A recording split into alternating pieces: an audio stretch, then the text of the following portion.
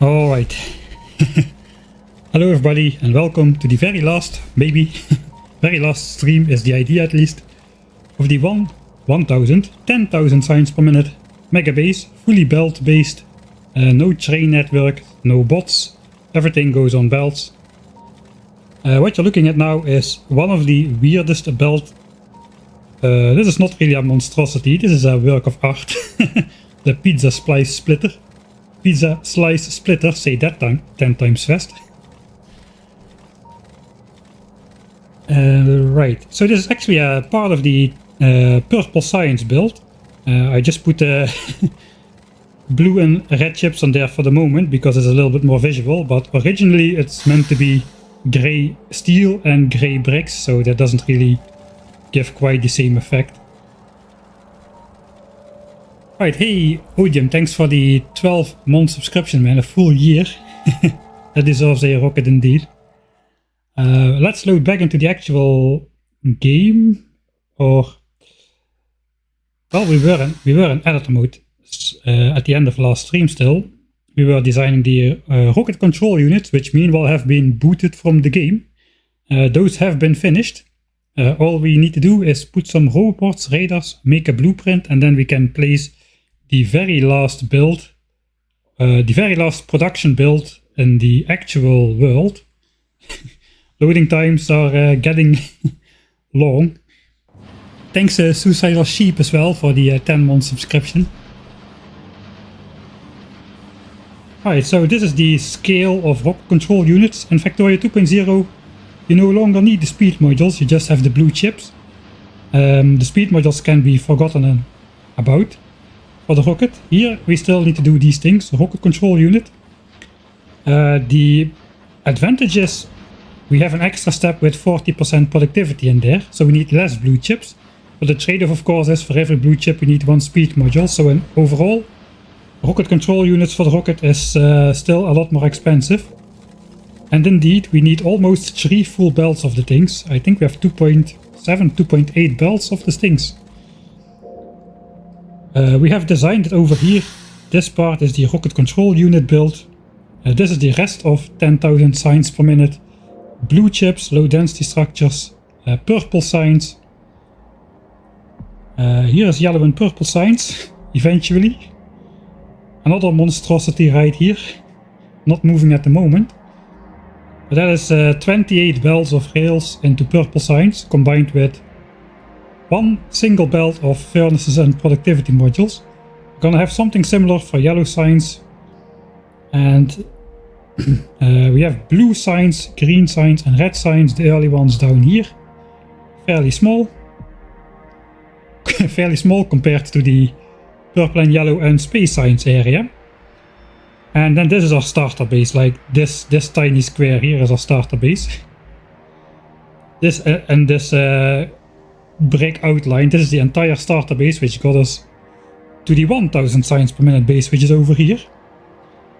Currently we are being powered both by nuclear power. We've got a tileable nuclear reactor which still adheres to the rules of the old fluid system, so we have a lot of pumps in there to move everything around at the appropriate speeds.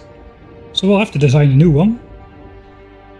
And over here we've got, in comparison, the almost 2 million solar panel large solar field with over 10,000 roboports and whatnot. That is going to power the 10,000 signs per minute base. As a comparison, this is the area of nuclear power which would have the same power output as this solar field over here.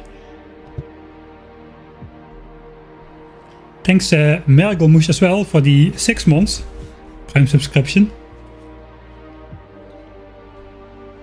Alright, I got a new mouse, so I can click again without the mouse going nuts over like multiple clicks every time, so copying stuff should be a smooth experience instead of something like this. Now we can just do this again and paste it however we want. Alright. So plan for today. Finish up the rocket control units. We need to put some roboports on there so the bots can build it like we did with the rest of our base. The bots can then travel along this bot highway, which has like a high density of roboports. And they can recharge en masse. So the throughput of a bot network is basically how many roboports you have, at least in Factorio 1.1. In Factorio 2.0, the construction bots can fly up to 10 times as far on a single charge if you have legendary bots. And even the basic ones fly twice as far. And then of course you can have like legendary roboports and whatnot to charge faster, etc, etc. We don't have that luxury, we need to do the old way. So that's part 1 of the plan. Then we make a blueprint of the rocket control unit, load the actual save, put it in there, connect the bot highway. It's interrupted at the moment, so we can micromanage our bots a little bit better, because here, unlike in Factorio 2.0, they can still get stuck if they try to fly out and don't find a roboport to charge up. They will just fly back in an infinite loop. That also has been fixed in Factorio 2.0, but here we still are very carefully micromanaging our stuff. After we do that, I think it is time for the starter base to go, because we've got a 10,000 signs per minute variant of this thing waiting to be built. This was the variant for the 1000 signs per minute with 10 rocket silos. So extrapolating that, let's have a quick look at it. It is somewhere in this blueprint book over here. Oh, that is a very... This is how it's gonna look basically. This is the design. Zoom in a little bit. We've got the labs on the outside again.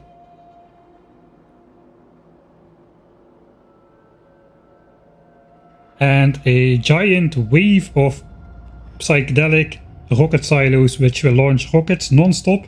98 rocket silos which will all launch rockets once every 10 minutes in a sort of semi-synchronized fashion we are going for. Not perfectly synchronized, but just a massive ordeal of rockets launching just after another all the way over crisscross. That is the goal. And then we're gonna research 10,000 signs per minute in all those labs surrounding this. And we've got the train coming in which unloads the science packs in here. We still gotta do something about that, because we are gonna beat this without... the goal was to beat this without using rail signals. So we can have trains, and we do have trains. For instance, we have a train bringing solar, a very normal train, bringing solar panels, speed modules over to the base. With a very strong shape to turn itself around so it points the right way. It's very important that you point your strong shapes the right way. We've got also a nuclear power train, which is a smaller variant of the strong shape. Those are crossing each other. We've had 3 accidents so far on this unsignaled rail crossing. The last accident was on day 1294. And now we're on day 1614, so that is quite a bit of time since the last accident. There's a very small chance that they exactly want to cross this at the same time, and because there's no rail signals, they'll just go. There's no blocks, they don't wait for each other, they just go. And usually it has been 3 times this train which got flattened, so yeah. But yeah, then it's time for the starter base to go. We will just delete everything and we will paste that blueprint we just got on top of the former starter base. We already lined it out a little bit. It's gonna look something like this. So we're gonna keep the old launch facility. The starter base is gonna go. We're gonna put it right on our starting area next to Ben the Fish, next to the old launching facility. I don't know exactly which fish is Ben the Fish, but he's in here somewhere.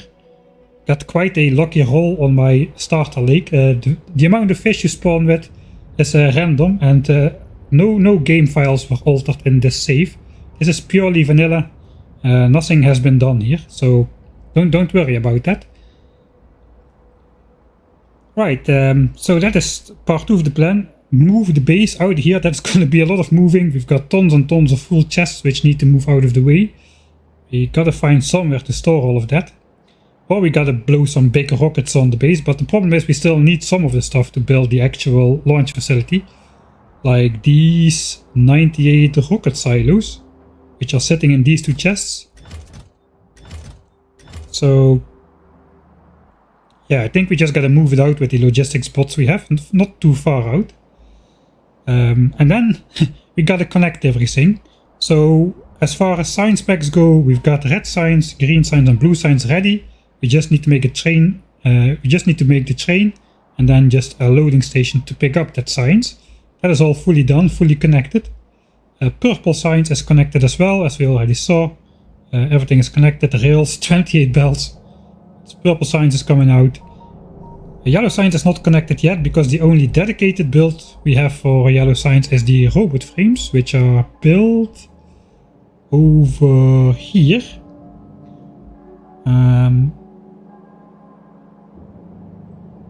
So we also need to connect that yet still. I think we still need to find some oil and water for that. Then we can connect that to yellow signs, and then we have these giant builds of blue chips, which is fed by massive buses of copper and iron. Coming out 60, consuming 60 belts of green chips into blue chips. That we have got to connect to in the right ratio to yellow signs, the rocket parts and the satellite. Same for low density structures, which is built over here with an even more massive array of copper from both sides. Look at this copper corner over here. That is a lot of belts.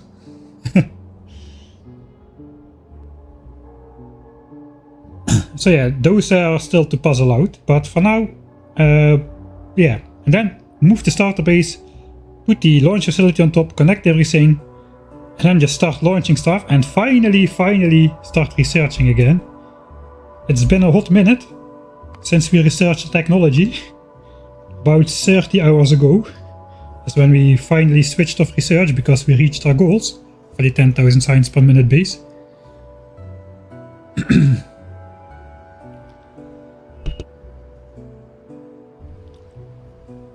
I got a little bit of a high pitch in my voice today, like my throat is a little bit messy. Alright, so I guess let's get started with Act 1. I'll just load the game because I've been doing a bunch of copy pasting. Act 1 is finish up the blueprint and make the very last production build in the game that we need. The rocket control unit.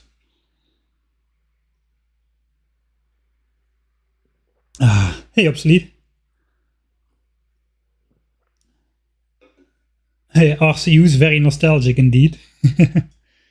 We've done a lot of nostalgic things. The satellite parts, the solar panels, the radars and the accumulators. We did the stream before that for the satellites, etc, etc. And now the rocket control units. 2 steps which we don't need to worry about anymore.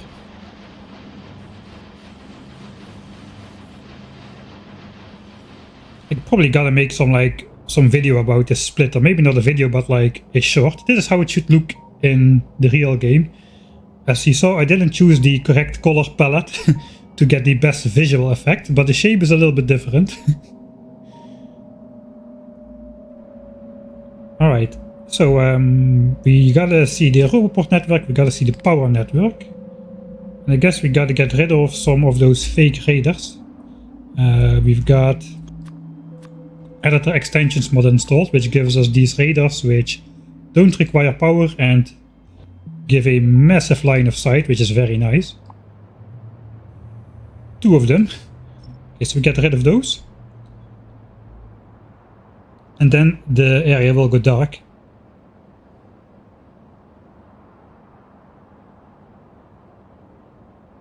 And we can see what we actually need to radar up here still. We also gotta power everything. We've got some fake powered stations everywhere basically. So let's see if I can find them. Usually I place them at the miners somewhere.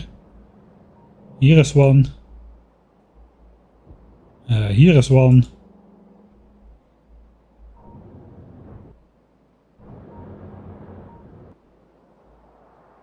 There must be one here as well. There is one.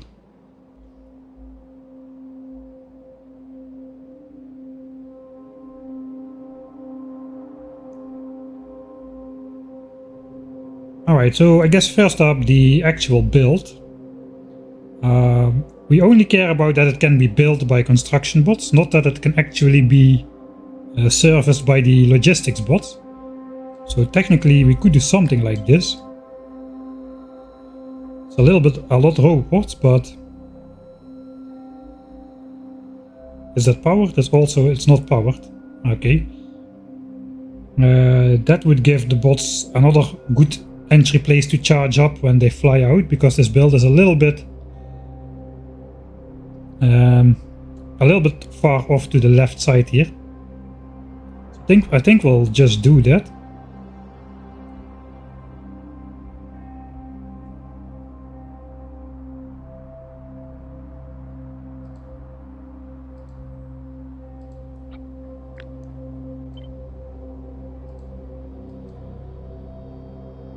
And then we can basically we'll just do a substation line. I think I will take all the robots out here eventually, because we won't need them. Just to get rid of some of the map clutter.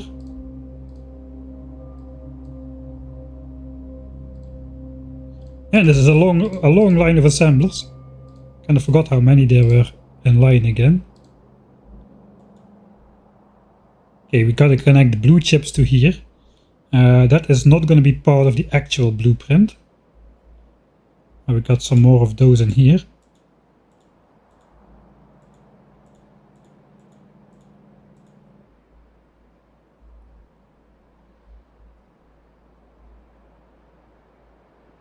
It looks like gonna need roboports on both sides, I suppose.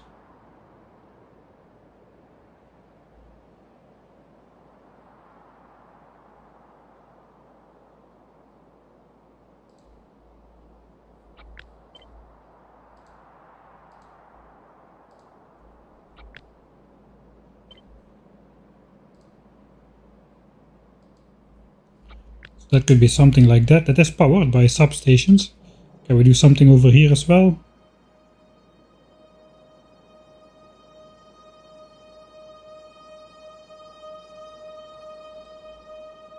Okay, that is powered as well. Let's just place one of those power things here. Let's get off of the map view. Where am I? I'm here.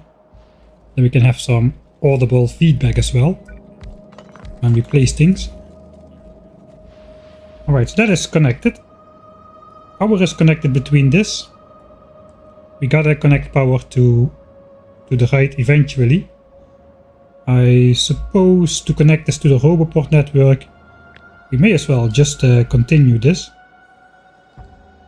Less the belts.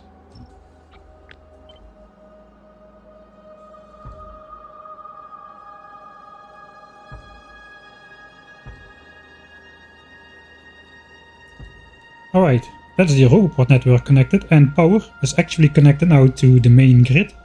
So we can get rid of the fake power again.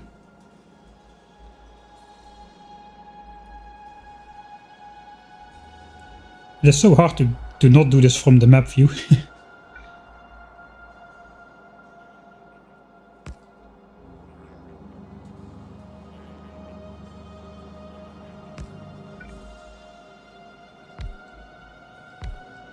Alright, that can connect to oil. Oil is too large, so we gotta have some extra roboports in there. We cannot on this. We can. So I usually leave a roboport of space. It's a good habit. Leave one roboport of space, 4 tiles between all your builds. You will always be able to fit in some roboport networks.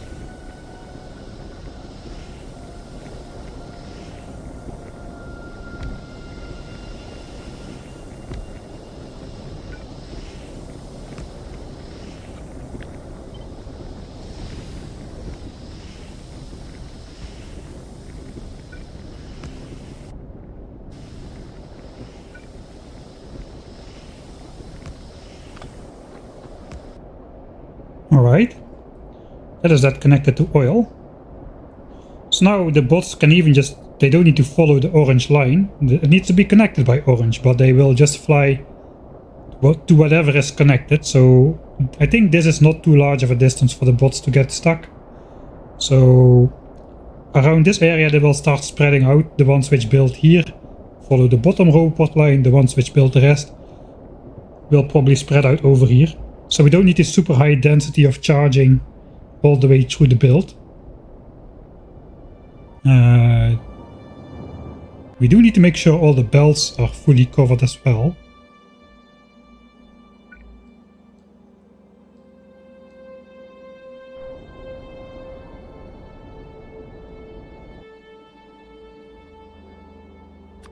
Again, I am in map view.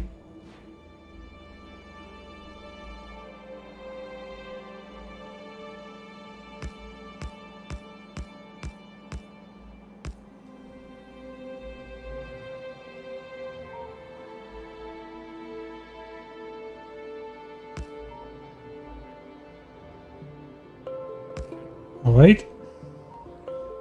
Another redundant connection. Okay, that connects. That is now not a loop.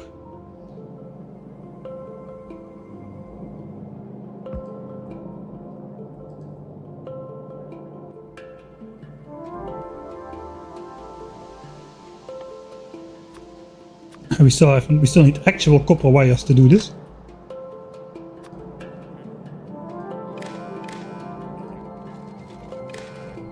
Alright. That covers most of it. Now we just need some roboports along. Again, not from map view, go there with the cursor.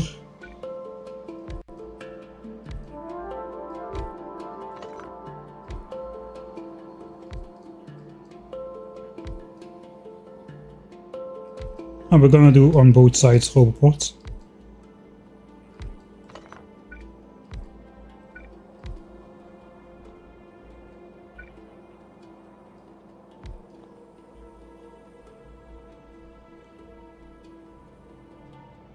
Right, then these pipes are not covered.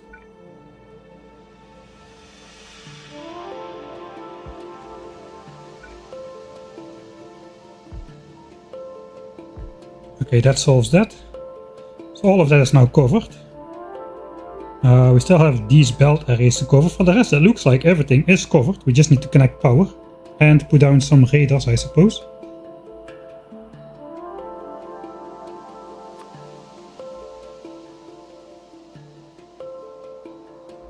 What is this belt doing here?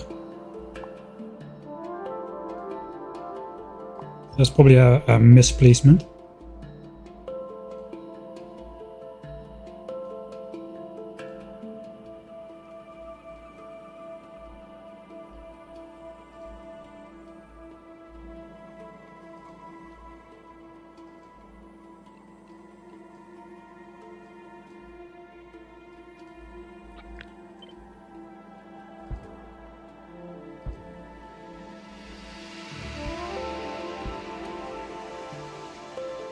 Okay, that connects power and the roboport network to copper.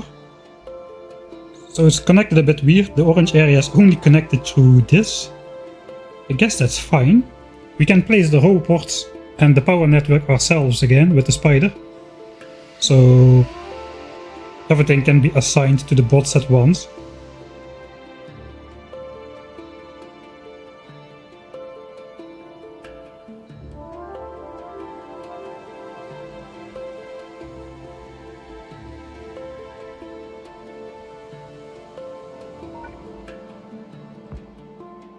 This is too large of a copper gap to spam like that. I suppose we could go up here.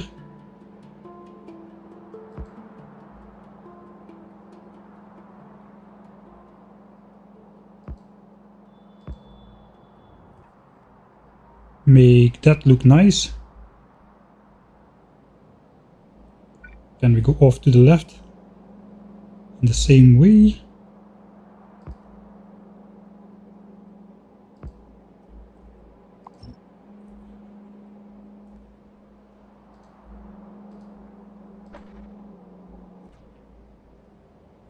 Let's go over there again. I probably should switch on the mini-map for now.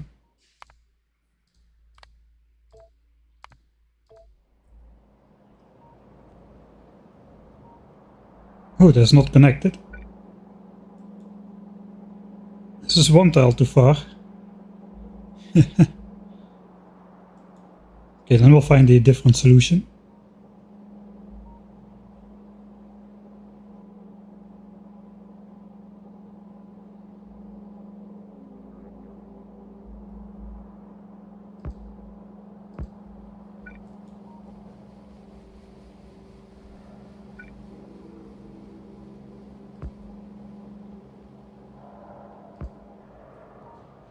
Okay, that'll do. Now we just gotta connect the roboport networks.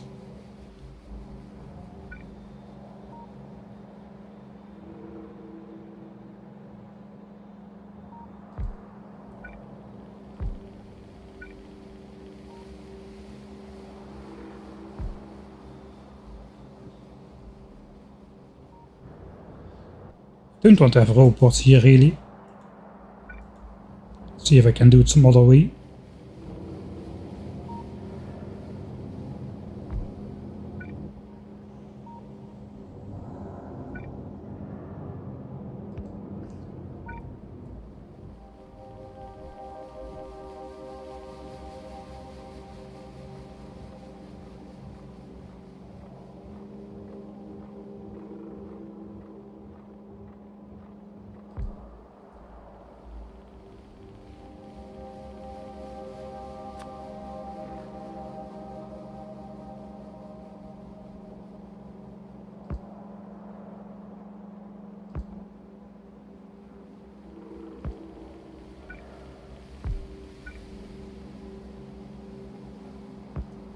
I think that's good enough.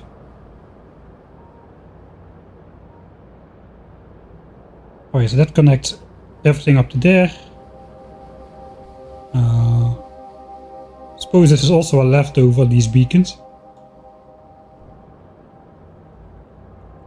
Then all that we have to do is connect the last iron mine, and that should be everything.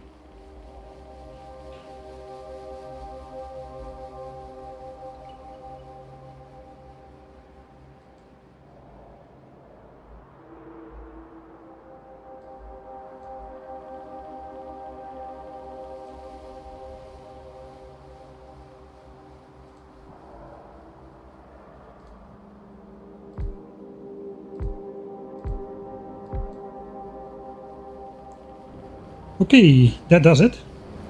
These signals are there to let us know if a miner has run out. It also happens when the miner starts up. Basically what's going on is we've got like 16 belts out of here, but we are mining 18 belts, and one of the belts is not moving. That belt is just there to feed into the other ones if a miner runs out or something. So this belt should never be moving if everything is alright. So we measured this belt with pulse. So at any time if this sends a signal that something is moving, then this alarm pole will go off that something is not zero, and then it will tell us that a miner has run out. For instance, let's say this one runs out. Now this belt will start moving and we get the signal, and if we click there we go to here, that this thing is that a miner has run out, and now the backup miners are working. So that means if something goes wrong at any one time, we won't immediately lose production. We have a little bit of backup built into everything really. Right, so that's the roboport network. Then what is left to do is the radars. That's the easiest part.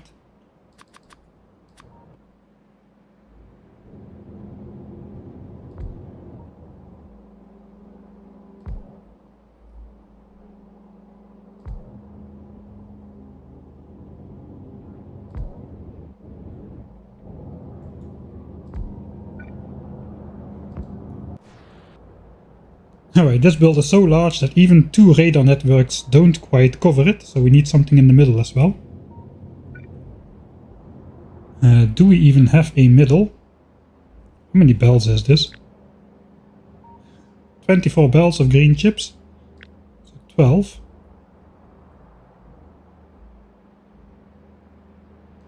And this should be the middle.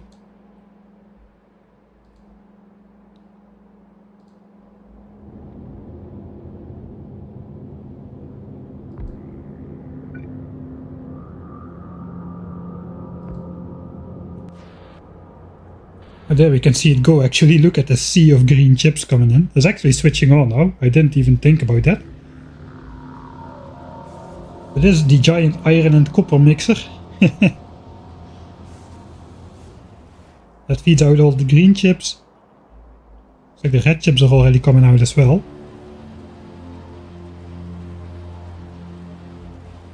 Coal into plastics. Plastics and green chips and copper for copper cable. We've got our 5 to 7 splitter here. One of the only times we use an actual weird splitter, just for the fun of it. Because it turns out we need exactly 10 belts of copper to turn into exactly 14 double belts of copper cable. With the 40% productivity bonus. So we opted to use a 5 to 7 splitter. Normally I like to go with a little bit of overproduction. I didn't do it here because this already is a little bit of overproduction in the red chips. So I can afford to not overproduce copper, but produce the exact amount, because should we miss like a single tick of production, nothing will go wrong because we have overproduction in the red chips themselves. Okay, that goes down to here. Meets up. And a very Christmassy, an upside down sort of Christmas tree. You can, with a lot of imagination, you can feel that.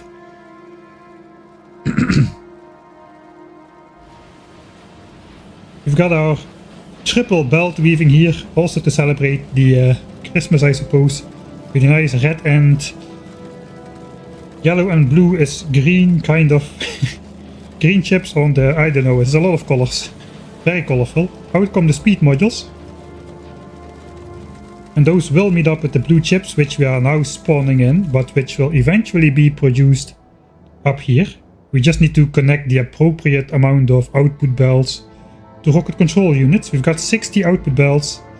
If I remember correct, 28 of those need to go to rocket control units. 6 to satellites, that leaves 26 for yellow signs. We gotta check those numbers once we have it actually built and stuff. Okay, this should not be connected. And neither should this.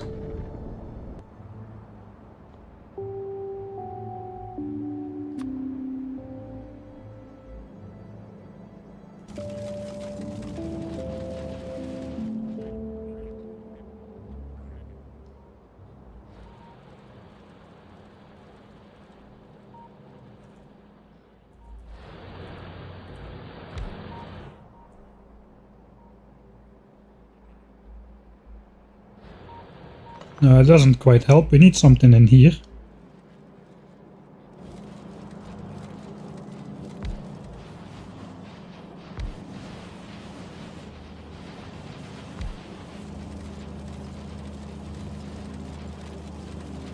As always the case, it only fits on one side. This is also definitely not going to fit into a single radar view. Suppose we can just do it up here.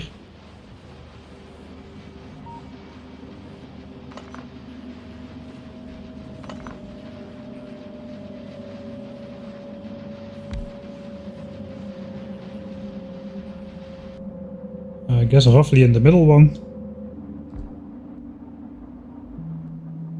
And one at the end. Okay, that lights up that. Miners have radars integrated already. We want to get rid of these dark chunks as well, so we should place something up here.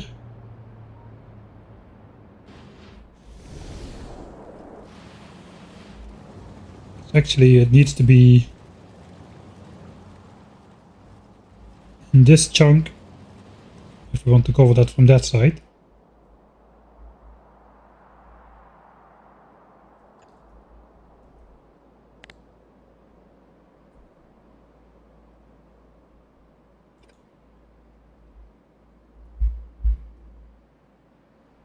I guess we'll just lead a sneaky power line out here.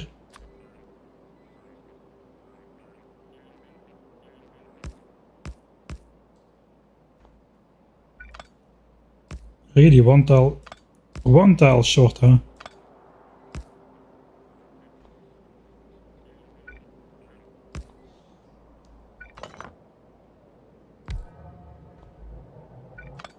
Actually, no, that's fine. We can do it like this.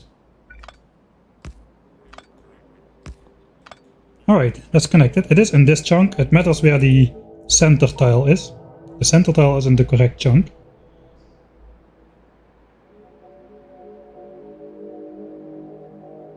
Okay, that kinda is everything.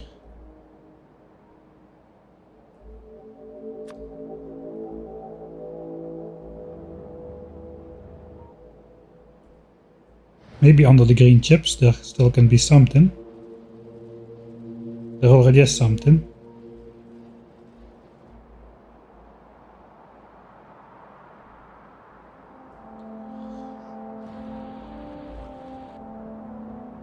Oh, I think it's fine. Yeah, I think it's done. I think we're done. Nice.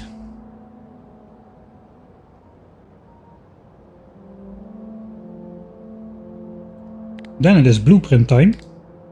We want to make a blueprint which has everything in it and a little bit of the existing world. I'm doing it in editor mode, but it's a copy of my actual world, so I can we can design these builds in relation to the resources we have on the actual map. So it kind of matters from which side you design the inputs and outputs, which is a significant part of the design work.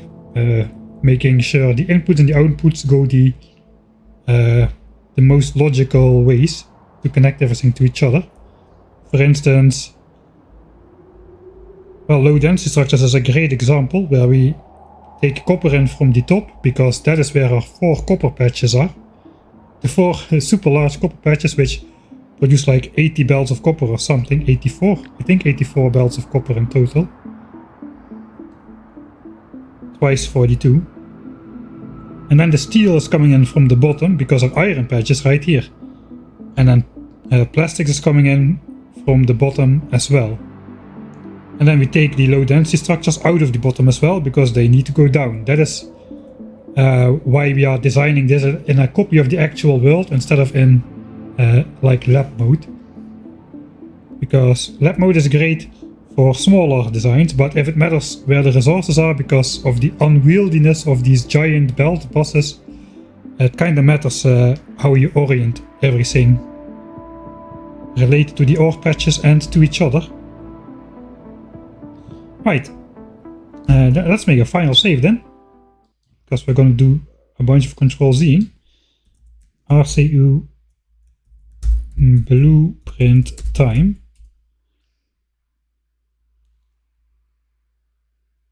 Before we do that, we will do one more Control-Z of that. So basically, let's do a couple smaller ones. One. Even the deconstruction command already takes forever.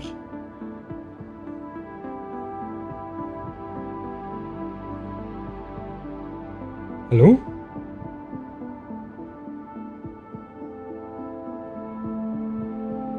Alright, it's gone, it's just not updated yet. Number 2. Alright, that went faster.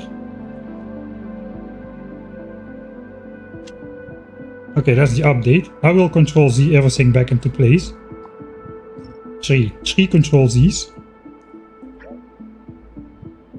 This is number 2. I already pressed it.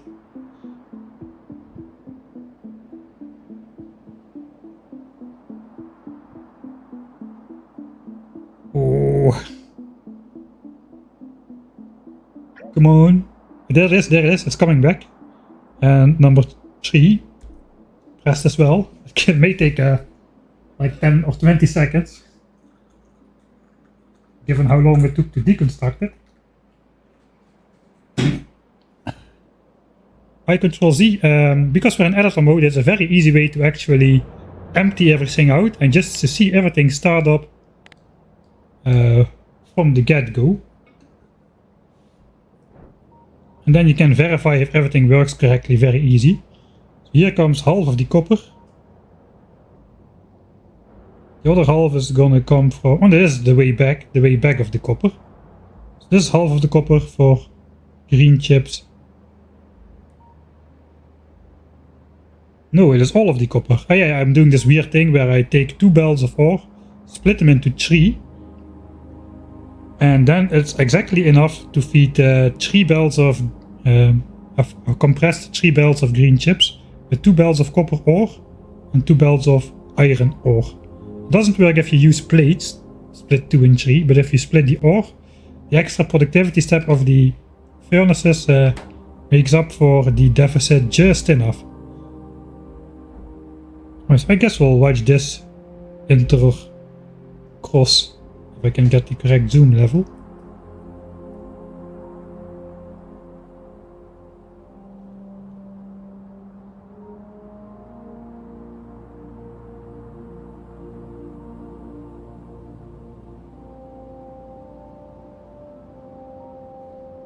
Perfect song.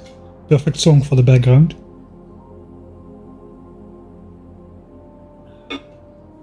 First Light. I know all of the songs by name because of the editing process. I use music very conscious in my videos. And all of the tracks in Factorio 1.0 actually have titles like First Light, Beyond Factory, Outskirts, etc, etc. It's going to be a lot harder for Space Age because not only are there more tracks, but they're also just named Vulcanus 1, Vulcanus 2, Vulcanus 3. So weird. It's so weird to me to put so much effort in the music. It's really like, I mean, it's like the quality of like movie scores, man, the soundtrack of Factorio 2.0. And then they have titles like Vulcanus 1, Vulcanus 2. No man, they should have epic titles as well. But yeah, unfortunately that's not the case. I should put it in ideas and suggestions for the thread. Oh, I've rambled too much and I've missed all of this command line. Okay, copper is coming in. I suppose. Okay, copper cable is already everywhere at the back. So we'll just watch the green chips go in and then the red chips come out. This is too flickery.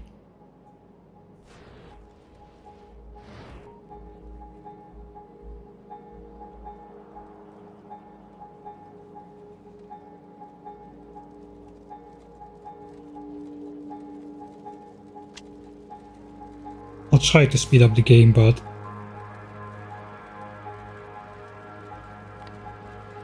yeah, no. I can give the command for game speed too, but game speed says we are at 0.9 and that's all you're gonna get. It's because we're zoomed out way beyond what we normally can zoom out. Right, here starts the belt of red chips.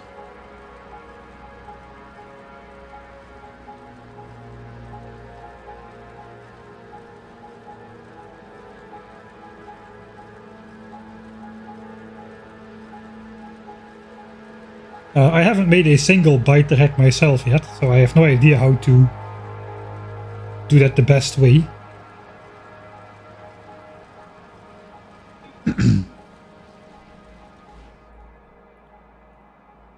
I'm not sure, but maybe it's possible to make a legendary capture rockets and then you will make a legendary biter spawner.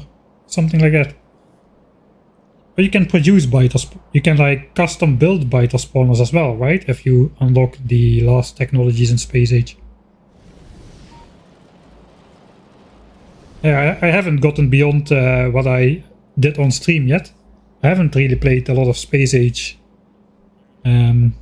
off stream, less some tinkering around in editor mode and with some designs and stuff.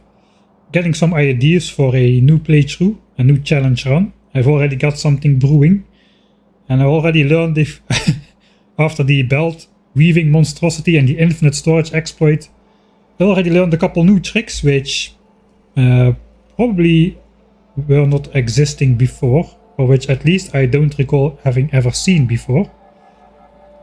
So yeah, I'm not gonna speak just yet, but we'll see how that goes.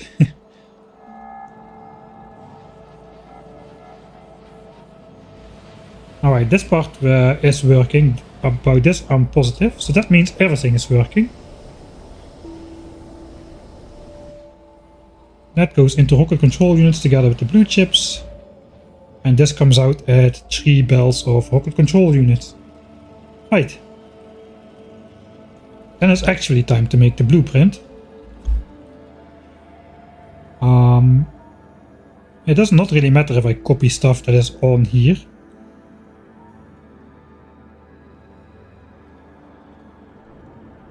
I could like copy the bottom row of beacons of the blue chip build.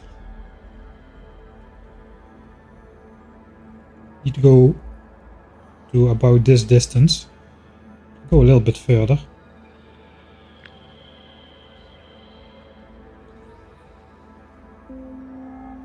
That's a large blueprint.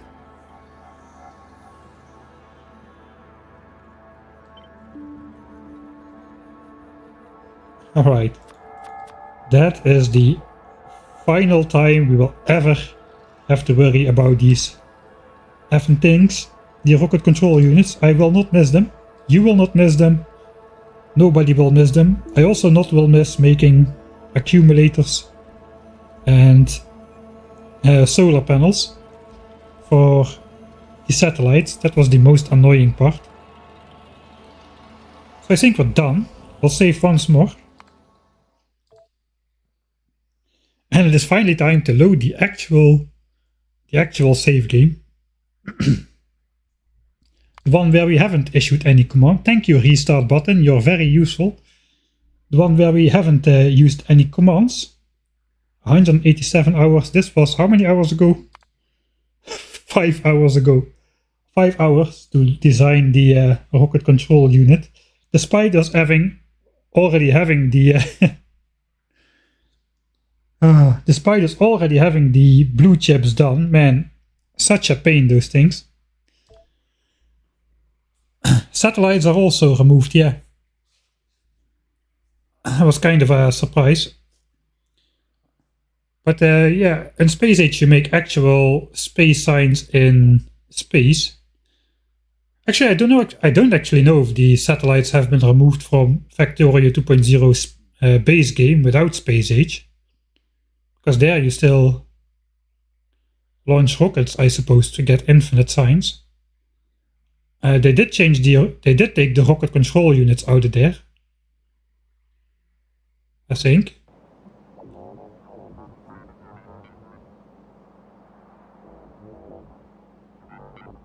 Yeah, I'm not entirely sure actually.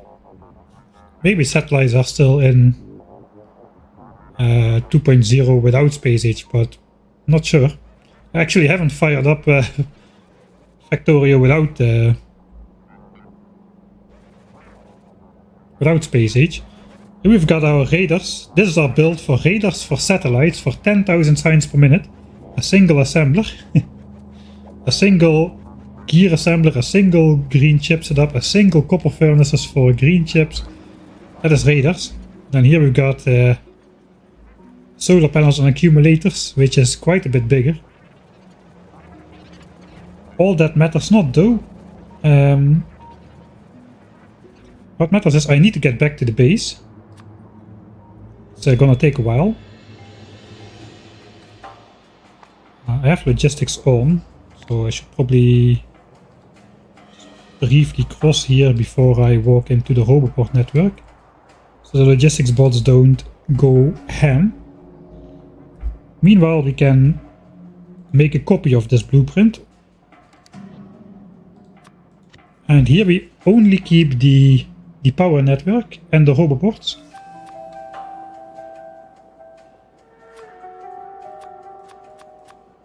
So power, Roboports, more power, radars, very important. There's still some fake power in there. That's okay, we'll find that eventually.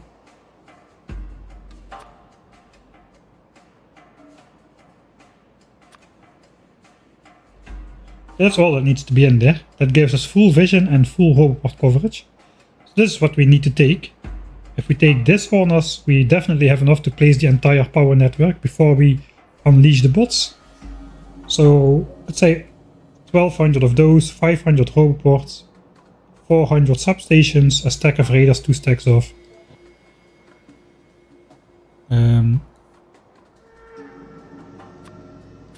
let's put both of those on there. 2 stacks of what's it called, big power poles.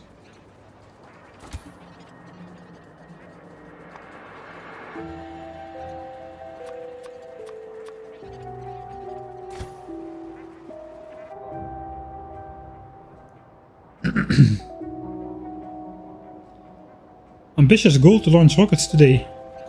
I was thinking about it, how much time would I need to do this? This is really hard to say. With the designing, I usually have an idea of how much time it's going to take me. At least it usually takes about 50% more time than I think it does, even after I factor in that it takes 50% longer than I think it does. So yeah, but this is hard to say. We probably should maybe stop making module trees and stop making solar panels and stuff. But yeah, we're going to do that in an official celebratory style instead of randomly. I'm going to switch off my stuff and I'm just going to throw everything in the trash. Easiest way to reset my inventory to the appropriate stuff.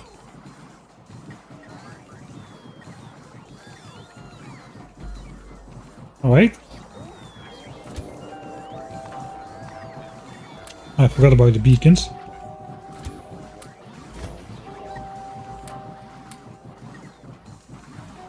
Alright, 2 stacks of big power poles, 400 substations. I think I can just carry everything myself. I don't need to take my spider team.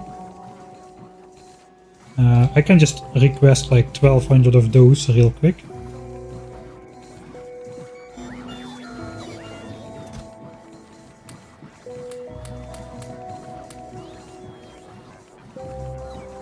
$340. Let's take 1 extra stack. Do I have a stack of raiders? I always forget about those. I don't think they're even in the requester list at all.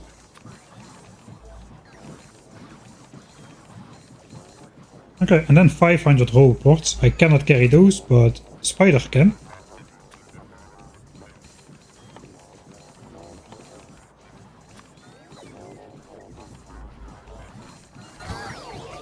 Alright. That's everything we need to build the power network.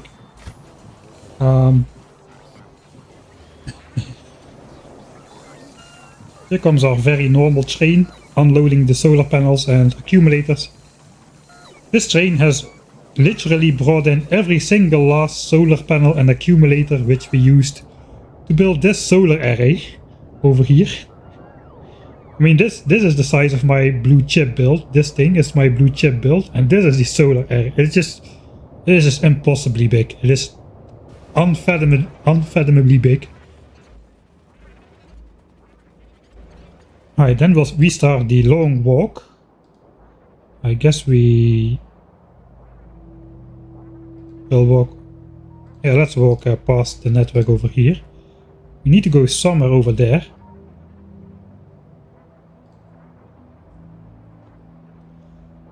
And meanwhile, we will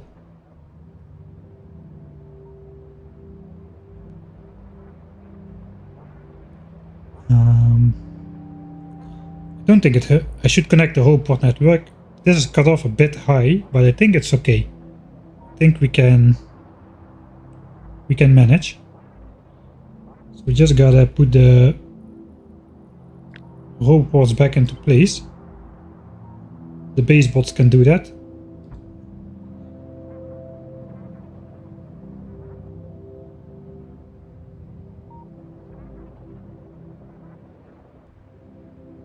There's no bots in this leg of the network.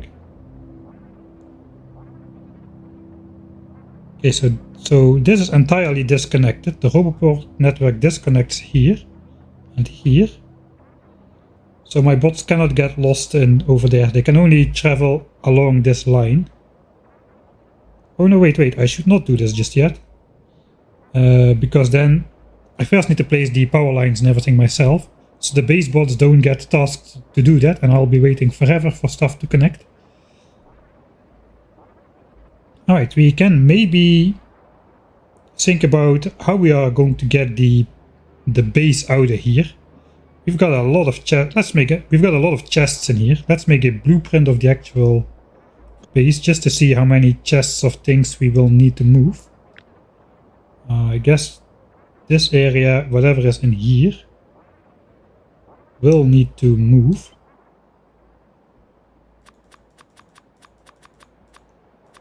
Just 800.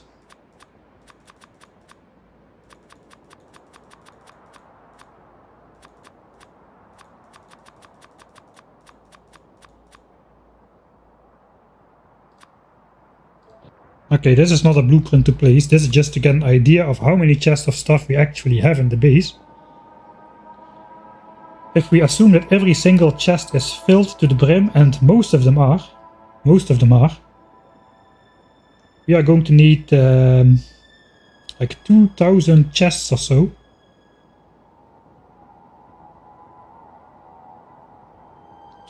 Chests of stuff. And I'm not going to organize it. I'm just going to make like 2000 storage chests or so and let the bots deal with it.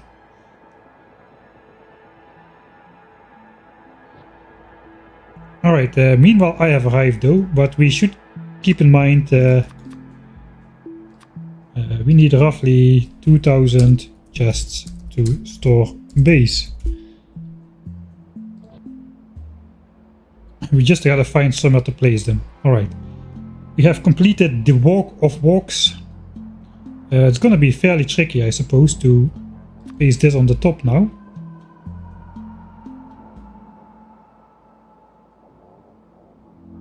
I think this is the correct... it looks like it's correct.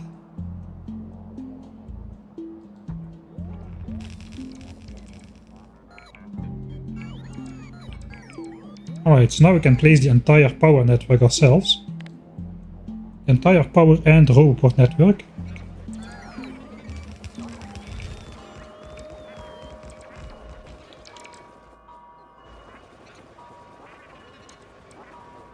Alright, and now it's even connected to power. 16 gigawatts at the moment with an idle base, mostly idle. Basically 16 gigawatts of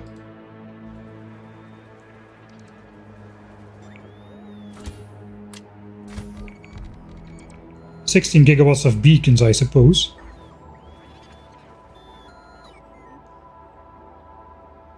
I have too many robots in here, man. My construction area is so large that the bots just run out of juice if they need to fly all the way out. It is nice to be able to do this kind of things.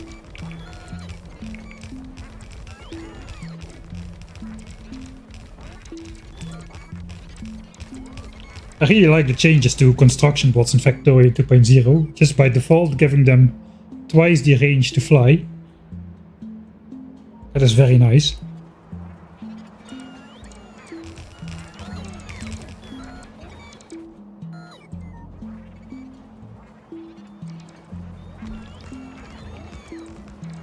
It makes for some pretty awesome bot patterns when you issue big construction and deconstruction orders. Something I can watch for hours.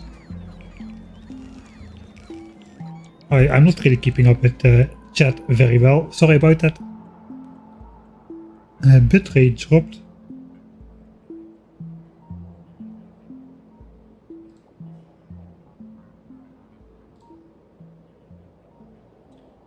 Okay, I haven't dropped any frames just yet, so at least that is okay.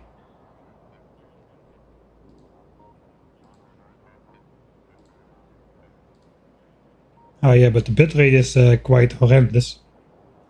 It's jumping up and down all the time.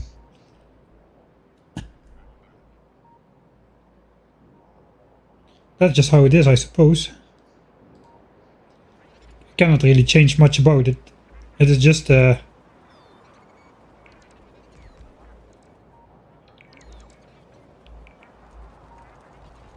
It's not a problem you can solve by just throwing more money at it. It's just a problem of this area.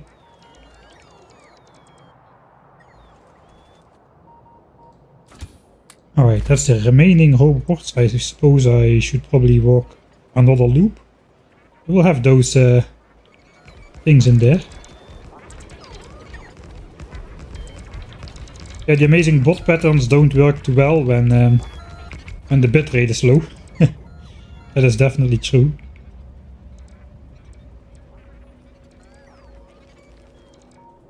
Ah yeah, space exploration has the robot attrition mod, which makes bots crash if you have too many of them.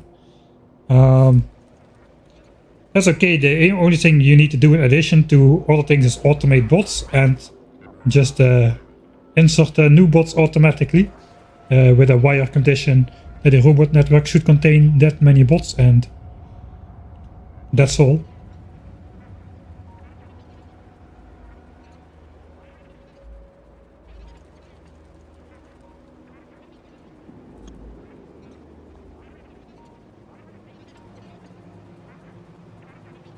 Alright.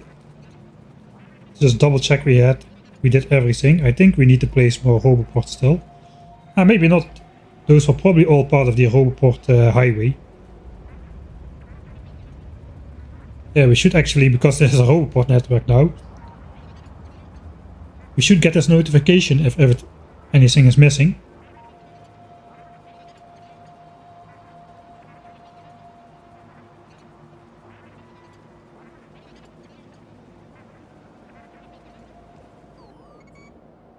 Yeah, it's Hofstadter's law, yeah. Hofstadter's law is pretty awesome. It's better not to know about Hofstadter's law. Facts are that if you don't know what Hofstadter's law is, it will be a lot easier to get things done, because you don't need to take into account Hofstadter's law. I suppose I should have connected this as well. Why isn't this connected actually?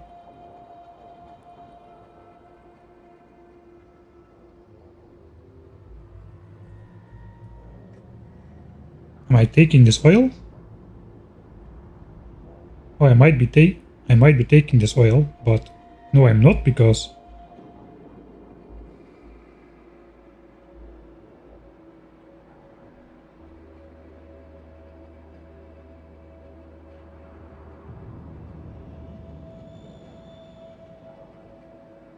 well, the bot network is connected.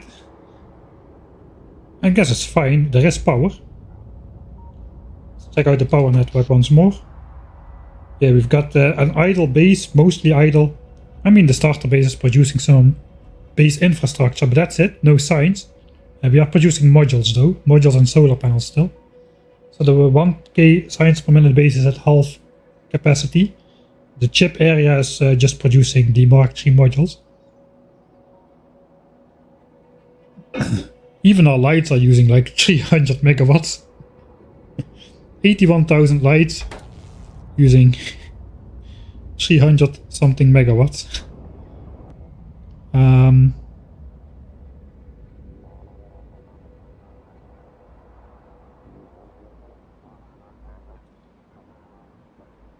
Yeah, the starter base, the 1000 science per minute base is still producing modules.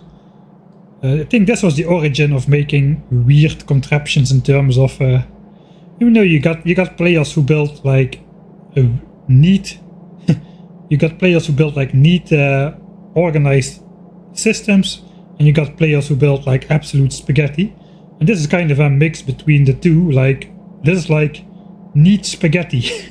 Some sort of things like this, things like my favorite splitter contraptions in the purple science area.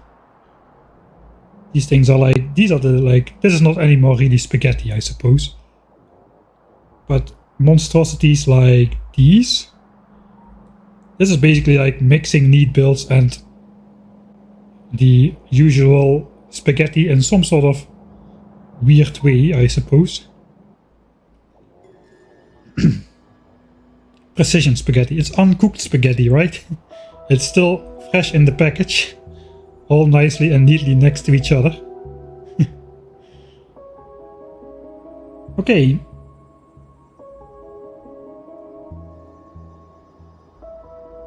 I think there's a gap here because there's a belt array going through.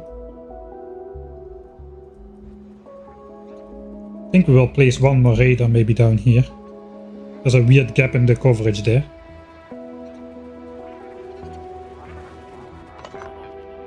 The last roboport can be a radar instead.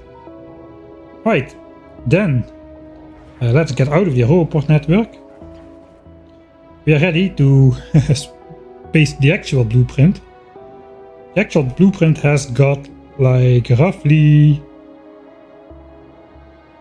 80 to 90,000 items in there. Suppose we should get rid of the infinity loaders because those don't exist. Those don't exist. The rest does exist.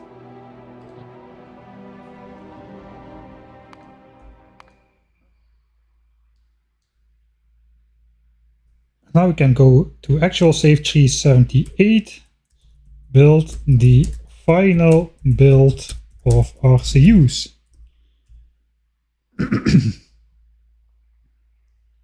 It's gonna take a while because it's very far from my base. Everything is very far from my base.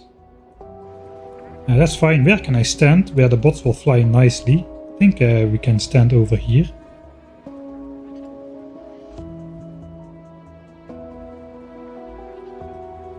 We should not zoom out too far. It's not gonna be anything built over here though. How is it gonna look? Roughly something like this. So I probably want to be standing, maybe I want to be standing over here.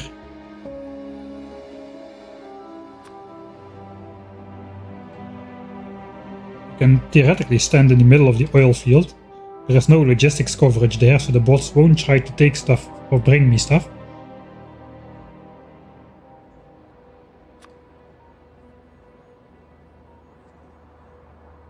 Will eventually look like this. So we will see this build and some part of this build as well. Are we mining this iron? We are not.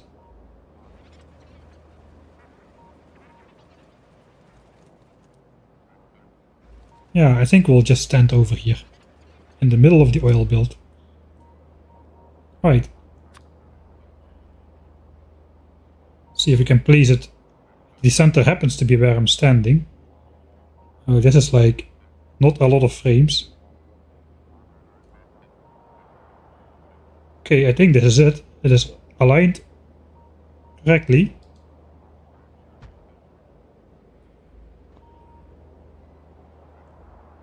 Alright, and I forgot to actually connect the bot network, so let's do that now.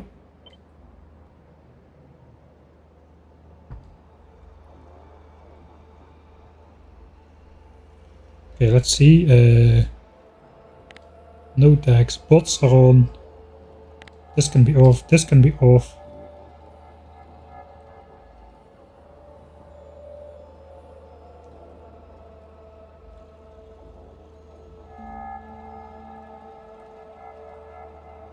Oh, I did it in the wrong order. Okay, I have to delete this again because now the game is cycling through all of these things. And it's not noticing that it also needs to place these robots here. So we gotta do this first. Okay, now the bots will react. Yeah, there they come.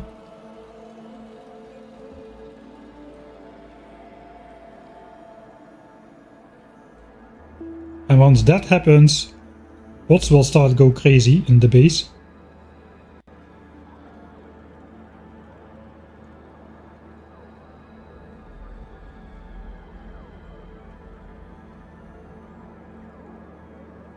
As soon as the robots are placed, there's gonna be a giant swarm of bots picking up stuff and getting out of there. No, there's not, because I didn't place the blueprint.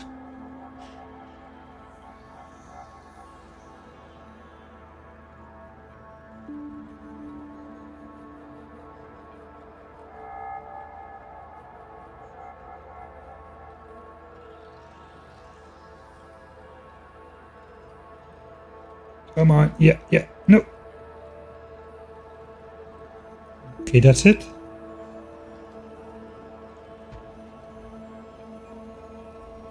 Whoa.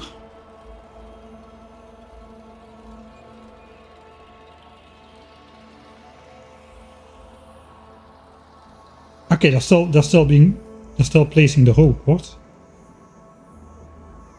That's cool.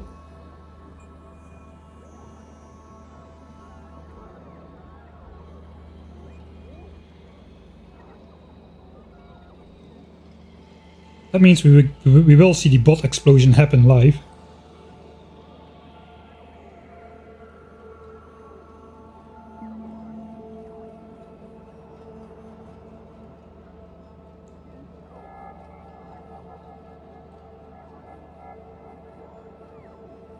Where are they?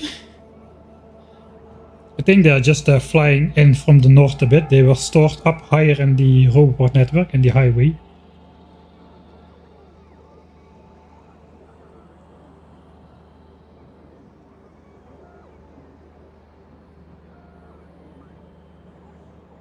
Okay, we'll zoom out a bit.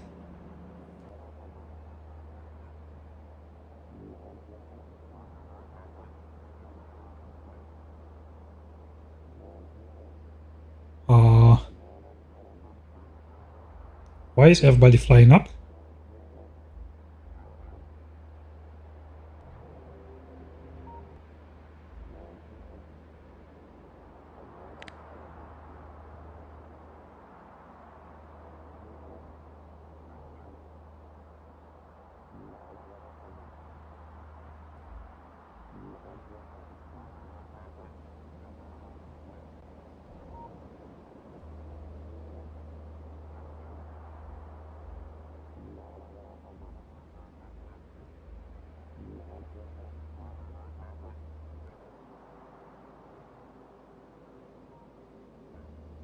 Strange. Ah, this is not connected. Oh god.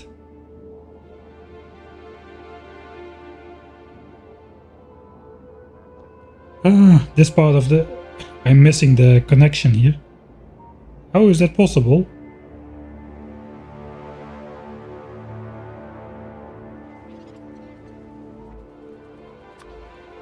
I think we'll just fix that. We won't reload. We just fix it like so. I think there's supposed to be another one out here. And now the bots will start flying out.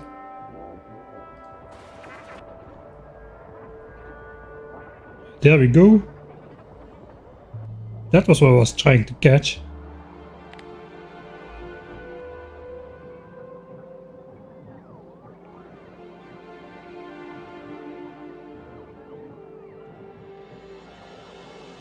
Most of them will be carrying belts. Belts is by far the most common element in all of the blueprints. I'll try to make a blueprint of the entire base once this is built and just see just how many belts we have in total. I think we're gonna be having like 500,000 belts placed for sure.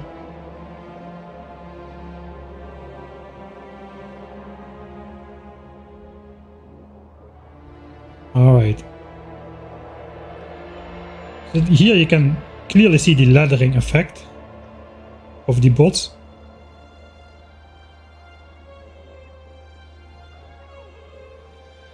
So they just fly out to the closest roboport, and that is why it's important to not have like places where robots can get stuck. For instance, if I just would place robots like here, they all would get stuck over here, just fly back and forth. Because it's Factorio 1.0. I think in Factorio 2.0 they will just fly forward very slowly, but they will make it eventually. Yeah, this is a lot of bots here. The start of the roboport highway has some extra roboports. If you do anything with quality, bots is definitely a good thing to quality up, I feel, in Factorio 2.0. Just to make them a lot more wieldy. Alright, once we get to the slanted area of the roboport highway, they're going to be charging up much better. But they're going to be not charging up better, they're going to be flying out much better. You can see they just make it a single screen to the left and then they go back for a charge. Whereas here they just really fly out. They just go charge to the, basically very close by in the flight path. This is how it looks like on the map from very far away.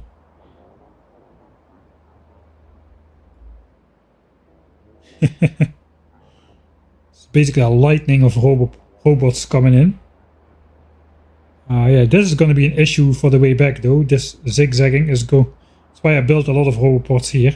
The zigzagging is going to be going on for a while. Why are there logistics bots here? I know those are construction bots. They just look white on the purple background. Oh, that's interesting. But as soon as they fly off, they're yellow again. Okay, weird.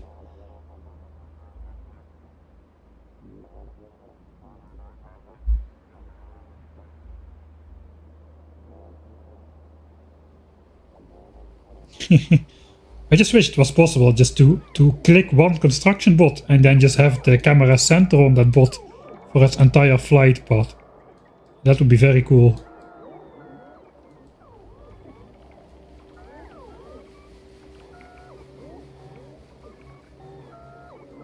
I cannot really do it myself very well.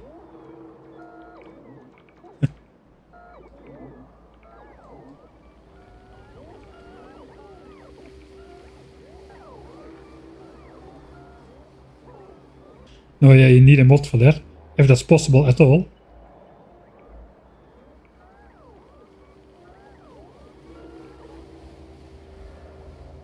Right, stuff is starting to come in, so let's zoom out here. See if we can see something. Looks like most of the bots are actually flying somewhere up here.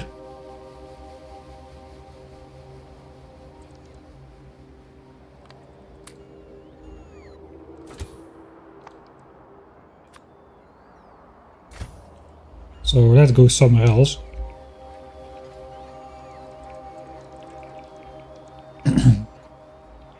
Normally the first batch of bots gets assigned to...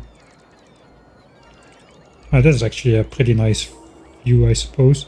I think we're not going to be standing around here for the bots to build all this. We're going to start doing something else because it's going to take way too much time.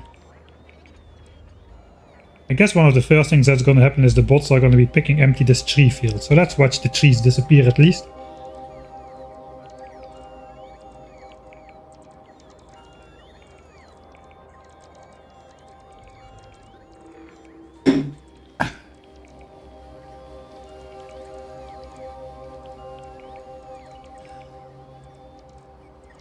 Yeah, the storage chests for storing the base, if I make sure I have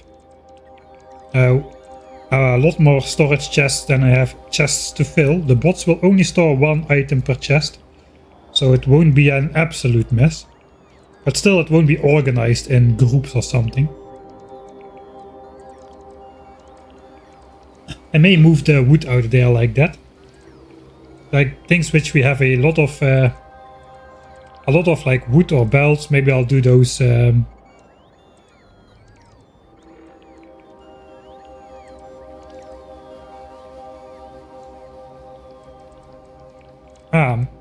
Miss Nick probably already saw that I deleted a robot to place a radar. Is the build still connected?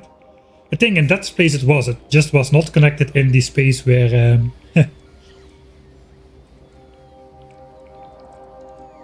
where it, and on the copper mine, which I supposed was connected.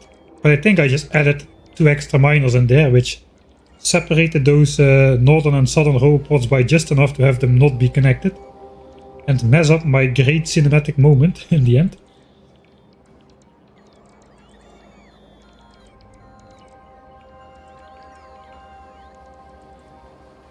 Yeah, I don't know if you saw, probably if you watch my Twitch, you will have seen my YouTube video about the belt weaving. But in there were some really scenic bot deconstruction waves. Really very nice how that very satisfactory how the bots deconstruct everything in a giant all assimilating wave of power. It's really very nice. if you want to make a cinematic shot here, you have to plan it out. You have to put the roboports close by, and the build cannot be too large. You have to put the bots in there.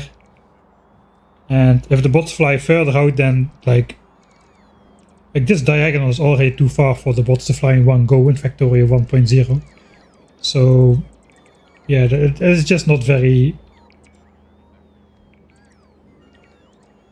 You cannot really do it on such a large scale. So that's really nice. That's my favorite pasta. I think I like fusilli the most. The twister shapes. I've got a beard, so long spaghetti always flops sauce around everywhere. It's not really comfortable. The fusilli quite hits the spot where it is still like sizable, but it doesn't have those giant centers of dough which cook less fast than the other ones, etc. Not the shape, the sauce.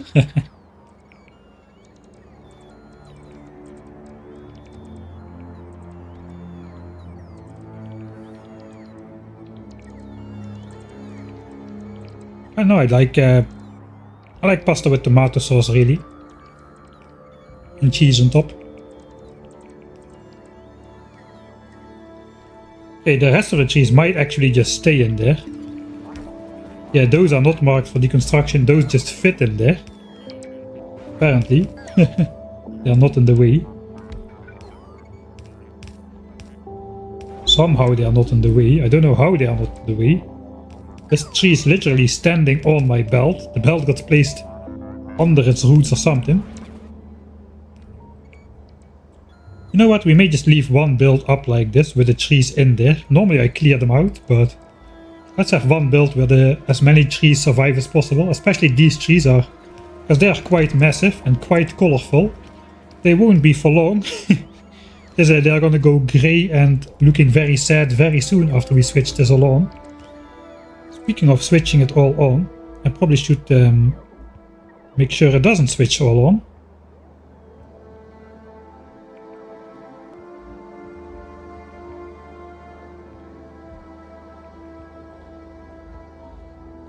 Yeah, we can cut this out right here. We can cut this out right here.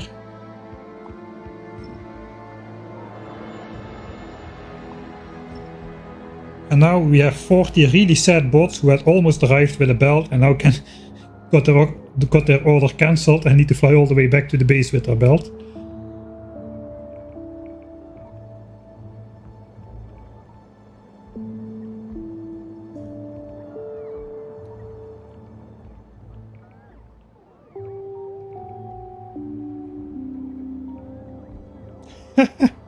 Yeah, this is not great, huh?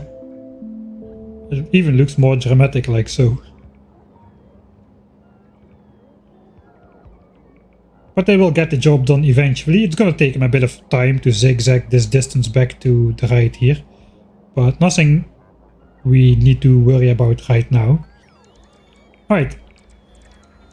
I suppose let's just walk through the build a bit, see what's already done. Looks like the bots got calculated in.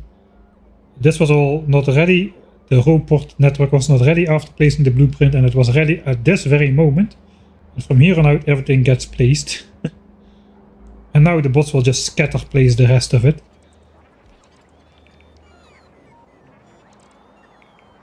Right, is there anything else we need to cut? We cut iron, copper and copper. Suppose oil can start. Maybe coal, we can cut coal for the plastics.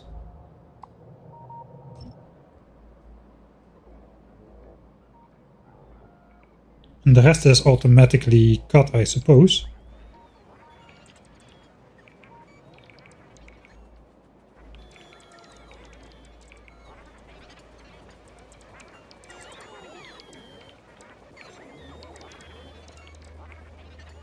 Alright. We are gonna be out of here, I suppose.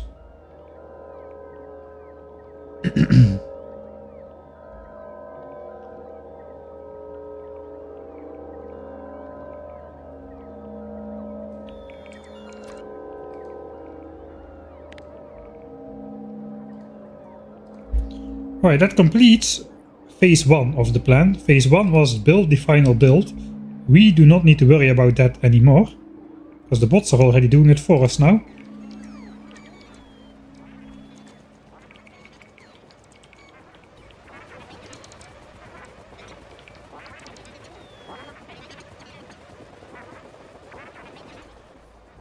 Okay, perhaps I should be walking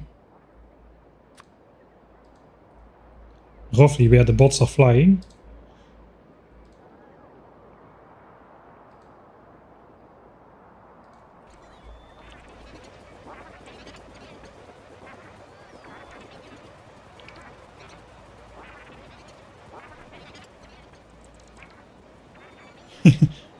Bots even outspeed the spider, even with the 5 legs.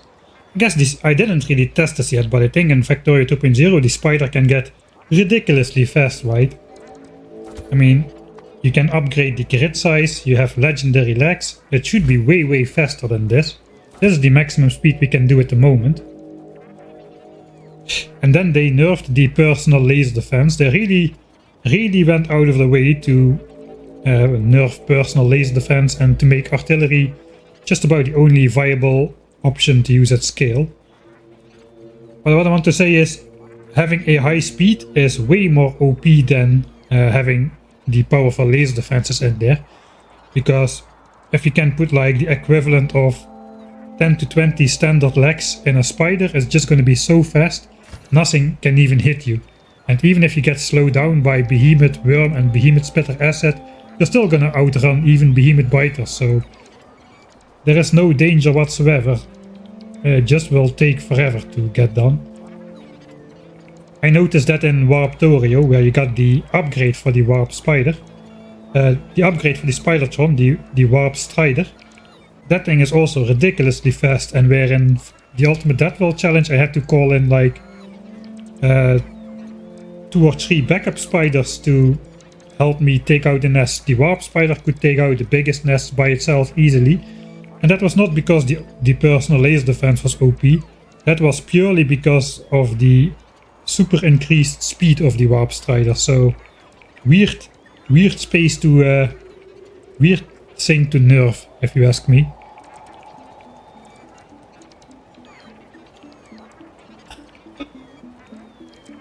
Ten by 6 grid. What do we have here? Yeah, 10 by 6, right? So this is standard. It's gonna be much bigger. And then the quality legs are like 2.5 times as good a pop.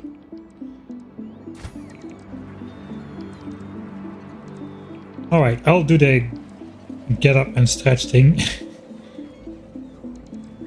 What mod shows fighter time? I have Evo Gi mod. Evo Gi. It's not updated for 2.0, but you can download Stats Gi from Raycard, one of the Factorio devs. And that basically does the same thing, but displays it in the same font as the UPS counter. Okay, let's watch something get built then, while I get up and stretch things. I think the bots are not really building this area just yet.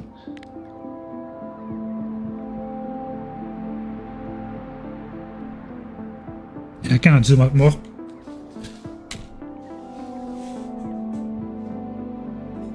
Easy erection. Ah, of course, you just arrived. That's why the get up and stretch got redeemed immediately.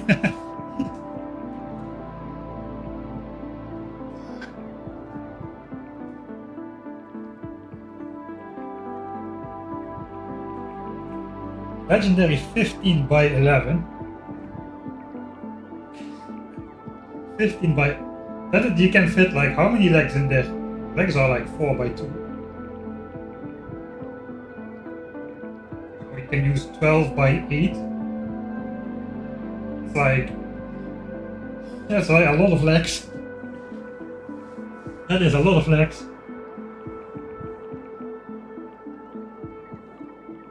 And legendary legs in there.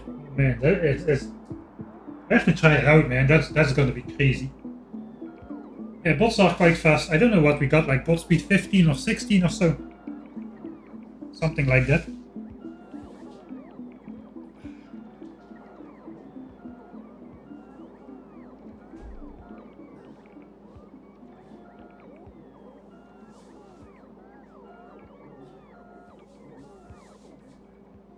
quality SMG submachine gun.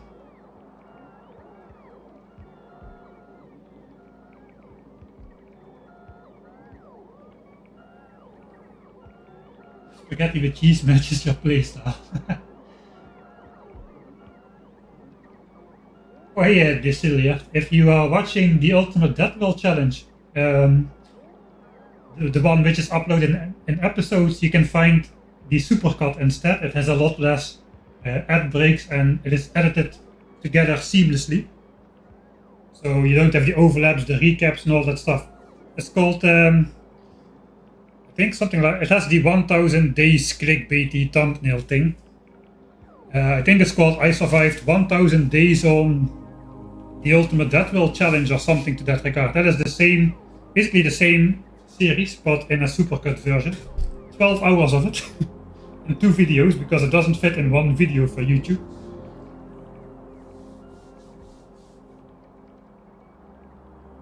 Alright, are you on both? That is efficient viewing both on YouTube and on Twitch at the same time.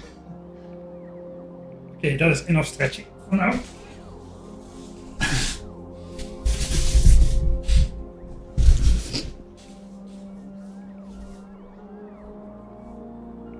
Same for Laboratorio, it makes for a much better viewing experience than watching the episodes.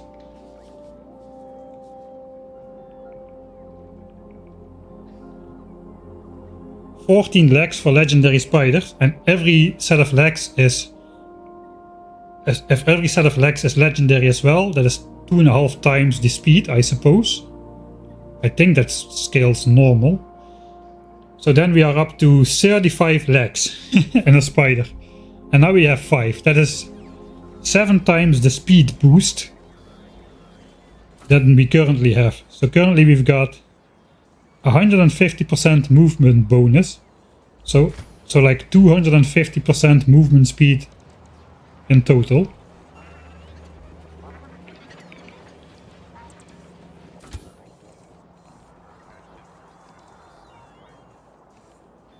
So you will have 750% movement speed bonus. That's for 850% in total. So the spider is basically like 3.5 times as fast compared to vanilla. If you got the legendary spider with legendary legs, you don't even need shields or anything. Just some batteries.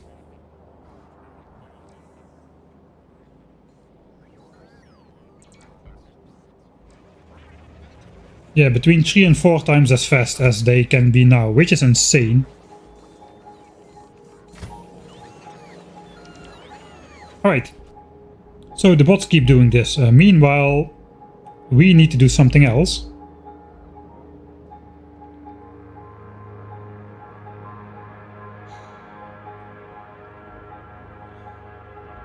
I think it is time to just switch off some parts of the base in preparation of switching everything on, because we gotta delete the base, but we cannot really delete the base when there are still like trains coming in, bringing stuff here and whatnot.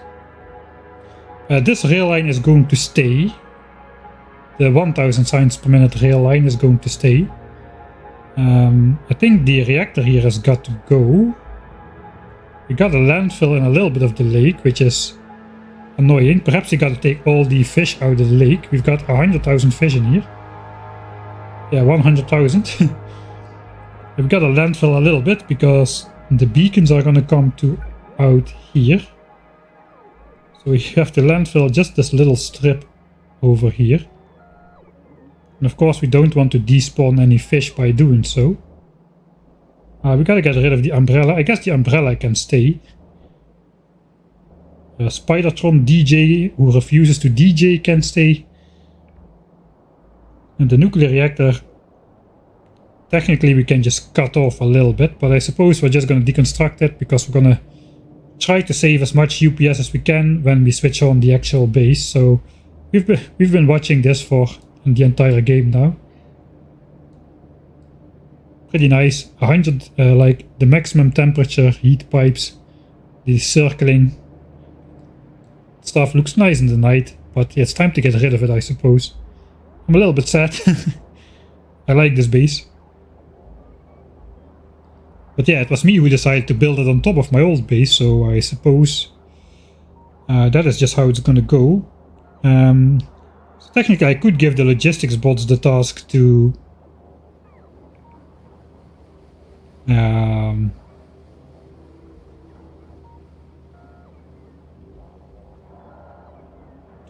bring the stuff from the chests away already. They won't really interfere too much with the construction bots, who are mostly charging on these roboports. Logistics can charge on these roboports, I suppose. But where am I gonna store everything? And this is the northernmost line. So everything is gonna stay, let's say, under this central rail line over here. Just paste some of that down.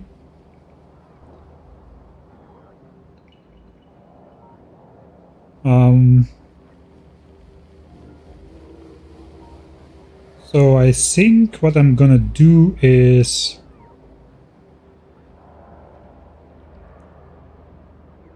I'll just put a whole bunch of chests down.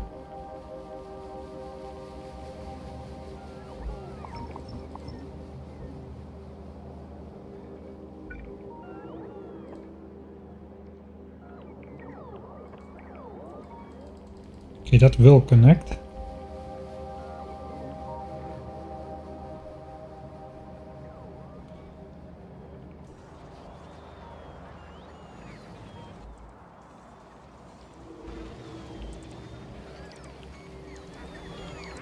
Yeah, the bots are taking their toll on UPS, especially when I zoom out too far. Mostly when I zoom out too far, really. Alright, that connects like that now. Okay, do I want to keep this? I'm probably gonna just deconstruct the entire starter base to make space for this. Everything is gonna launch upwards. Do I want to launch over the chests of my old base? That may be a little bit, maybe pretty scenic. Let's get that rocket silo blueprint on the bar. Not really ready to go as is, because this is basically, I did like a 10k science per minute playthrough offline like years ago. It didn't really work. It was not a it didn't quite reach 10k. There were some problems with the base, but I did spend a lot of time designing this blueprint, so I kind of want to use it in my actual online playthrough. So this is one of the things this is one of the only things which we did not design in itself. The problem is though, it has rail signals, and we are playing without those things. So I probably, instead of overwriting that, I just want to make a copy of that.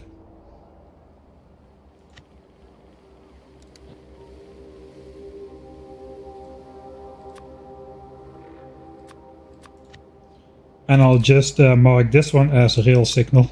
So that one has rail signals, but this one won't have rail signals. Here we can delete them, because rail signals are illegal.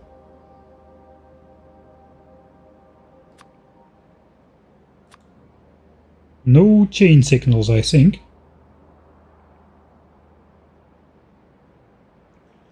And I probably also want to get rid of the roboport network around it. I remember I did that. There's a roboport network inside to distribute the science packs, and the roboport network outside is lined up exactly so that it does not interact with the roboport network on the inside. So that keeps the bot networks separated. I'm gonna need another copy of this. One without all the chests which can request stuff. Or without the chests in general, I suppose. Or the bots will try starting to bring stuff in there. So let's make one more copy.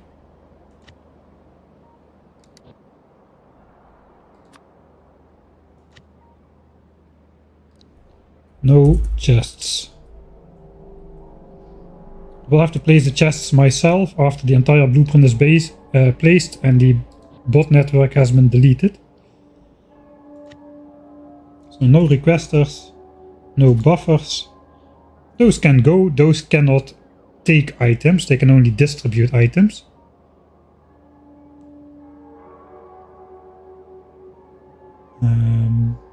Yeah, I guess those have to go as well.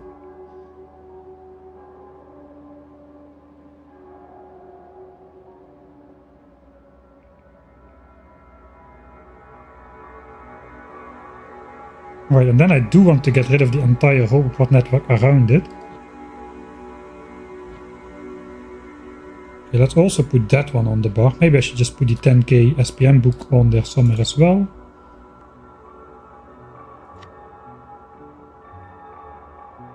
Okay, I deleted them from my copy now. So that's good. I copied this blueprint before because now I don't have a blueprint with the chests except for the original one. Let's put them up here because I'm scrolling down all the time. Okay, so this one still has the chests.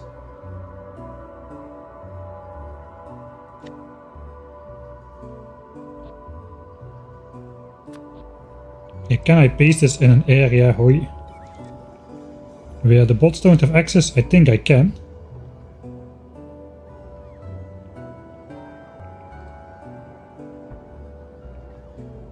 Alright. And for now I will just delete the entire surrounding. Will I actually? Maybe I won't. Because I can use this to build the thing. Yeah, okay, let's keep it.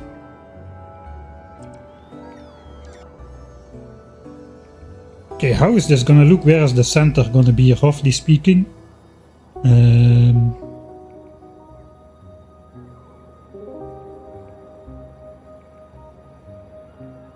The center is gonna be... There's not really a center, it has like 3 parts of it. I guess the most centery thing is gonna be actually on the middle of these 2 roboports. So on the right side of the roboport highway.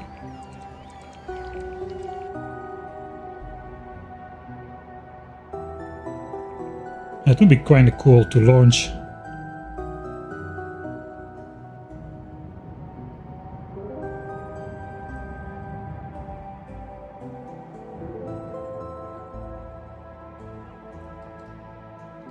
Here's the beacons. Yes, this is the top. This is the very, very top. I do want to keep a little bit of space.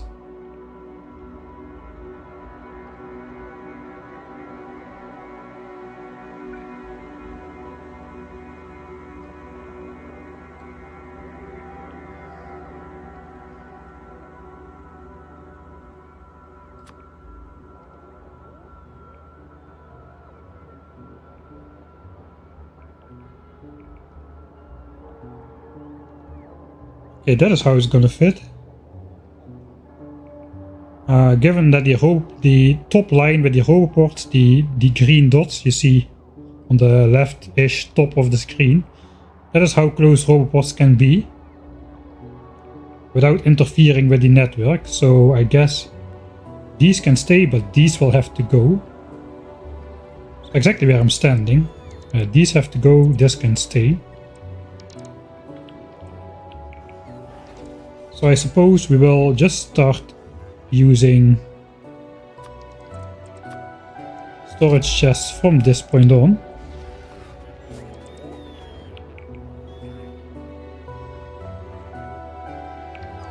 And this is going to be the center of the build.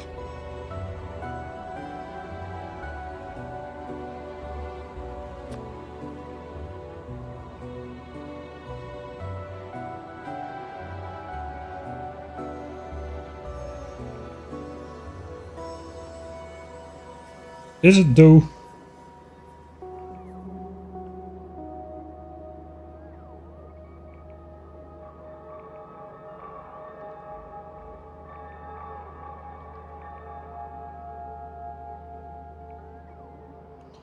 It's not really, but we can. It kind of is symmetric to something at least.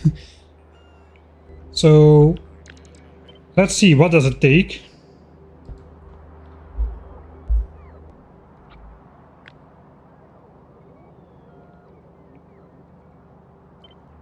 This is the current layout of the bot highway. How many storage chests can we fit in there?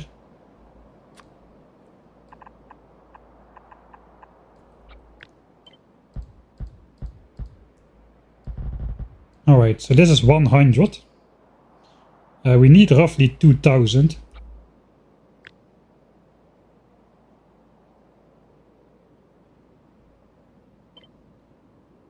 2, 3, 4.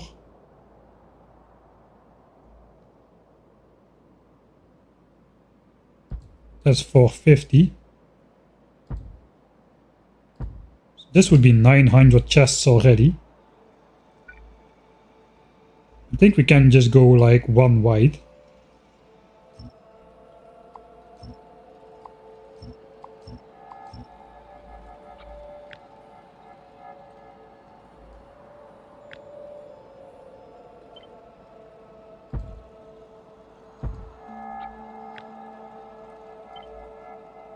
Maybe that's optimistic. Okay, this is the widest it can be. If this is the edge of the network.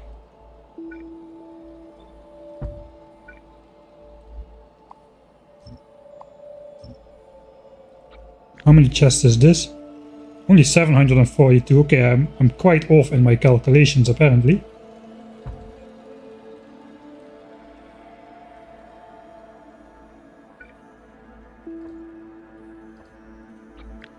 I think if we just force place the entirety of the thing full, we may actually get there. This is about 2000 chests, which is the amount we are aiming for.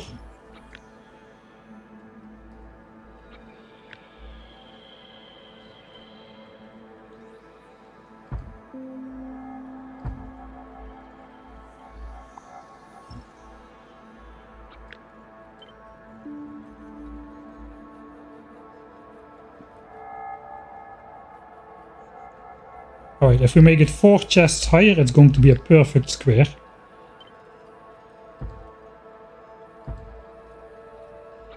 So if we rotate this, the chests stay the same. It's a perfect square of chests. And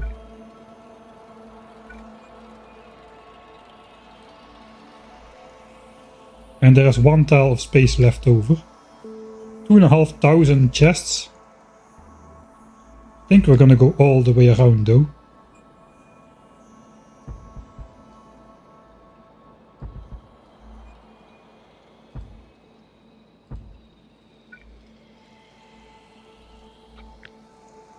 $2.7k, so that should be enough.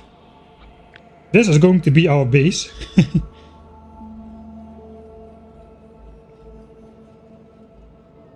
Looks like the bots are getting there. Still a lot of belts to place. We got some iron on the belt. The first belt is coming out. Oh, copper is already smelted. Oh, something is off. Oh, I know what is off. There is no stone here. This is items on ground, which furnaces have picked up. Oh god. Yeah, I forgot about that feature. If you destroy a rock here, stone drops on the ground. That ends up on belts if you don't deconstruct all items from the ground, which I did not do. I forgot about that because I've already played Factorio 2.0 and rocks pooping stone all over the floor has already been erased from memory. That annoyance. Whoops. But there's definitely bricks on there. That means there could be furnaces which have stone in them, so I either have to check all of them or I have to I have a blueprint for that as well. It's this thing.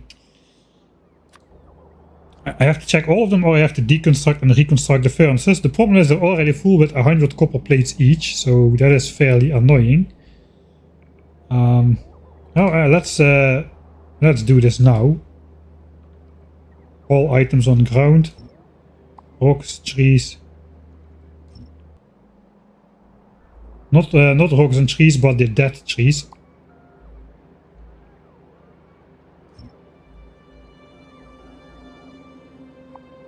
Oh yeah, that is properly annoying.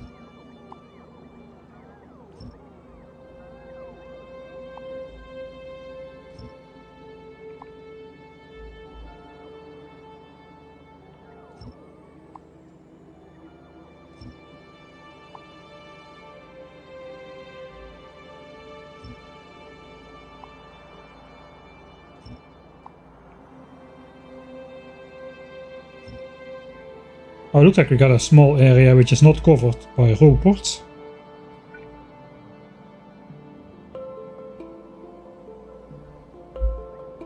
Can I just put that on somewhere where there is already power? Yeah, I can if I put a robot here. That will eventually be covered.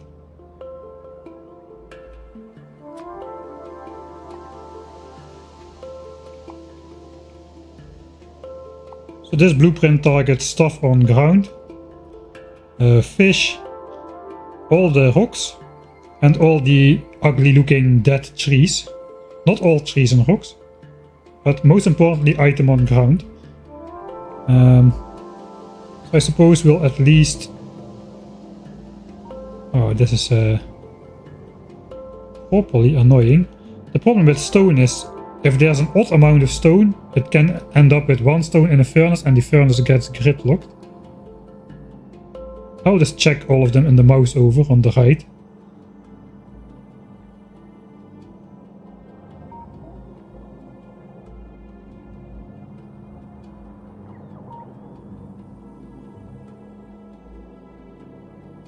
Like this one, you see, there is like one piece of stone in there. You can see it here. And now it's forever gridlocked, it will never accept copper. It even has the stone brick signal on there. I guess we could look for that as well, but I suppose we would just wait for the bots to finish the build. So all of these requests are out of the way. But yeah, this stuff was what was going on. Oh, we already spotted that one. So we can just do this and put a new one into place.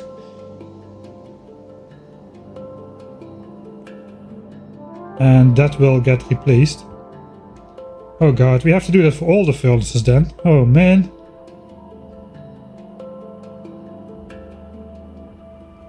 I suppose... Yeah, we have to do that for everything. Oh god.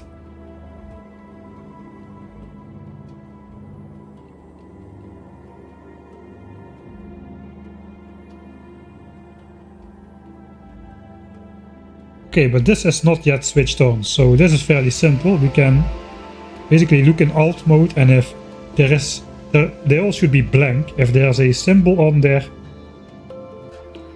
Oh, I gotta check this. If you insert a single stone in there... Oh no. It doesn't show. Yeah, you have to put 2 stone on there. Ah.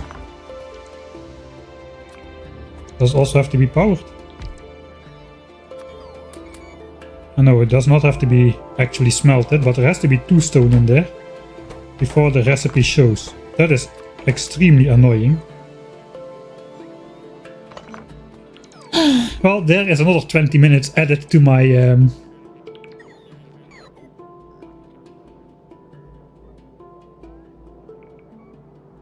I mean, how many furnaces do I have in there? Can I just...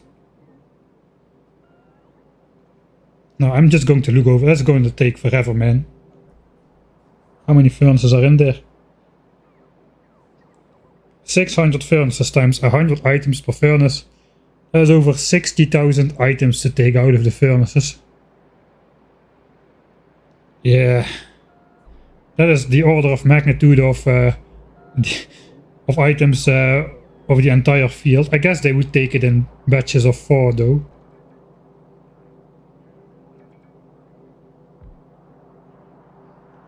The problem is it can also be on the belts. Well, we will see it on the belt. If something got placed on a belt, it should already be at the end of the belt here.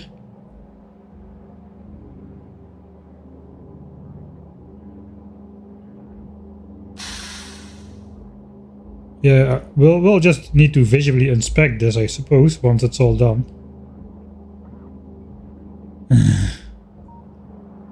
Yeah, so let's do it at the end, and not half now, because, yeah.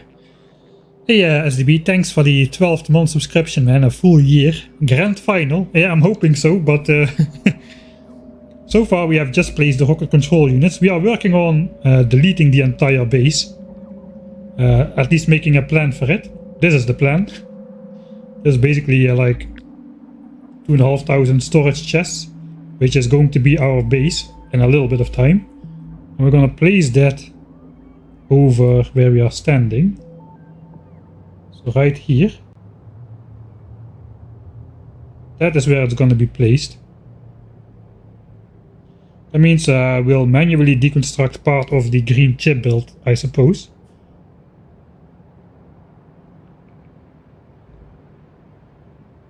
Yeah, I think it's time.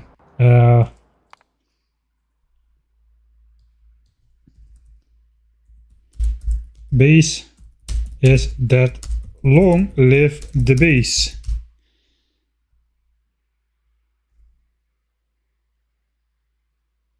Yeah, base in a big box shaped box. Game speed times 10. I can no longer. The base is too big. I should not be walking around because I have no legs. I'm accustomed to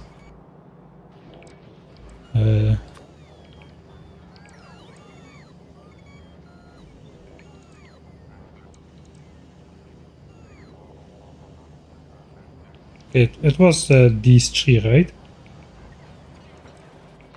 Let's just mark that one. Let's just take that one out so we have a visual.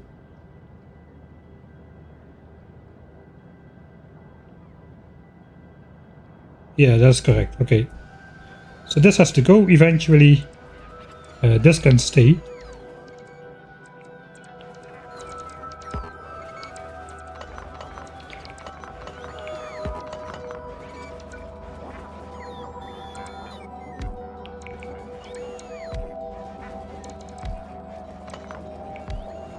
Stop being transported, Spidertron.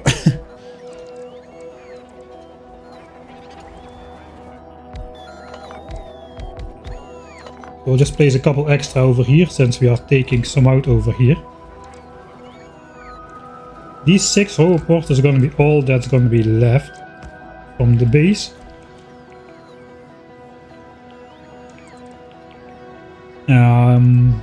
We do need a place to store the bots as well. I suppose we'll just take them out eventually.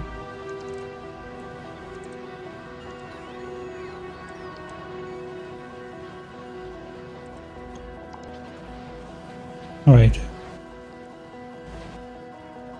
I'm just gonna carry those, I'm gonna carry it myself. All those chests. I don't even know I have that many chests available. Maybe we need to make more. Oh no, we have enough, we have enough. Exactly though. Only barely enough chests. Right. I no longer need 1200 power lines, thank you very much.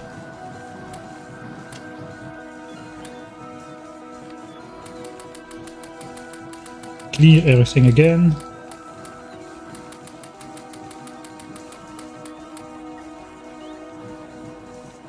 And this time I only need the chests. 2800 should do.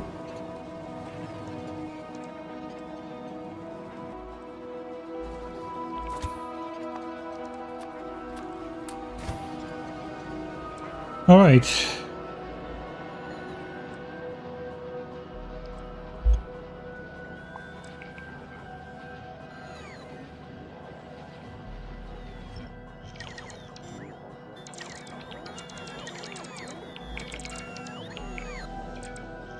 Alright, looks like some of the base bots are available again.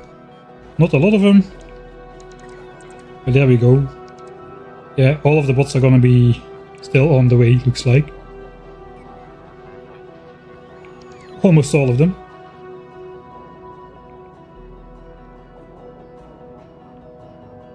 Missing material for construction, how is that possible?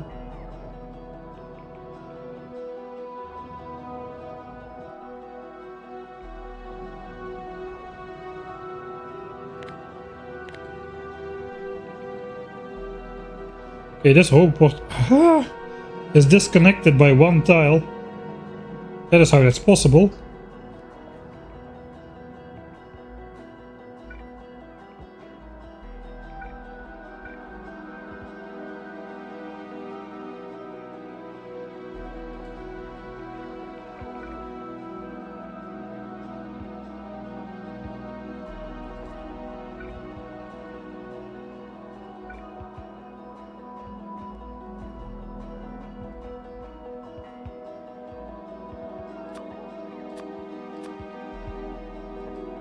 Alright, that's going to fix that.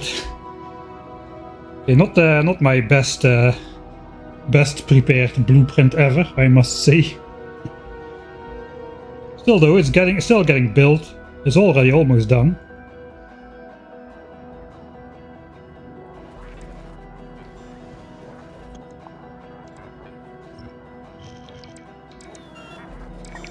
Alright. End of the base. I'm not yet going to put this down. But now there's space for it at least. I don't want the stuff to get in here already. What do I? Maybe I'm just ready. Am I ready?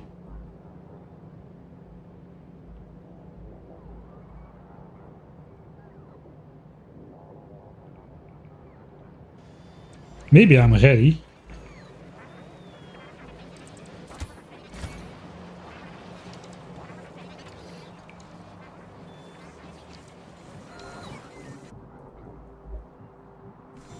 I think it's time for the follower spiders to lose their special status.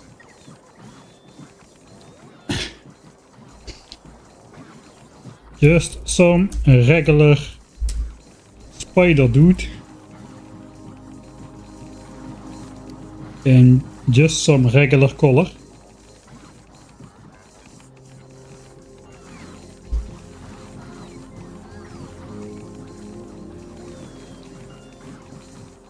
And the spider dude is not gonna have anything in its inventory slots. We want it to be empty, as a matter of fact. I only have to do this once. Famous last words.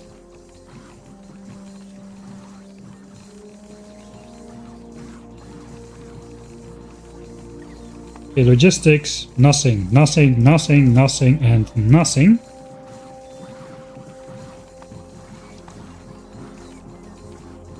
Alright, now we just copy the settings, paste it on all the other, just some regular spider dudes, and now anything. And I'm just gonna keep on. I'm just gonna keep on throwing stuff in the trash slots now. And I also have to throw everything from these guys in the trash. Luckily, that goes very fast with the logistics bots here.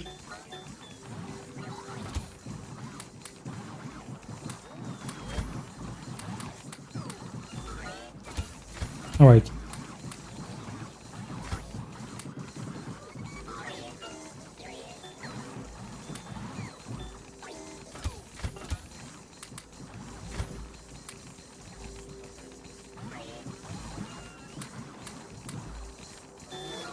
Zip, zip, zip. Because now we no longer need these spiders to construct stuff for us. We now need to start deconstructing stuff. So it's out with the old, out with the new, and in with the old, to be precise. 4 empty spiders, and if I now look at my bar, all of them have the same remote, so that is not great.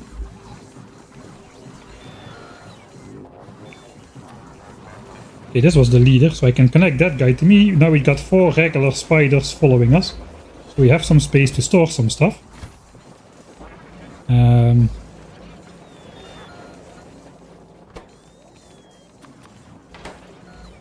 I guess let's place 2 chests down here. So we are actually going to build our super chest area. And I'll place my actual chests for that project in here.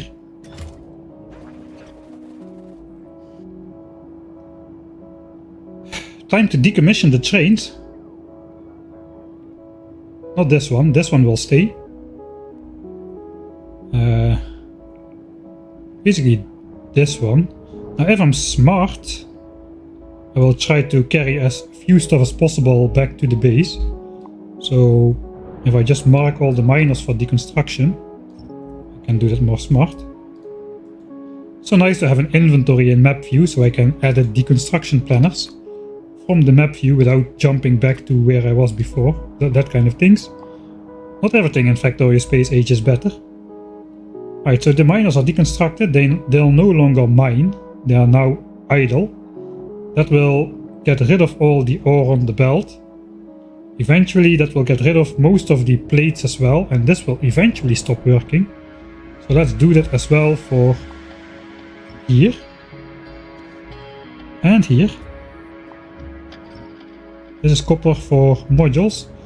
Our trusty Mark III module production, which has been built in our 2025. This machine finished over 20,000 Mark III modules. It has been running all of the time. Look at the count. 2334, 2343, 2344, 2334. Basically almost exactly equal. The inner ones got access to chips. The inner ones are both equal. 2345, 2345. And these got access to Mark 1 and Mark 2 modules and chips a little bit later. They're 10 behind. But it has been running all the time. Non-stop. I bet if we count up we can count how long this has been on. Let's say 20,000 products have been finished. It takes a minute to craft a module. Crafting speed 2.5, so this machine makes 2.5 modules per minute. And it has been on for 20,000 products. So if we divide 20,000 by 2.5, that is 8,000 minutes. 8,000 minutes. 6,000 minutes is 100 hours.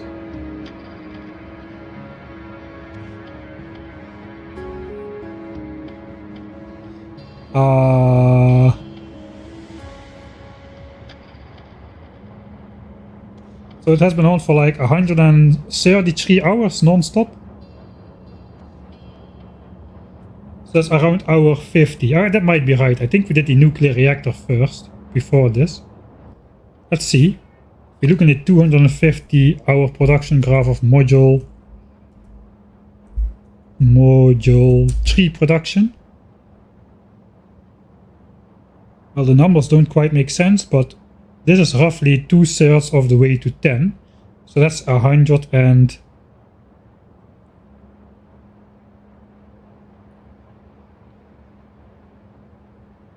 Oh wait, we need to look at the production. Yeah, this is the base level of production, 5. So this is when we switched it on. Roughly, slightly more than half of the 250 hours. So yeah, indeed, roughly 133 hours then. It's about right. It has been running all the time, 5 modules per hour. These spikes are when the 1000 signs per minute base was helping to produce modules. So we first built this area to produce modules. Then we built the circuit section of the 1000 signs per minute base. Switched it on to make more modules. 25 per minute per type. So in total we had 60 per minute. Then we switched on the 1000 signs per minute base to do research, and then we were back to only this production for Mark III modules for a good 50 hours or so. over 50 hours. And then we reached our research goals for the 10,000 science per minute base, the base levels which we wanted to have, mining productivity 51, high bot speed, those kind of things. And then we switched over the 1000 science per minute base again to more module production. And in total we have produced over 100,000 modules of each type. And over 100 modules of the efficiency tree. Basically all of those were used to make spidertrons. Efficiency module trees only get consumed to make spidertrons. That means we have made 57 spidertrons in this playthrough. Including the ones which... Oh, we don't have that much steel left actually. It's not too bad. And this train will never depart again. I suppose we can manually send it back once more. Because it's waiting for cargo to fill up to 6k, which will never happen again. So let's ride the train on its last voyage. We'll give it the honor. We're not gonna launch all the rockets today, are we? If we are... if we're gonna do all these honor things. Holy moly.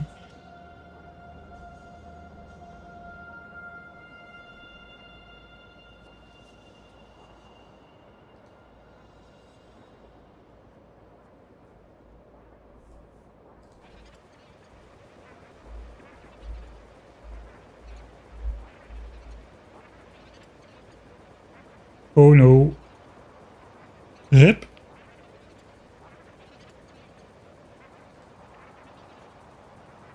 Rip.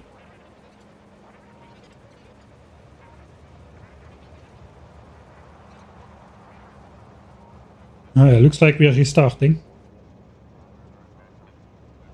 How is it on YouTube then?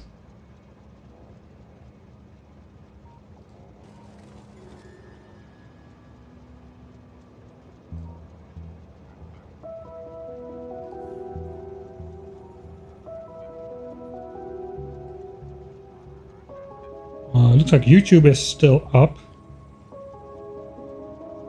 It looks like internet connection dropped.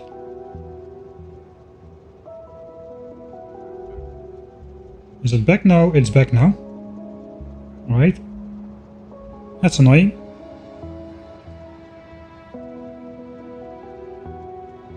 Well, at least everybody on Twitch for a brief period counts as 2 viewers, as always happens. Once you disconnect, you drop to 0, and then it drops. Then it goes to double. Everybody counts twice, and then it goes back to normal. So all 63 of you now count as 126 in total.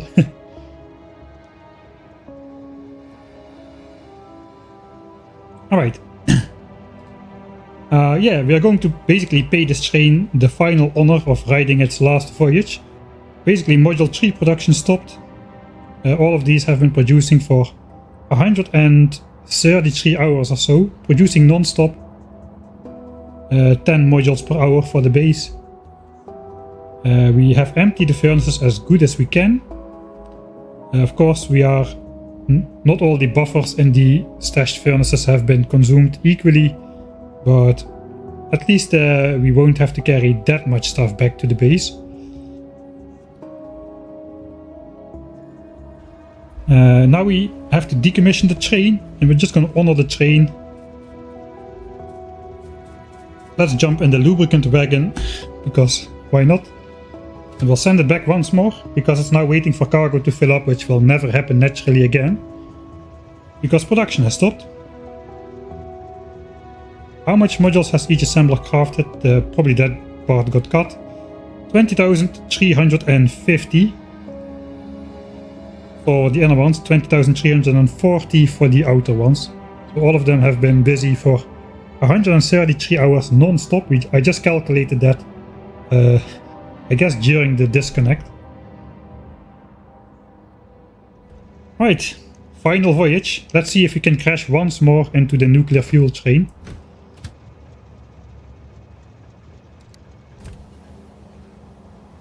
First we have to turn the train around, or we'll unload the wagons in the wrong order.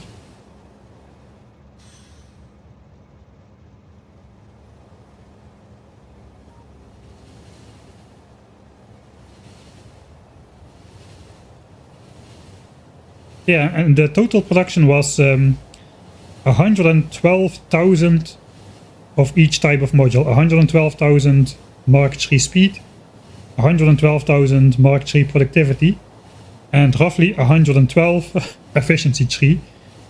A little bit more.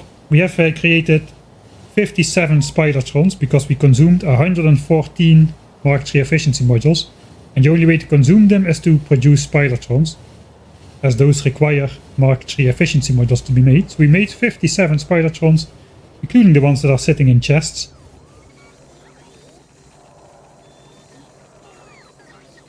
We're gonna get emptied out here for the final time. There goes the science train, which has been aimlessly going back and forth. Just like the other train up in the base. In the starter base, we've got a zigzagging train.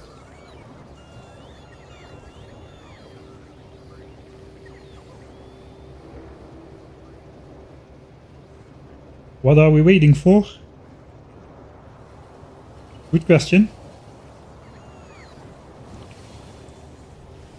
Yeah, this train has worked flawlessly for the entirety of the game. That kind of proves to us you don't need to build normal trains in order to build something that works. Okay, final opportunity to crash into the nuclear fuel train. This is the last voyage of this train. After we arrive, it will be no more. The train is there, but no such luck. Alright. Of course it has to turn around yet again.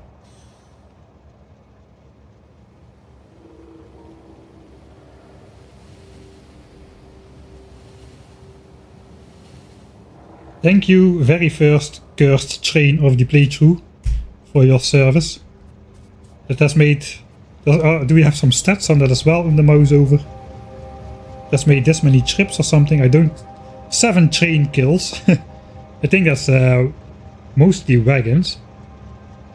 I'm still in hardcore mode, I haven't died yet, not even to a train. Because I don't have them, I don't have trains. That helps very much by not dying to trains, it's very easy if you just don't have trains. Yeah, there's not really stats on the train, apparently. Except for kills. Right. No more automatic mode. It is game over. And actually the train is gonna be the very first thing to go in this base, I was gonna say, but no, it's gonna be the miners. Okay, thank you bots for draining all the battery again. It was very necessary that you exactly now flew out all... Look, it's just running out of juice on the way back from a single deconstruction. 69%, but oh, we missed it. 70% already. Right, the train is gonna be the very first thing to go.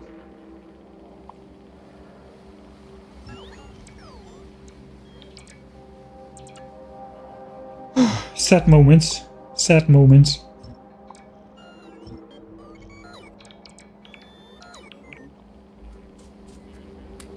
No more logistics bots. No more Roboport network. No more chests. No more strong shape. No more train loader. Let's go sit in the spider. We'll disconnect these guys for now. No more Mark III module production.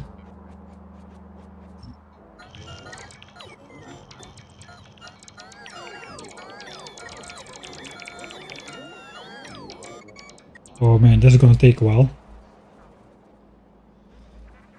No more solar panels and accumulators for our giant 2 million big solar panel field. And we're full of stuff, that's why I took all the spiders.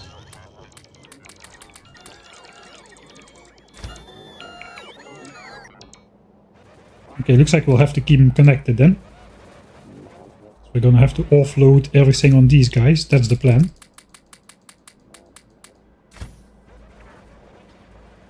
Right. No more oil.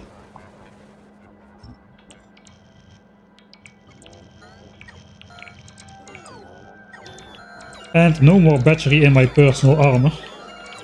That is going to go down real fast. No more green chip production.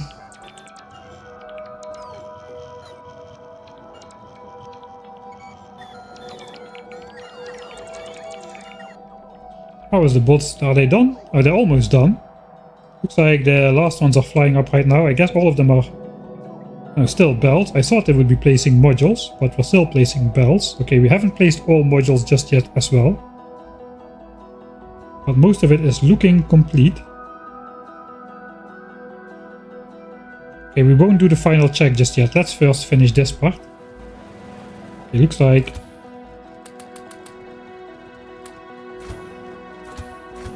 one full spider. Can fit a bit more in these guys if we use that as well.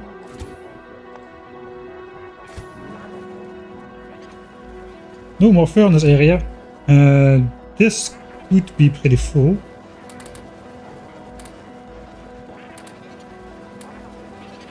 It's a short distance, the bots can do it.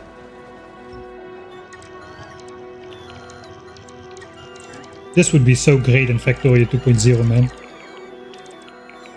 I could do way larger bot shots. Actually, I could not because my armor would be running out all the time.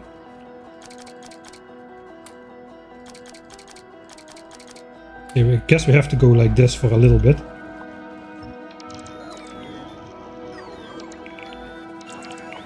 There goes the steel.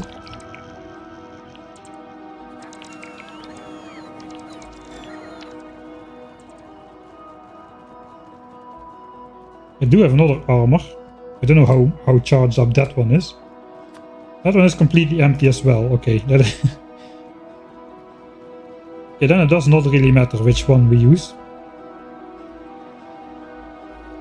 I suppose we can do this.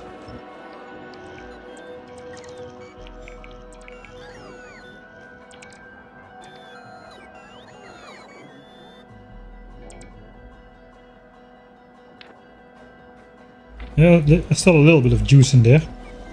I just want to take up this and then we can head back to the base with our first full load and then the armor can recharge again.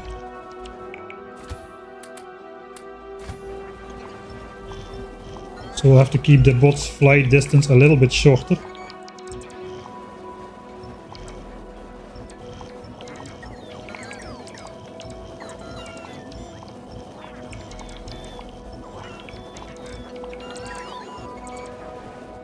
No, that's the end of this armor.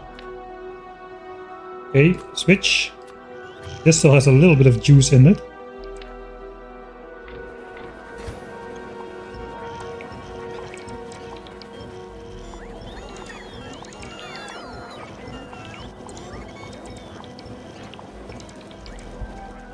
Oh god, no, now the miners are gonna go. Okay, the miners are unpowered. Okay, these are done as well now.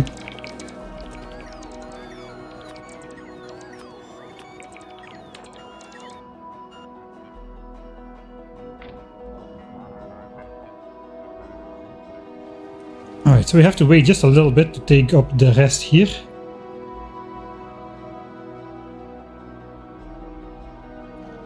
I suppose maybe it's time then to let the base bots here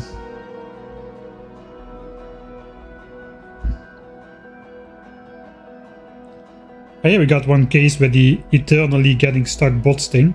So these are trying to get back, but they are getting stuck here because the closest by roboport to charge is the one they come from, so they just head straight back to the same roboport over and over again.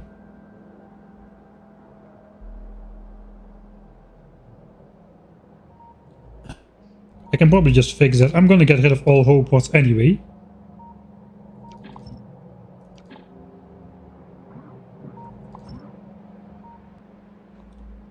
So now they'll fly out from this one. And then they'll probably connect to here. With a little bit of luck. Let's see where this one goes back to recharge. Yeah, okay, that one goes there now. So then they can zigzag their way over here and then they can zigzag their way over there.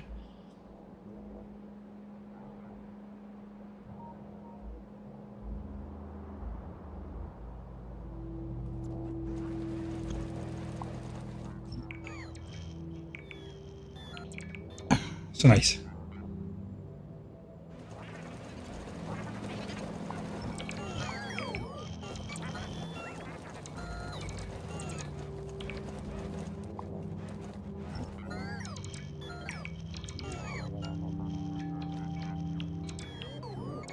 And it's gone.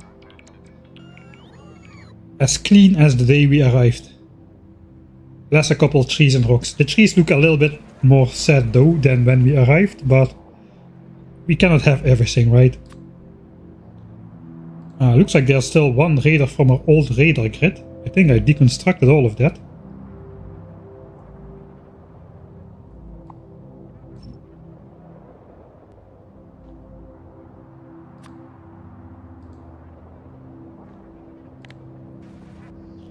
Right, while we recharge, I suppose, yeah, there they go, they're zigzagging here now. So those got stuck, now they are no longer stuck.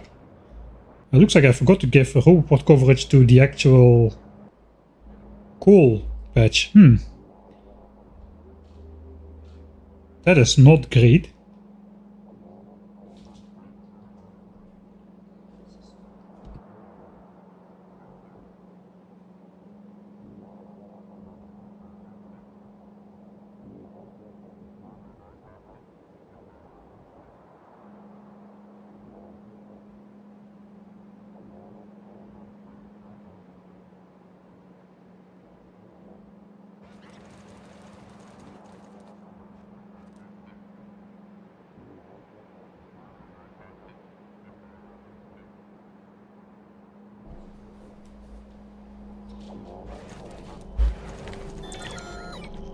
Right, that or the wife can quickly jump in. That also allows us to recharge a little bit of battery.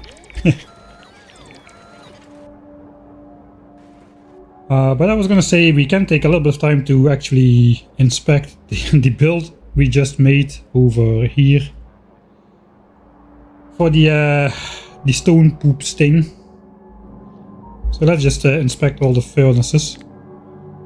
Copper, copper, copper, copper, copper. This is where all of you in chat come in. There's no way I'm going to miss something. Somebody's gonna spot like the single piece of stone on the belt.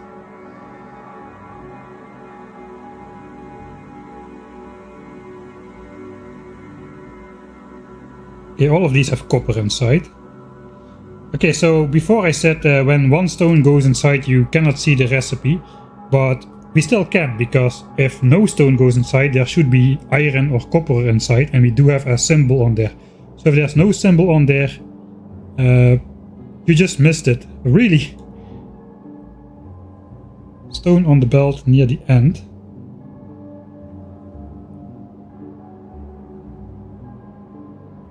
About 3 or 4 rows from the bottom.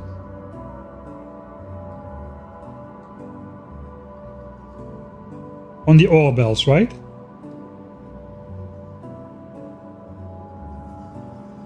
Near the splitter. Ah, yeah. Fair. Oh, that's a sharp eye. Yeah, like this. This is so annoying that this stuff can happen.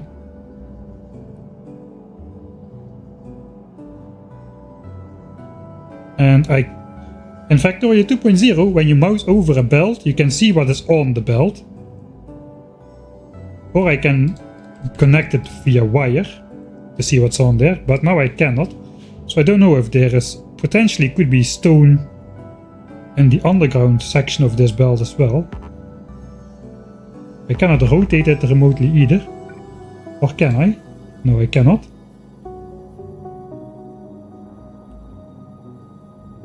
I think this is also where I replace the stone thing. So for now we'll just do this, put a new belt there, that will get replaced, do this, Ctrl Z.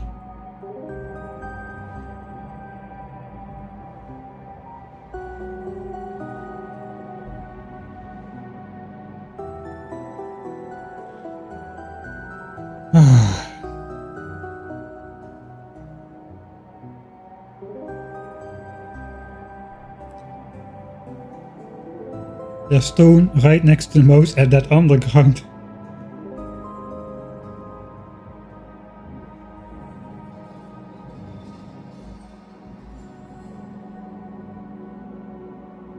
Ah yeah, I see it now as well. Okay, this is a problem. This is in the same row though. Oh, this is extremely annoying. I think I just have to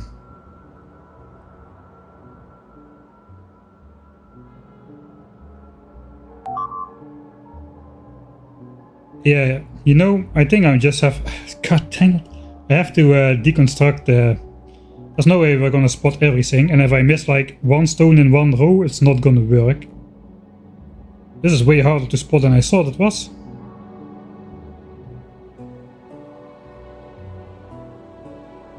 I'll give the construction bot something to do. Okay, you know...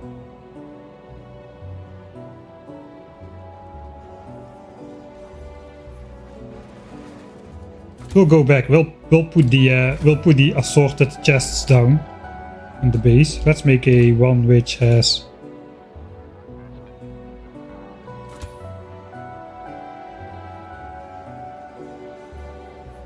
It looks like I'm messing up a ton of things now.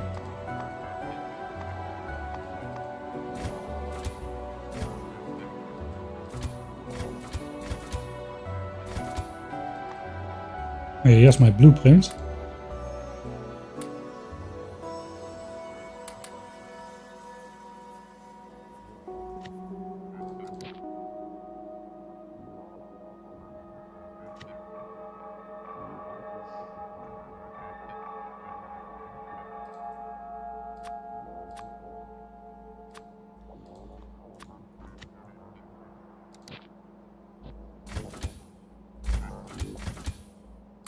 Alright, so this should not be touched. I wanted to make one which blacklists trees and rocks.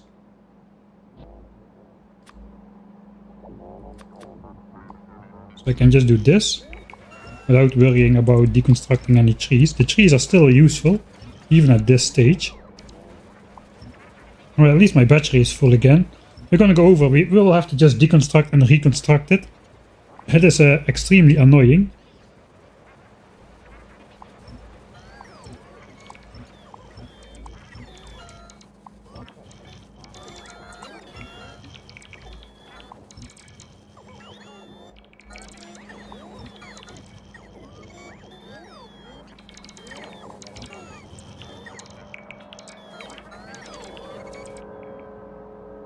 Where is this water coming from?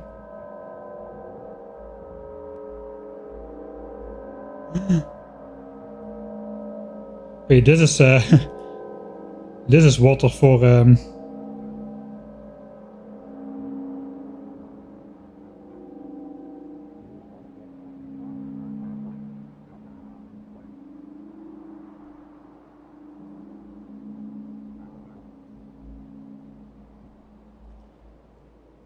Okay, Mike, that was water for the 10k SPM base.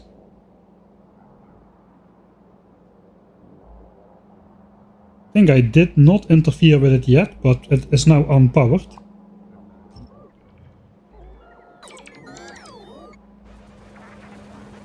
We even went underground belts through the forest to save as many trees as possible.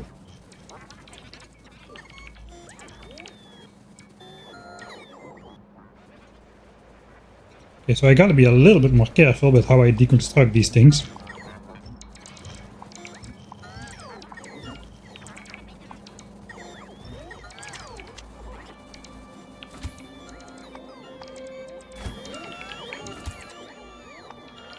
Oh, is everybody full already? This guy's full. Why are all these spiders the same color?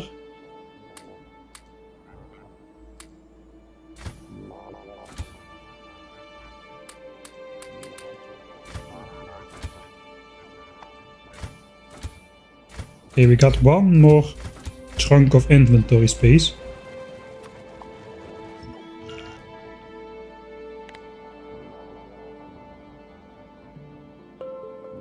Okay, we can power that pump up again. There is power next to the lake here, so we can use that.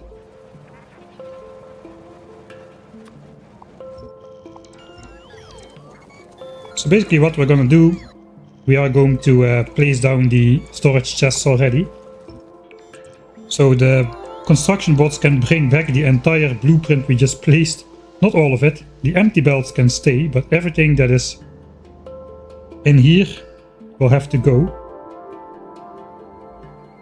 So here we can see if there would be stone anywhere, it would be at the end of the belt, because all of the iron gets mined and then transported across the belt. So if there's no stone at the end here, there's not going to be stone in front or behind it. That cannot be, right? That cannot be. There's no way stone could get, there's no way iron could get in front of stone, right? I don't think so. We do have this splitter here though, so maybe it can be.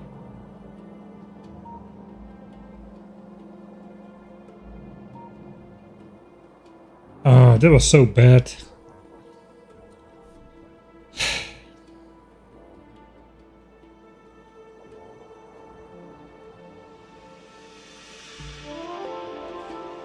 We're just gonna have to do it, man. We're just gonna have to deconstruct the whole thing and reconstruct it, because if I don't, we will have, I want the 10, everything works, everything will work, everything has been tested, it works. And now this is going to F us over, because there's two pieces of stone on some hidden belt somewhere. I think it will be faster to deconstruct and reconstruct it than to potentially troubleshoot for hours, reload saves to get a good start, etc, etc. So yeah, we're just gonna have to do it. So we're gonna pick up what we are picking up right now. We're gonna go back to the base, put down the chests, then we give the big deconstruct order. The bots can already bring it down to chest right here. At the same time, we are going to give the logistics bots the order to empty out all the chests, I suppose. Maybe I can already delete all the assemblers in the base. Or we can just also, yeah, we can delete the miners to get rid of as much ore as possible. And production will stop by itself, everything will get emptied out. Yeah, that is how we'll do it. Then we'll upgrade all the chests to active provider chest, which means the logistics bot then will get tasked by bringing everything over. Yeah, that's how we're gonna do it.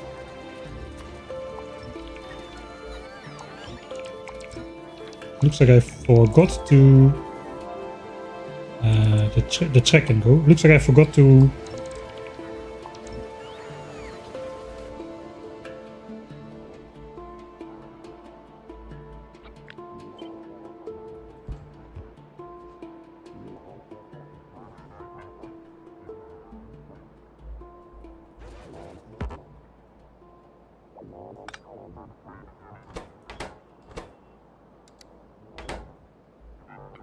Okay, now I deleted the fluid. I can look over here.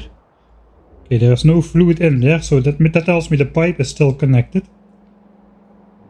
Pipe is still connected. So if I put this back now, water will get in here, right? Takes a little bit of time.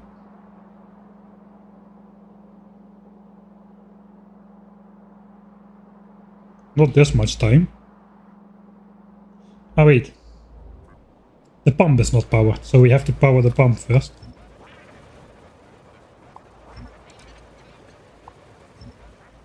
And I just hope that this water was intended for oil, for the solar panels.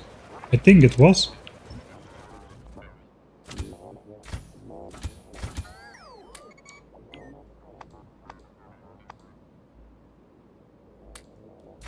Alright, that's about all we can carry. 5 spiders and myself. Okay, so maybe we cannot carry everything, it looks like. We still need to deconstruct this part. First though, we gotta restore power to the pump. I suppose.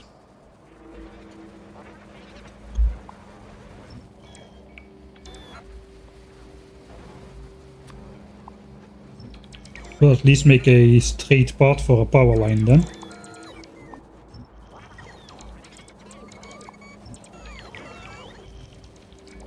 It's not gonna fit.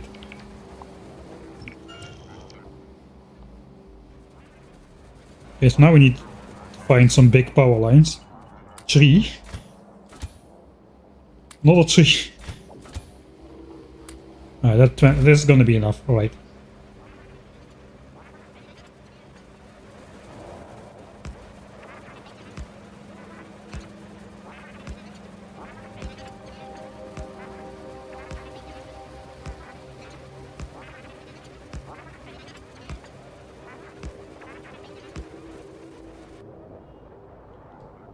Okay, this power is good. It goes to rocket fuel, so that power won't get deconstructed.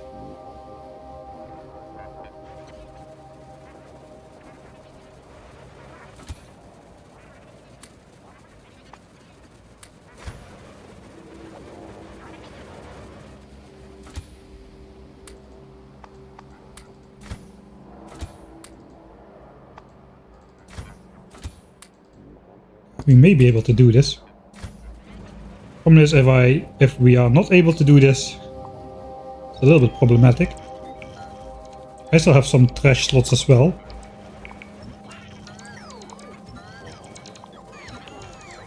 I suppose I could craft grenades or something from the iron and coal to store it in the crafting queue. Okay, yeah, we can do that kind of thing.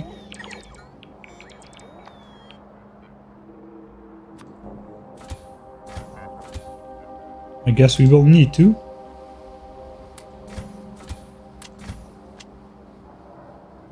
Grenades.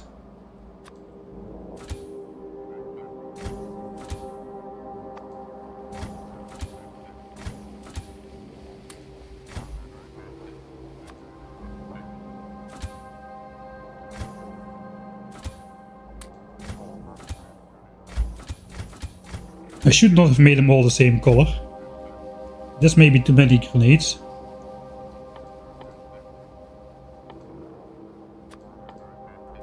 So let's separate them.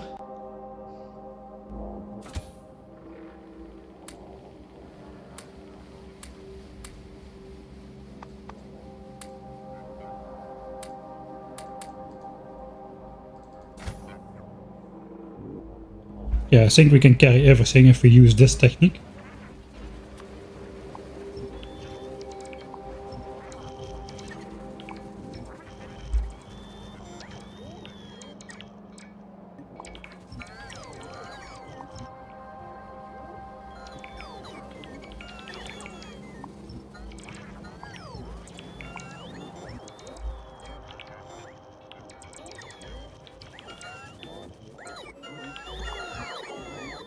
Alright.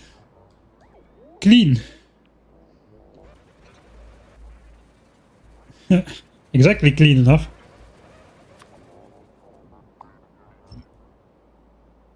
Okay, so this pump should be powered, which means there should be water in here now. There is water in here. Okay, so I didn't break that. I don't see other pipelines going further, so it's only one. So I suppose we should be good.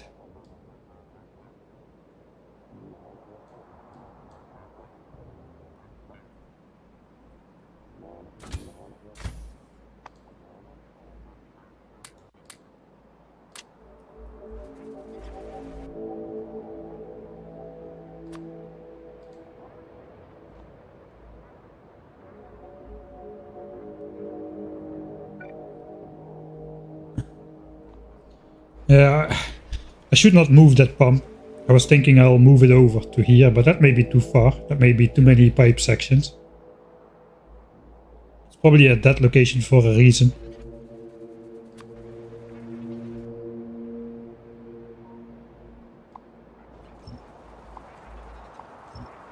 Yeah, it's time to get back to the base.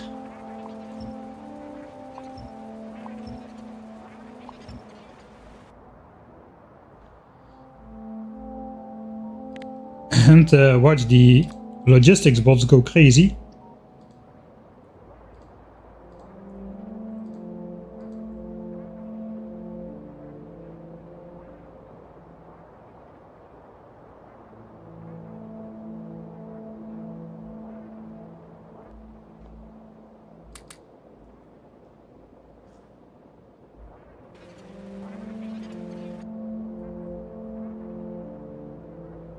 Here they already come, but that's just because we walked through the through the network for a bit, so we'll keep out of it until we are close by the storage chest.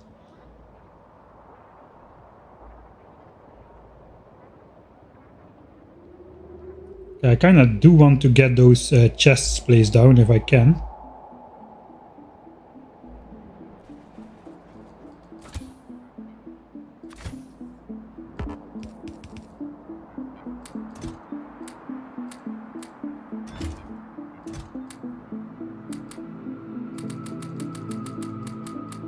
Alright.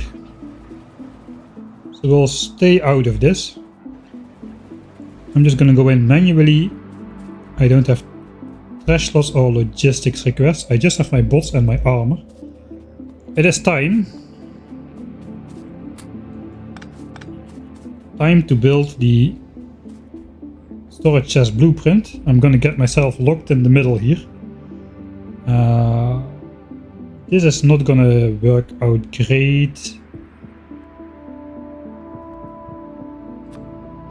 I have to deny the bots access to storage chests for a little.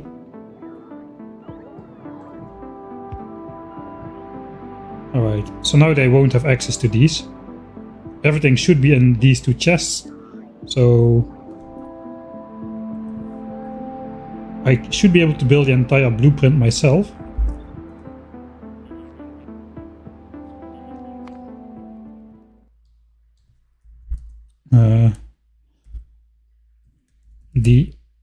The blob.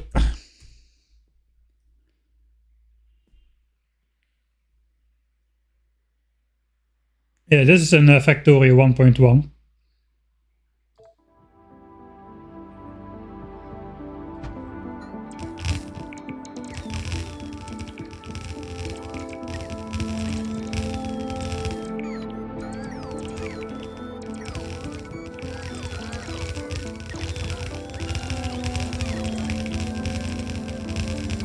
It's taking him quite a while.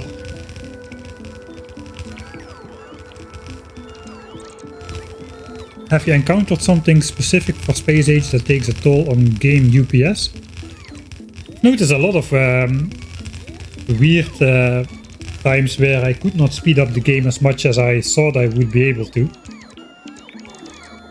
And I also heard that if you have a lot of spaceships with a lot of asteroid fields going on, that can also be bad, but I don't really have first-hand experience just yet with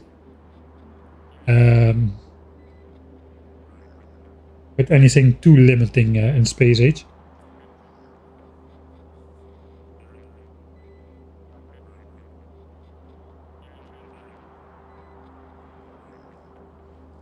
Yeah, the stone will just end up at the end of the belts, but not always, because it can also get stuck in furnaces. It also not always will be visible. It can end up at so many different ends of the belt, it will be impossible for me to catch all of the possibilities, I feel. Right. Yeah. Okay, now I cannot get out of here. Spider. I was planning for the spider to rescue me, but that means getting that guy into the logistics slot. So let's just do it like this. Or into the logistics network. Now we're gonna have logistics bots going crazy.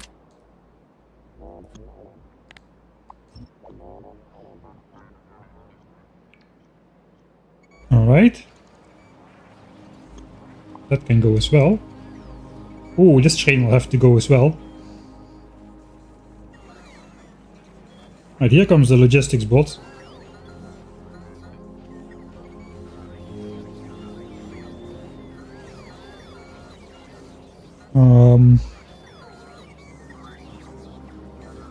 Right, it looks like I will have to manually, of course, grab everything from them, or I need to set up everything to 0. Can you do that everything? No, you cannot do everything. It has to be a single thing. I will empty my own inventory.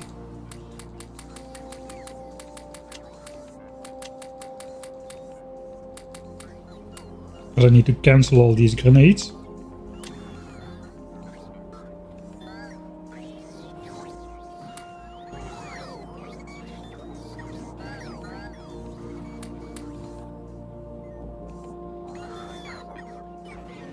Alright, that means I'll leave the spiders here for now.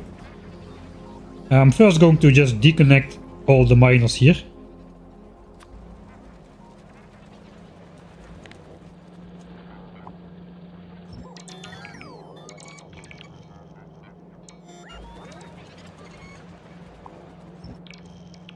No mines means no resources. No resources means nothing can get produced anymore after a little bit.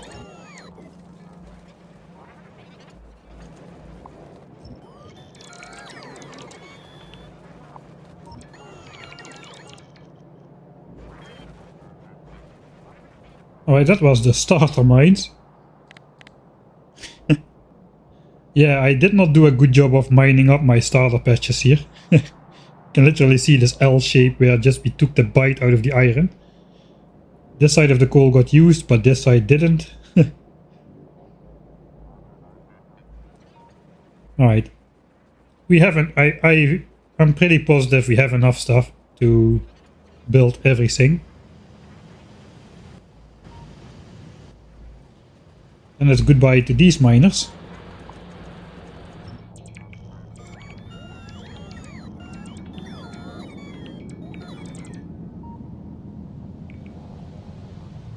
Yeah, the plan is to build everything today. I'm not entirely sure it's gonna work out. If not, we'll continue tomorrow. But I have hopes that it will work today. We don't have that much more to do. Famous last words. Oh, whoops.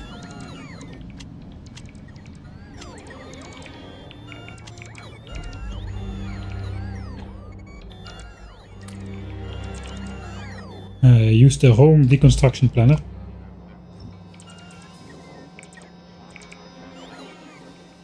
Alright, and then we have got this steel field. That's all the resources for the starter base.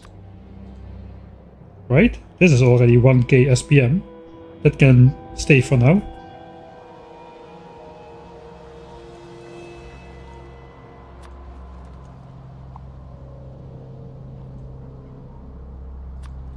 Just the miners. I need to...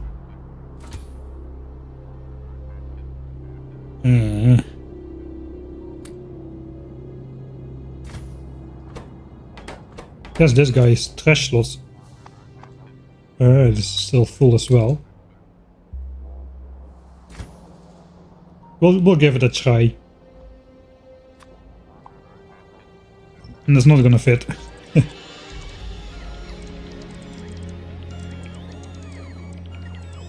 Dig, dig, dig, dig, dig.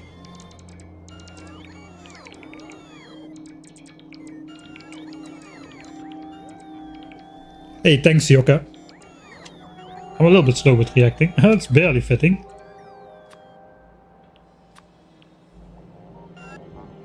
One module doesn't fit. Alright, those bots will just have to follow me. Dig, dig, dig, dig, dig, dig. Alright, there we go. Logistics bots.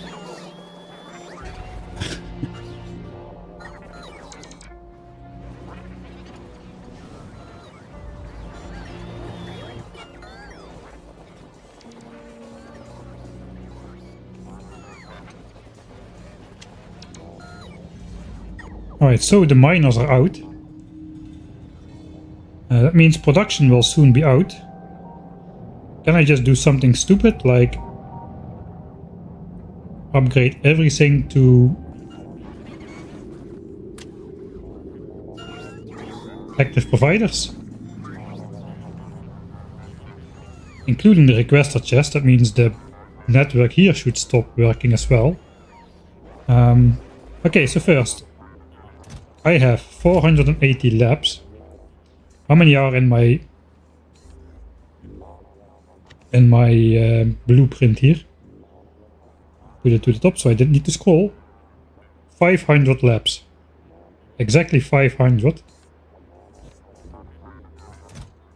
So if I do this, that will be 500. I know there's 98 rocket silos in there.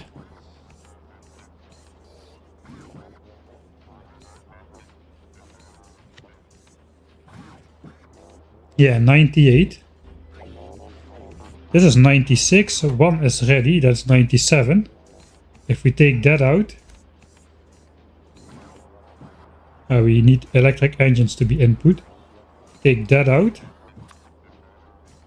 That's gonna be 98.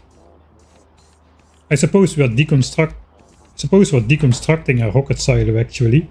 So that can be 98. We can reuse this one, our OG legacy rocket silo, which launched the first 350 rocket and prepared the 351st.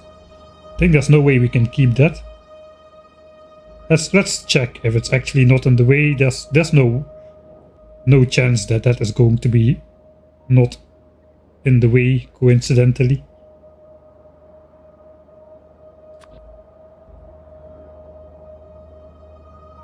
It's almost not in the way.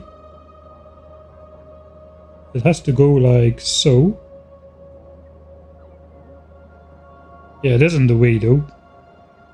It's right here. Okay, that will be 98 then. Okay, so what is smart? Maybe I should just delete all inserters first. That way nothing can get inserted anymore.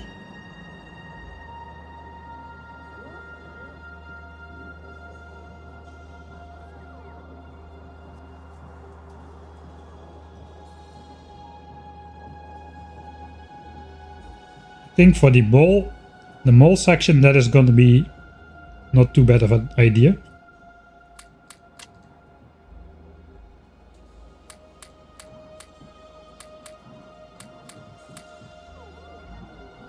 Alright. So no inserters of any type whatsoever. I have no idea what type of inserters are in here, but that is all of them. And we'll just do the mall section. No more production of things.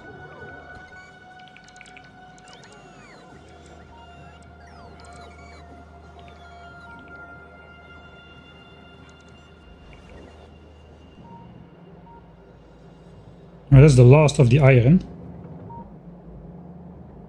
It's like copper.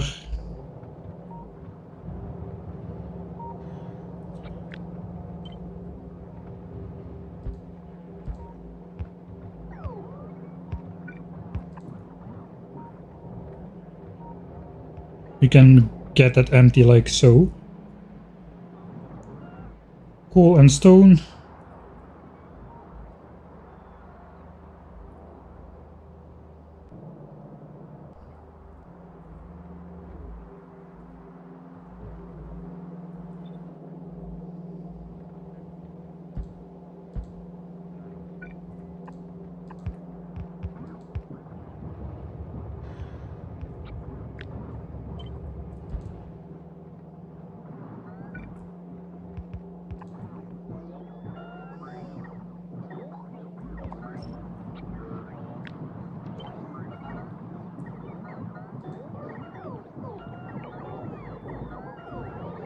We can empty that out like so with the landfill machine. And we got bricks.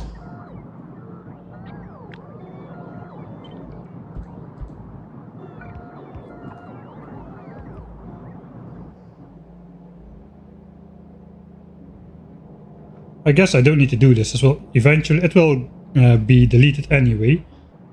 Due to the 400,000 wood. Due to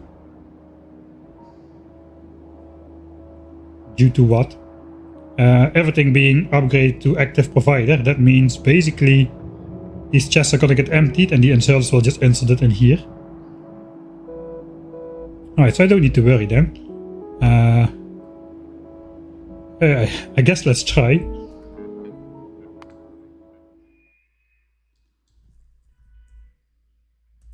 Upgrade to active provider.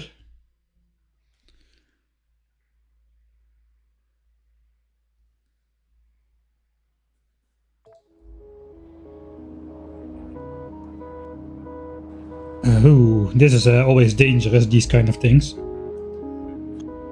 Upgrade planner. From Passive provider 2, active. From storage chest, no, active.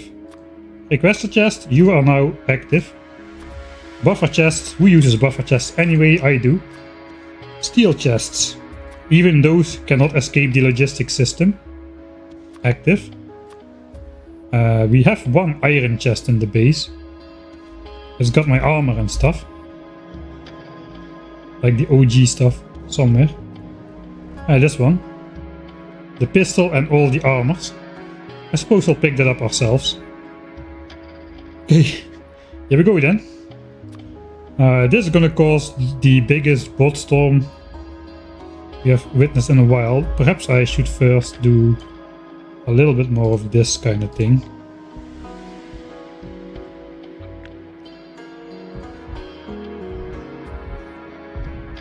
Doesn't really matter, it's only temporary.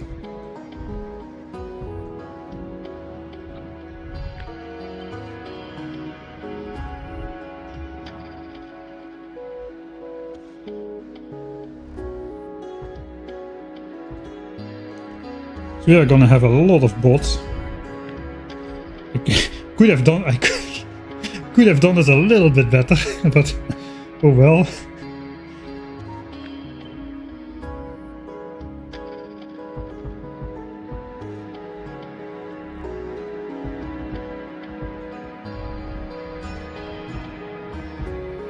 Even on the path.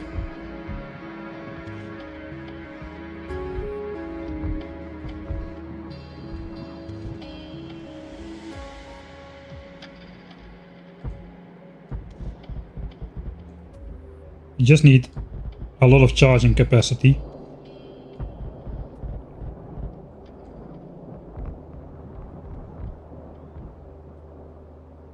Okay, so until where do I need to upgrade?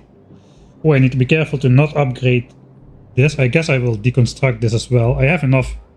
Like the rail is a good orientation point anyway.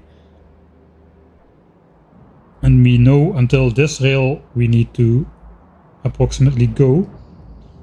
So actually then this is not in the way. Or is it? Okay, the buffer chests are not in the way. The train stop is in the way. So we'll have to move the uranium stuff over somewhere separately, I suppose. It can go up a little bit higher, maybe on top of these patches. We'll just move this over separately to this area then. Once all of this is gone. So I have to avoid upgrading anything uranium related. Because that is still going. And that part will have to keep on going. We did not delete uranium mines or something either. Thank you, police car.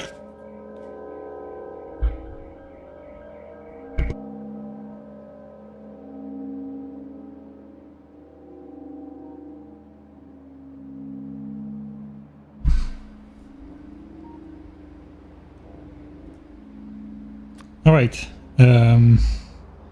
There's nothing here. There's nothing here. Oh, there is something here. Oh, this. Yeah, I have to avoid, of course. I will. Okay, this. Oh, that just goes mouse over on general. I have to avoid upgrading my central blob as well. I almost forgot about that. There's nothing here. Nothing here. Nothing here. Nothing here. This we have to avoid. Do not upgrade this. There's no chests here either. Only chests which we have are actually in the base then.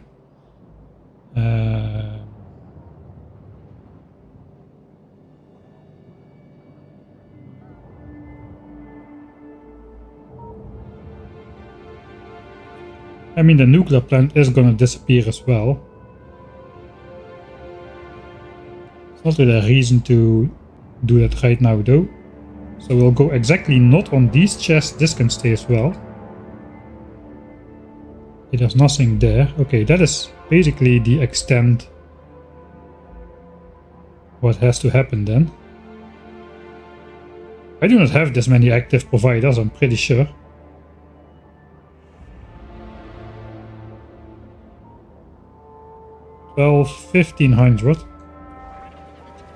Who would have thought you would once need that many?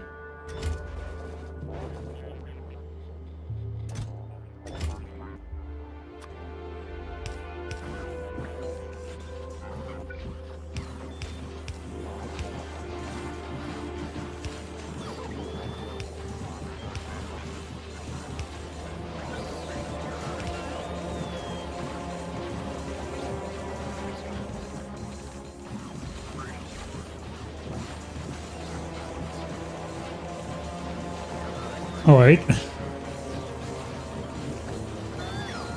We have one more. That's gonna go really quick now. Okay, that's 1500. That should do it.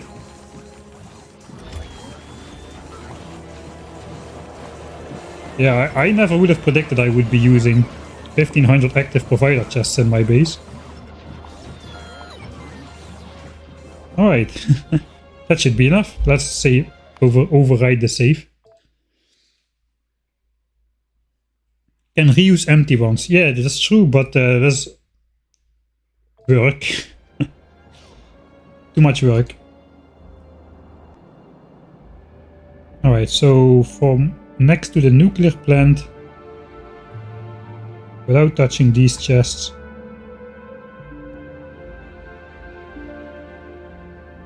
all the way like so. That's gonna cause the bot storm of the century.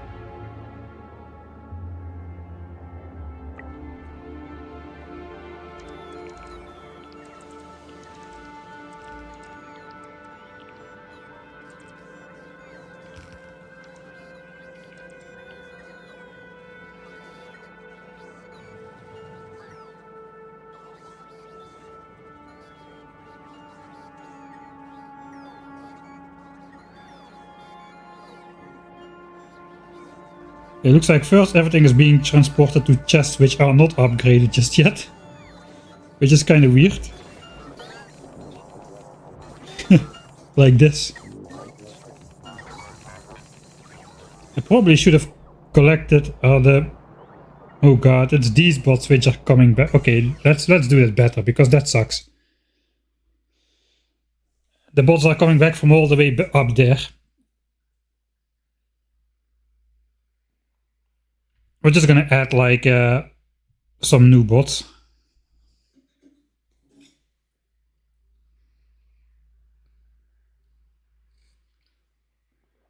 Yeah, UPS will go down, especially if I zoom out a lot while the bots fly. It's almost faster to just continue with the game with the mistake than to reload the map at this point.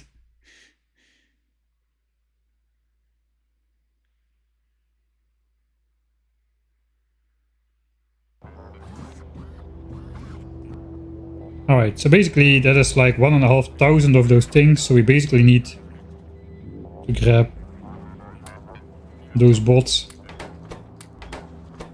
station them locally.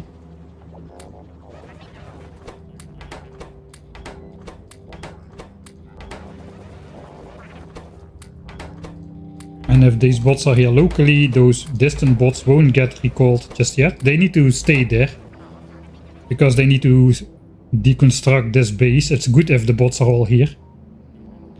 Alright, so let's try again.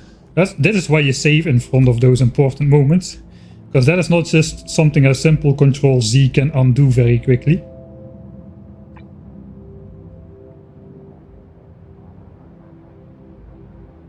Alright, one more time.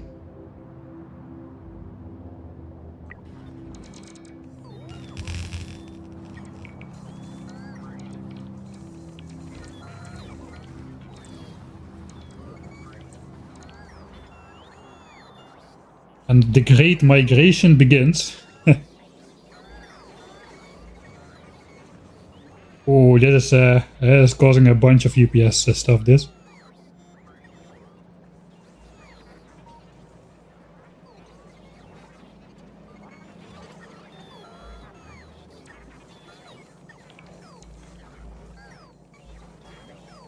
Suppose we can stand here for a little bit. It's like they're starting from the bottom.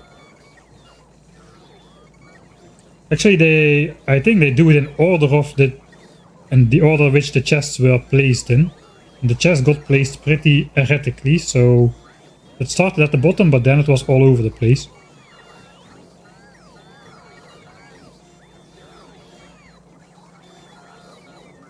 It is gonna take a little bit of time, this.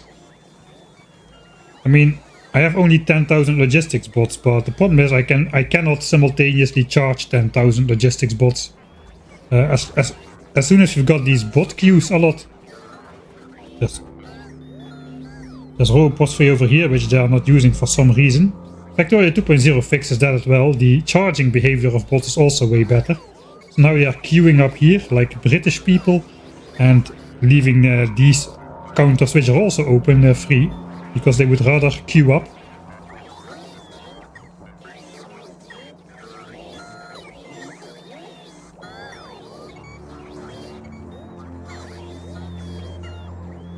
But yeah, as long as the bots are queuing, then you need more roboports, not more bots, basically. So this is basically just going to happen in the background now. This is how it looks on the map. Every white square is a bot.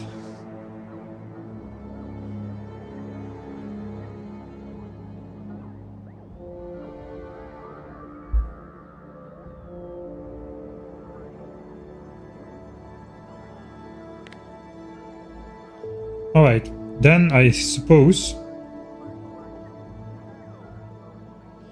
we'll further dip UPS by deconstructing everything except for the power network. We don't have wooden power poles in there, I presume, but one cannot be too careful. We want the radars up there as well. And the rest has to go. I mean, stuff cannot end up wrong into an assembler. Assemblers can stay. Oil can stay. Yeah, all of the machinery can stay.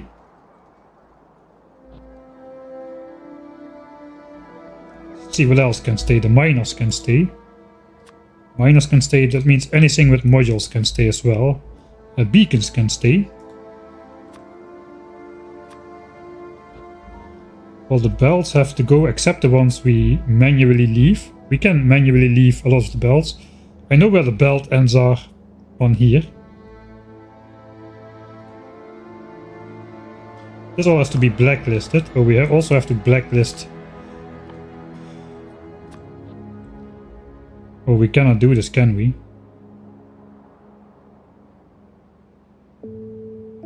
I want to keep the trees.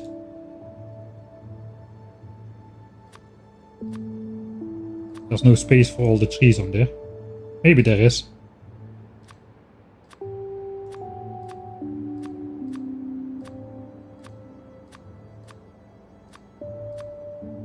Yeah, we have 15 types of trees. That should fit on there. I have no idea which type this is. It looks like this one, but it could be different. These trees look ugly. Anyway, they don't have leaves, so those can go. It means there's only 13 trees. Okay, that can go then. What else can stay? The furnaces have to go, because one stone could have ended up in a furnace. I guess all the inserters have to go as well. They could be holding a stone, which they cannot put somewhere.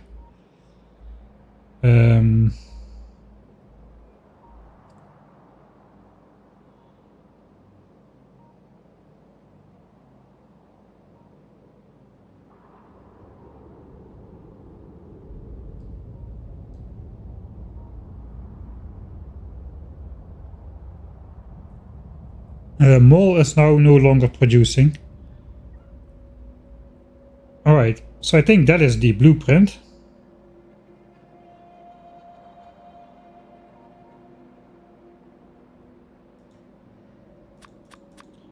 This is an older one now.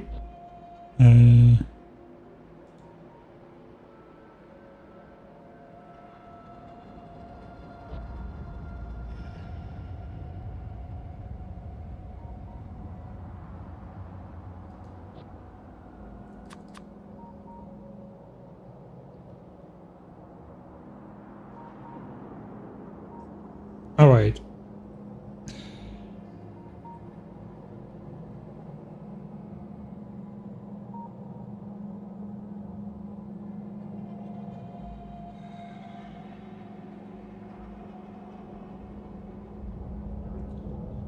Is it possible stone goes to the front of the belt if this one switched on before the other ones?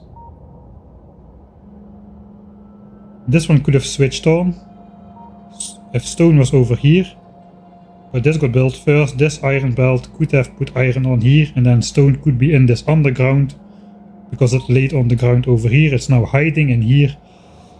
I have to do. Okay, we can at least visually inspect this part here.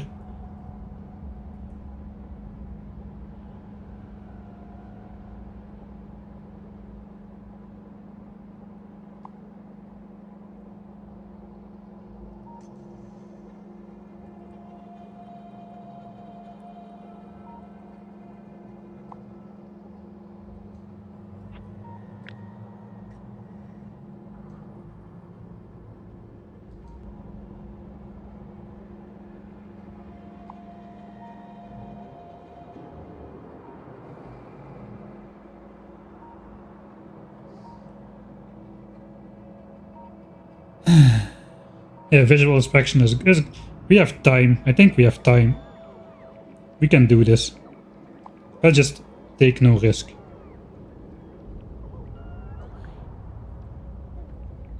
Oh god, these are gonna zigzag forever.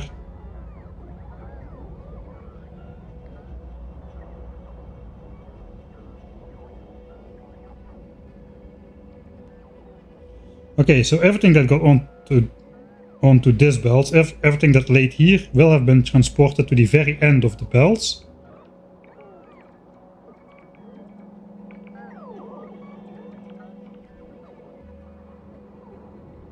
But there's not that many belts in here anyway. So I suppose.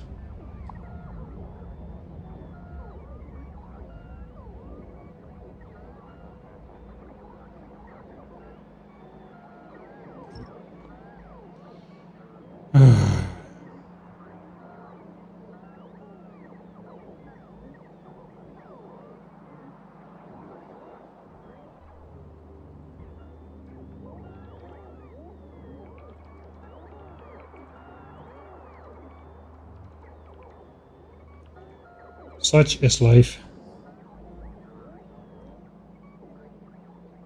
Well, that was the biggest build, I think. We know we got effed over here because there's stone bricks on my copper belt. This is gonna suck because all these furnaces are actually full, unlike those.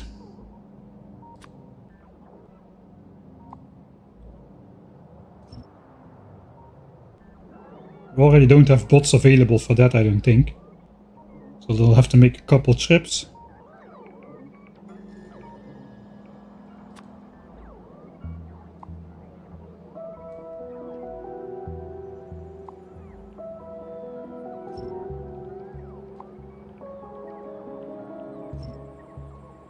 Alright, that goes. That's all the mines, at least.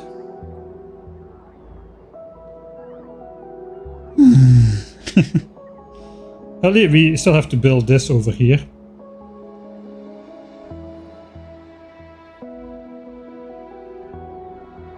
I suppose we can send one spider over. We have this Mad Max guy. It's not doing anything. Let's have that guy.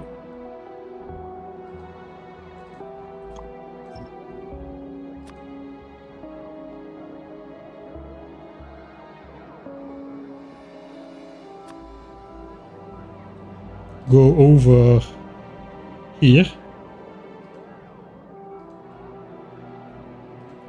And we can see it. We can clear up the stone on the ground before this gets built. Alright, if anything is on this belt, it will have gotten transported all the way to the end of the red chip build. Similar to here, if anything would be on this belt, it would be here. There's nothing. If anything was on the plastic belts.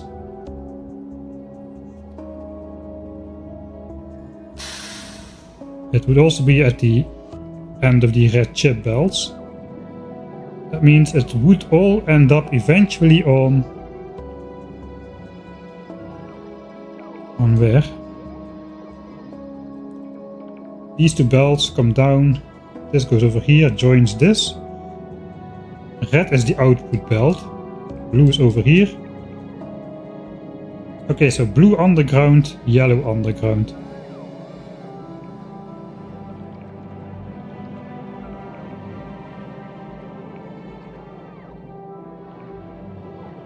Okay, there's no stone backing up at least.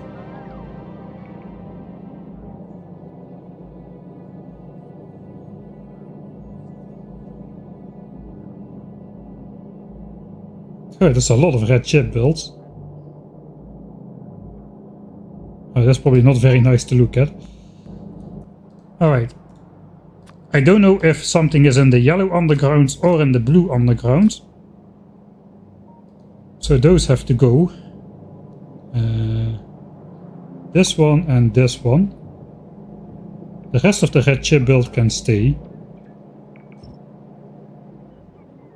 Then if anything was on the red chip belting,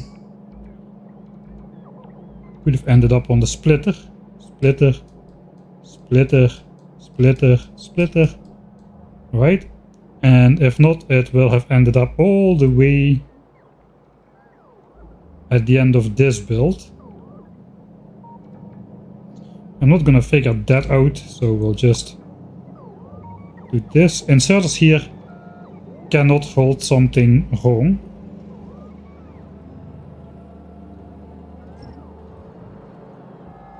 Okay, that should be good. The other belts are coming from green chips here, so those can stay as well. Those can stay as well.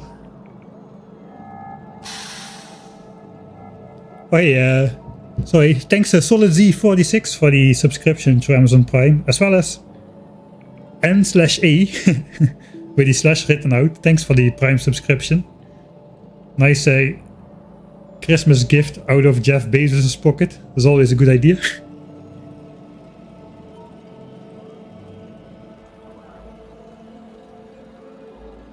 Oh.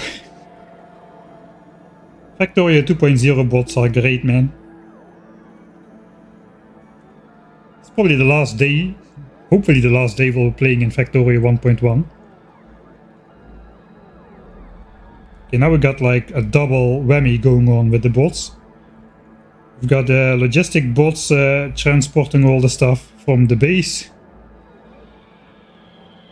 And we've got the construction bots trying to deconstruct everything. And then we've got me, the monkey, the 200-pound gorilla who operates all the equipment, trying to zoom out and dropping FPS even further.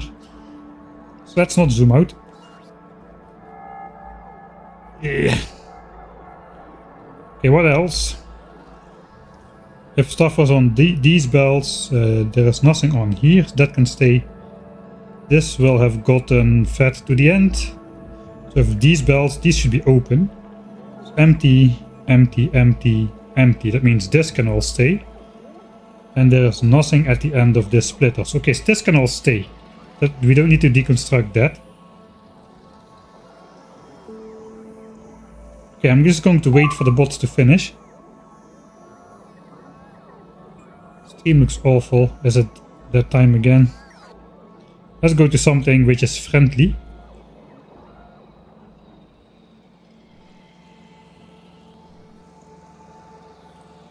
For bitrate. Oh yeah, there goes the upload speed again. Uh-oh.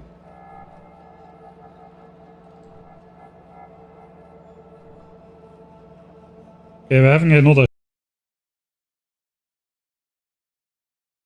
second. 0. Oh god. 3 megabyte a second. 200 kilobyte a second. 1.5 megabyte a second. 300 kilobyte a second.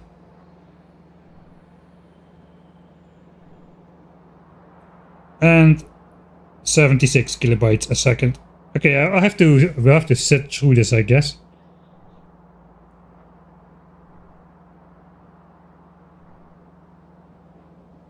Alright, there we go again, back to 6 megabytes a second. And back down. Tried reloading the page and it's not working. It's probably as on my end then. Alright. 5 megabytes a second, 6 megabytes a second. Are we back? That was a big spike. Oh, it's been horrible for the last 7-8 minutes at least, I see.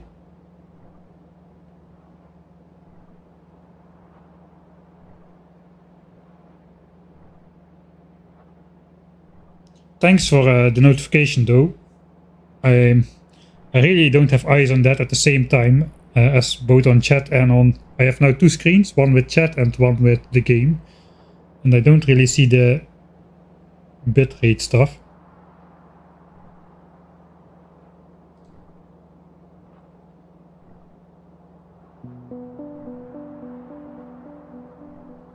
Okay, it looks like it's okay again. Stable on 6 megabytes a second where it should be. Right.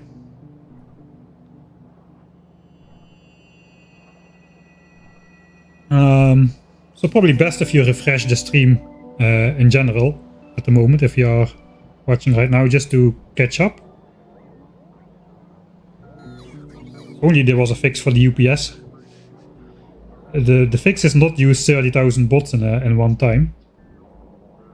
Like so.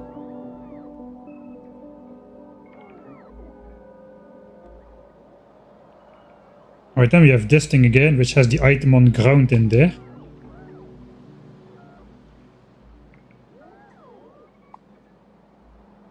Okay, there's nothing potentially on the belt, so that is good.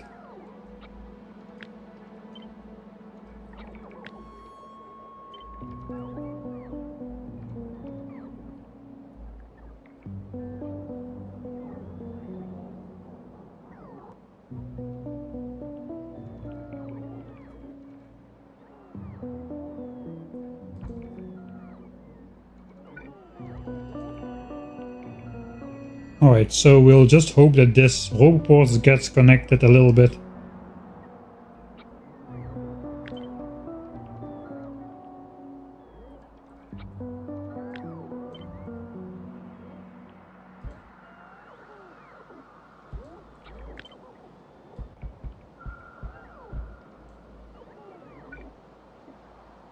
Okay, and that should connect it to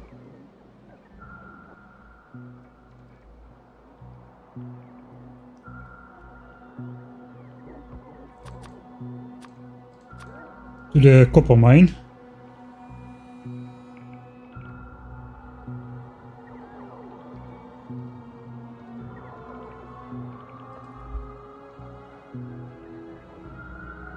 Eventually.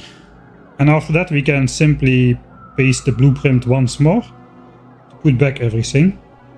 It looks like it's not that bad. Half of the furnaces are gone. All of this is gone. There's no stone on here, right?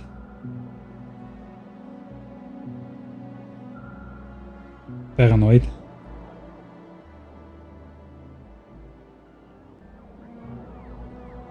Alright.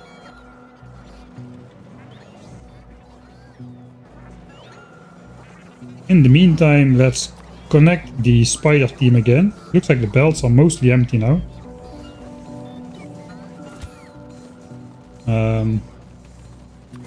I suppose the best way is I put everything in a chest which I want to keep on me.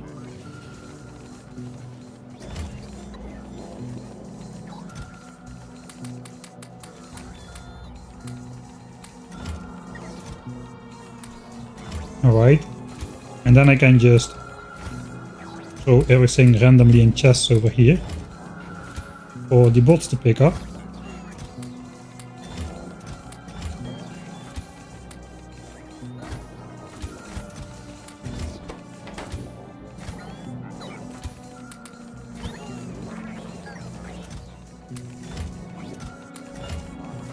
This is a big operation, this.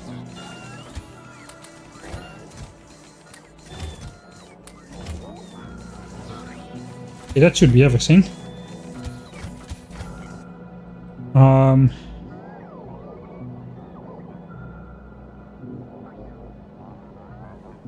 I suppose we can let the construction bots build the nuclear power plant. Then we'll put some storage chests there as well, disconnect the roboport network, then deconstruct the entire nuclear power plant before switching on the 10,000 signs per minute base, so we run on solar.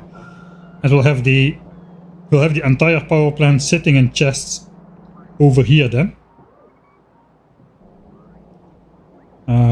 So basically that means we'll just connect this roboport arm again, and then we can let the base bots build the power plant, I suppose. But the base bots are gonna be busy for a little bit longer. How many bots? I think there's about 20,000 construction bots, 10,000 logistic ones. Like I said, I have way too many logistic ones. Look at how many are charging. At some point it's actually detrimental. At this point it's detrimental already to add more bots, because bots use energy per distance flown, but also per unit of time. So all the time they are waiting to charge, they are draining their last energy, which means they need to charge longer, which means they keep the roboport occupied for longer than they should. So I'm actually lowering the throughput by having too many bots at the moment. I don't really care about the throughput though. If only the bots would charge up a little bit more intelligently than this, like they do in Factorio 2.0, that would help. Alright, let's take a look at the chests. I think it's going to be mostly solar panels, accumulators and wood in the chests over here. Some weird loading patterns going on here as well. Probably like some sort of... I don't know what's going on there. Alright, in the meantime, what can I do? We got rid of this build. This has got to stay. Do I clean up the 1000 signs per minute base?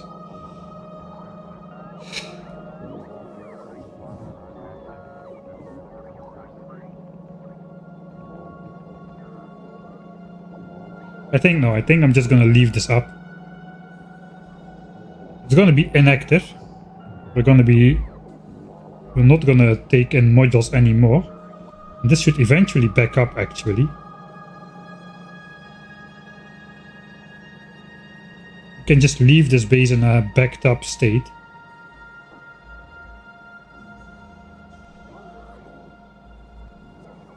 Basically here is a science train. I suppose we can cut off the belt. We'll cut it off over here.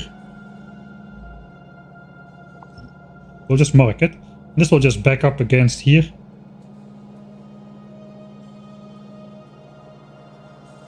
Here you cannot rotate it from the map view.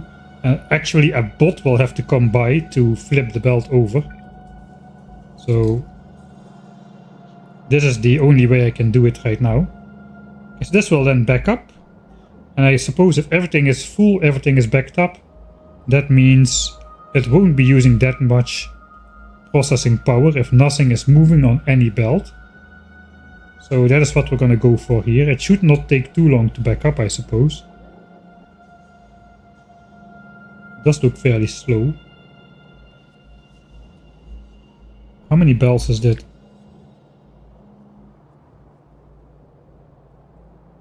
Okay, we're not going that far. We're going to here. 350 belts.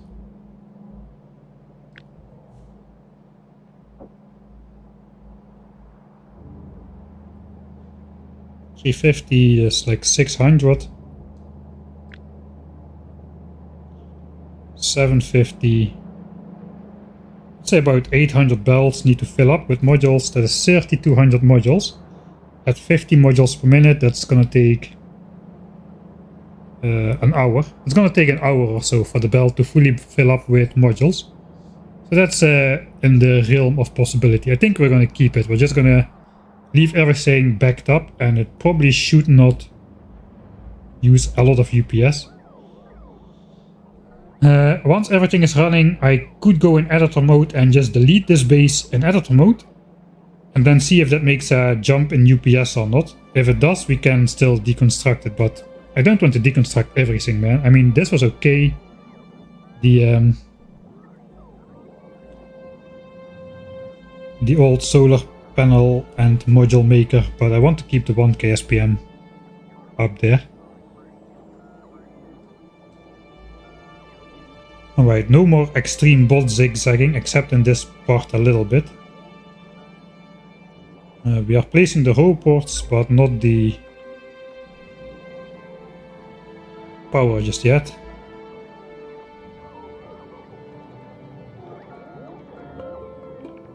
I suppose are they just picking off one ore at a time?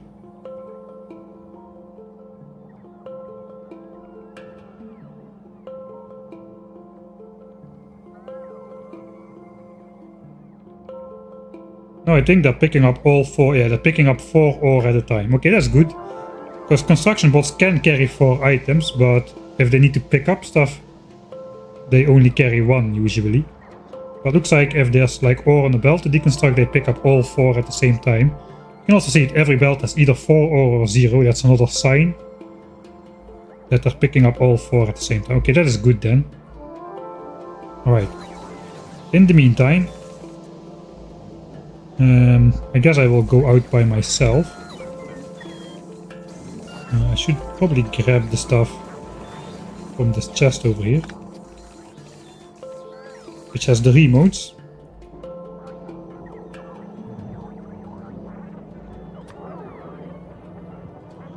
We'll store those over there. I go clean up the last of this. Maybe not. Maybe we can focus on... Probably should wait for the logistics bots to finish before I try to make them move over 400,000 uranium. I think they are kinda busy enough as it is at the moment. So yeah, let's go over here. Pick up the mine, pick up the rails.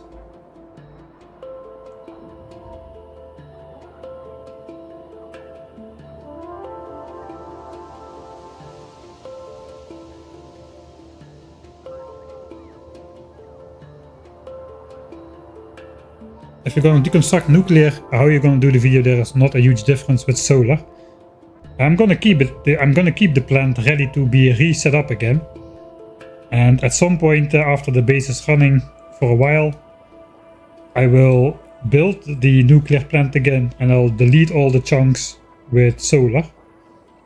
Oh god, we're gonna have to kill more biters as well. The pollution is a thing. Suppose we could kill some biters in the meantime. We already are suffering in terms of UPS anyway.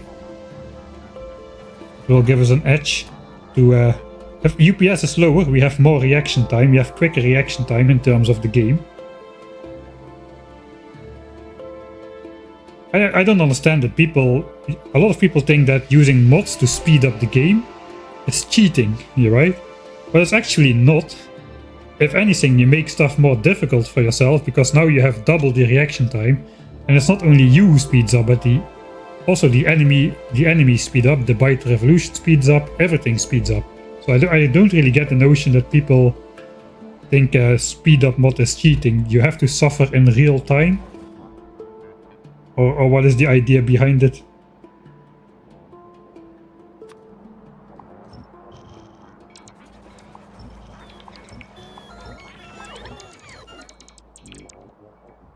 Okay, this is the sneaky underground belt.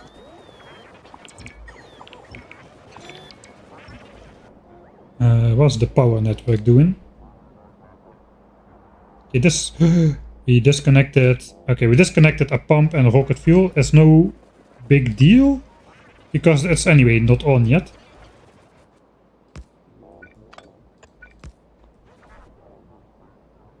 Alright, but we can deconstruct this arm.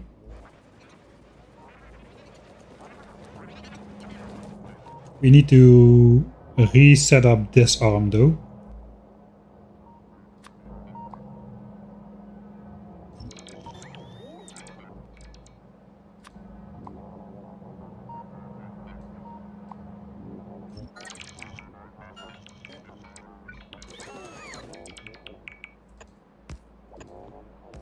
Okay, something like that.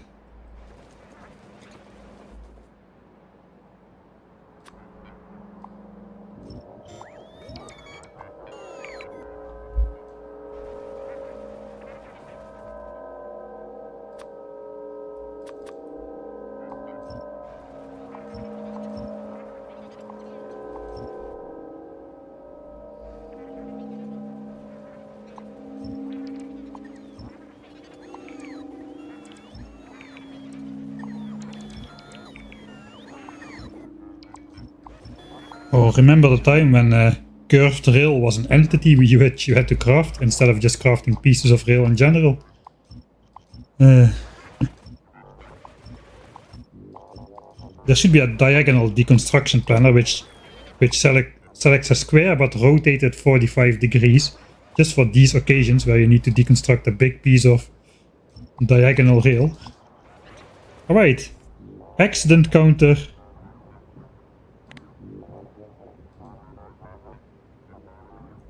Final count. 3 accidents.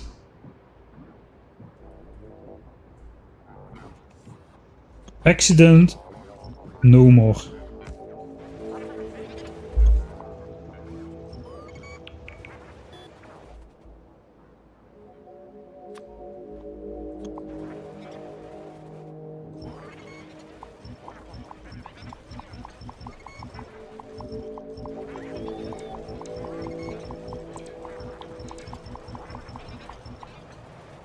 Just enjoying my new mouse, which does click better.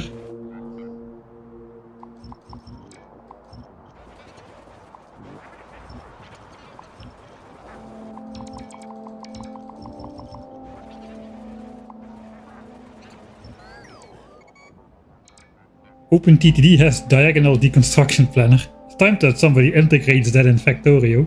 I think it should be possible, right? It should not be too hard. Finally, people who build diagonal bases will have some closure as well.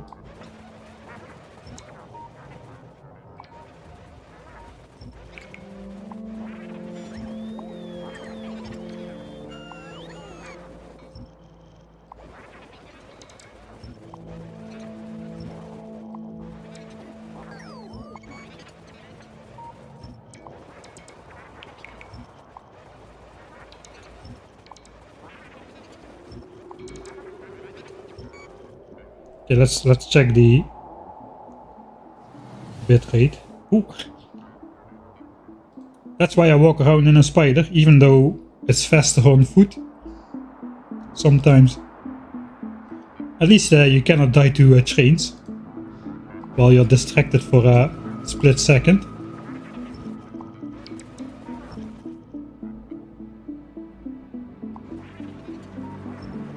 Okay, I think the coal mine has started up. Yeah, coal mine is starting up. Okay, we're building this now. I did check this for missing stuff. Looks like all of the bots are out of there. We are now building again. That means I can place back the blueprint. Okay, that wasn't so bad. Place back blueprint for RCU. That wasn't so bad to take it apart. But now we have to build it again. It's going to be much easier because, well, most of it is built.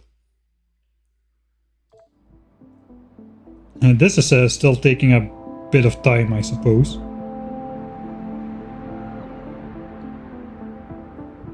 Actually, most of it is empty here.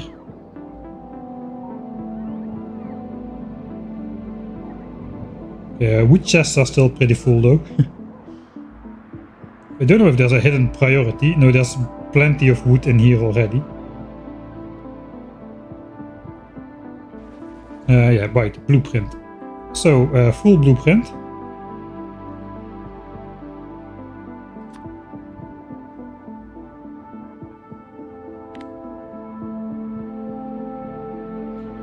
Should be fairly easy to line it up now.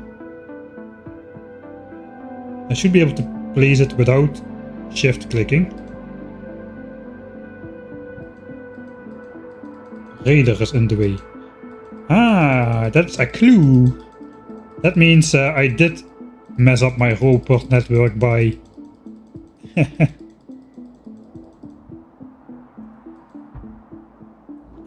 by replacing a roboport with a radar, I suppose. Ah, this one. Maybe it was this one. Alright, that means we gotta redo the gaps.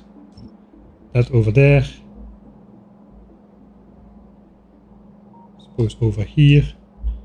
Over here. And coal over here. Okay, coal is coming. Alright, finally. Now the bots will start flying out again. Here they go. With the belts and all the stuff.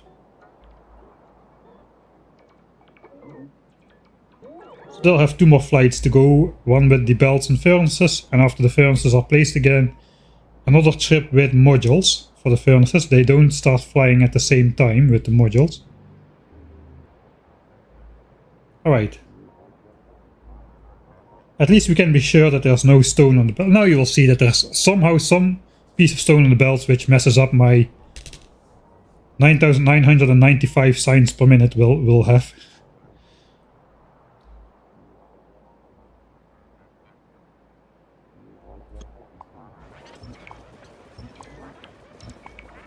Okay, this is actually also part of the great entrance. This is where all the blue chips, rocket control units, low density structures, rocket fuel, solar panels, accumulators, radars, all of that stuff is going to come in here on belts. I guess we can... This railway has got to go, hasn't it? Yeah, it's got to go in completely because it's encompassed by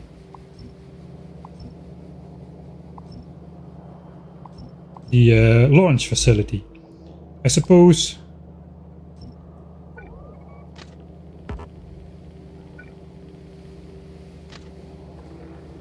we'll leave it up to here. The belt has to go as well with the modules. Yeah, we're getting there slowly.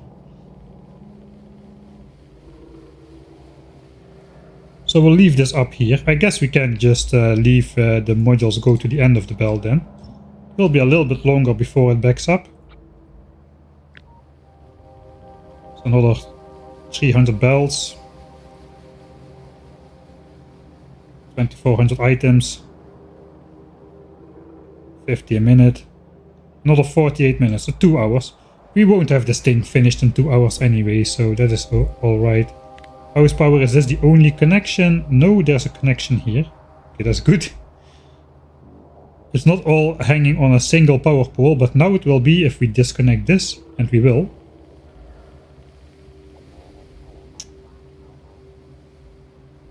Anyway, the entirety of the power grid is connected through a single wooden power line here with the full over 100 gigawatts potential to flow through this single power line.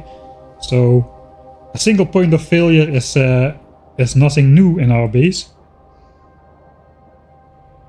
Alright, that means we can disconnect this. That's basically a reminder of the old base going out to the solar fields, where we transported all the equipment in by train.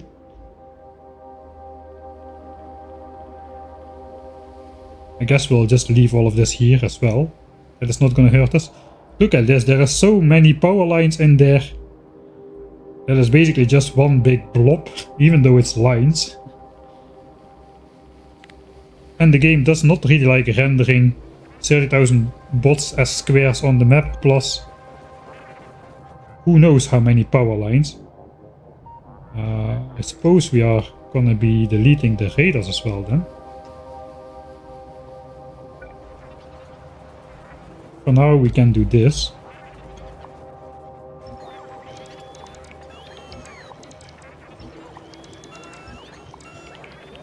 Okay, so I don't really want to deconstruct everything. The reason I deconstructed this is because it was interacting with the starter base, which is going to disappear. In retrospect, maybe I could have done something like this as well for the other base, but I didn't.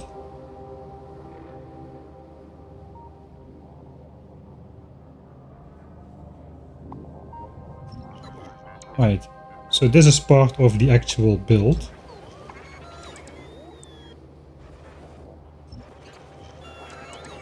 Now we're actually here.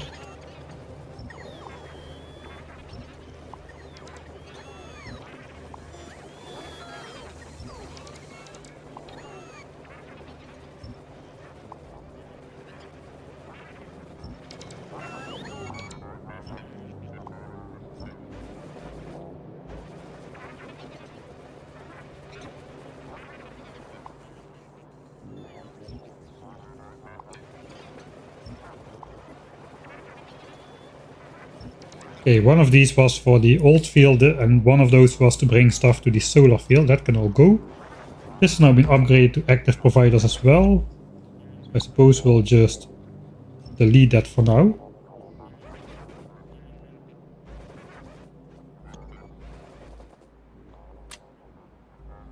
Yeah, the bots are going to be a bit busy, I suppose.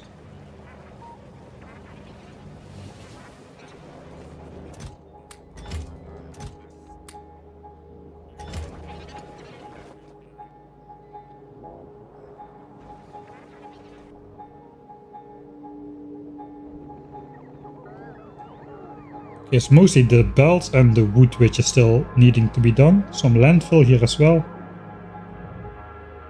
How's the construction bots doing? All of them are on the way for the first wave. I guess the second wave will be on the way with modules now. These are all carrying the modules of the furnaces which have been placed back. A small second wave, but the first giant wave is coming. Every single bot is carrying one of the things. And we are not using all of our bots. About half of them.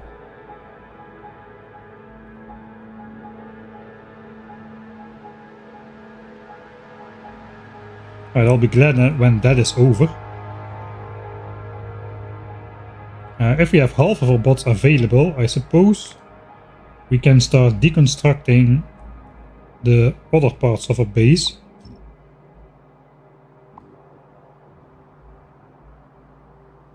This is all empty.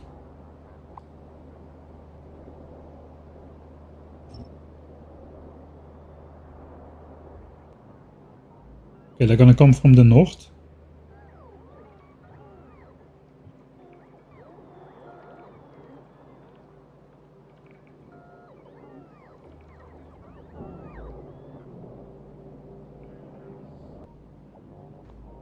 Okay, now I have to be a little bit careful with how this is set up. I think I can deconstruct the entire southern line of roboports already as well.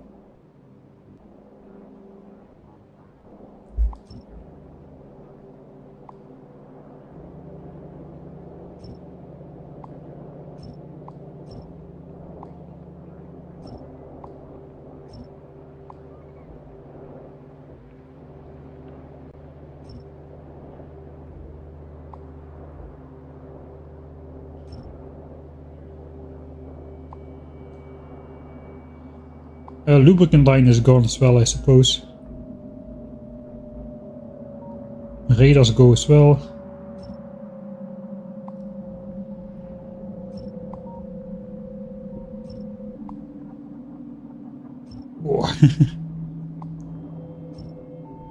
Hey, this is empty. There's still. Oh, we have explosive rockets. Yeah, we've got a ton of those as well. Oh. We're gonna stop explosive rocket production, but we still need to take out a metric ton of biters. I may have to reset that up if this playthrough will go on for a bit longer. We do have some spiders out here, right? Yeah, they're waiting over here. These are filled up with rockets, they just got refilled, they're just waiting to attack, and we've got plenty of explosive rockets. Yeah, we've got still over 150,000 in there. As well as, how many are in these spiders? 15, 15, 15, that's 40. Another like 100,000 rockets in here, so 250,000 rockets we still have at least.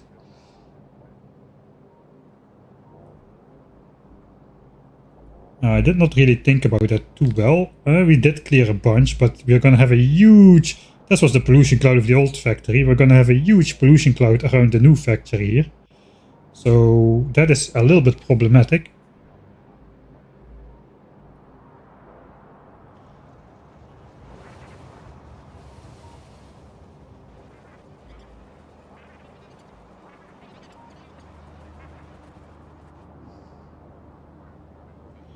Yeah, I think it's also, we'll wait for night. When it's night, it will be nice and glowy, and then we will deconstruct the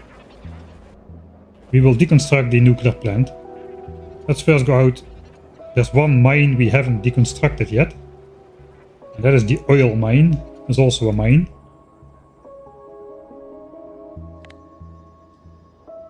Okay, there's nothing dangerous to disconnect here.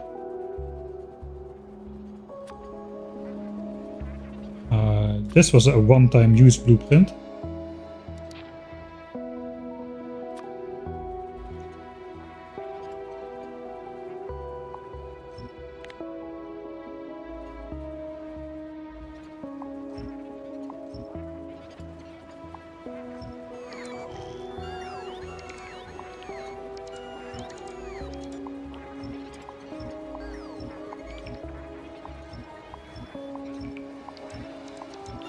This is why I researched the bot speed that I did. I can now go at full speed with a full spider and deconstruct everything without stopping, at least for a little bit.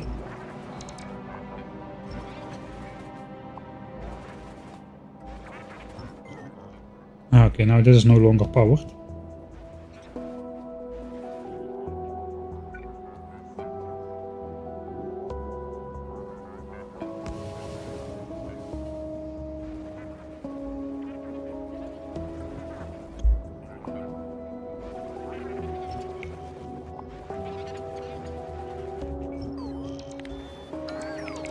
I got a feeling the bots are done. The game starts feeling smooth again. Yeah, the bots are done. Alright. Let's take a look at how this is looking then. I mean, not all the bots are done, but most of them are done. This is our new storage area. Looks like only half the chests are full.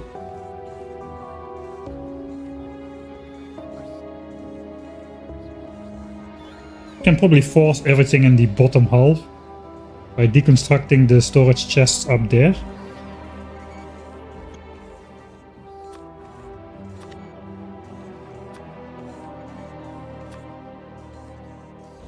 Or we can upgrade those to active providers as well and let the logistics bots do it. They'll do it better, I think. They'll deploy faster at least.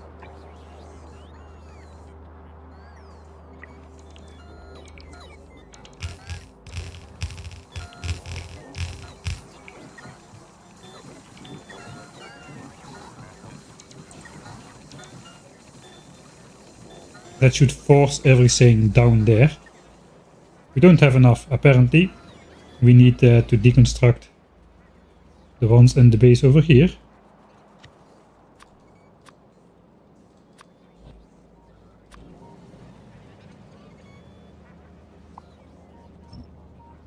That's 900 of them. That will get the job done.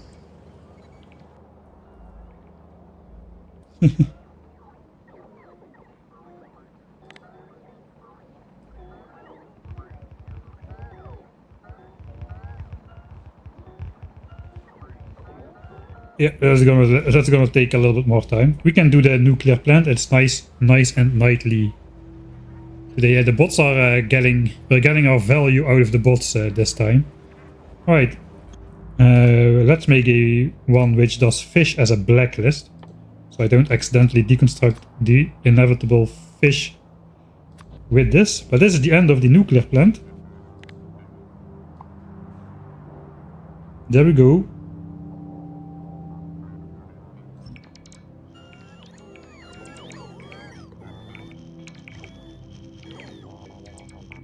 Yeah, just put those 1000 degree heat pipes glowing red hot in my pocket, not a problem.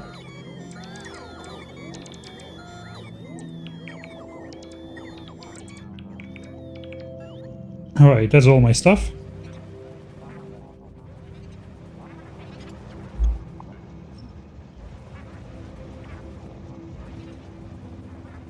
This is part of the blueprint again.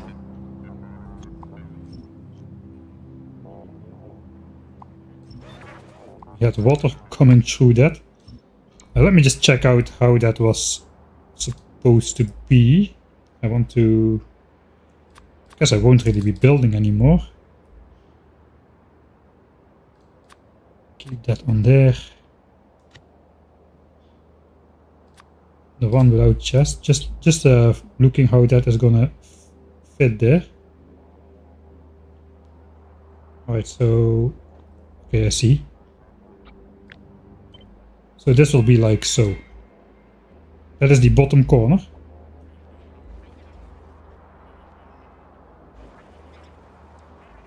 Alright, then the base is basically empty. The base is basically empty. Okay, everything has been forced to the lower half. We can compress this a... we probably should not.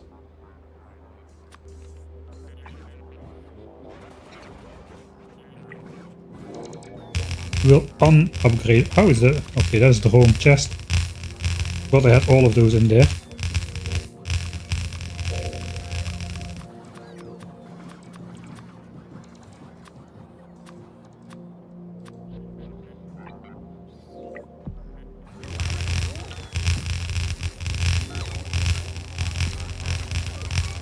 Nice, like a printer, like an old style printer. Okay, we still have to deconstruct the entire base, so including we have to extend the roboport field a little bit. We'll just temporarily grab a copy of this thing. I want to catch the mining operation, the steel smelteries, all of that in there.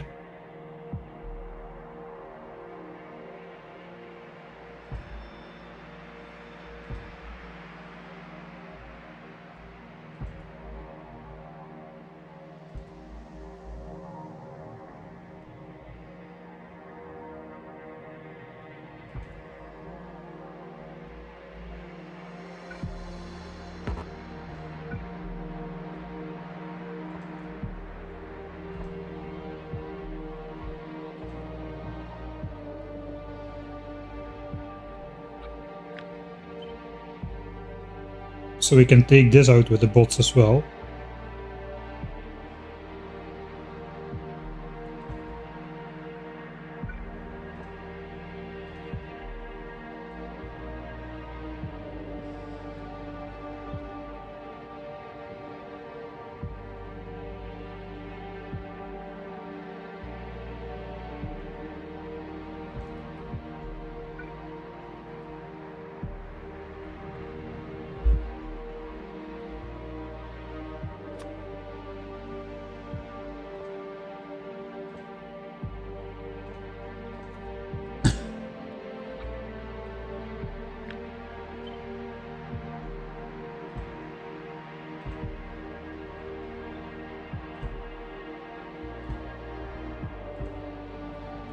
Okay.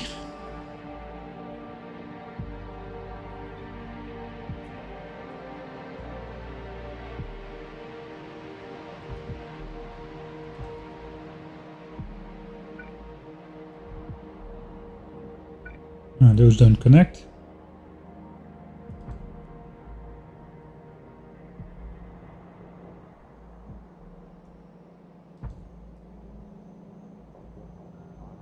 Okay, that will connect.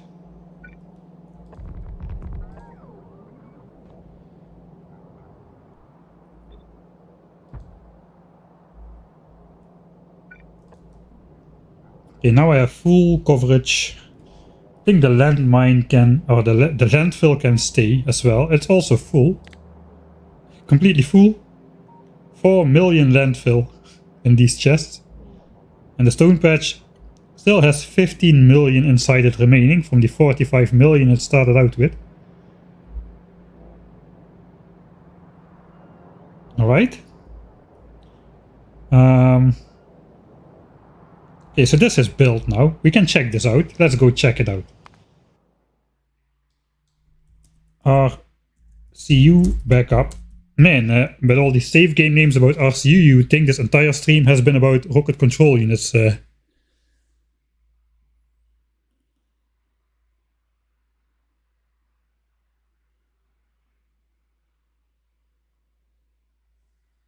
Still have science packs on belts? Ah yeah, these. That's just gonna disappear with once we just deconstruct everything. All this, look at the power net, look at the, let's just take a moment to appreciate the cabling.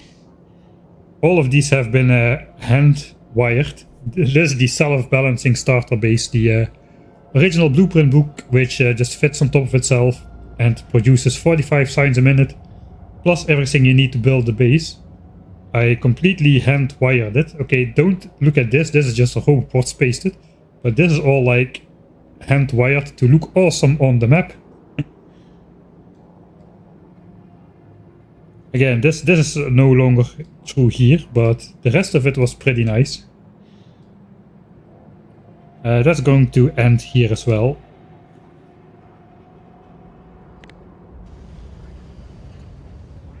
Right, we were going to take a look at this, because I have to bring the bots back if everything is successful here. Okay, so this is now here, it is ready to be switched on. I will just go around with an inventory full of belts and just hook up everything one after the other, so we can watch everything switch on nicely, instead of everything switching on simultaneously and us only having one place to look.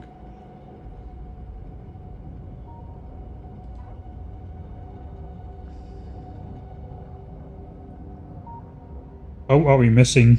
This is again not connected. Alright, I see.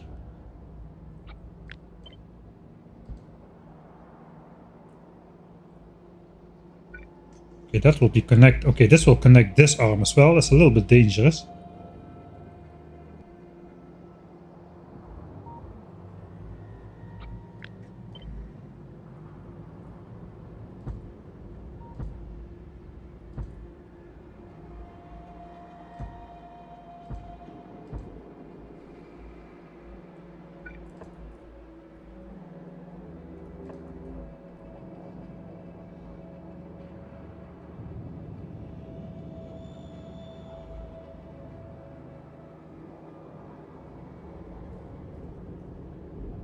Okay.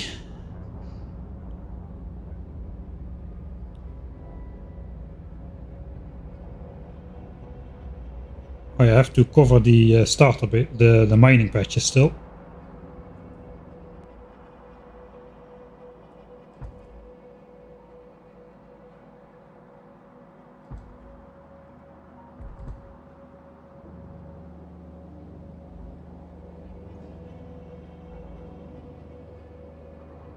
I am a little bit careless now with my wiring and stuff. This may not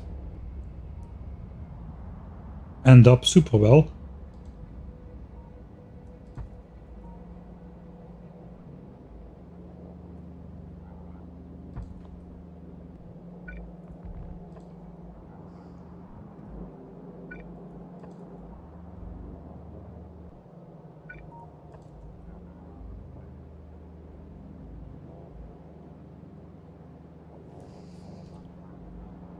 Alright, so that's the entirety of the starter base covered. Except for the lake. We need to take the... Do we need to take the fish out of there? I think the fish can stay in there actually. We just need to take the fish out of this part because we'll have to landfill over this small little section. Hey Kufi boy, thanks for the raid. How is it going in the 1000 times science playthrough? I already saw on YouTube that you got to landmines, right? That's a lot of fish. Yeah, I got a lucky roll in my starter lake. You know the amount of fish you spawn with in your starter lake is random, right? So I guess actually you do know the trick of putting fish in the lake, right? With Ziki. I saw you use it to refresh your almost spoiled fish in the 1000 times science cost playthrough. So yeah, I collected 100,000 fish and put them in my starter lake. Put them all in this square and then watch them diffuse over time, like a scientific experiment. Didn't take that long actually. doing efficiency models now. Okay, that's a big step to basically scale up your factory by like 3 times or so without growing your pollution cloud, right? That sounds good. Right, we are in the final part of the 10,000 signs per minute base. It is this thing over here. We just built the very last part twice. The rocket control units, which have meanwhile disappeared from the game. So tons and tons of green chips in here, ready to be switched on at the flick of a bot switch. And then eventually we're going to have the speed modules here with our we celebrated the belt weaving video with the triple belt weave in here. And out comes a lot of rocket control units. So this base basically will produce 10 signs per minute in QV Boy's playthrough with this 1000 times signs cost. This is what you need for 10 signs per minute in his playthrough. And actually like 3 times more even, because this is all productivity moduled up, which basically cuts your raw resource cost in about 3 or so.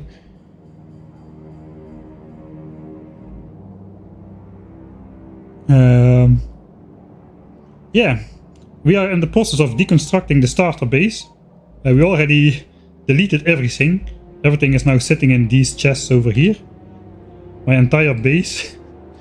All the solar panels, all the everything basically. Now we gotta deconstruct it because we're going to build the launch facility, which is gonna be this thing. Basically it's gonna be this thing but 10 times larger and more scenic, and it's gonna have this shape. It's gonna line up like so. We are making space for that. It's gonna be built in our starting area to celebrate above the 1000 signs per minute base, just for a sense of scale. So we gotta get rid of our OG starter base, which has carried us through the game. We just lazily expanded the Roboport network to cover everything, and we're about to, I suppose we're about to deconstruct everything.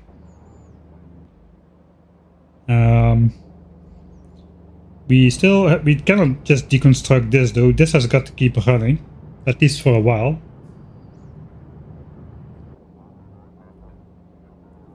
But first we need to recall all the bots because they're stuck on here, and this is Factorio 1.1, so the bots will get stuck if you don't micromanage them all the effing time. So they just built that, they have to fly back in this arm. So basically what I have to do is I have to grab my special blueprint for that. The bot recaller 10,000.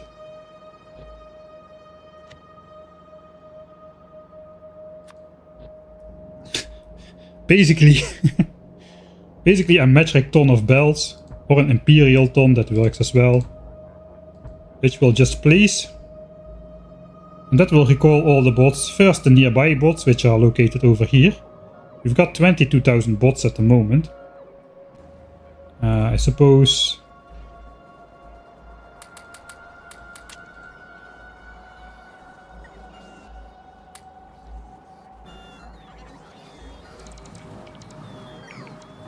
there's construction bots. I cannot find any. I was thinking I can take out some construction bots here, since we no longer really need them. Yeah, eventually all the bots nearby will have been called up. There they come, from all the corners of the base. They'll start placing the belts. But at some point all of these bots are going to be busy. And now the game is going to call up all the bots from very far away. And once all bots are airborne, they will return to the base, no matter. No other bot will take over the task. So we just gotta get all bots airborne. And if they're all airborne, we will know no single bot will get left behind over here. And then we can disconnect this Roboport arm again. So we can make sure all bots are close by and they won't fly out without us knowing it. So that's the idea. How many bots? Still 11,000 bots need to be called up. They're all situated somewhere over here.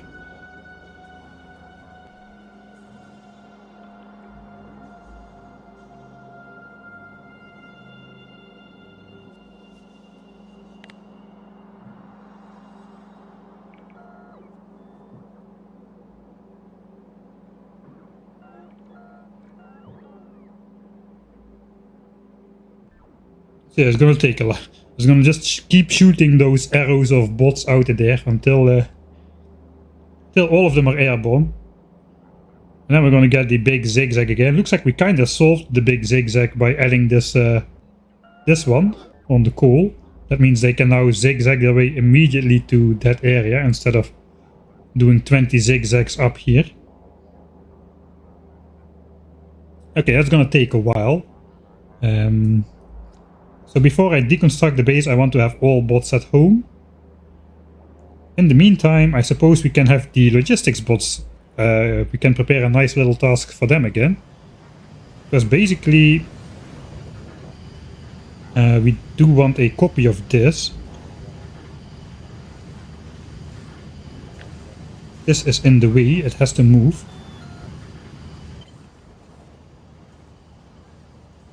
Train stop names, yes. So basically this has to come in somewhere else. But where?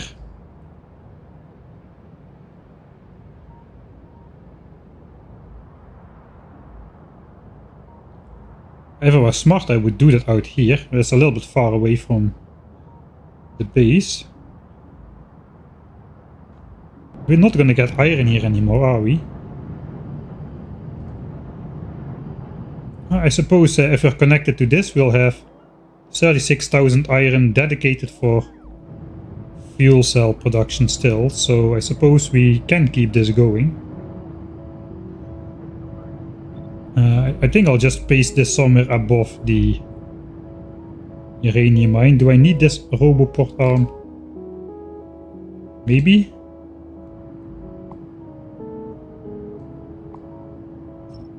I can deconstruct that myself. I noticed that every time I deconstruct a roboport, we get like a tiny lag spike because of the reconfiguration of roboport networks. Okay, everything is still covered. So yeah, if this could just fit up here, that would be splendid.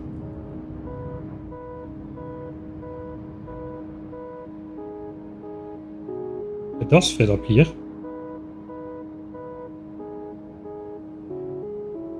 Can even line it up with the front, something like this. Yeah, I think that will work out nicely.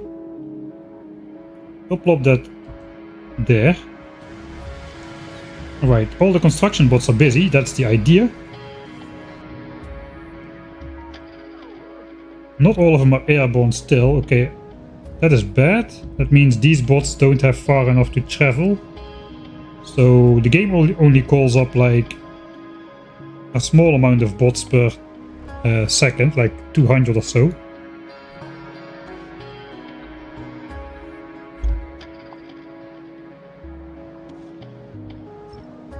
So I'll have them deconstruct again.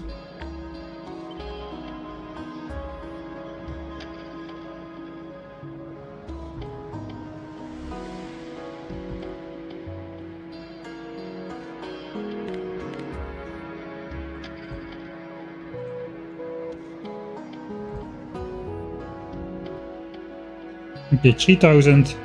That number has got to go to 0.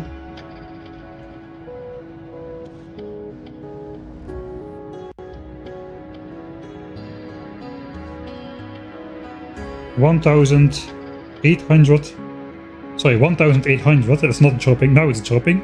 14, 13. Come on. All bots need to be airborne. If more than 200 bots a second finish their task, this number is not gonna go down. 600, come on. 5, 4, 3. Okay, there comes the last bots. This is the last roboport. Yes, all bots are airborne. Okay, so all bots are out of here now. They, unless I change something in the construction or deconstruction tasks at hand, all of them will continue to fly to the base and they will complete their tasks. So they will be out of there after the bot storm settles down. And meanwhile, I want to grab myself a bunch of green chests. And a bunch of purple chests. Good luck with that. I guess I can request them. Then I request everything.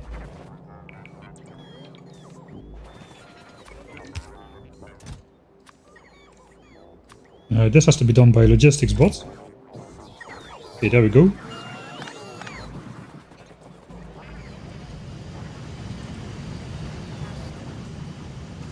Alright, so that's actually already built. Now we gotta upgrade this to...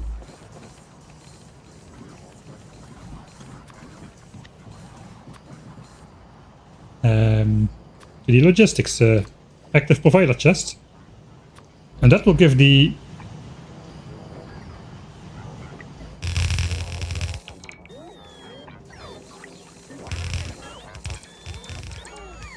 that will give the logistics bots a project again.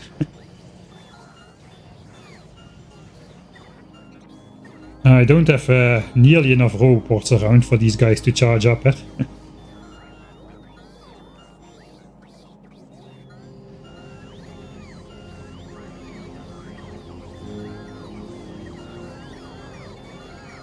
What are the infinite researches on mining productivity is 51. Level 50 is the level where you can use 3 miners per blue belt on each side. So 6 miners per blue belt, 3 on each side.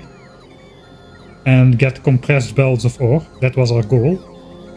And bot speed is like 15 or so, 15 or 16, if I remember correct. I don't want to destroy the bitrate. Or destroy the... I'm destroying the bitrate, but I don't want to destroy the field of view now. Basically, I got the bots fast enough to move out from a moving spider at full speed, do a task, and come back to the spider without the spider stopping. Those were our 2 research goals. So 6 miners per blue belt with mining productivity 50 or 51. And bot speed fast enough to be able to do bot stuff from fully moving spiders.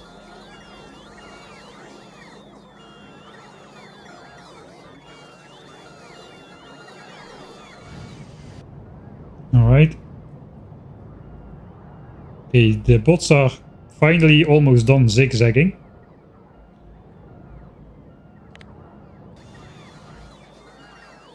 Okay, so this is gonna take a little bit of time. After that is done, we need to connect this railway again. Also, this train probably should be interrupted a little bit.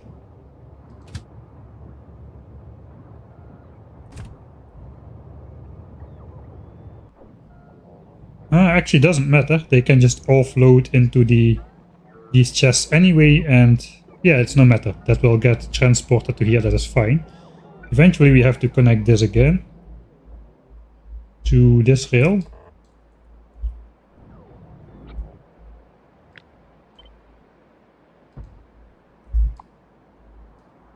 And then the other rail can go.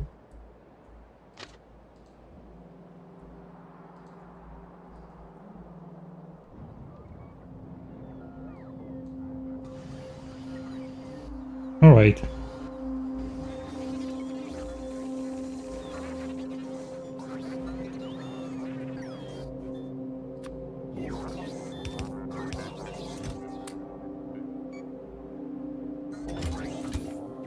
Okay, my spiders are empty. I think the next step is... do we need to do anything else with bots up here? I think all that's left to do is to connect some small sections of belt. It's not really that small. We need like half a stack of belt just to connect one line of copper on one build. And we gotta connect 4 of those. So we need to take a lot of belts eventually to hook up all these things. We do need a lot of belts as well to connect all the outputs and lead them to the correct things. But I think that's all going to be manual labor. So I think we can go ahead and take away all of the roboports out of the entire base.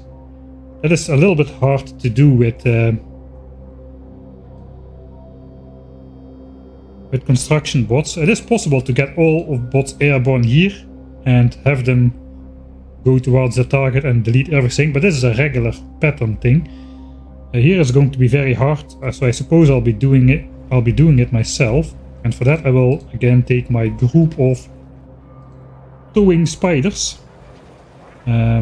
Actually, I have more spiders which can tow stuff. These still have all got wood inside.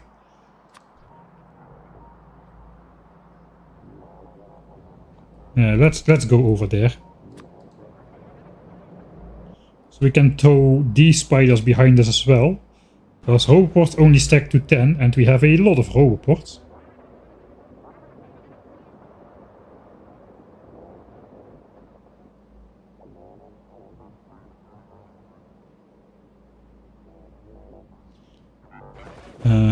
So these spiders, they took up all the wood from the solar panel area.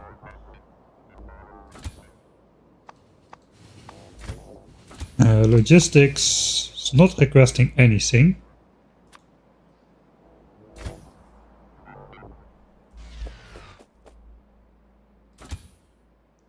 Not requesting, not requesting.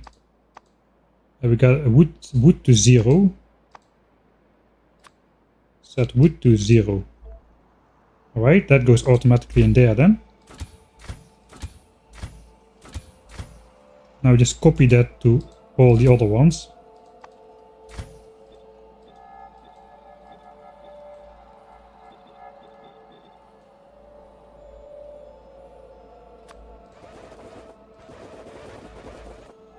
Oh, there's more.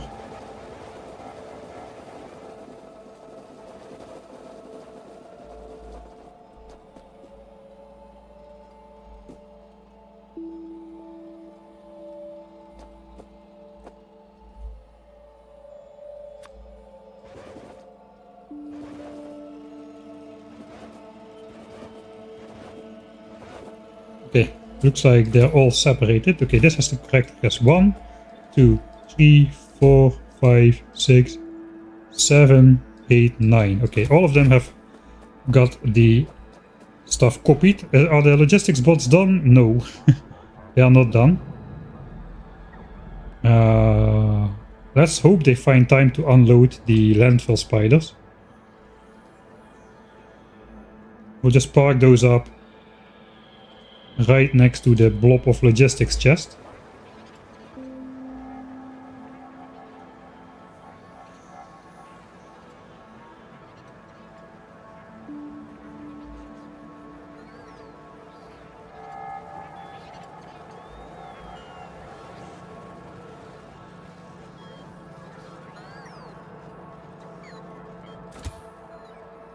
It looks like the base chests... No, the base chests don't take priority. Some of them are switching over to the spiders.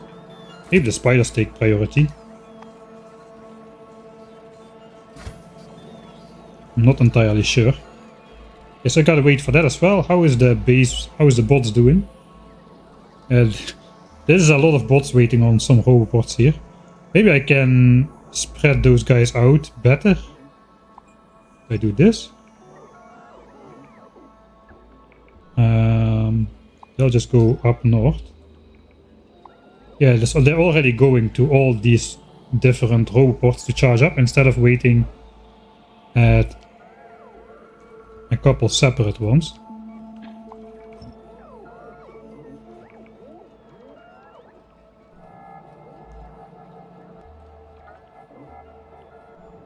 Okay, that's better. Charging over all those roboports. So now I just gotta get these guys out of here.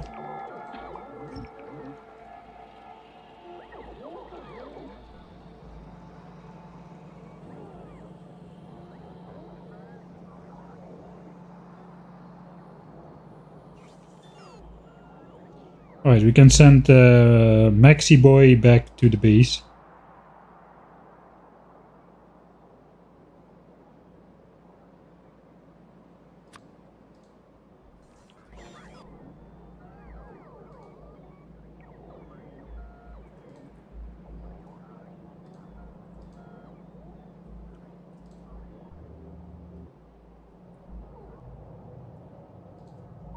There's nothing here anymore, but...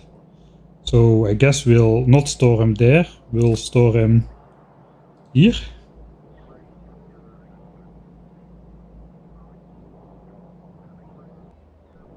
Yeah, okay, so that worked. I just need to get the bots off of this line. Oh wait, it was Maxi Boy who deconstructed those robots, I'm pretty sure.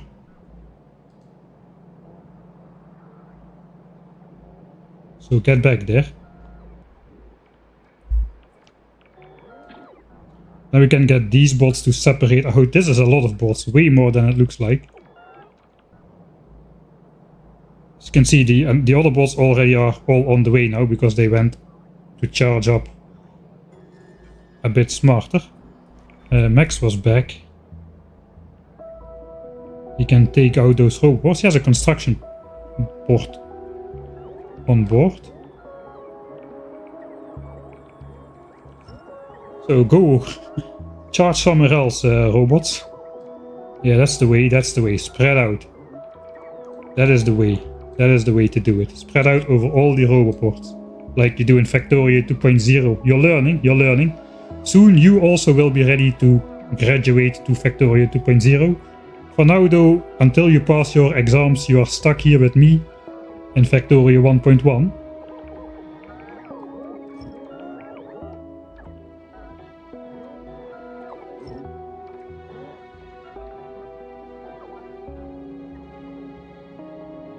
I suppose I'll have to deconstruct all of them with Maxi Boy.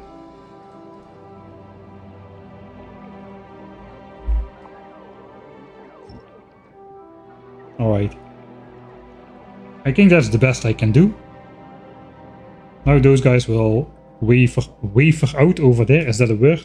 I'm not sure. I guess Maxi Boy can also take the last one over here then. But looks like the logistics bots are done again. A great job. That means all of these guys are empty. And now I can also tie this guy to the end. So we are going to have a truly epically long spider chain going.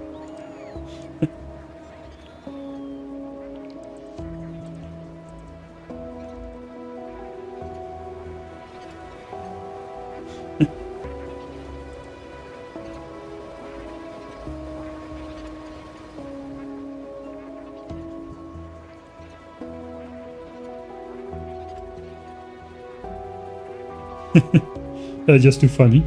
Alright, so I have space to, that's the idea. I have a lot of inventory space to store all those roboports. Because deconstructing roboport networks and power networks with roboport is not very great.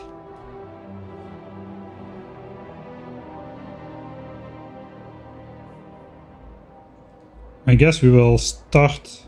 Let's start over here. Hey, Slice Line. Thanks for the 12 months. How is it a year already? Yeah, that went by pretty fast. Kind of feel like almost I only did Warptorio in terms of playthroughs. I did a bunch of streams though. And Warptorio was a lot bigger project than I originally anticipated. Alright, so we need a deconstruction planner only for roboports then. The rest can stay.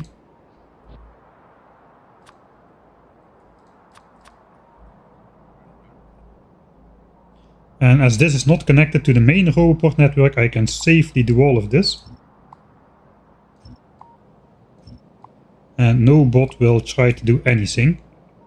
Except the bots in my armor. So now we just walk through this base. And I suppose I can actually put back a couple more roboports to have a bit more range.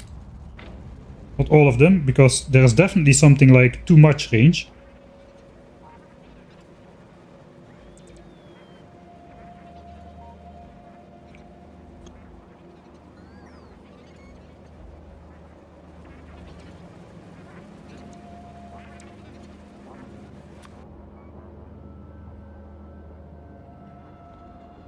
Okay, if the bots are flying out this far, it's probably best if I take out a couple legs.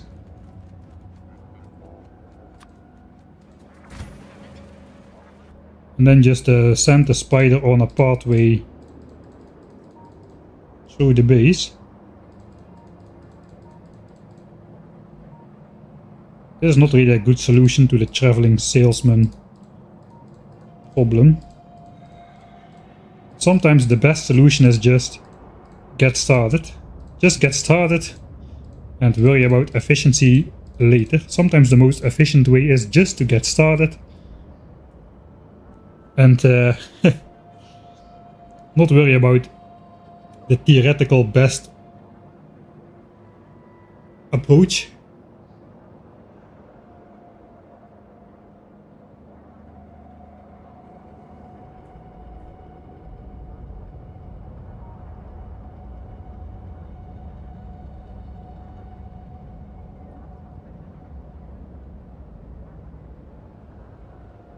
Alright, I'm gonna take a quick break while the bots deconstruct the Roboport network in here, and I'll be back in a minute or two.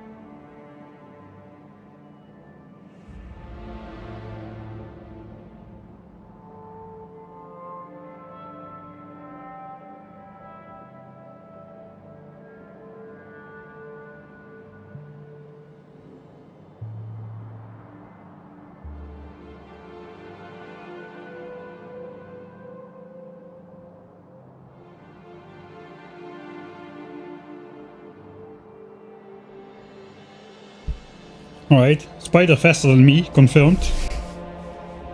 Let me check the mic settings. I've been twisting this knob a little bit.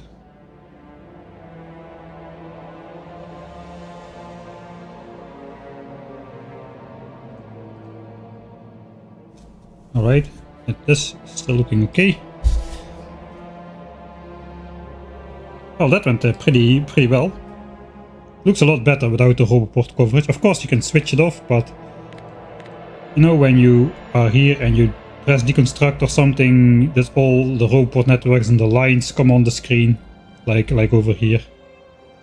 So even if this overlay is off, I'm just gonna get rid of all of them.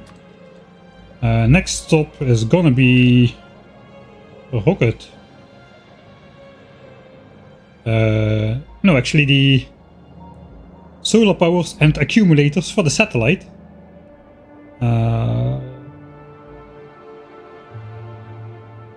Looks like I built that from the inventory as well. It's only on the mines and furnaces where actually there are roboports. So I didn't build this with roboports.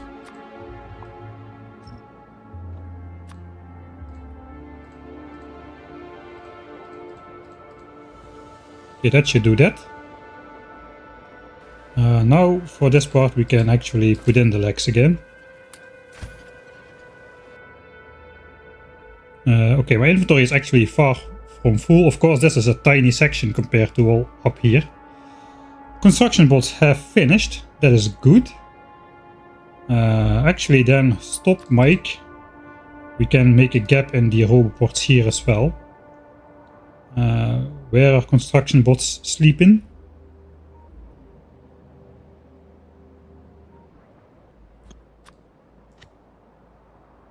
We can let them take down the belts again.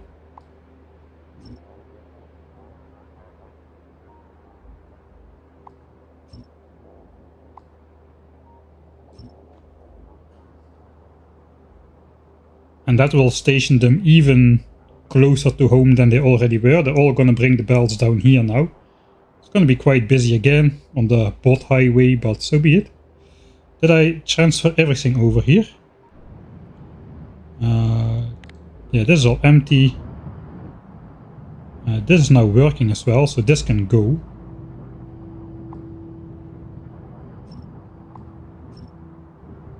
You don't need double that. This copy has entirely been built now.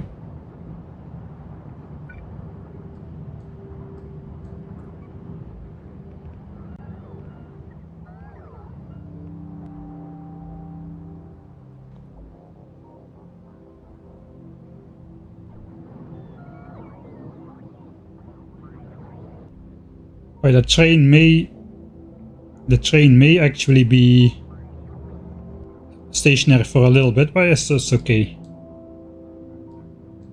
Right. Let's watch the waves come in. It's probably, we won't be needing this anymore in Factorio 2.0 either, the bot recaller. It won't work as well anyway, because bots can get multiple tasks assigned to them now. Right, then that means all the bots are busy. So I can go to this connection point over here.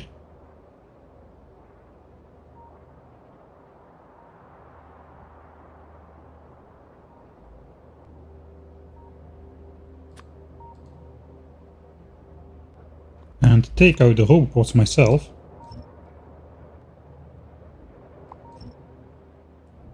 That disconnects the networks again. And hopefully that should now read 0 bots inside. No, it's not true. There's 32 construction bots, 16 logistics bots inside. I guess that is fine. We are going to pick up everything anyway.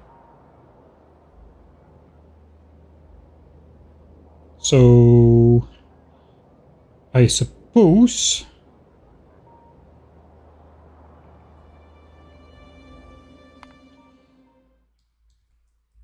decons all roboports.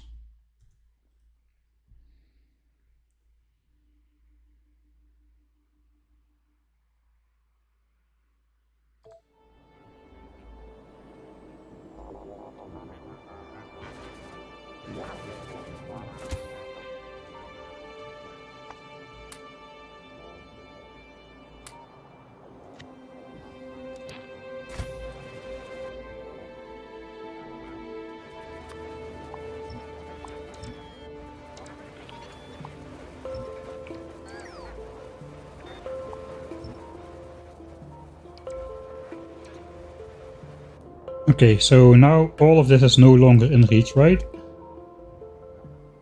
Yeah, okay, that is fine. So now I can select everything for deconstruction in one go.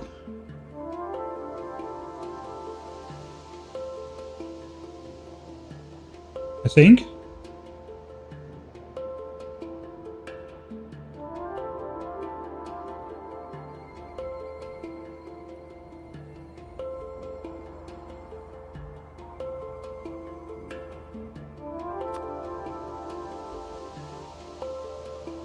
Oh, that's going to be a little bit painful.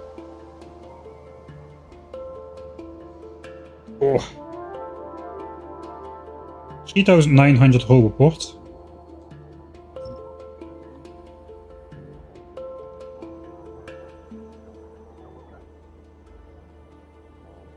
And then I just have to send my spider through it. So I guess I'll really put them on the slowest setting.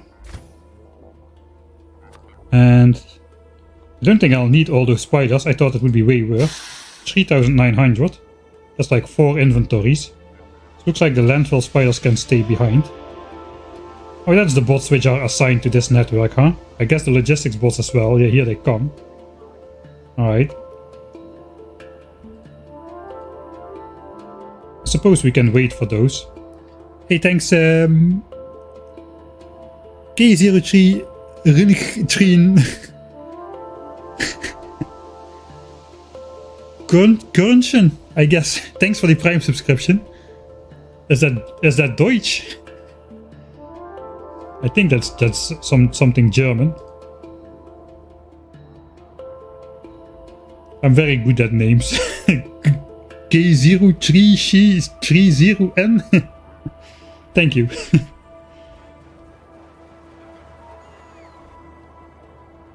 Oh, they're gonna try to deconstruct something and they won't have a chest to put it. I guess that's fine. They're gonna be reassigned to a different roboport network eventually.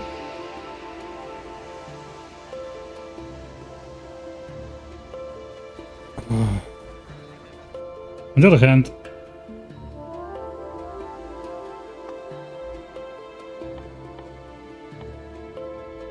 if I just get the bots to place I keep using Factorio 2.0 hotkeys. We can put a storage chest there.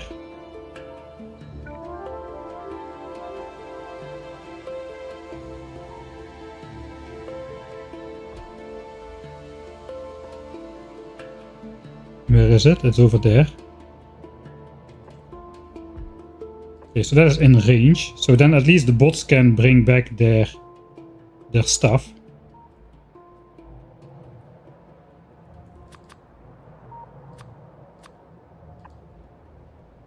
All right.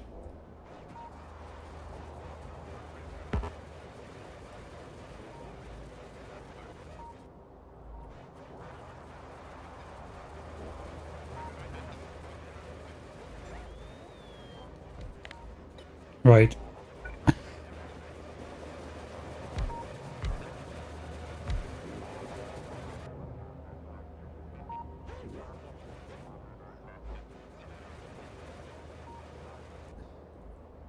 Attempt number 2. I'll just go here. Follow this line up, I suppose. And then we'll make a side trip through here before heading height back. I guess then we'll have to have a look if we actually deconstructed everything. It would help if I would switch on my personal roboport. Okay, this is the idea. The bots are catching up now. Okay, that's good. Maybe able to put in 1 leg. 2 maybe.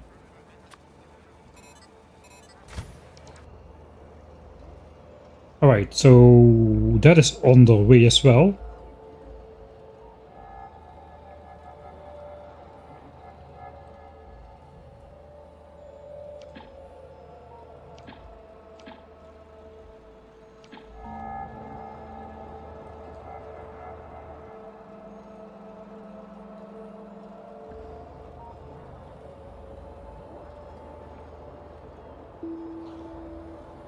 Slightly annoying, but that will be alright, I suppose. Once all the... Okay, then we don't need a chest anyway. Is it already placed?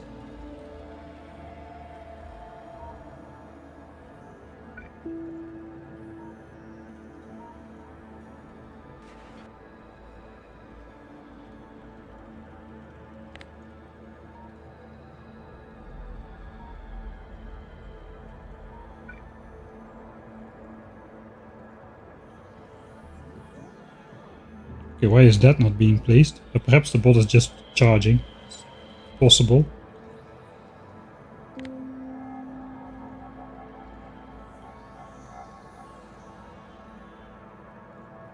Alright, meanwhile we'll have the bots connect this again. That's gonna break the functionality of the train, I suppose.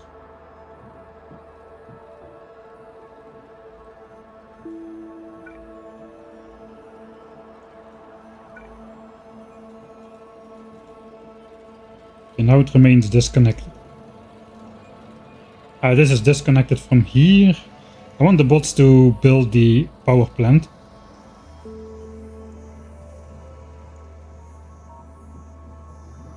These chests are all full though. So if I connect this network to here instead.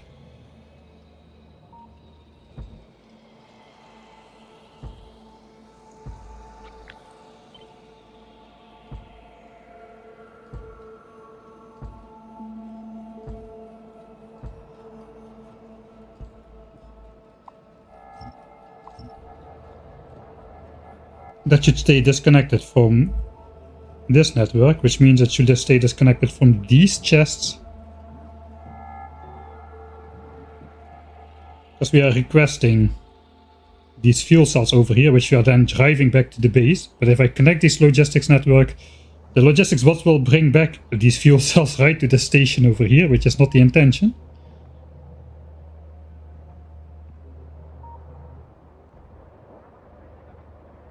Alright, and once this is connected, we can order the bots to build the full power plant, just for a little bit.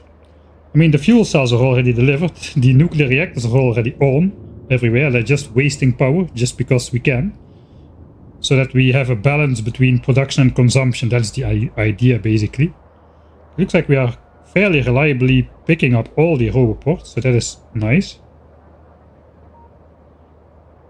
Is this chest already built? Yeah, okay, it is. So this should no longer be happening. I mean, okay, he thinks he's belonging to this roboport network now or what? This is why you cannot usually deconstruct roboport networks with bots very easily. You need to do some special weird magic like we once tried out on this giant solar field to do it. And we got all the bots airborne, taking up the roboports and migrate them all very slowly towards the base. It did work, but yeah, I don't think it would work for this shape. It looks like I can just send myself out though, like I've been doing.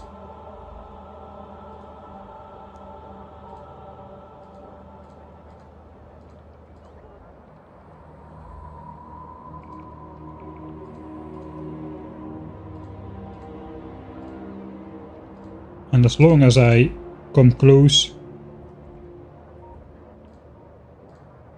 to all of these roboports,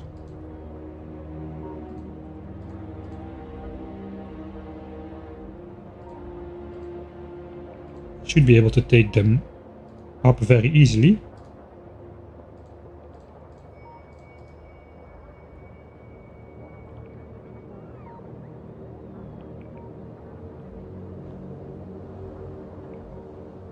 Okay, we do get some bots left behind. I guess they took a roboport from very far away. So we'll let those catch up a bit.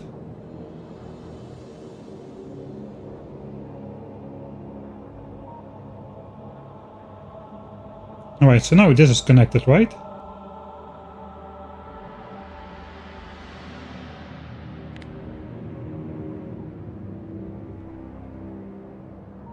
So now we will have logistic. Yeah, that's okay, what are all these guys gonna do?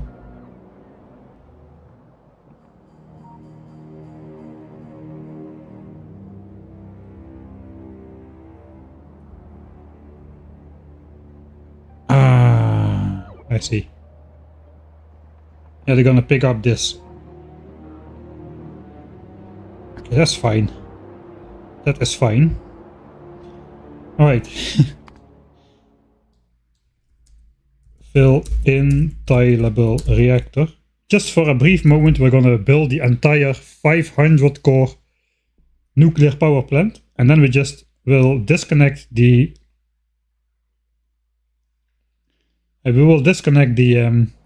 robot network and then deconstruct it again, so it all will sit in nearby chests over here, so we can later build it again very easily. I'm just gonna leave up all the reactors. That is what I'm gonna leave up eventually, but the rest will get taken down. Mostly the heat pipes are doing all the calculations of the nuclear power plant, more so than the fluids.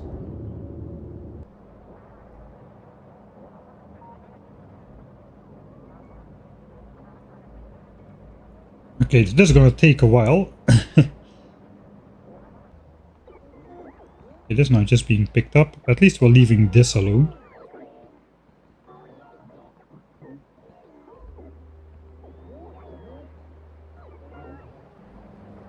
I guess we should stop the train. The train is stopped automatically.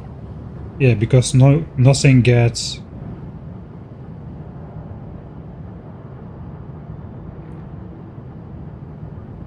Nothing gets loaded anymore. Okay, train is stopped automatically.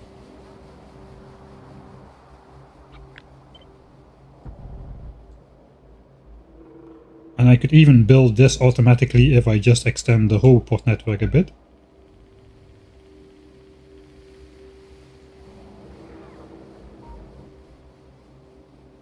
And then we can basically relocate the train to the new stop.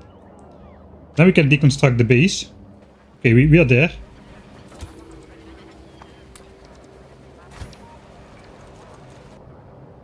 Okay, looks like we are gonna have a wait for construction bots, which have been following us around a bit.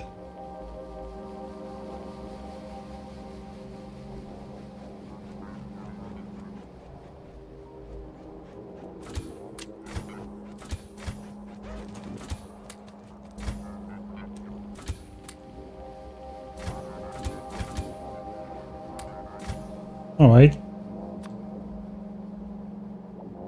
I guess we'll do a nice scenic tour through our low density structure build.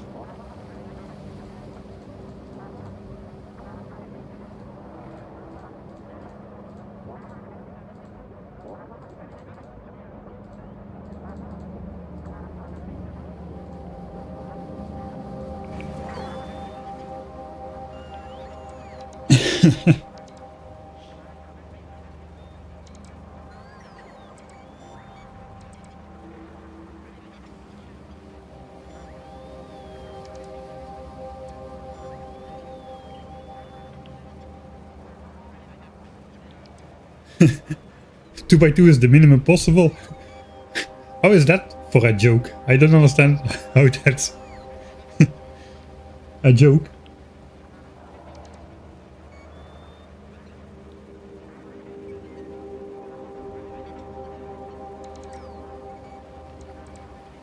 Grande says, "Holy moly, you're the first streamer who pronounced my name right. Only on the second attempt though. I started out with K03.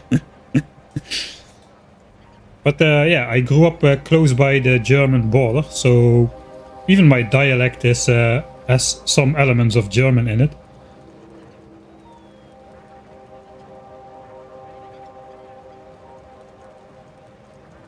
I'm just too old to get those new age jokes.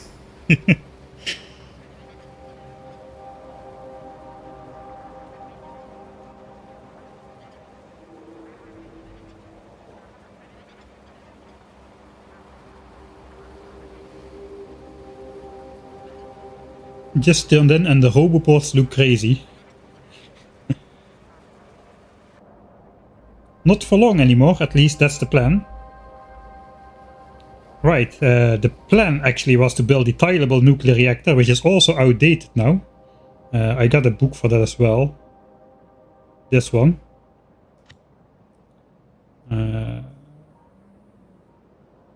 This is without logistics chests, so we don't change the requests. I guess that's a good plan. Should be tileable, right? Yeah, let's tileable. So we just find one. Maybe we'll start from Let's try to do the bottom part first. Here we go.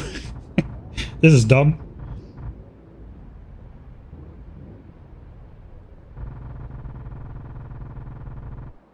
There's a lot of reactors.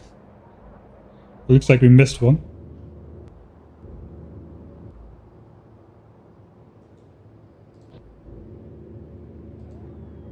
Tree is in the way. Are you kidding me?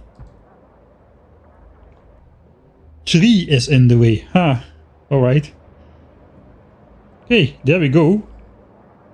There goes the nuclear reactor. All kinds of elements.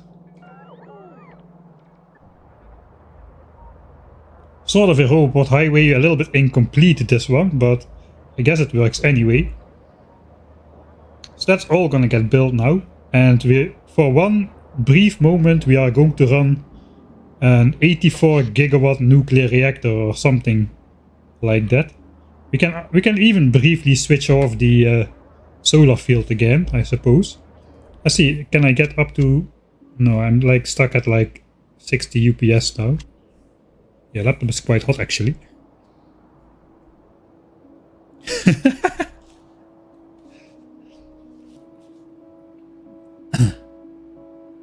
Can place nuclear power plant. A tree has tied itself to an environmental protester.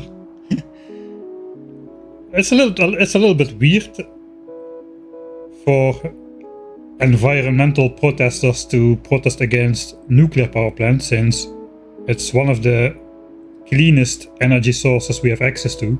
The problem is, it's just like with airplane travel. It's proven to be the safest way of travel, way safer than a car, but it has a bad reputation to it because any accident is so huge, even though it's way less than... It happens way less often than other big disasters. I probably should not be watching this this brown square on the map. Maybe I should put something on to watch, like this super bot swarm.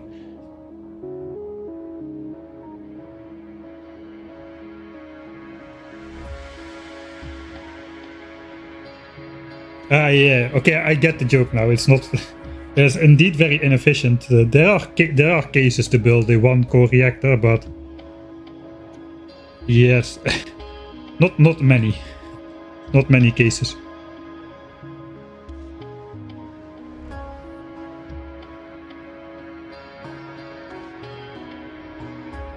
Can watch these bot swarms all day, man.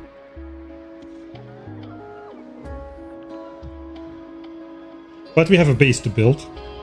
I was going with the quest to eat up all the roboports. Okay, which is spider number 2? This is spider number 1, spider number 2.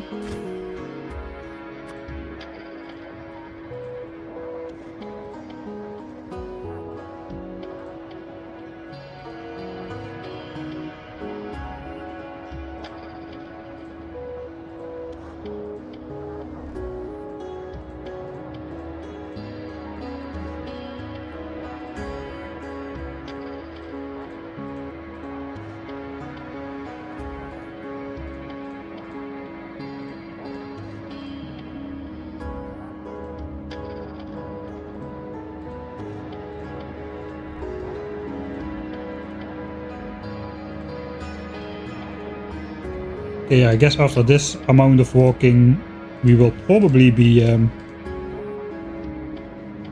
out of bots or out of movement speed again. Okay, so the bots have a fairly easy time. I think I can... let's just keep it like this. Okay, let's see, they should first be building the southern plants. Eventually this number should go up.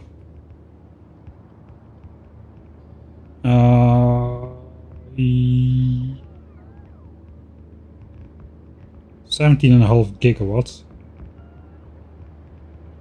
We're not doing anything important anymore. I suppose we can disconnect this. If I do this, it's gonna come from the other network, so I guess we'll do this. Or this. Hello? Ah, wait. Yeah, of course. Yeah.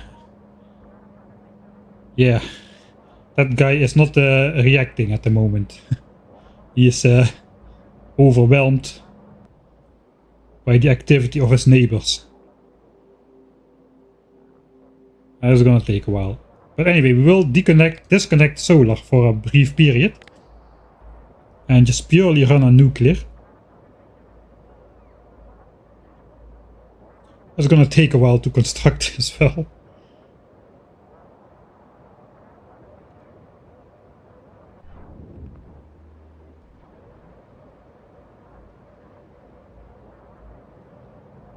Alright.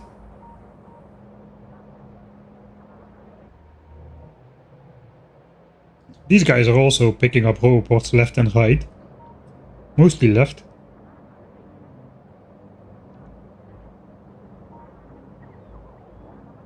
Okay, what else can we do in the moment?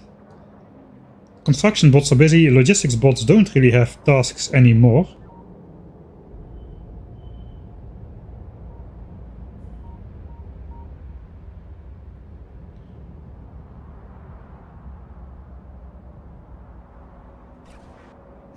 Suppose we could try to blow up some biters in the meantime.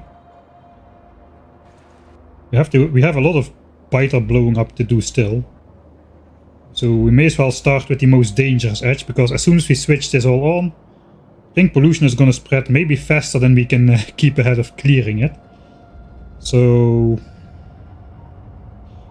yeah, I suppose let's see if I still remember how this works. It's been a while since we killed some biters. I think this was spider 1, then this is spider 2. They have like follower spiders connected to it, which I have to disconnect. Those have the repair packs and construction bots. These just have rockets. And as far as I know, in Factorio 2.0, the explosive rockets will damage Spidertrons. So right now, there's like 2 types of damage associated with the explosive rockets. So where are they? So you got the direct damage, 50 plus 240, and then the area of effect damage, 100 plus 480. The normal rockets only have direct damage.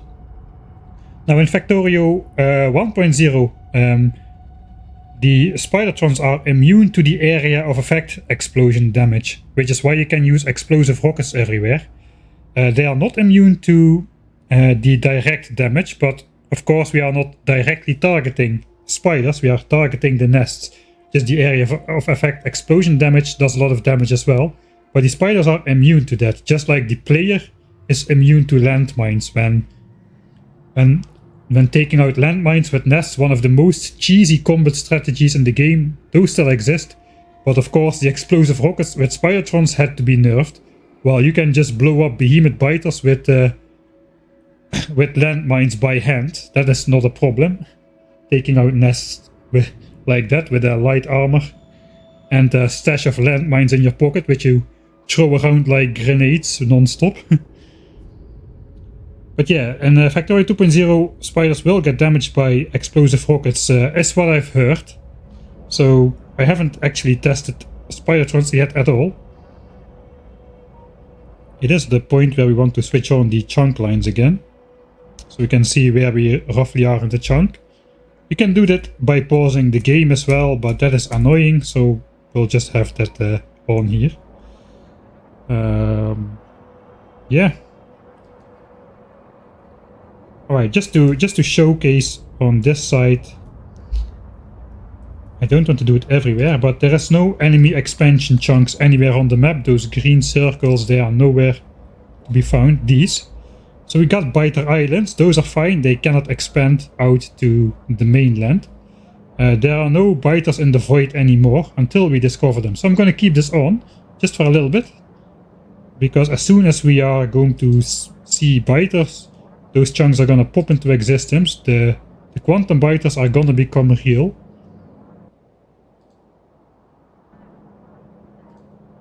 Just carefully going to find the first nest.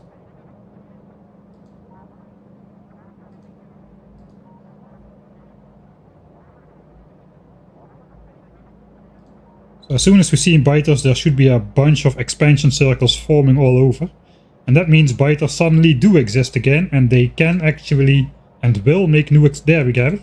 So just this biter nest just spawned in because we forced the chunk to be generated by being present with our spider.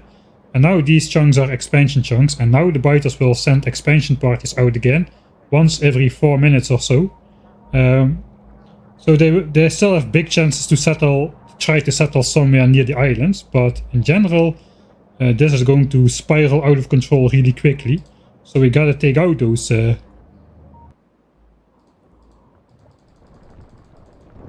biter nests by just doing this with the spiders a lot.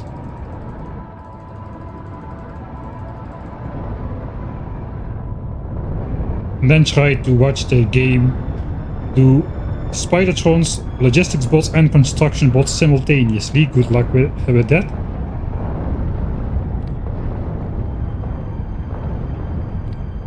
Okay, maybe it helps if I don't actually watch it. So as soon as this nest is gone, provided we don't generate a new nest, these chunks will disappear again. And just manually control it a little bit to speed it up. Okay, there's another nest. So unfortunately it won't be entirely visible, but you saw that just got greatly reduced. But yeah, as soon as we spot one more nest, we gotta go out there, and then of course there's another one, and then of course there's another one, and then of course there's another one, and then of course there's another one.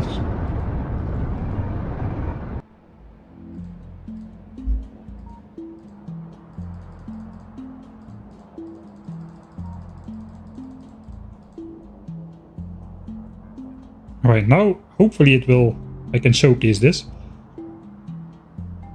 As soon as all the nests are gone, whoop, no more biter expansion chunks. So now again there are no biters nearby from where they can send expansions. No biters exist here until we generate the chunks by walking in there with the spider. And until we do that, the biters won't be able to expand, and that is how we have been dealing with biters for basically the entire playthrough so far.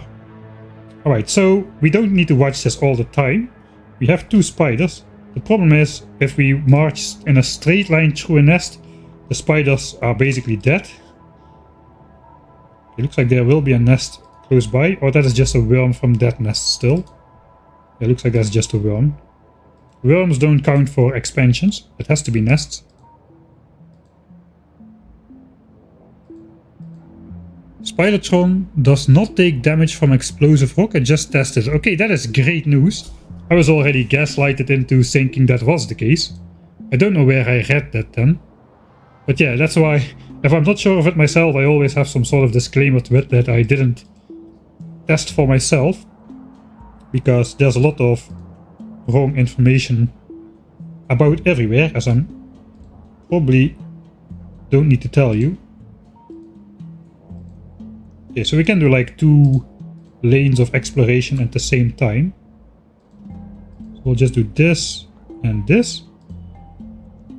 Keep an eye on it and hope the spiders don't run into trouble. As soon as we spawn a nest, we gotta go zigzaggy.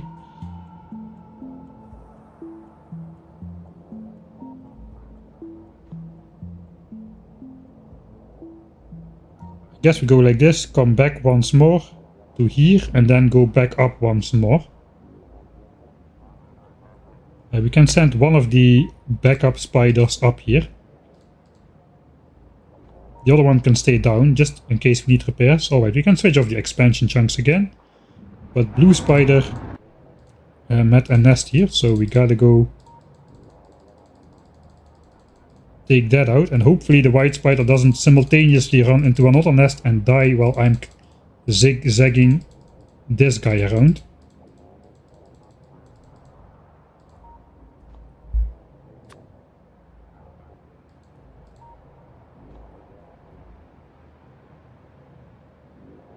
The problem is, if I'm doing this, I basically cannot look away.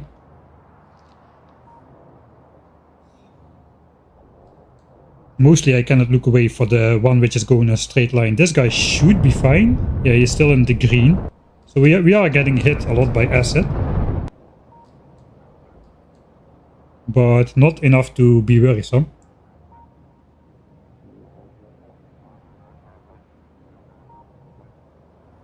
Oi, drinking coffee. No, this is bad.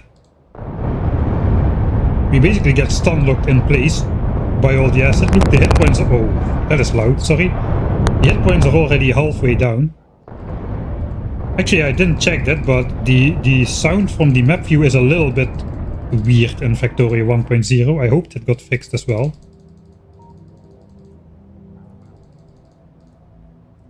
Alright, this should prevent the white spider from dying. Looks like blue guy found another nest. Okay, he's still in good shape, so... Probably my zigzaggies should be a little bit more ziggy and zaggy.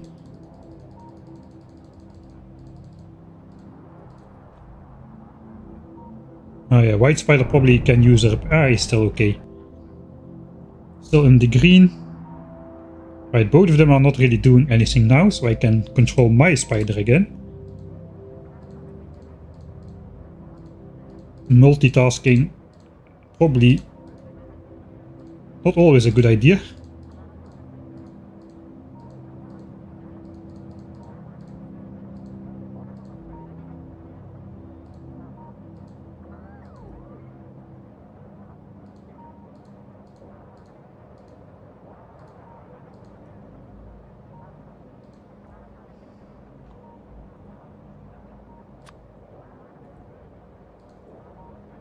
Okay, that should get rid of the entire side on the right. Yeah, it looks much nicer on the map now. Without the row reports. Because this thing is often just on and it doesn't look nice. How's it going with the nuclear plant? These things are smoking again. Has the power line been deconstructed already?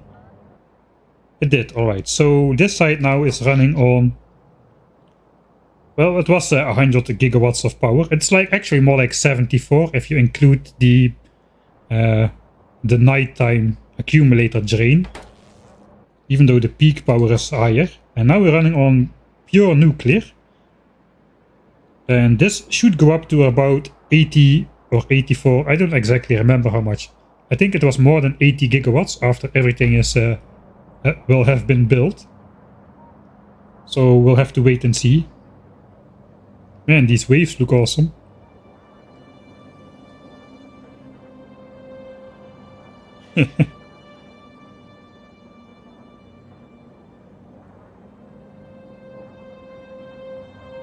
Next playthrough 10k SPM on spaceship. I don't know, 10k SPM. I think the infinite research technology in Factorio Space Age kinda doesn't, at least there is no more constant amount of machinery you need for a given amount of science per minute, since you can always research more levels of science lab productivity or whatever it is called. So if I would have this base and I would have like biolabs and everything, all the good stuff and the legendary modules and all the things, I could easily say this is a 500,000 science per minute base already, or maybe even more. I don't know. The first levels of infinite research productivity are super cheap, so it really spirals out of control quite quickly, I feel. Okay, this is bad. This is bad. Oh yeah, so these, I should have disconnected it over here. So this is what happens if you don't carefully manage your robot networks in Factorio 1.1. The bot just gets stuck here. So I suppose we can either deconstruct that or we can try for the bots to build more.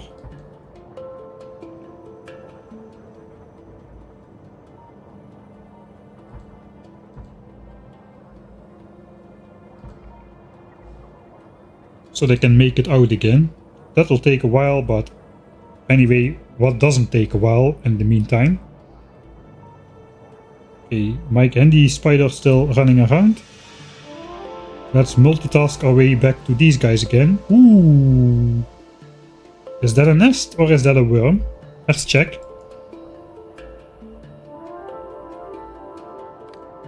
Okay, it is actually a nest there.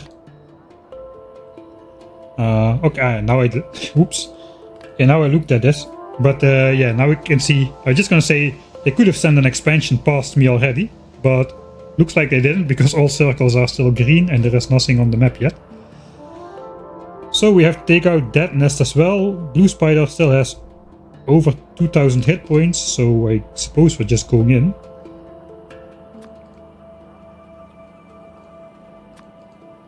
No. This guy can get repaired. Hello. Hello.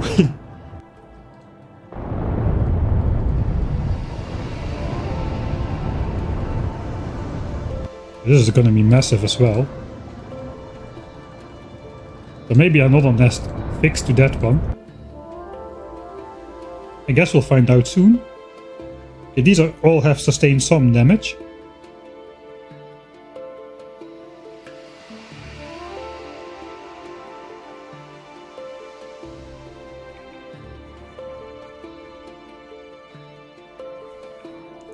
Yeah, that's what I mean. The SPM is basically like an elastic ruler now instead of a static one.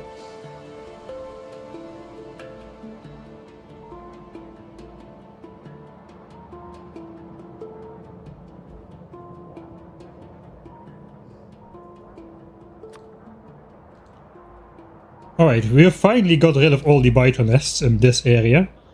Probably we can use a fix up as well. We are in the yellow. So let's call in the repair troops. Suppose that there will be nothing over there. No! Alright, the repair troop can go explore those chunks. There will be nothing over there. Of course we ran into a nest right about as... Hello! So I had to click away real fast because we've gotten demolished again.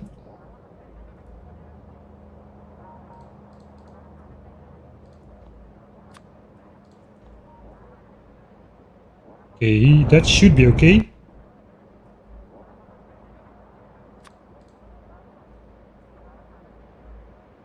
One, two, three.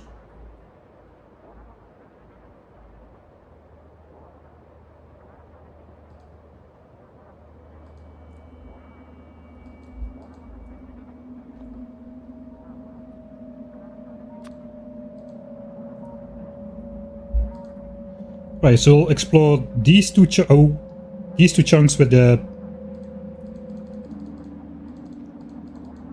purple spider, pink, purple, and then we'll go next to it with this guy. I was gonna say,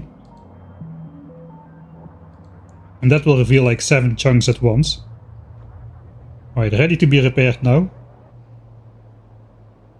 About half hit points.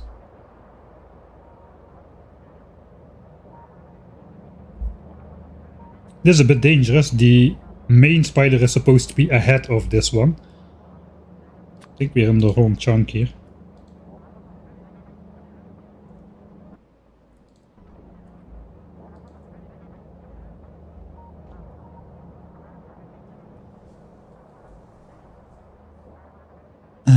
How near are we? Are we near our goal of 10k biters per minute? I didn't think so. Oh, this is dangerous.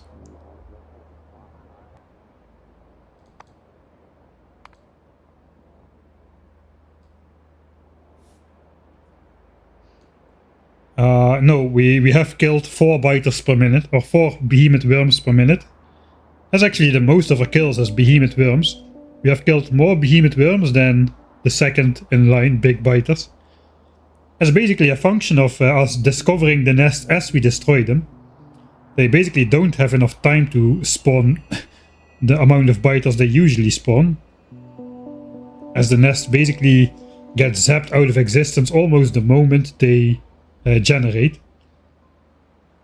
So they all spawn, they spawn one biter in the first tick, they get generated, they immediately spawn one biter, and then the next biter, it takes a couple seconds, and in those couple seconds we usually destroy the nest already.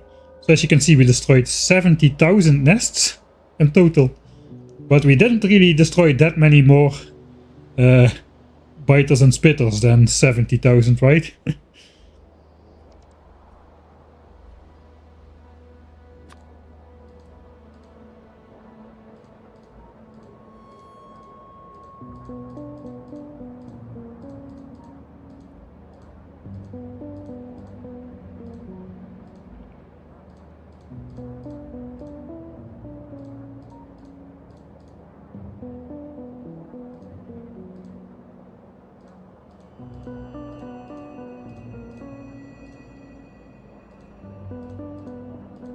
Alright, and after we pick up this, those bots will finally be released from their indecisiveness.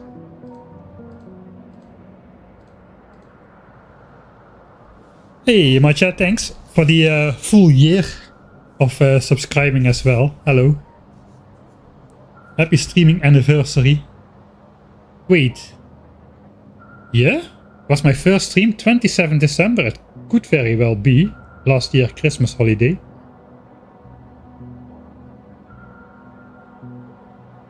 I actually don't remember. The very first stream, Crastorio 2, on Pure Dead World. That was quite an adventure as well. Especially the beginning, because in Crastorio you are not simply able to research the gun turret. So the early game is a bit wonky on that world, and by the time you actually get something, evolution is already pretty far, and yeah, it was quite an adventure as well.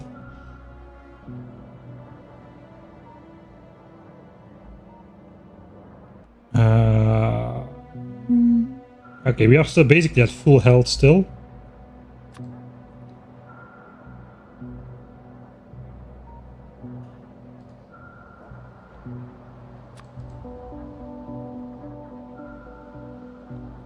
Basically 3 chunks and 3 chunks. Probably we should take a look at the construction bots. The game is running more smoothly again, so probably the bots are done. Okay, we immediately run into a nest, so I cannot look right now.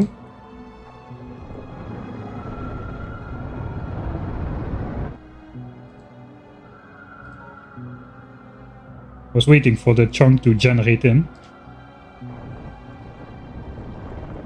Oh, that was less spectacular than I was hoping. There was probably a lot of unnecessary damage sustained.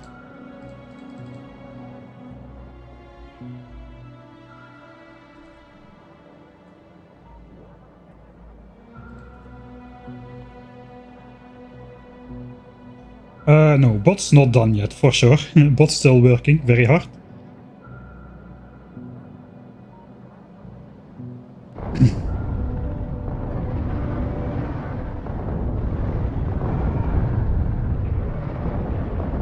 As you might see, the explosive damage of a rocket is enough to one-shot a nest. This one got targeted, that one already died. So that is the level of explosion damage we were going for. Oh, dang it. Oh, this is not an attack spider at all. This is a backup spider. Whoops. That could have ended very, very bad. Okay, abort mission. Help me. Save me. Save me. Okay, they go back already. Alright.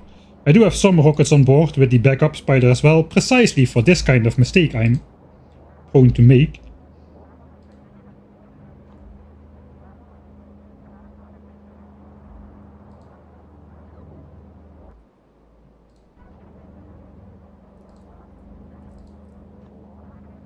Okay, let's go with white spider, and this one will just clean up everything we're gonna be discovering here. This is sure to go on in these chunks as well. Let's branch out.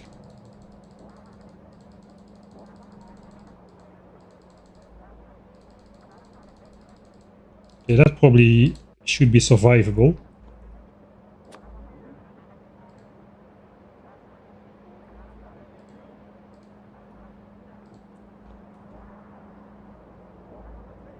Meanwhile, I paid zero attention to the white spider. He could have gotten himself murdered already. How is the map progressing? Good. We are basically getting everything out of the way. I'll do an overview as soon as this battle is over. So like these island biters, the biter islands are pretty useful in absorbing some of the pollution. You can see there's a big dent where these two nests are in the protrusion of the pollution cloud. Okay, we're still in the green held.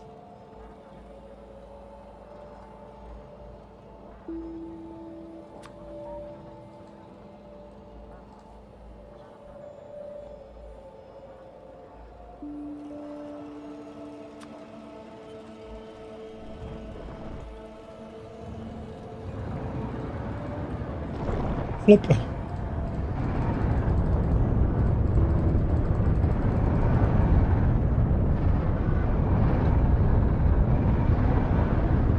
It does feel, we are 40 UPS, but it does feel a lot slower than 40 UPS at the moment.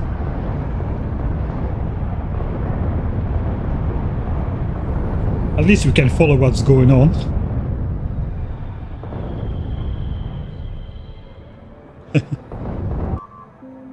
Oh no. RIP. Oh, that's bad. And I cannot move the red spiders because I don't have remotes for those. And the last save was probably well over an hour ago, knowing me. Auto saves don't exist, so I guess Ripperino. Yeah, that's what happens when you walk straight into a nest. Basically, you get grinded into nothing. You can see the part of acid just on the spider and then it just blows up.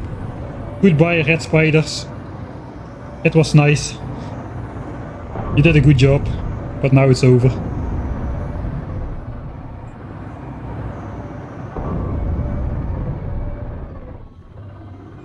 RIP.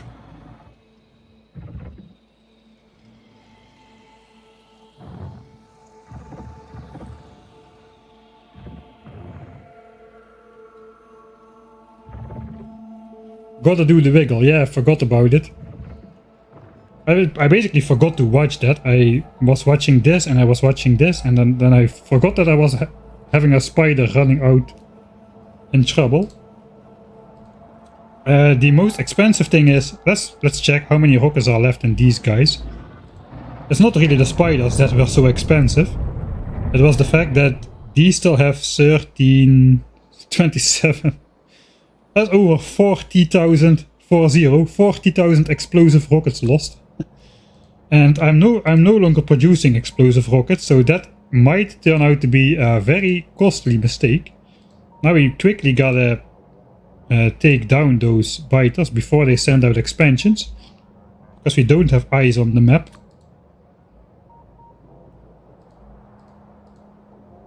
So let's send this guy just to look around a little bit already. Well, it's been a while. Actually, I don't know if I can remotely reassign remotes of spiders in Factorio 1.1. But anyway, I probably would not be fast enough. I would need to go pick them up. I'm up here. The remotes are in a chest in the base, so...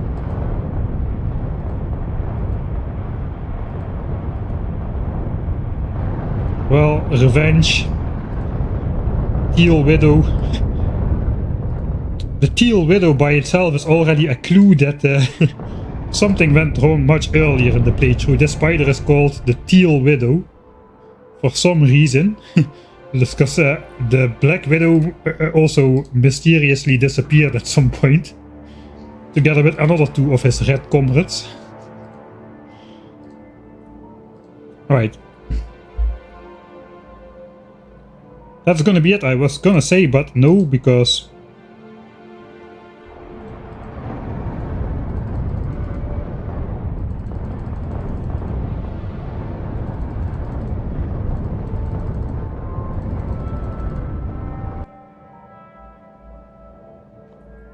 Okay, no expansions were found, so I guess that is fine. It's pretty hard to expand unseen out of a pocket like this. It's much easier when we like explore in lines and then just forget about it for a while.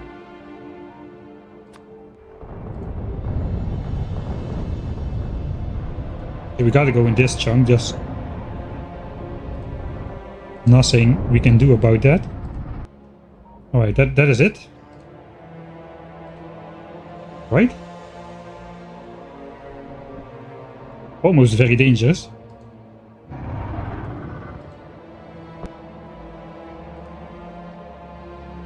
I guess we now just go up then.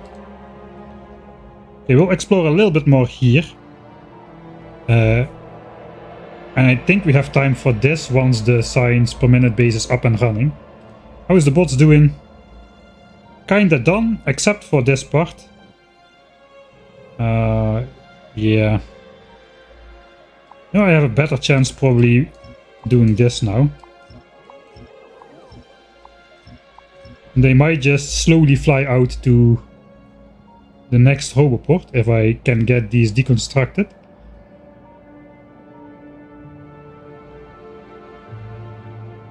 Wait, was I still fight? I never learn from my mistakes. I probably am pretty full of roboports again.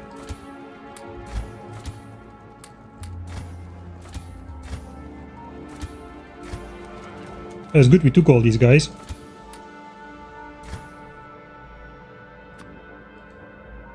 Let's go there first. Looks like we missed that one.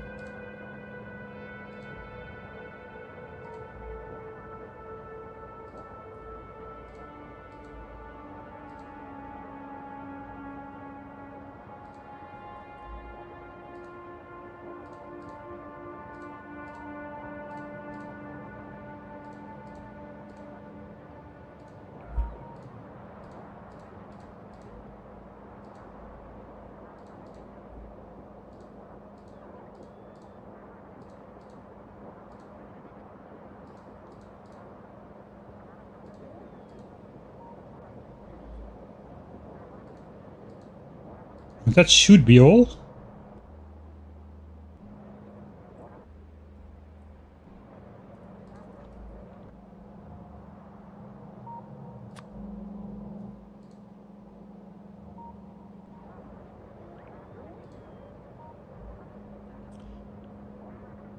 Okay, it's not working. We'll send Mad Max in. He has got some roboports on him now.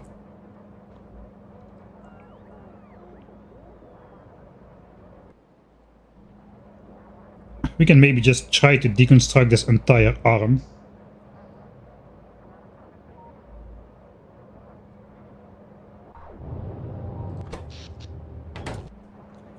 Only half the plan is working because of this. Alright, let's watch ourselves walk over the belts here a little bit.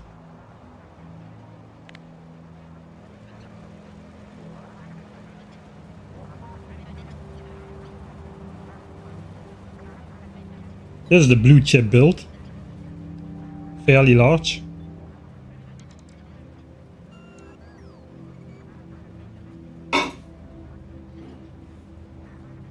Yeah, keep an eye on the spiders. If I lose the next one, then I don't have any backups. And if I lose them in the middle of an expansion, or in the middle of a... Yeah, basically if I walk into a nest and it gets destroyed again, I have no way to clear up that nest anytime soon, and expansions are gonna creep out all over the map, and that is very bad news.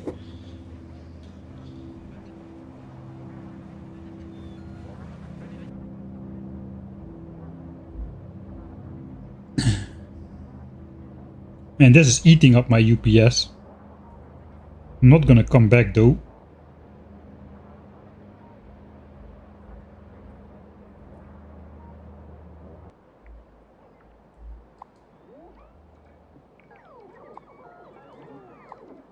I can try just to delete all the roboports.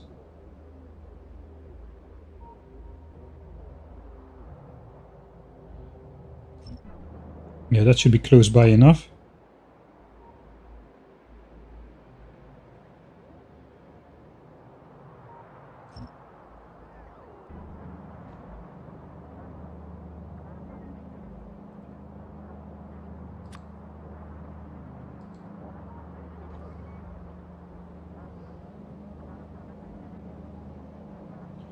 Missed one.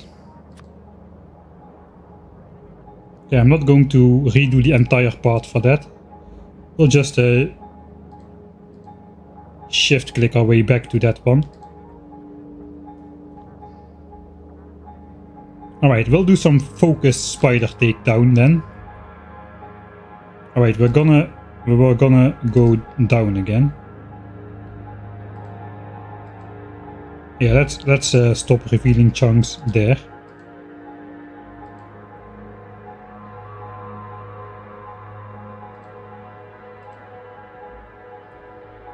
We want to explore a little bit of this section. Although, yeah, we're probably actually fairly well protected now, since most of the pollution is going to be around this top part over here. And this is basically like lingering pollution from the main base, which is now basically stopped working.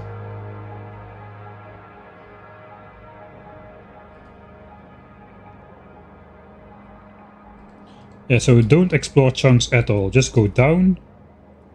Okay, then we have to wait for the spider to do its thing. I'm not sure we are damaged, so let's send the repair spider there as well.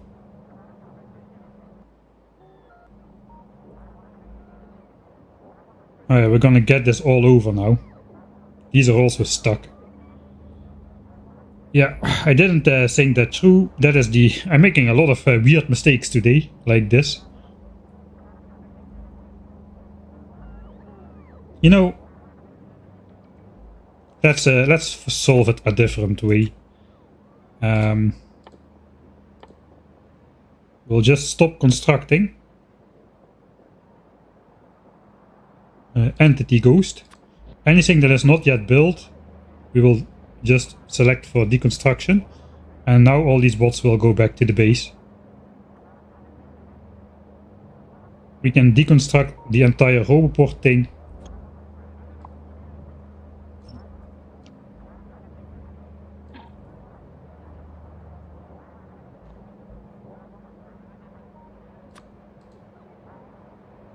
Ah, no.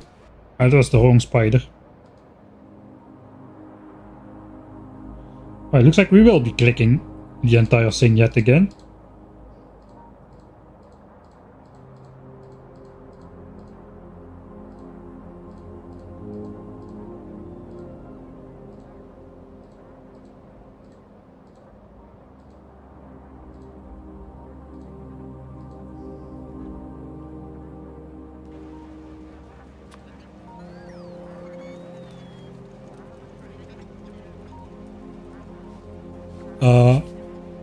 I don't need to make new spiders, I have new spiders.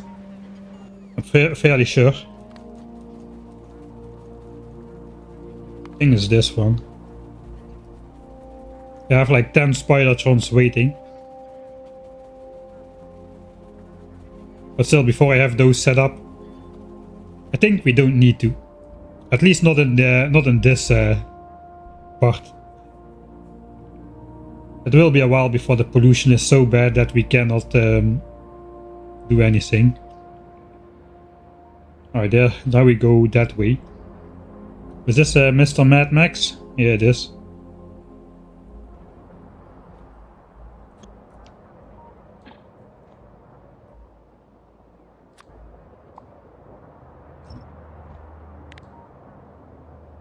I did not cut power, fortunately.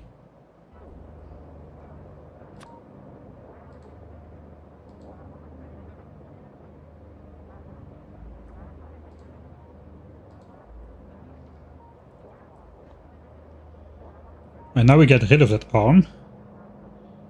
We still have to get... Is this too far? 1, 2, 3, 4. Yes, on the edge. I suppose if I do this, we can make it not too far. Then they have somewhere to go.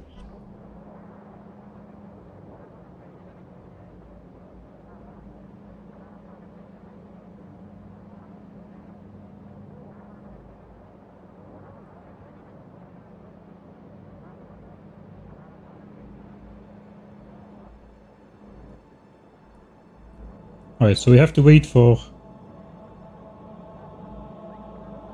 Do we?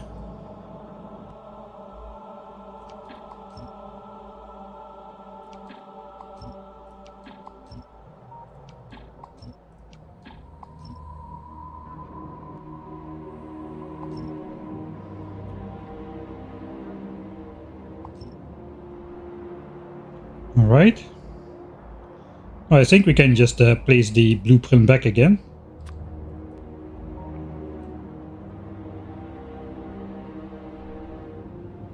Maybe start from the bottom again.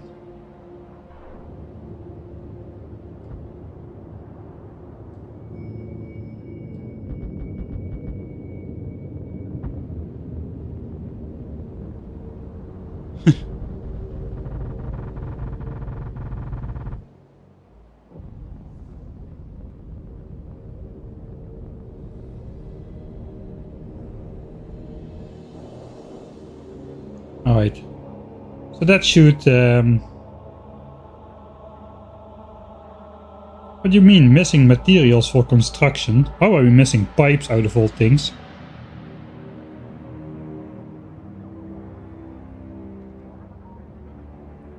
I don't think we're actually missing pipes. Right? Yeah, good luck finding that somewhere in here. There's gotta be one of you who's looking at the right chest right now.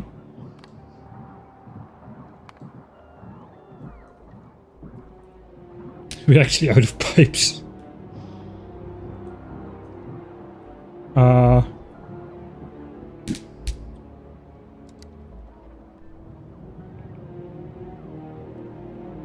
We still have infrastructure to make pipes, right?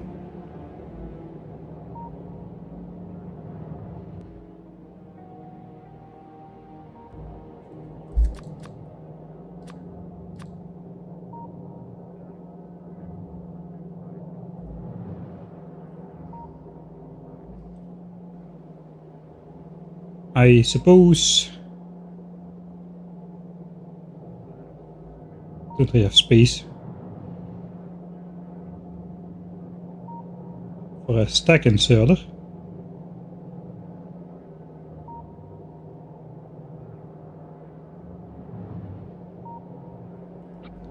Yeah, I suppose we can just do it here.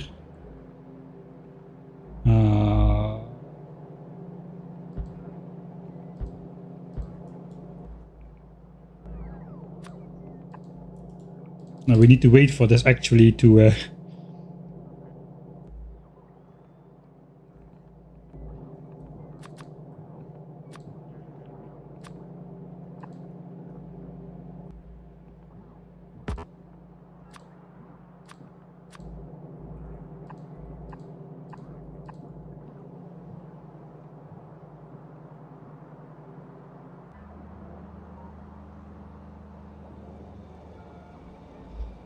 That's weird. I was pretty sure I produced all the pipes and stuff. I must have used them up for some reason. Into something. At least the rest is getting placed. We're not missing anything super important.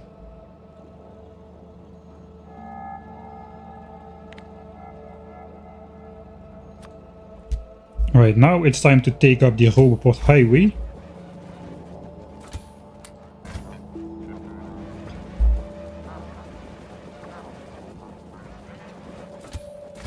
Last guy.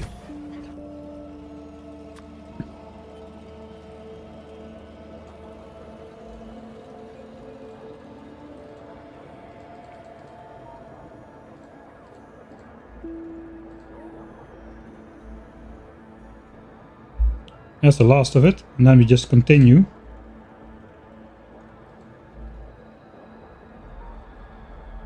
Let's first go halfway before we run the entire distance.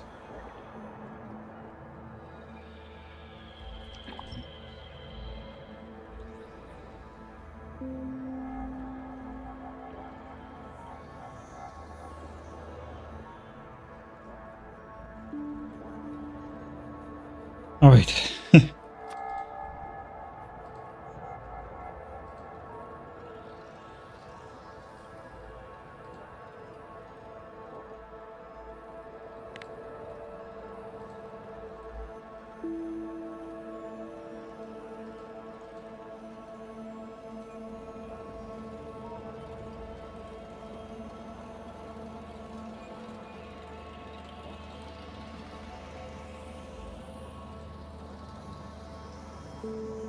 Just like a really small corner like this, and I think then we'll call it for the biter destruction.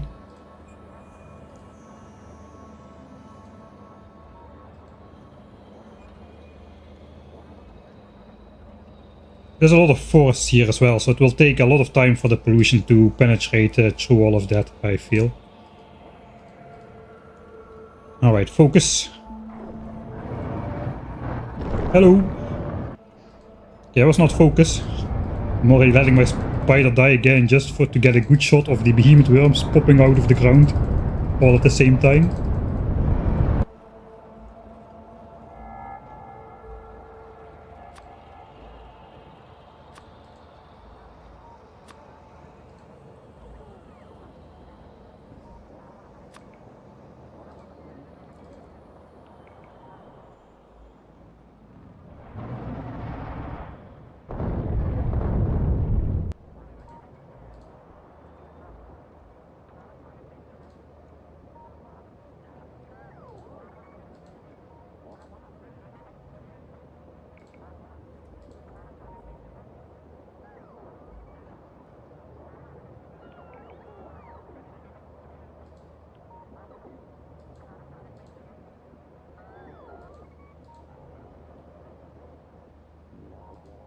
You know, I think that's gonna be good enough.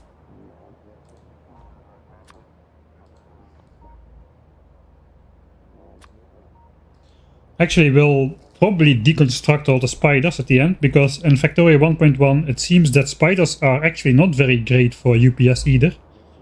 I'm not sure if it's stationary spiders as well, but it wasn't one of the Friday facts that the legs take a lot of calculation all the time. And that was not really as optimized as it could be. Don't know, what the heck is this guy? What are you doing? Get in here. You too.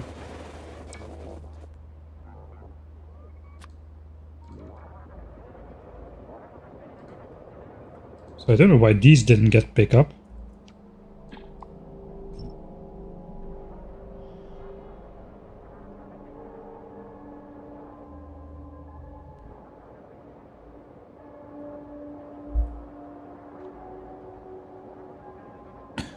Why are these bots relocating to this roboport? What the heck are you doing? What's going on?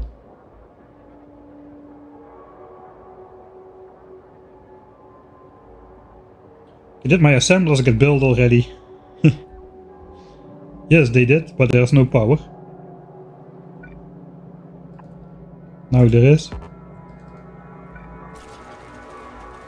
And welcome to... Oh, dang it, I don't have a chest on me. And I don't have chests anywhere.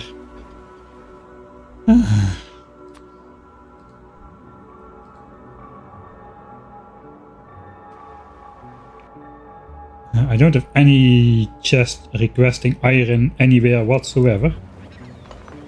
Go somewhere else. No, not to that one.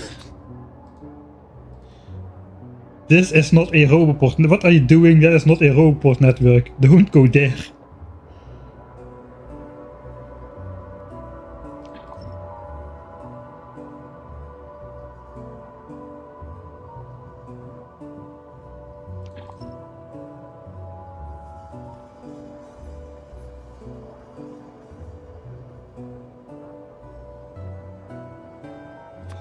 Such a mess I'm making out of this. Let's pick up those guys.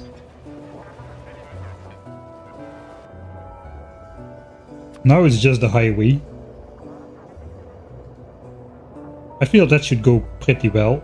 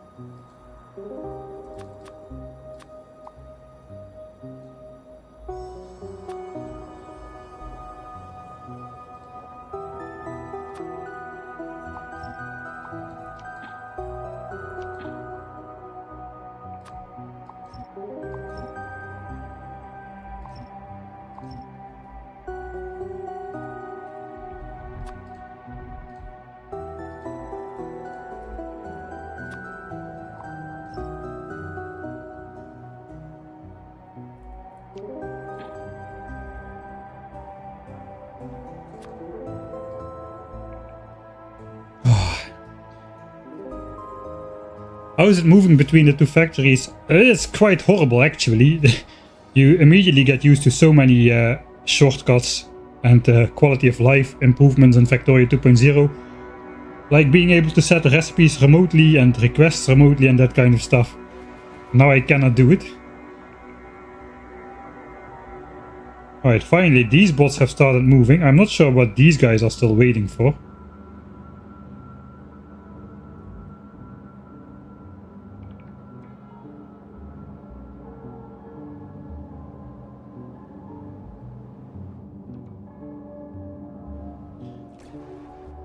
I guess I am constantly I'm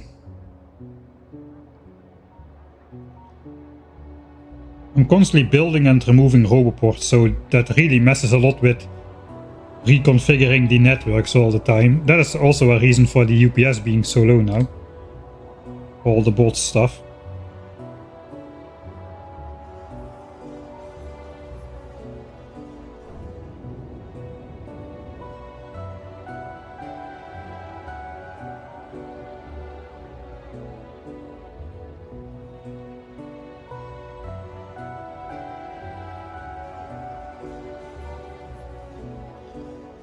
Yeah, okay, multitasking this together was not the best plan.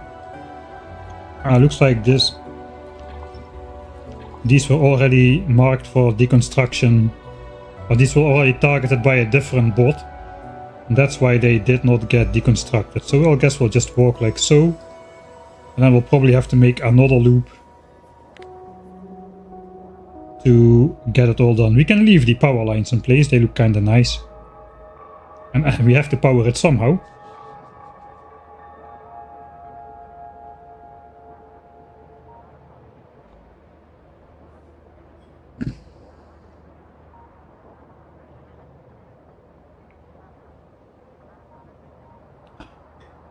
There are no free chests for the bots because they are assigned to the wrong roboport network. They are assigned to this roboport network, which is all marked for deconstruction.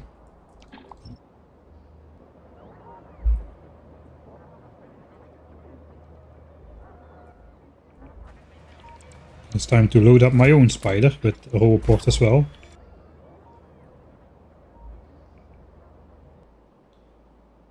I think I'll just leave the spider here. It's probably where we'll need it the most anyway.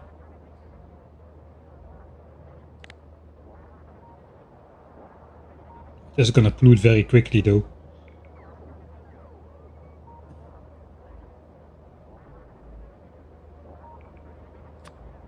I just don't want to spend a lot more time hunting biters on screen. We don't really have time for that at the moment. Not if we want to switch on the base today. It's already taking way longer than I thought it would. Why must all robots go away? UPS issues.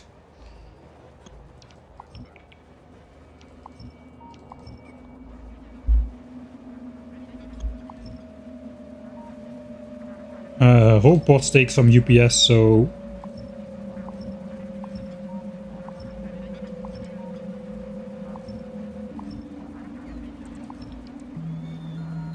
Okay.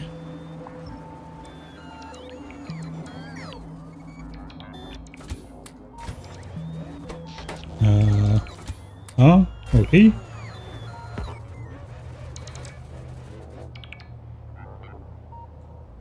Okay. Now a couple more and then this should be over. Switch off pollution for now and the power network. Now I gotta make sure I don't make mistakes.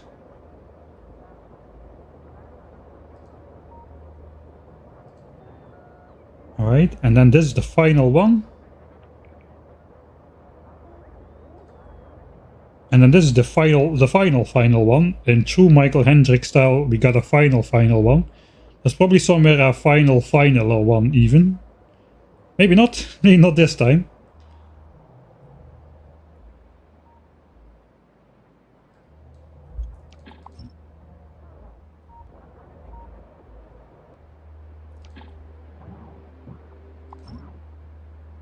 Alright, there they go. There they go. And these guys are on the way as well. Finally. Normality restored.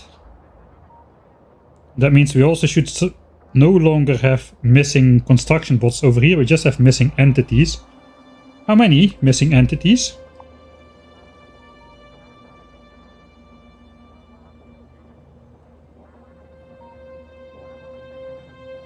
I think 3000 pipes and 600 underground, something like that. The rest should be placed.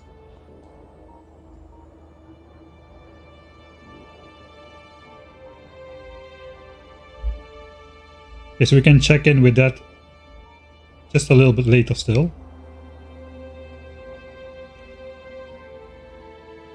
It's gonna take a while for these guys to reach the base at this slowest speed, but they will get there. They will get there.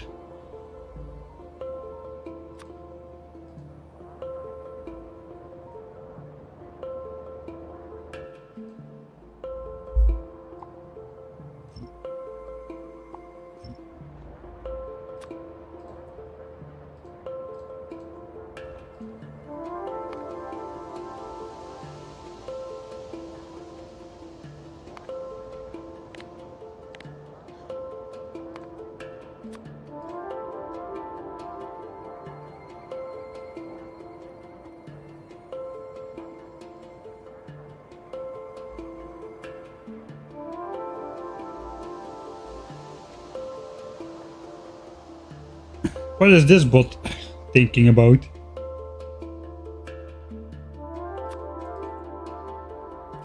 We'll go there after we did this thing. Okay, these tags can go. There's no longer the Mark III module area. No longer solar panel accumulator area.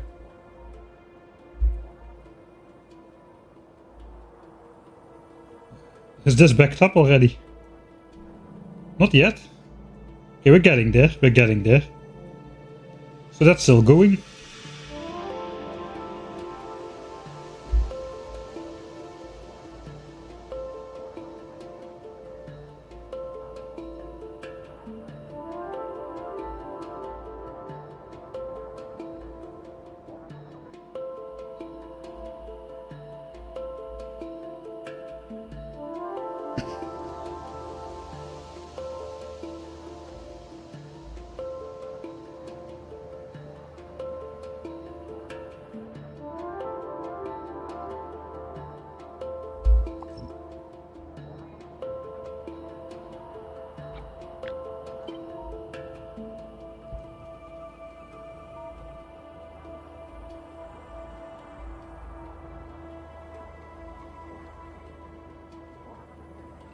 Okay, some of them are getting... There's all now one big robot network, right? I don't have separate robot networks anymore. Actually, I do. This is separate. Let's connect it then. I mean, it's a mess already anyway. We could get rid of this train altogether. And just let the bots handle it.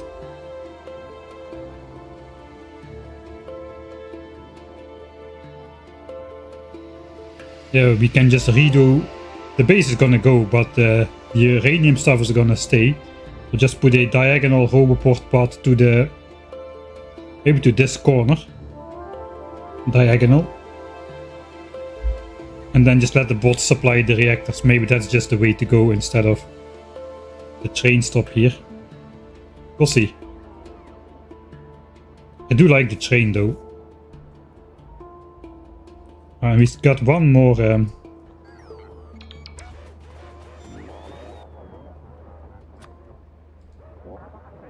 we got one more roboport network which we want to get rid of. There's actually 1,000 logistics bots in there. Okay, I can house those.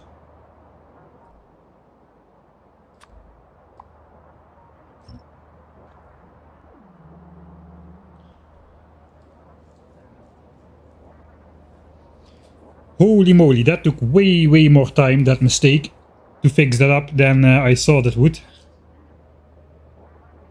And in the process we made some other mistakes, like losing the spider, one of them, to the combat stuff.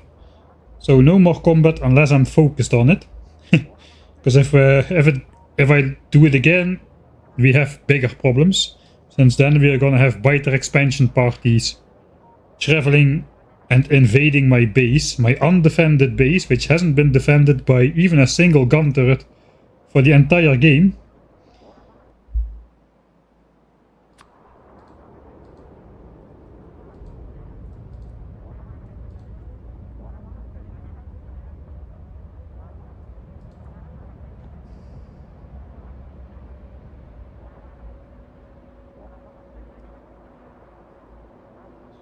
Okay, then we gotta make sure we make those 600 undergrounds and 3000 pipes.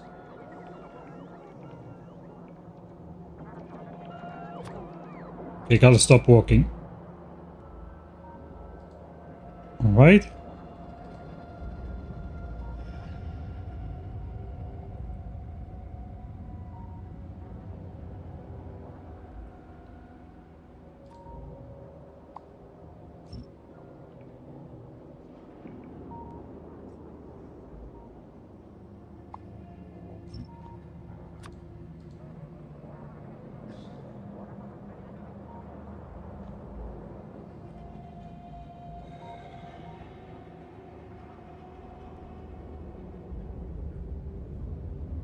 Alright, of course.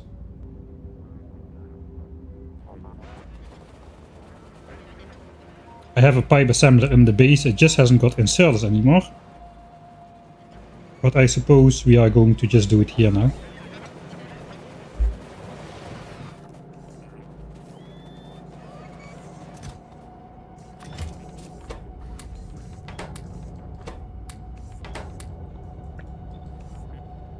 Yeah, we need 3000 pipes.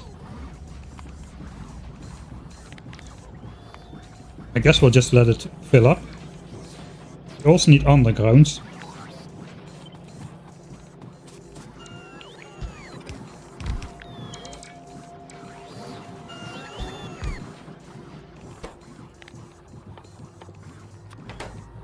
Somehow we are out of all of that stuff. I have no idea how, but we are.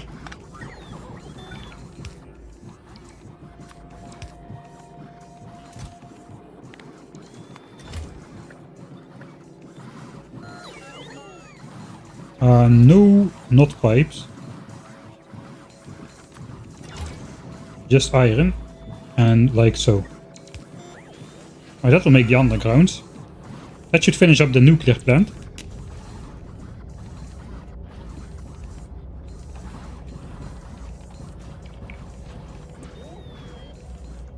Alright.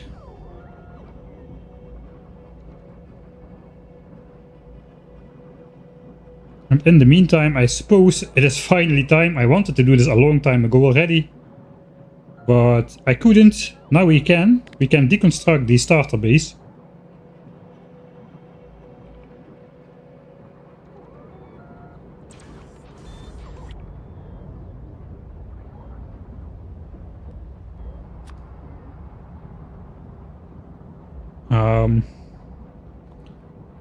We gotta make sure the rest state powers though.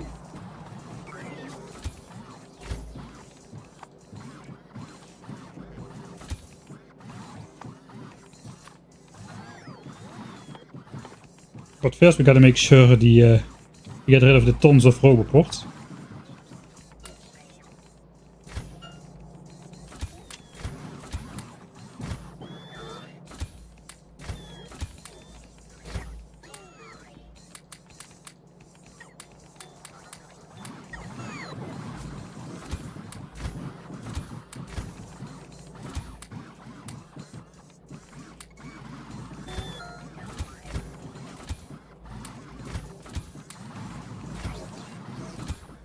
There was a lot of roboports in there.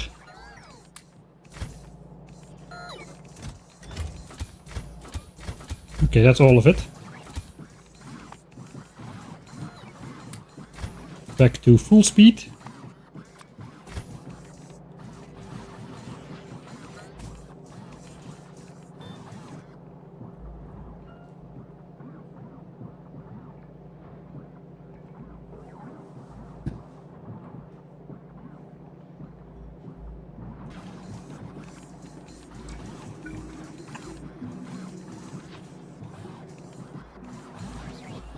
I guess I'll just I can afford to get an inventory of stuff again.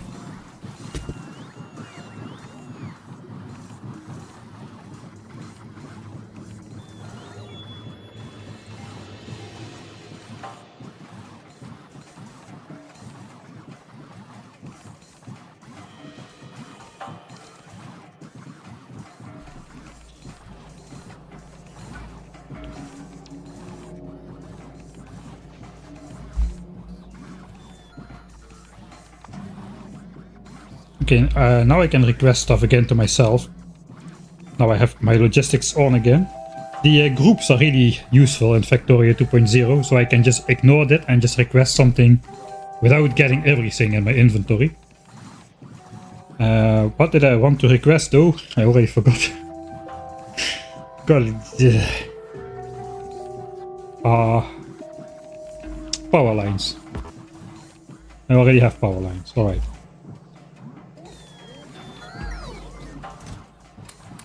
I happen to spot those. I do want some more of these.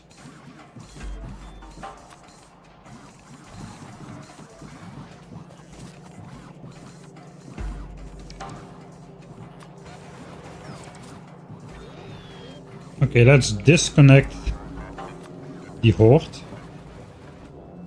So we're gonna deconstruct the main base, but we gotta make sure the rest stays power. So we'll bring power to this base, I suppose.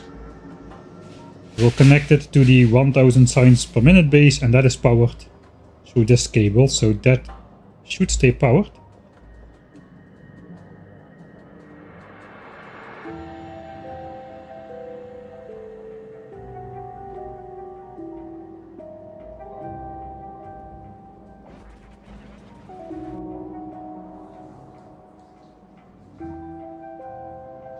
I guess if the rail is there, I do not want this power to connect to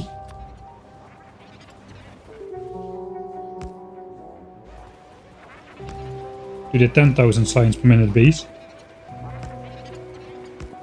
So we'll just go like so.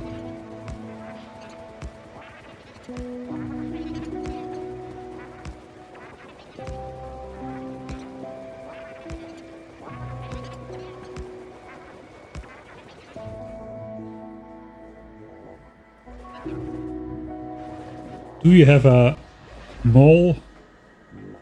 No, I won't be making anything anymore. The time that we need to make stuff is over. Everything has been made except for the pipes apparently, which I did save up at some point, but looks like they got unsaved up at some point.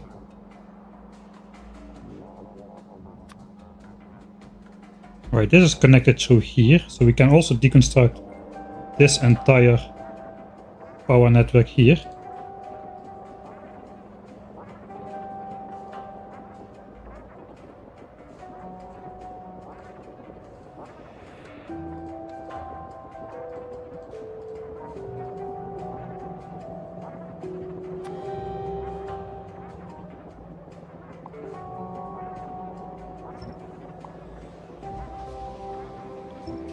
Our design area is no longer needed either.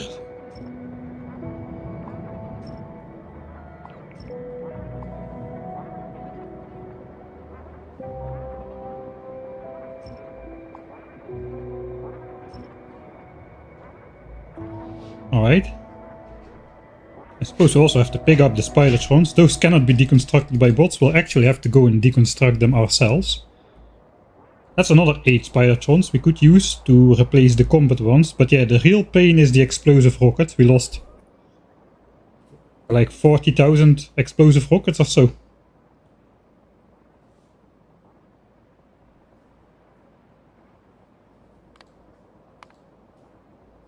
Okay, we still have a couple left, but yeah, we're gonna need a lot of them still.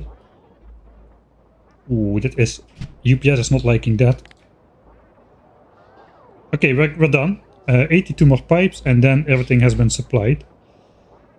So I guess I will stop production of pipes.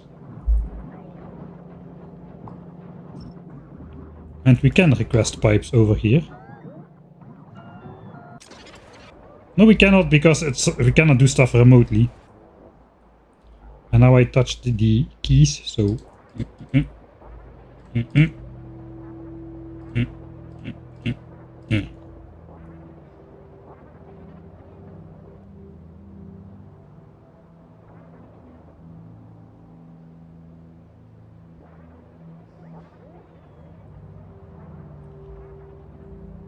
Alright, that will settle down the construction bots at least.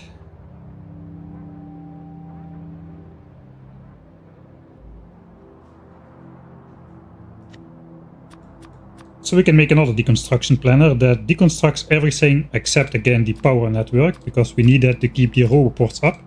So power network stays up, roboport stays up, radar stays up. And then we can finally deconstruct the starter base. And after that I'm gonna take a small break to eat something. And then we can finally get on with building the actual thing we wanted to build. All stream already.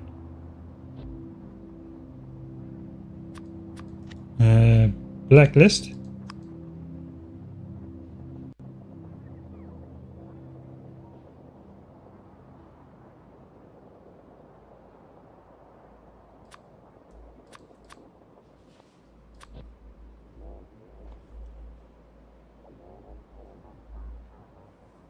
Okay, all bots are airborne with the pipes for the nuclear power plant. That means we no longer need to make more pipes.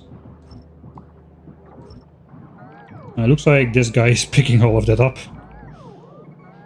Gotta get rid of all the spiders as well, man. It is time to get rid of absolutely everything.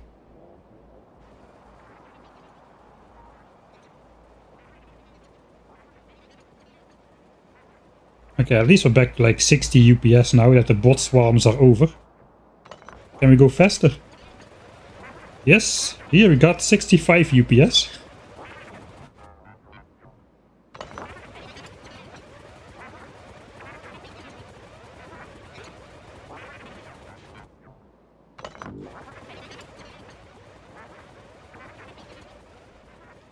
I'm going to deconstruct my starter base to make space for something better as well. There's going to be the giant 100 rocket silo launching facility is going to be in its place, doing 10,000 signs per minute. That counts like something better than the starter base, doesn't it? Okay, it didn't need to. It did not need to be built on top of the starter base, but so it happens. Okay, one more, I think. That's the last one.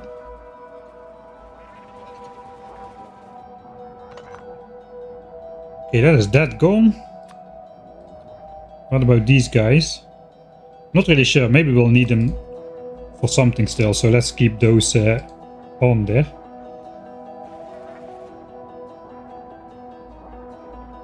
Because now we just got the logistics bots doing the thing with the fuel cells.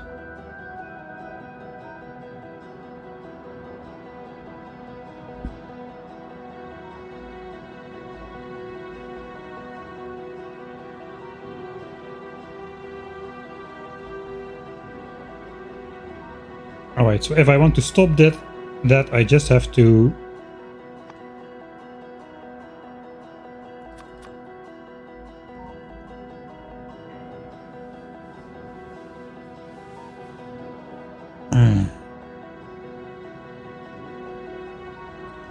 disconnect the roboport networks. I do want my construction bot still though. I think it's time to start. Let's do the deconstruction of the starter base.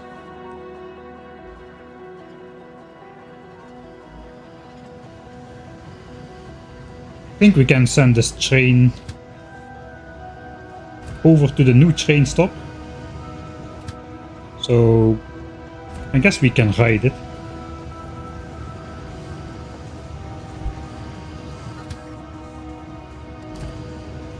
Turn around, of course my trains have to turn around.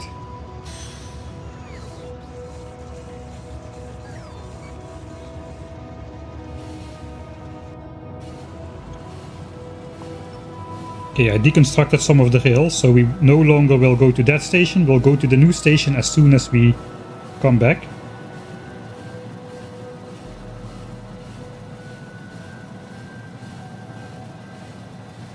It's funny that the illuminated wagon is the one which... What do you mean, no part? I did copy the blueprint with the train stop names. Ah, yeah, okay, no part, I see. Well, yet another mistake.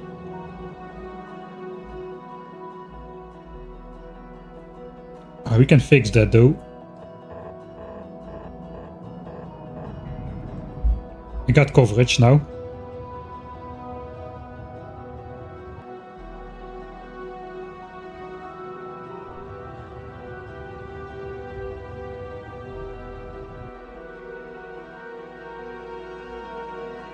I hope I have rails. Please tell me I have rails.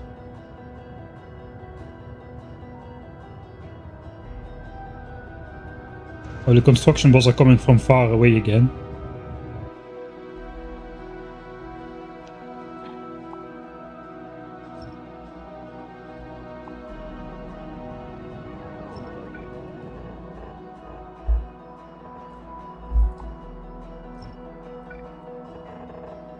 Hopefully that reassigns all of them.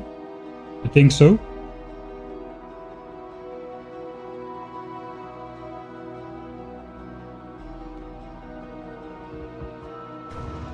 Oh, that means we should go now, soon.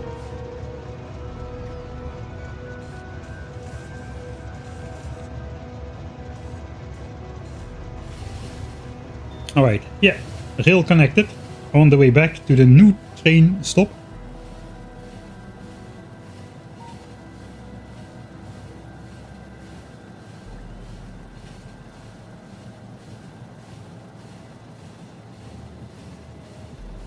Yeah, we have had 3 train crashes with the dang it. Oh yeah, okay, now we're here. Okay, manual. We'll stop it for now.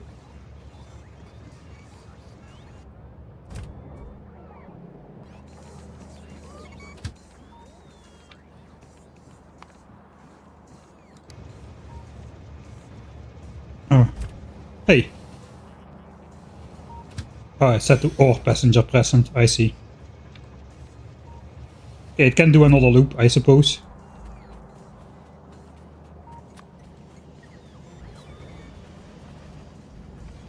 Alright, so now this thing is out of commission completely. We've got new nuclear fuel production and everything.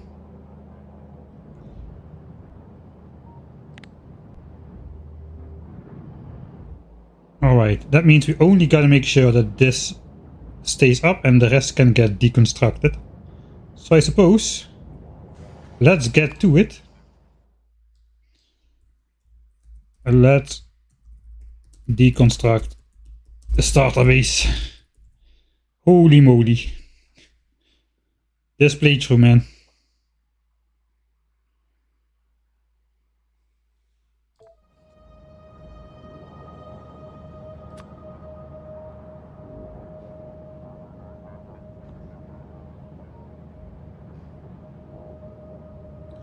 Okay, I guess I'll first do the less scenic parts so we can bring the bots home during all of that. That means we'll do... We gotta keep that rail, but we can get rid of this entire thing up here. Okay, we are selecting trees as well.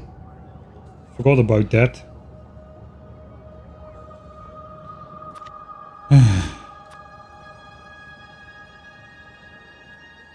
There's no option to blacklist and combine it with trees and rocks except doing this.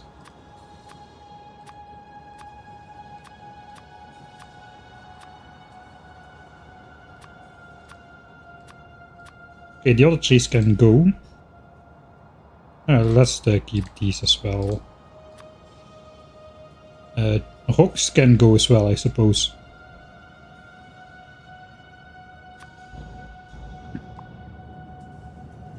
Okay, rail has got to stay, I just said, so on this horizontal. We'll do this. That's a lot of stuff.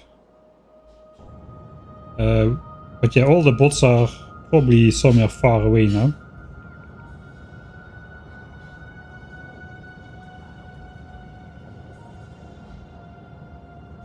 Yeah, they are coming now from all up here. So all 20,000 bots are up there at the moment. Alright, also all of this has got to go.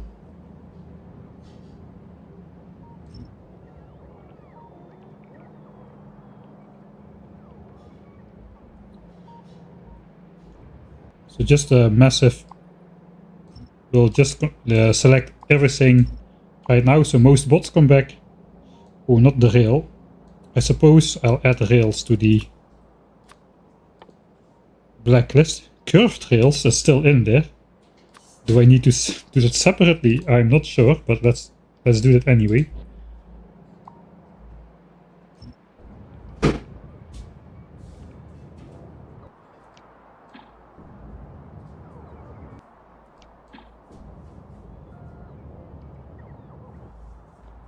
Alright, and lights. Those can stay up as well for a little bit.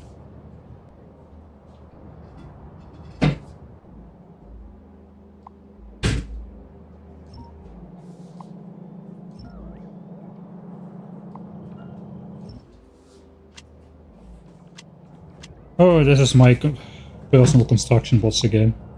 Thank you, personal construction bots.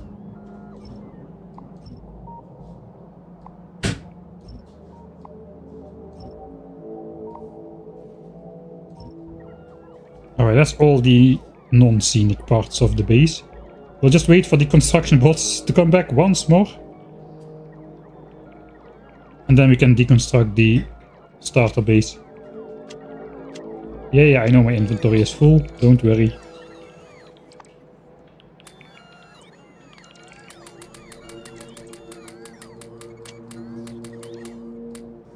Spider, have you ever moved 8 Spidertrons to your logistics trash slots? Well, I have now. Oh, no, not the construction planners.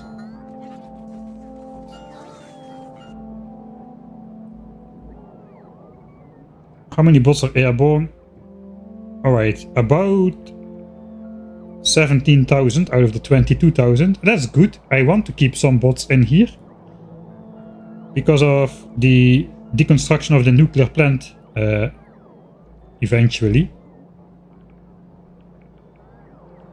Alright. So I'm going to eat something. This is a good moment to go do that. Anyway, we are waiting for the bots to come back. Let's fit it in there.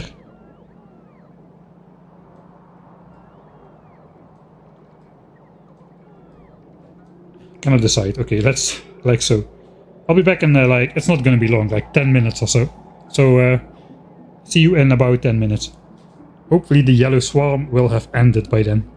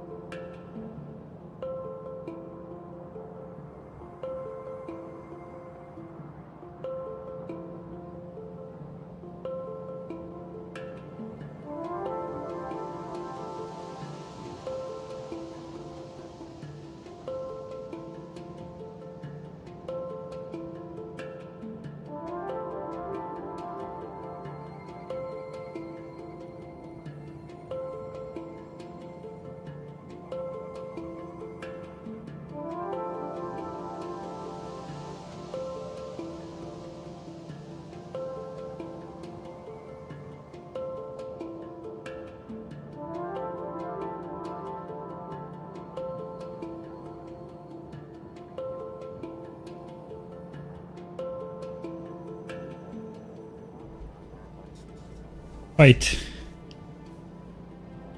Looks like the yellow swarm is done. Looks like all the bots are back in the base. When I checked, actually, we did check UPS count from like the roboport network in here against the raiders in here. And actually turns out the roboports in here used less UPS than the raiders did. And if we mouse over this, that's gonna take a while. No, it's gonna maybe take two.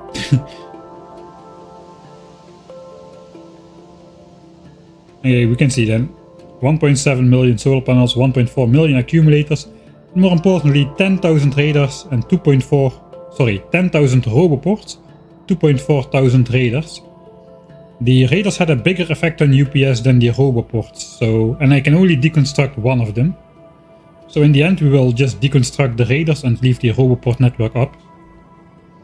Because the problem is, as soon as I deconstruct the raiders, I can no longer do my trick to... I no longer have map view, so I can no longer do the trick to deconstruct all the roboports. So I have to choose basically, it's raiders or roboports. So we will deconstruct all the raiders before we get going. Alright, hey Matcha, I forgot to do the summary, the things. Okay, so we did in the beginning of the stream, we finished and pasted the rocket control unit blueprint, which is this very, very long array of 4 times 120 assemblers just for rocket control units. Nobody is going to miss you. Most of the people already will have forgotten about these things, including myself almost. Then we got speed modules up here, and we've got a ton of smelting going on. Actually, it was just for the speed modules. It was like 24 belts of green chips again. Way bigger than I expected it to be. Some of those are for red chips. Some of those are for speed modules directly. I think 10 for here, 14 for red chips, and that, etc, etc. And now we're basically working on making space for the launch facility, which is gonna look like this. It's gonna be above the 1K SPM launch facility. It's gonna fit into here. And we are right at the point now where we can start deconstructing the entire base. So let's one time, I think it's better if I just go stand here. I can zoom out a bit further. The entire starter base, I cannot zoom out completely. I can actually. Okay, I can get the entire starter base in here. This is way further than you can normally zoom out. But yeah, I suppose we are just going to watch this all the way through, because this is the deconstruction of the base, which basically produced every single machine in the entire factory for the entire 10,000 signs per minute base, as well as for the 1,000 signs per minute base. It all came from this factory, and now it's time for this factory to go, including the celebratory train, which just goes back and forth all the time. We'll set it to manual, it stops there, and it's gonna go. Actually, a rail is excluded, so it will keep going. The train stops are gonna disappear though. So it just will have no part in the end, I suppose. Alright, but first we'll deconstruct the mines. It was this one. Or whatever is left of it, I suppose.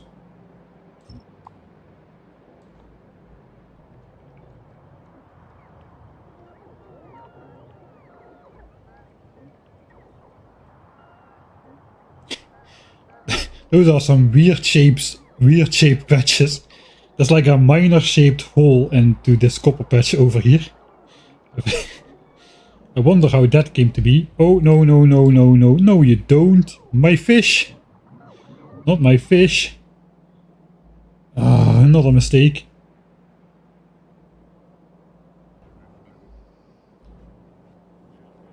We'll restore that eventually. We'll get back to 100,000 fish in the starter lake. I guess they have to go though, for UPS reasons. Alright, now then. Time to deconstruct the starter base. This is the last little bit of it, isn't it? I guess this also needs to go still. The old...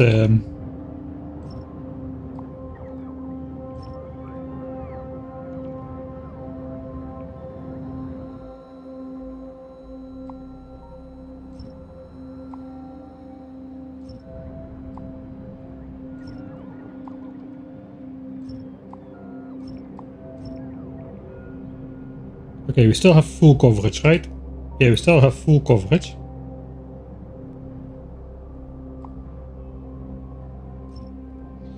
Right, the rest of the green chip build also has to go still.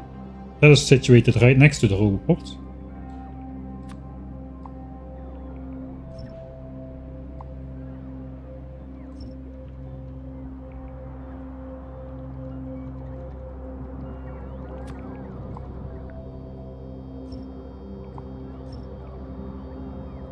Alright, then it's time. Now it is finally time. It's nighttime as well, the lights will stay on. We'll override this save. How do you have so many fish? Yeah, sometimes you get lucky with a starter lake. A lot of fish can spawn in there.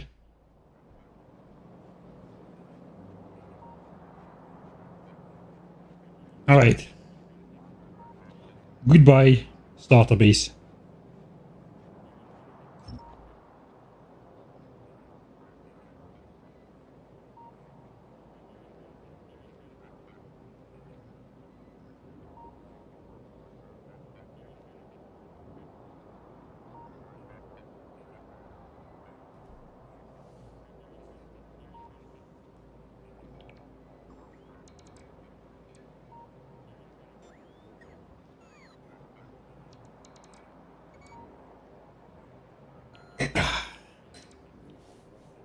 Right as I finish my beer as well. Perfect synchrony,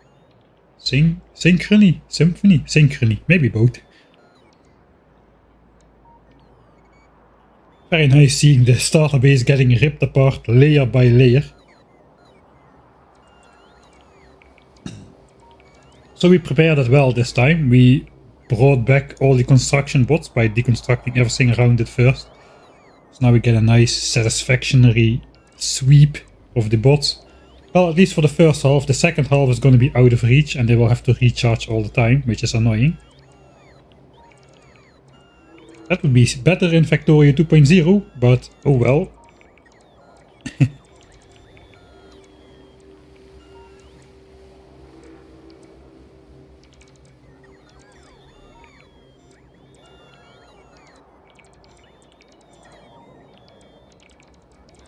The solar panels won't use UPS at all. Basically, solar panels works like amount of solar panels times 60 kilowatt equals power output, and that is all the calculation that goes on there.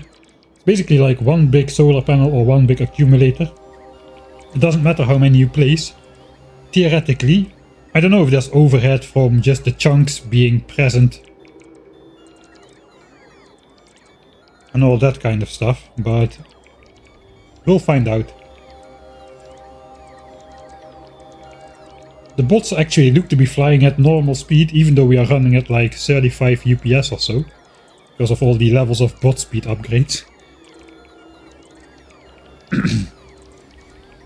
The real question too, why do you have so many fishes? You can put back fish in the water by pressing the Z key with at least 5 fish in your cursor. Hover your mouse above the water, press Z and you'll just drop the fish back into the pond. So we've been collecting fish and storing up to 100,000 in our lake. The upside to Factorio 1.0 is the fish don't spoil here. Right, the lights switch off right at the end.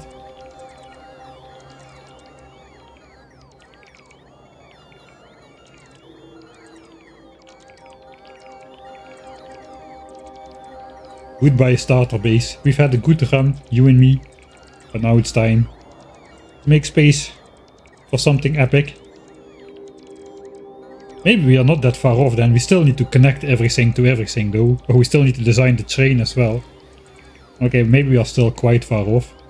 Hey, the the train got deconstructed. The rails are still there, but the train itself got ripped from the rails right in the middle of its travels, I suppose. I didn't even notice that. That's quite funny.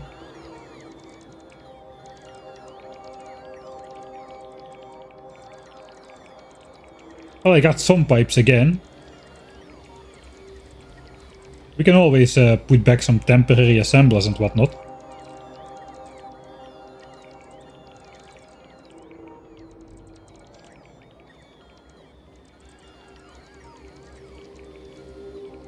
Alright. Let's do the lights. And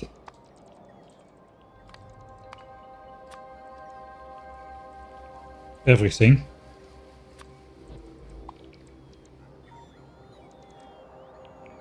That is the outline of the starter base.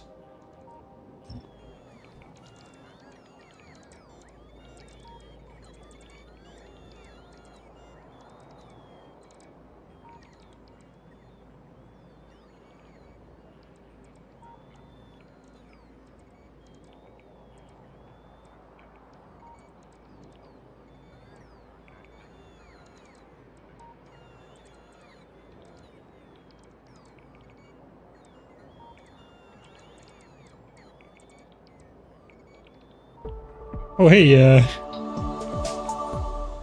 hello Derek. Thanks for the raid.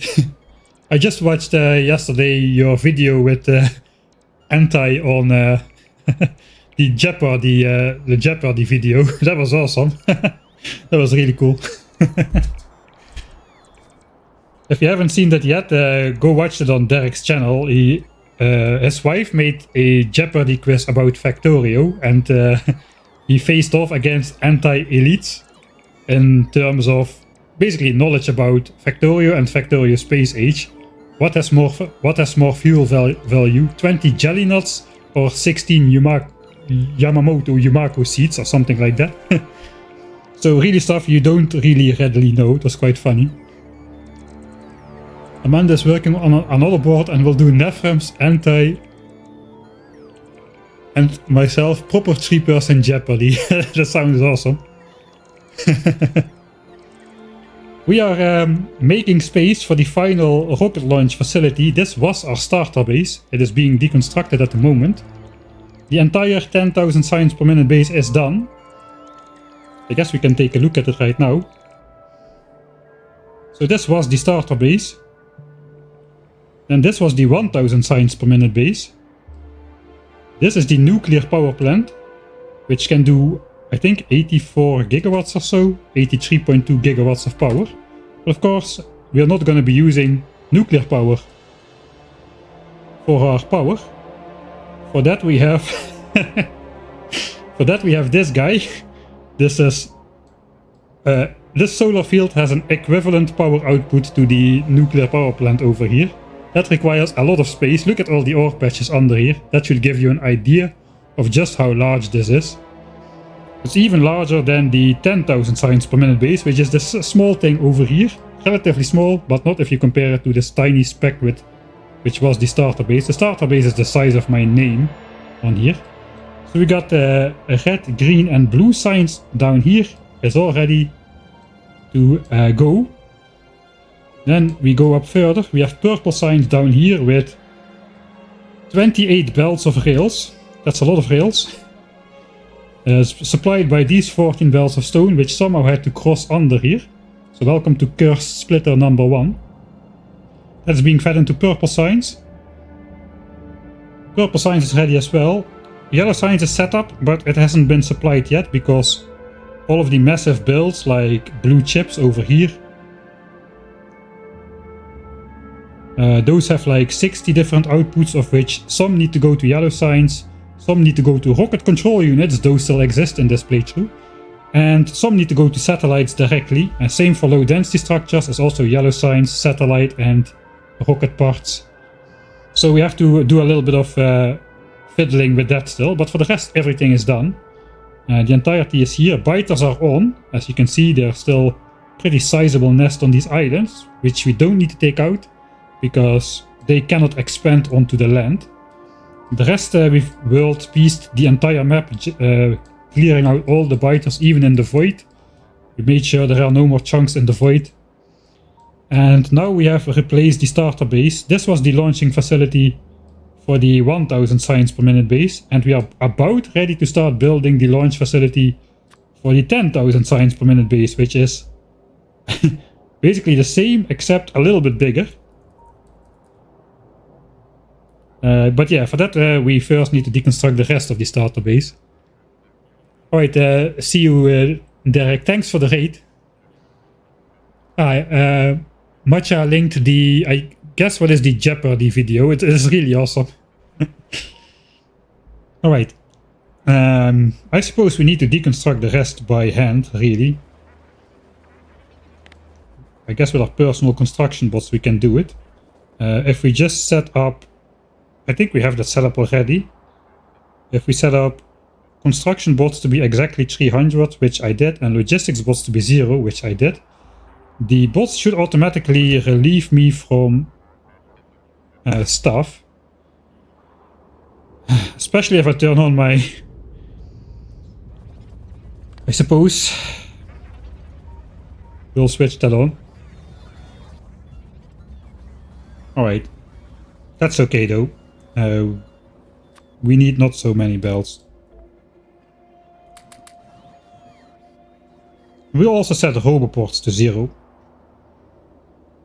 So those get taken out immediately. Well, let's set it to exactly 28. So all of those will get deleted from my inventory. Okay, so what is the size of this network? Suppose the fused construction bots will be out here. So we'll start from this side. Everything has got to go now. I got 2 cars. I got a car and a tank, which I have to deconstruct as well to get rid of it.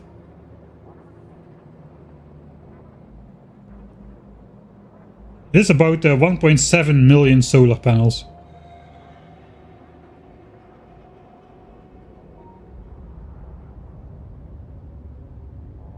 Yeah, blue square it's a blue square basically when you switch on the power grid, because everything is power line in here if you zoom out far enough. Old base outline kinda looks like a car.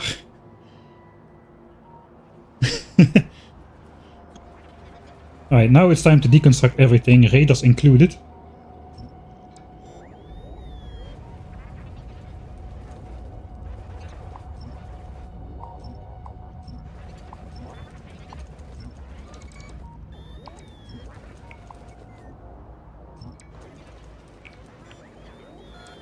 Get the hiccups again when the roboports need to be reconfigured.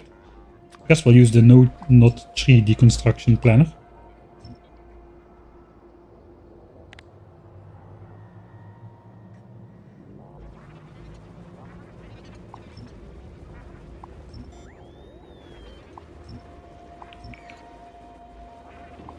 Right, now the logistics bots are coming to pick up all the bots and stuff, which we pick up.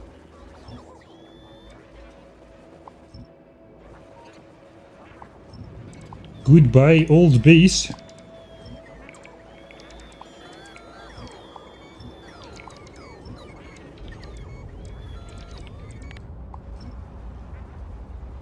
At some point we're gonna start encountering the area where all the bots are stationed, and then we'll be throwing a lot of bots out of the roboport.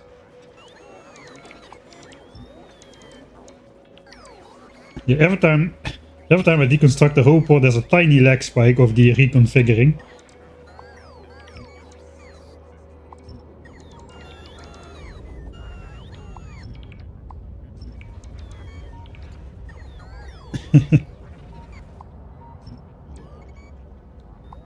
That's the entire southern side of the base done.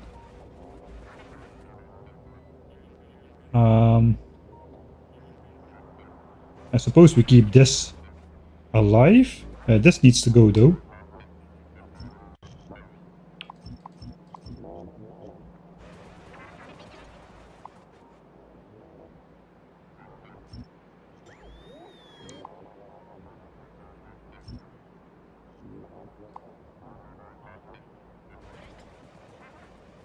Okay, so this is already part of the new base.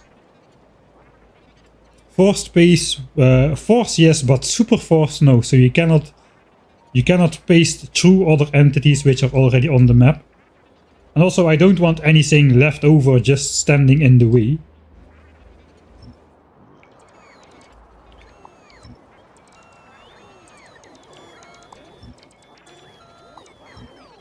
Man, it's great to have this robot speed. The old furnace area here, with the wooden power lines. Oh, a big spike. I guess we'll clear out the mining area next. Looks like I deconstructed the only gun turrets we had, the decorative ones around the spaceship.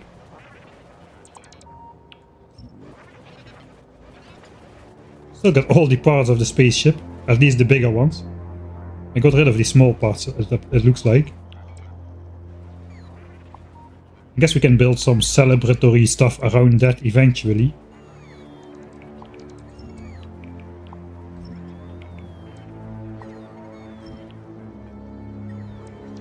I really should have mined up my starter ore patches. This looks fairly horrible. It's too late now. There's like 300,000 under this single miner over here, so yeah. Well, you cannot have everything, right?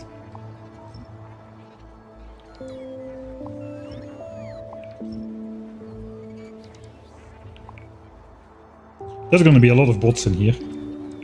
No, still no. Where are all the bots sleeping?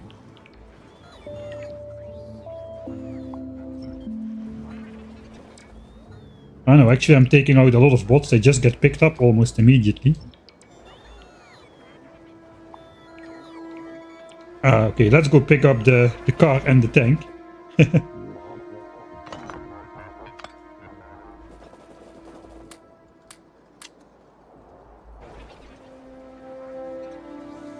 Okay, now the entire base is unpowered. It looks like we just need to connect power here. I didn't consider that actually, that this needs to remain powered. Oh, it looks like we we unpowered everything. Alright, that means we need to make a small intermission. I suppose we'll just extend this power line to over here. And that should restore power to the base. Now we'll just make sure that this power line stays intact.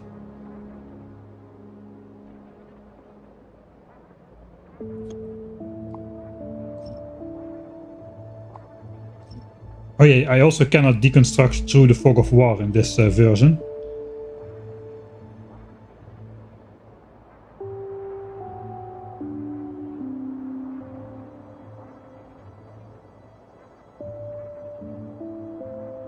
A cool way to start the entire factory connecting power.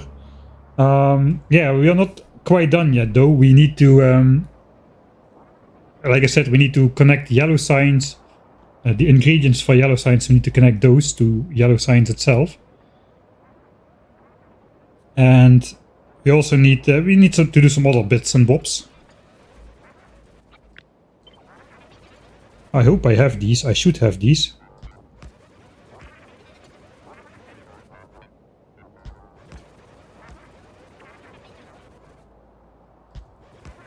I really like the mech armor because this, you can see the Spidertron shakes back and forth a little bit when doing this, which makes it quite hard to precisely place these blueprints. But with the mech armor you can fly, like basically like Spidertron, you can ignore everything.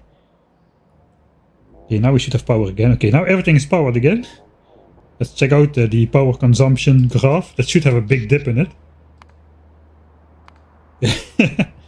We had 13 gigawatts of beacons. That's all we use, basically, beacons. And then it was 1.9. Looks like some part was still connected. Probably the 1000 signs per minute base. Now we are back up to 13 gigawatts.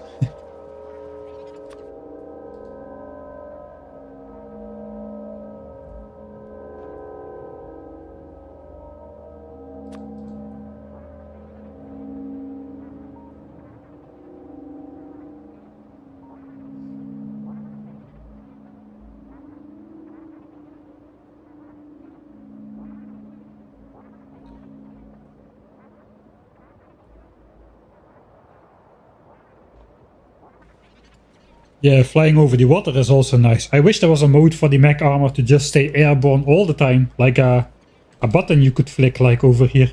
Like just fly non-stop.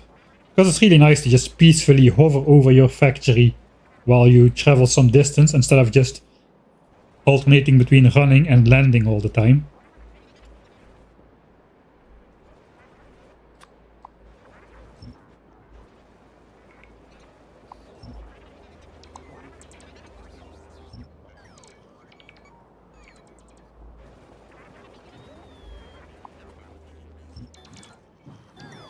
Ah, this is where all the bots are situated.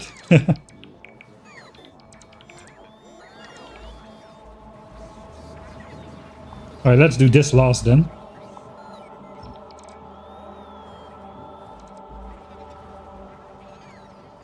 I do want to deconstruct this in order. We're going to have to do a new one. We're gonna be doing a new one for the nuclear plant, I suppose.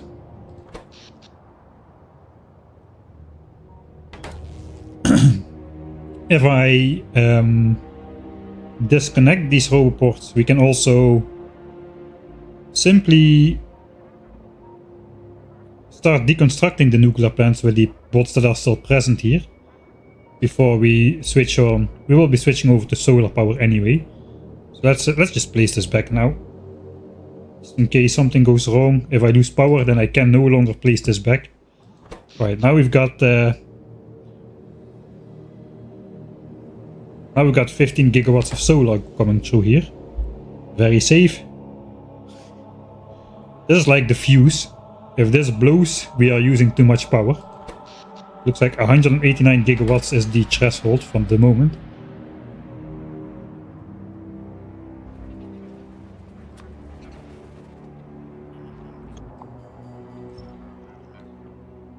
No trees, right. Alright. Also this one is not part of it. Is this a separate network? There should be some logistics bots in there. But there are not.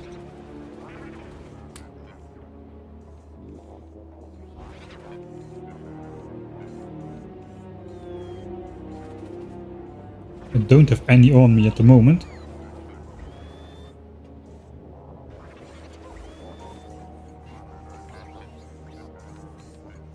Okay, we have not enough logistics bots left in here anymore.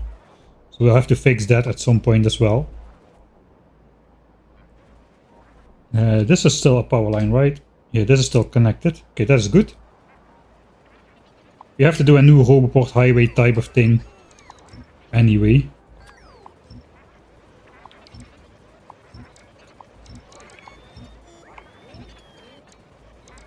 It's nice to be able to walk at full speed and just deconstruct stuff on the go. Okay, here we are. This can go actually, this entire power line can go.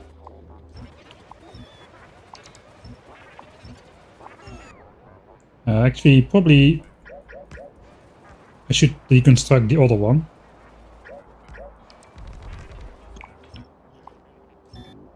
This one.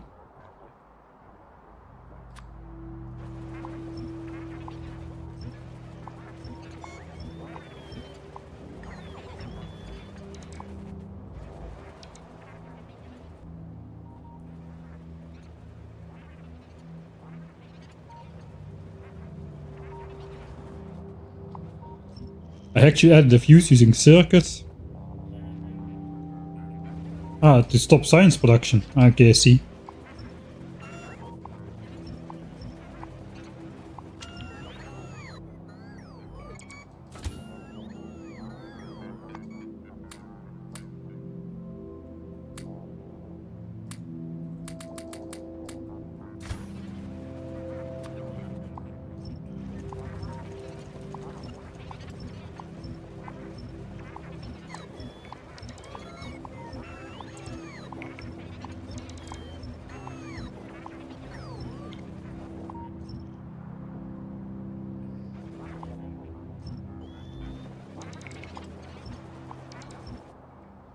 Alright, that's all gone.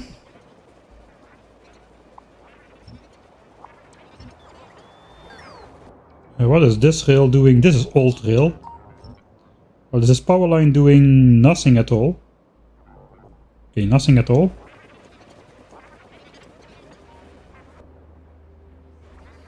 Okay, let's have the logistics bots pick up all the stuff.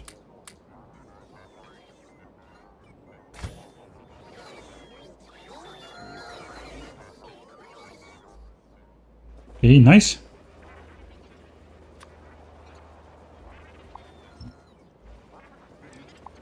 Feels so weird clearing out the entire map.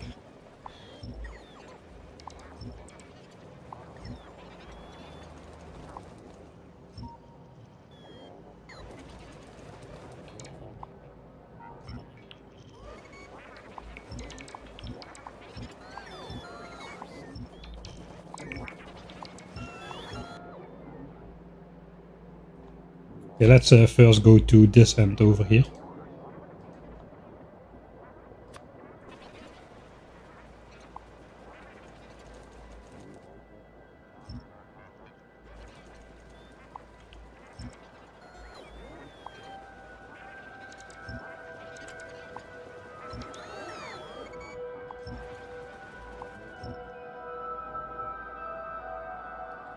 I think this is supposed to be part of the actual build.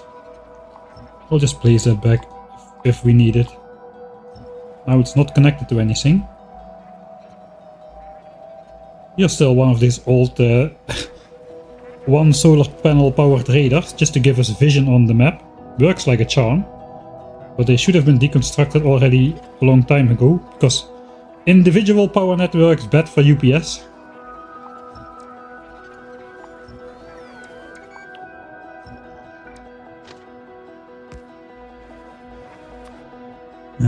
Yeah, we can. It looks like we're getting rid of this power line.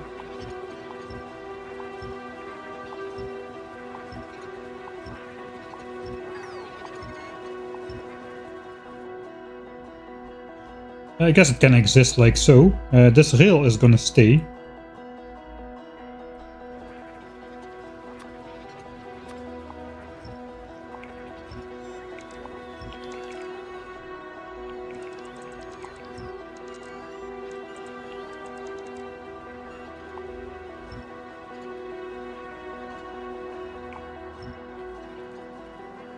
Right.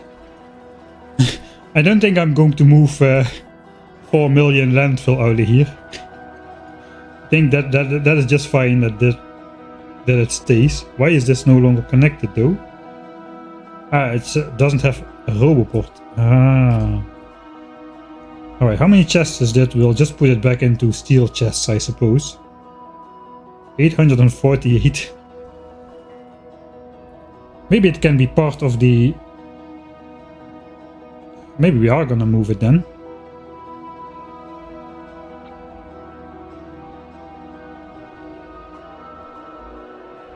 No, we're not gonna move it. It's just gonna stay.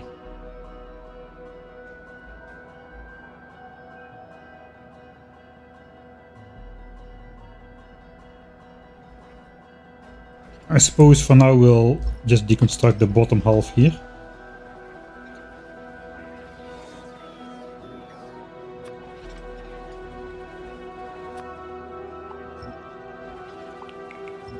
Okay, gotta be careful not to deconstruct the main power line. Can deconstruct the roboports here, but not the power.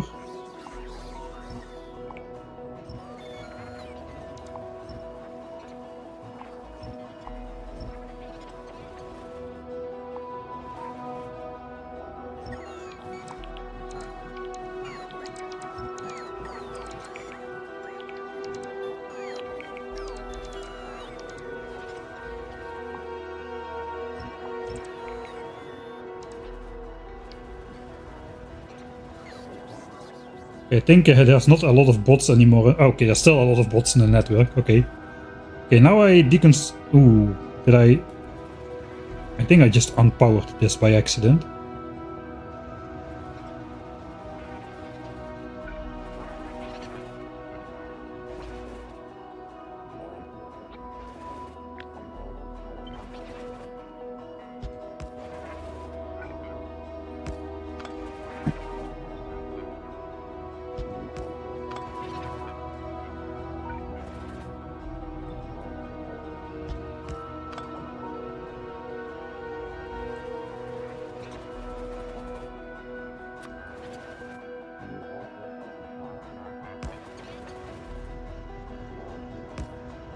Okay, power back.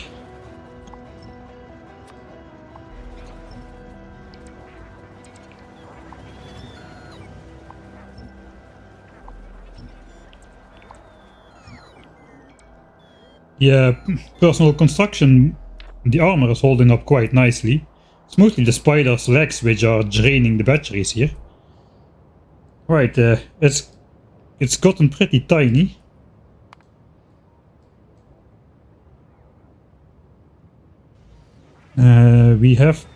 We do trust on bots to do the stuff over here.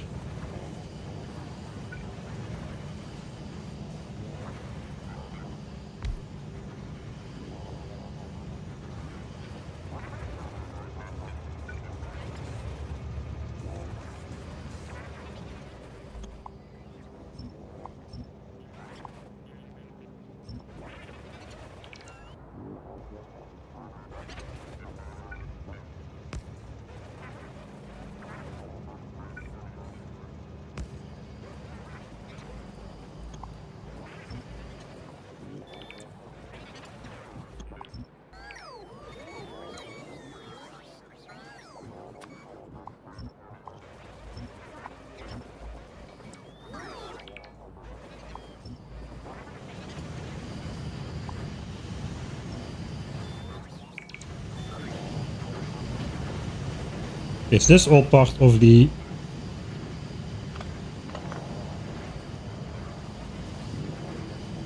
this build over here?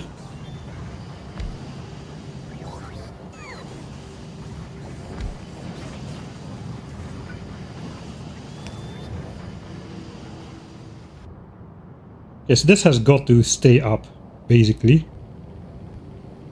This is our uranium build, which supplies fuel cells.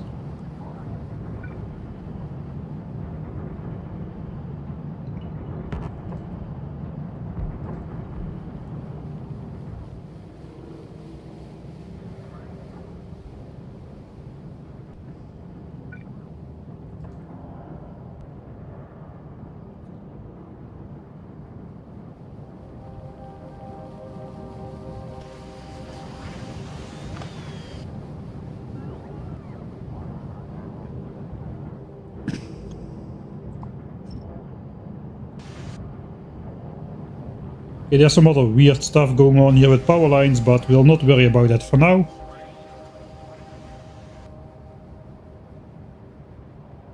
I did cut the rails again.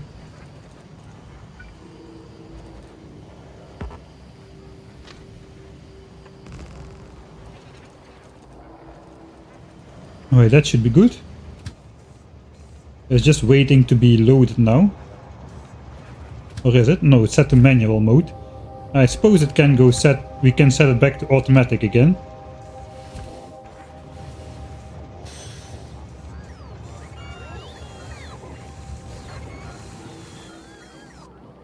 And we can resupply fuel cells over here.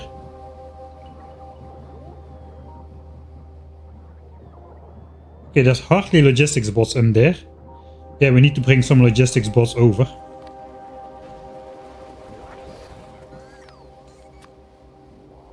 Logistics bot is set to 0.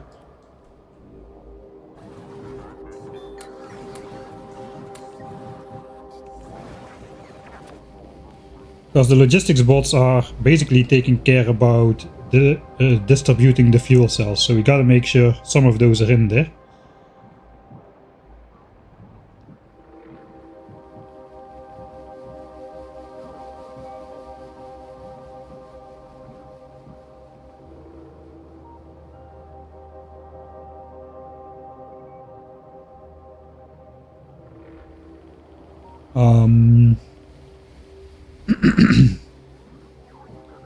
So why were these not... why did I do it like this again? Instead of directly bringing them over here. I think we can basically just connect these robot networks.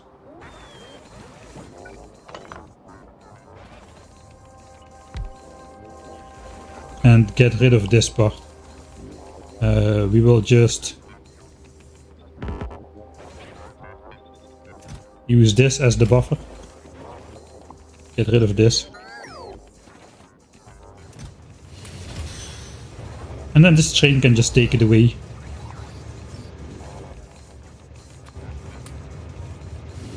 Okay, there it goes.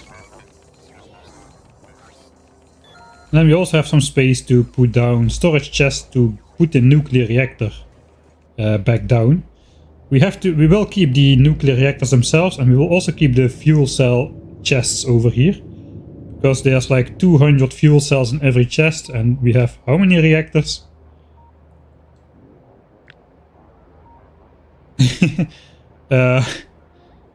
524 nuclear reactors. That's probably the biggest nuclear plant I ever built, to be honest. There's a lot.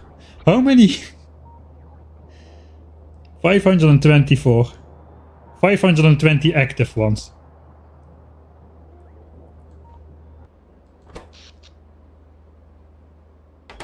Okay, so how do we not have 84 gigawatts then? 83.2.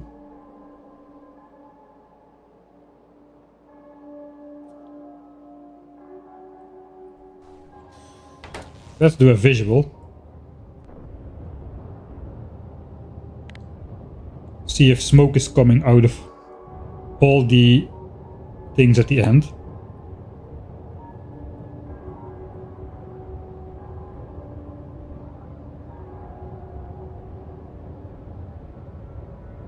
Okay, I think there is on this side at least.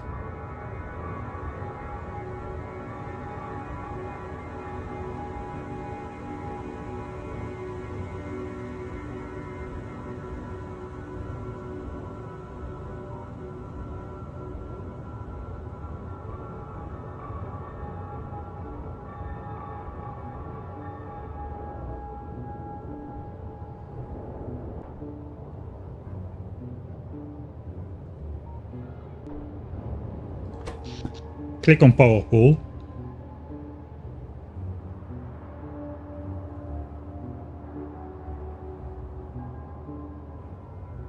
Yeah, I cannot see the exact amount.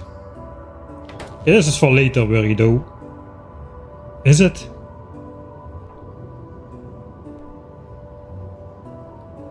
Yeah, theoretically I should be using up all the power. These don't count because these are just here to give this one neighbor bonus. It's a little bit wasteful, but it's okay. It's kinda negligible in a 500 reactor setup. So basically I've got 1, 2, 3 neighbor bonuses. So that's 400% power, 160 megawatts times 520, I suppose. 160 times 520. That will take too long to do from the top of my head.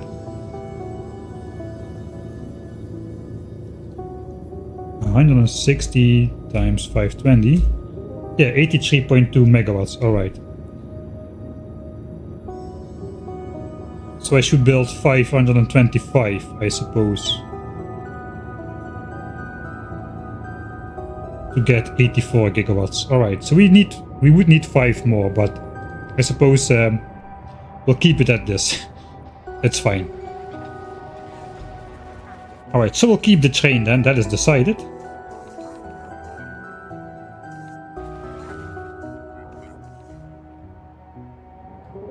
We will keep the train.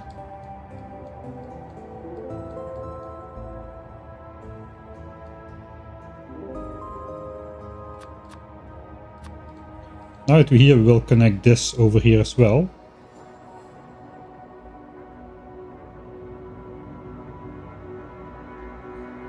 That kind of poses a small problem, and that is that we've got this rail line over here, which I do not want any crossings or accidents once the 10,000 signs per minute base is up. It was all fun and games with the accident counter here, but it didn't influence production per minute and stuff, but here it will. So we'll have to see, maybe we'll turn this around so that the rail comes from the bottom, or perhaps we can upgrade the Factorio 2.0 and put a bridge over there, an elevated rail. so they don't intersect, but probably I can just turn under here. I'm not sure, we'll see how that goes. I did deconstruct my vantage point.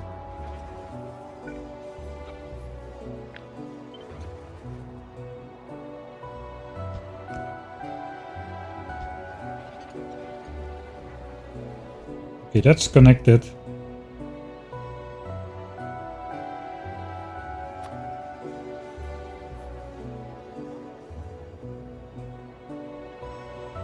And now remember why this was connected, and that's because then we can see the train, because the train is not visible by itself.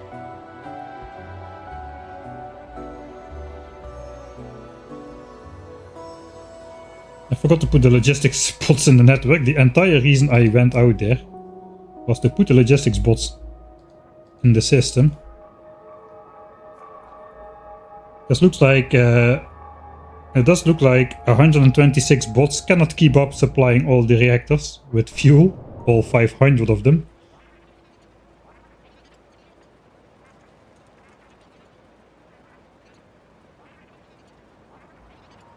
Unload the train to Bells. Yeah, I could make a crossing like that, that is true.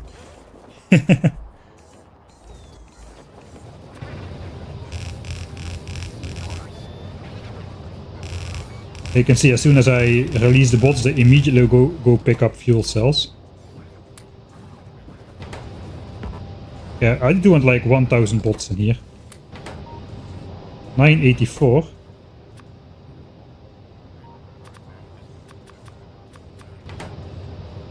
Okay, 1000 logistics bots. Construction bots will take them out eventually, but for now we can keep those in as well.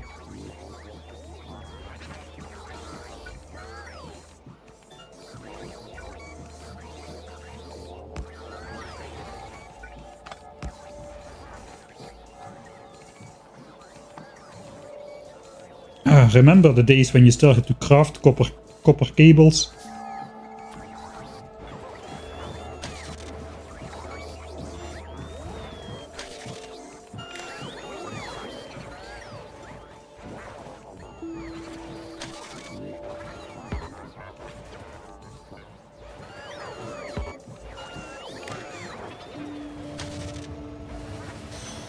This train is playing catch up a little bit now. Alright, power network looks nice again. I did put the bots in there. We need to come back with storage chests before we can do anything else. Okay, so I can build this out to here, then just come back. Let's fit the blueprint, now that the area is kind of clear. This is how it's gonna look like. Except I didn't have the chests in there. So the nice 10k marker is gone. We need the one with chests. That is how it's gonna look.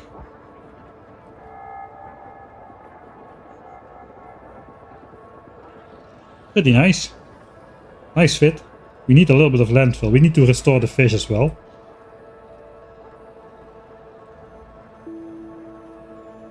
Now we're really...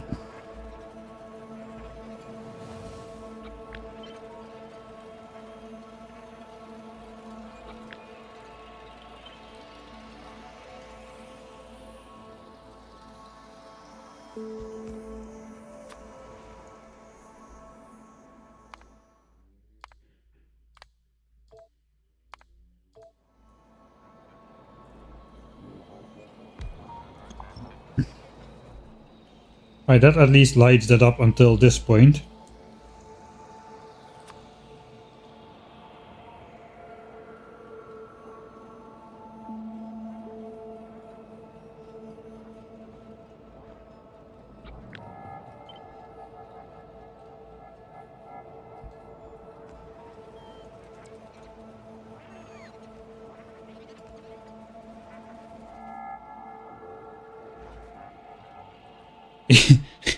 Yeah, I did lazy bastard combined with 100% evolution from the start of the game. It's on YouTube. It's a good series.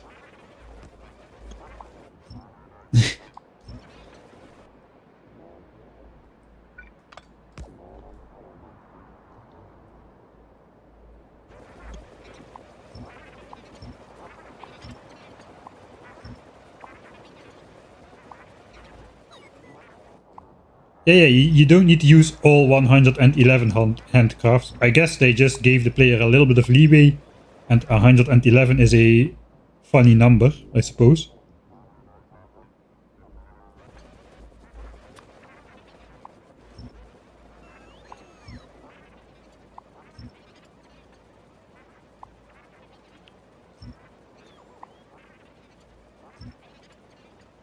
It isn't very difficult. You can even, I didn't do it, but you can disable in the settings the hotkey for crafting. So if you click on here, nothing will happen basically. So you cannot fail by accident, which is the hardest thing for most people, is failing by accident.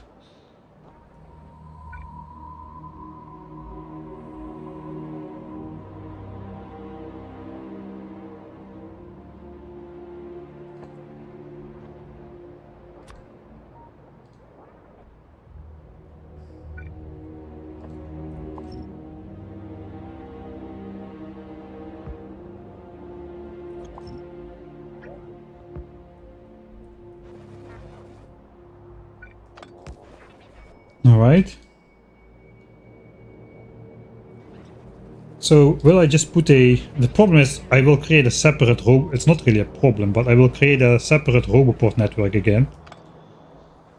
So I guess I'll just leave it on the blink for now. Alright, I'm pretty sure I won't be needing these spiders anymore. They're all empty. We will keep just these follower spiders around.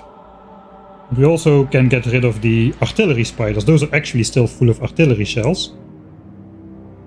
The artillery party leader, which we used that to explore over the lakes everywhere. Maybe I still need that actually. So maybe I'll let those guys be, because this is not nice to look at. This is nice to look at. So basically we went out with artillery turrets and those spiders, who carried like 800 shells, and we basically artillery explored the entire lake, because raiders cannot get to this point. If I put a raider on the edge over here, like over here, it will scan this area. So there is no way we can scan all the way up to here. So we had to do that with artillery shells. The landfill spiders though, those are done. Goodbye. Give me back my UPS. I'm really questioning how much a couple spiders actually can affect UPS in a base with 500,000 belts, but it wasn't the Factorio Friday fact, so let's just take no risk. And this guy can stay as well. The tribute to the Black Widow. Oh, now we know how that guy disappeared. Right. Oh, actually, they keep their status. Okay, that is nice.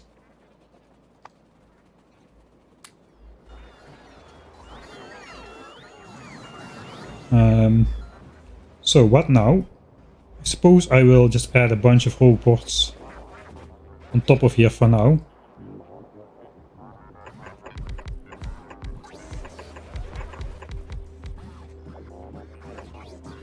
Actually, that is not symmetric. How is that possible?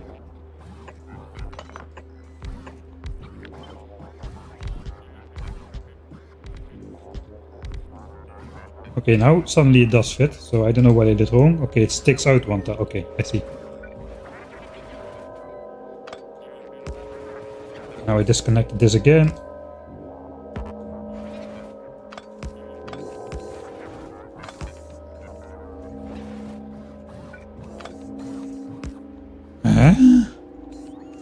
Yeah, I should start worrying about some important stuff if I want to get this thing up to date.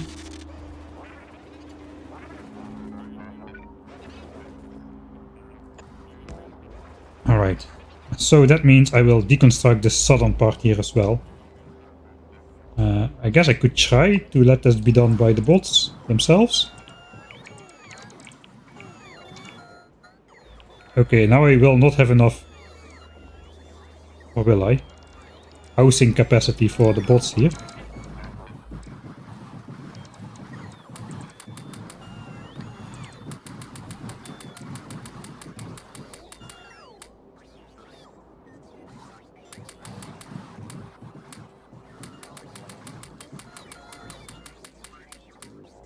Alright.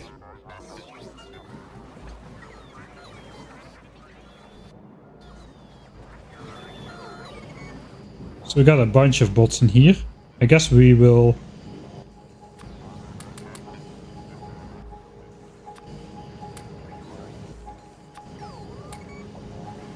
Thousand and one.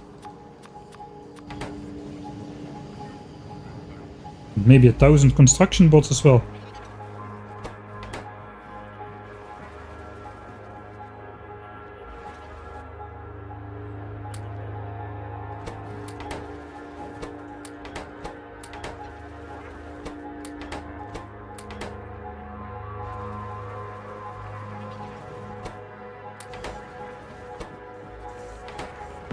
Where are all those guys located?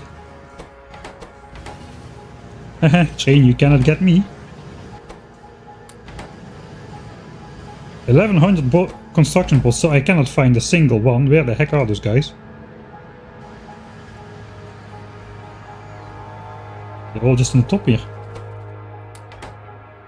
1047. Alright, there we go. 1000 of each. That's gotta do it.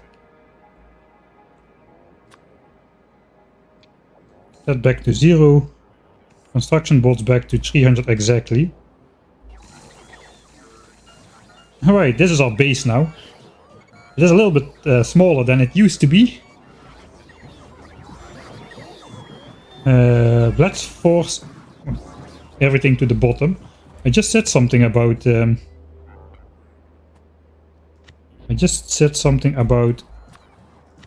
not wasting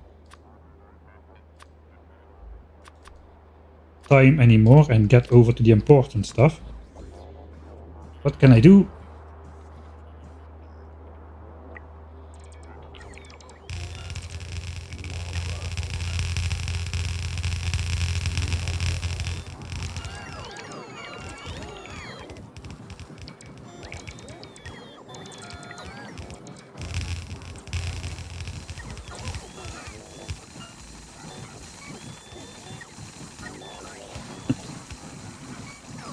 There's still empty chests in there, so we're basically forcing that down there.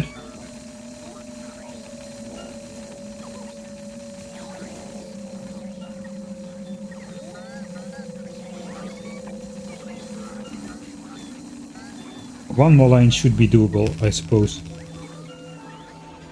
As long as I don't start mixing stuff.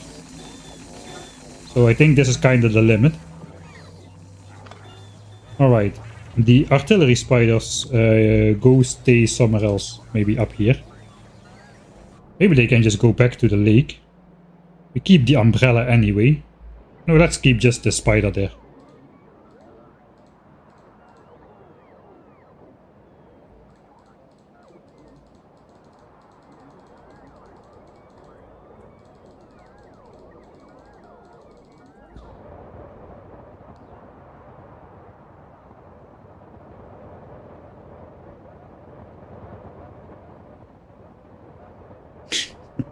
This is not really working the way I wanted to. It's fine for now. We'll get those guys up here as well. Out of the way. Mad Max.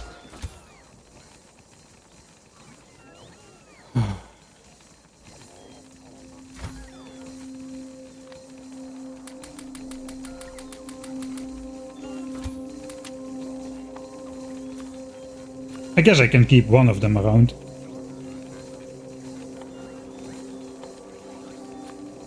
You never know.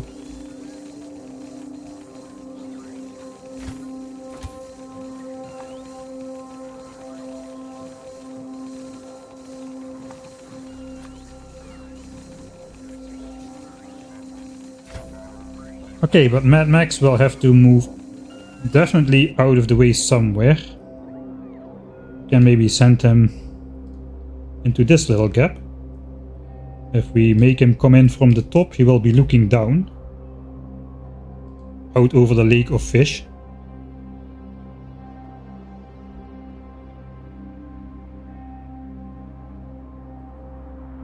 How many fish are in the lake now? 99,000, 98,000. Alright, we gotta do something about that. Still got the combined tree. Three trees in one over here. And they all still have color. That is a feature. But that is a feat. After producing so much pollution. So the tree has survived. Ben the fish has survived. We got the Mad Max overlooking the water. We got the spider DJ. We got the containment cube which has been broken open. Here we still have to be very careful. You cannot deconstruct landfill in Factorio 1.1, but you can in Factorio 2.0. Looks like there's still some random power poles standing around here.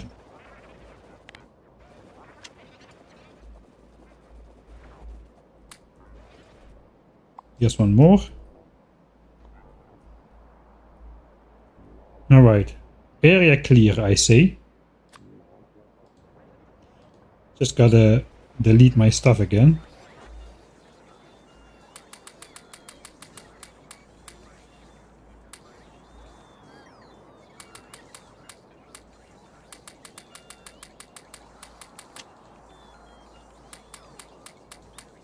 All right.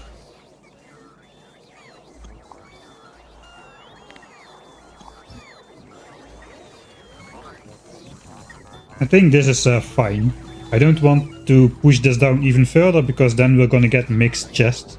Now we got one item per chest. As long as there is space for one item per chest, the bots won't mix up items, so that is very nice. But if you force them to, if there's less chests available than you have items to store, then they will mix it together. So I'm gonna stop there. We can un-upgrade these as well now. Means the construction bots will put back all the yellow chests for future use.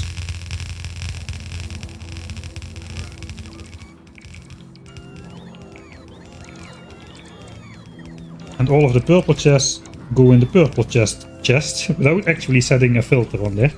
So we kind of have it semi-organized. I cannot believe the entirety of the base fits into this small array of chests over here. I thought we would need way more. Okay then.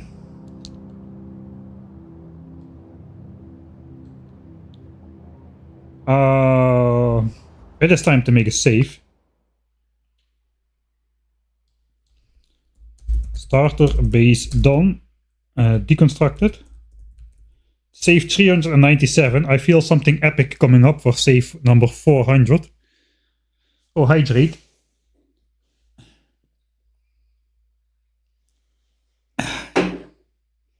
Thanks.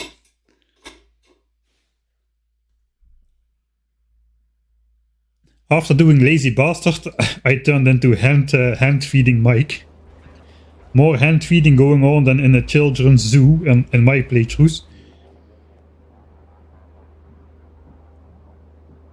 Am I ready to do the final build? Kind of, but not completely just yet. The problem is the Roboport network. So yeah, I should not have Roboports more south than this one. That is a problem.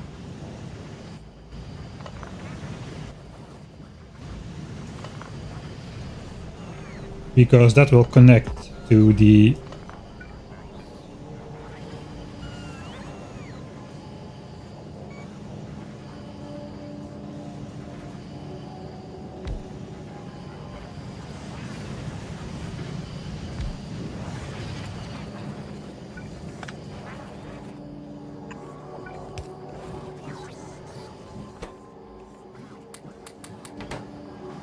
Okay, 1000, 1000. It's actually a perfect lineup with this southern line. Okay, that is good.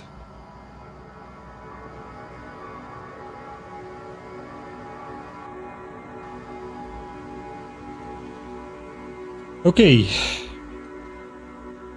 So, theoretically, that means I can try to build everything in the center here, except for the chests. I just temporarily will sneak in some Roboport to get the bots to build the center. If I don't build the requester and buffer chests, they won't bring items in there. That is the idea. Let's override the save once more.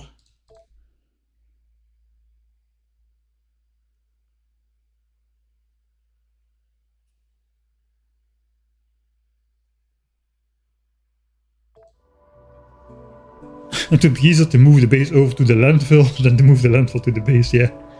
Sorry, that's probably a pretty old comment already, I just read it. Alright.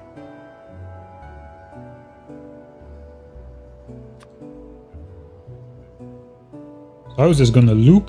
The Roboports are going to be in the way. I think I have to make a version of this without the Roboports. Without the surrounding Roboports at least. There are also Roboports inside. But there's a power line with Roboport network around the outside. I already deconstructed my nice, always visible area here. So I suppose I just go over there myself to update the blueprint.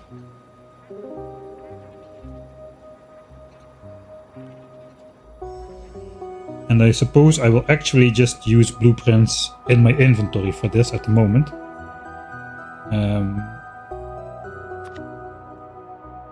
So create a copy and we'll place it in the inventory. We'll delete the link to the book. Put the link on here. Because this is going to be specific for this game. Now I can select new contents for the blueprint. So we're going to just get rid of the entire outer ring here.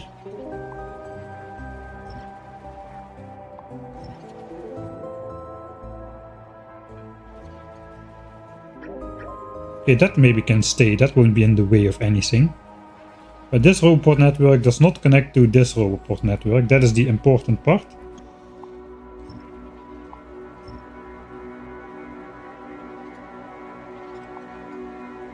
Okay, that's actually the first time that we have our rocket silo blueprint in full view. Actually built, or actually blueprinted on the map. That's how it's gonna look like.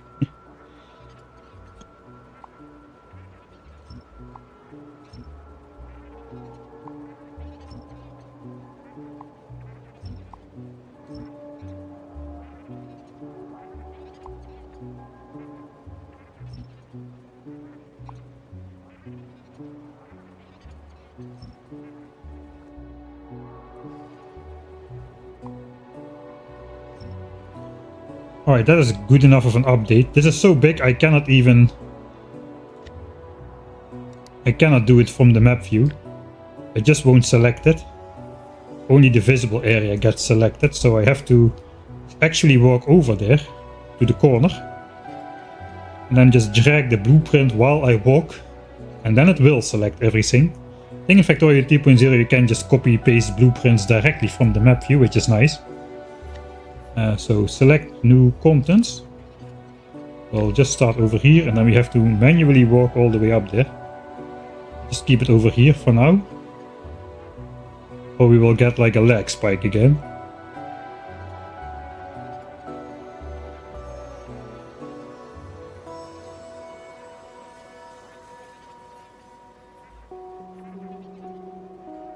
Alright, that should be everything.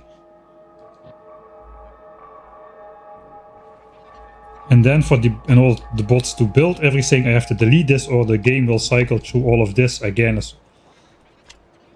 Again, looks like I cannot speed up the game. Maybe I can if I zoom in a bit. No, it looks like there's just too much going on the map. I'm scared, man. I cannot get above 70 UPS. And nothing is working in the base. There's only beacons and idle stuff.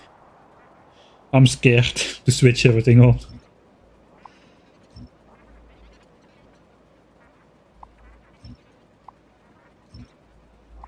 Alright.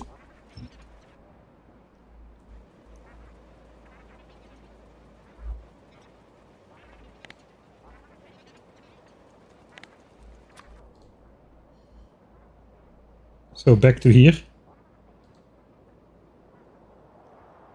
I suppose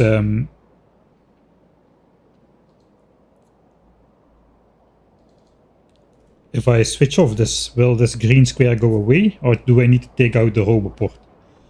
Because I don't really like having this around the spider. It does look kinda nice to light up the fish, I suppose. It looks better than this. Maybe I should keep it. That means he needs more roboports, if anything.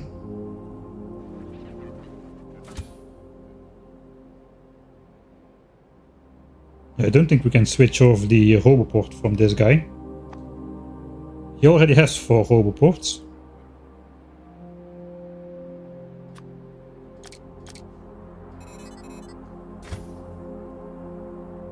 Okay, can we cover the entire lake? I think we can. Okay, we cover the entire lake with this roboport view, so we can have a nice look at the fish. We can also switch it off, so that's optional. Okay, we'll keep that. Important stuff. Important stuff. We're doing important stuff. Let's do important stuff. I'm not sure how this is gonna work, but I'm gonna paste the blueprint. I have no idea how to make this scenic. Place blueprint and hope for the best.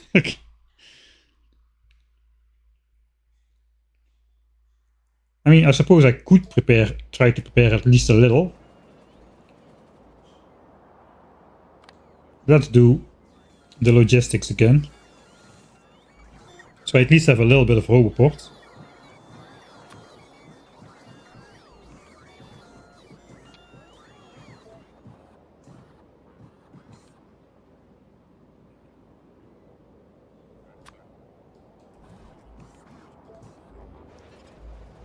Okay, my network is off.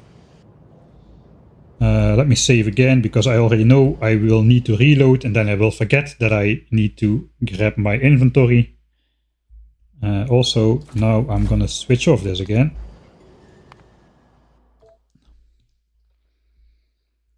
Right. Moment finally here. Time to place the rocket silo blueprint.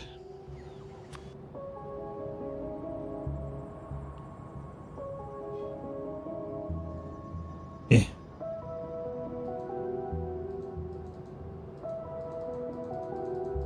Trees in the way. Also, I did not landfill. Forgot about that. We need to landfill a small section. Like 2 tiles, if I remember correct. We need to do that without deleting the fish. Okay, that basically means we need to steal this guy's construction bots.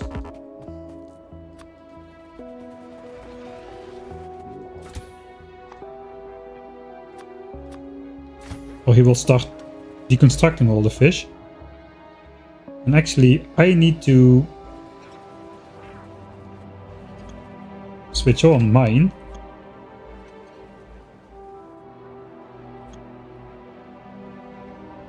Like, I basically can select all fish, I suppose.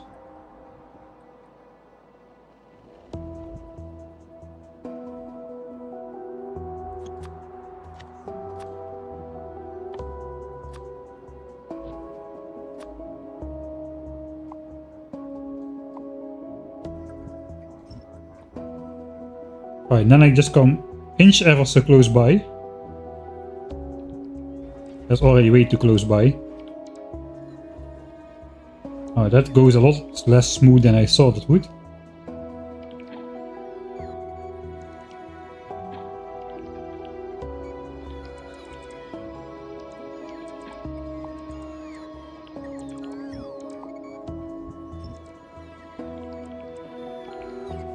We need to get more. Alright,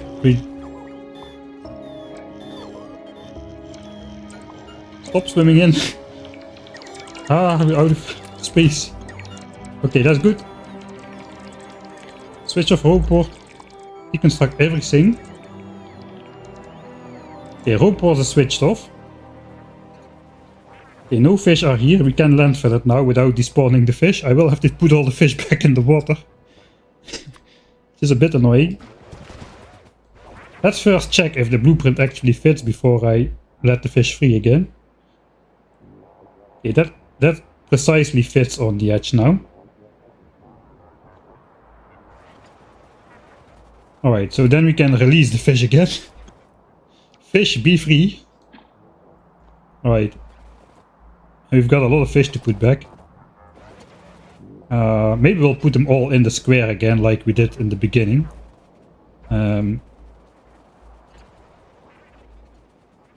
Let me actually request all the fish. All the fish which we have.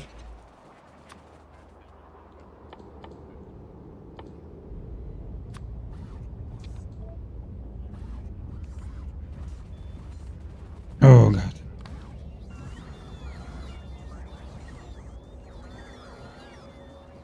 $7,000. Okay, we deconstructed way more than I thought we would.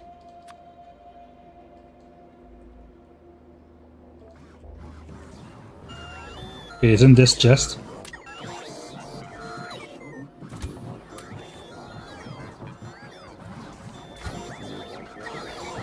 Still have more space.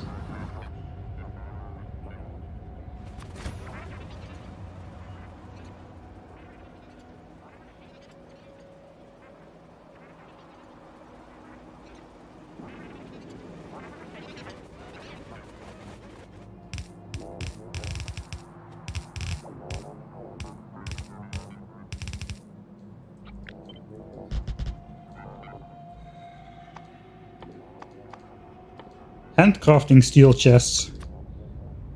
188 hours in the playthrough. Alright, that is completely filled in. We'll just store the fish here for now. Don't worry, they won't spoil. It is Factoria 1.0. They'll stay alive forever. Ben is strong.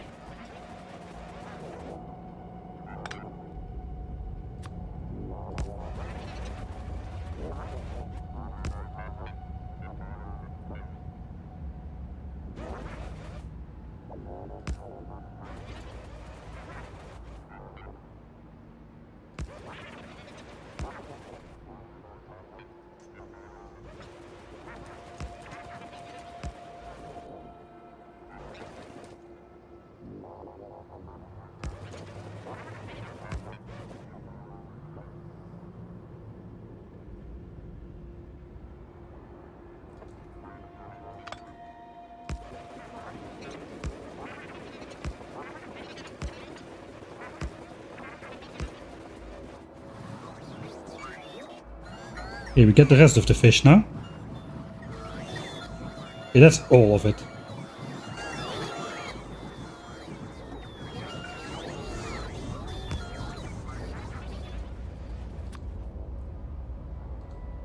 And now we have powered the lights again.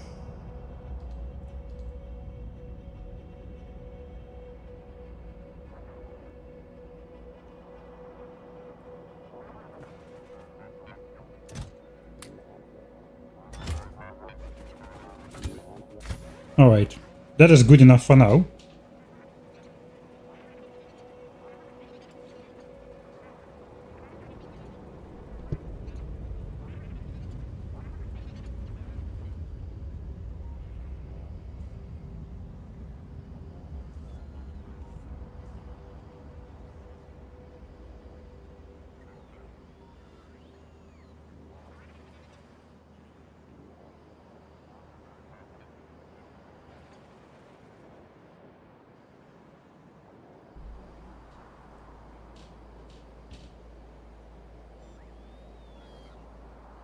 Okay, let's do it then.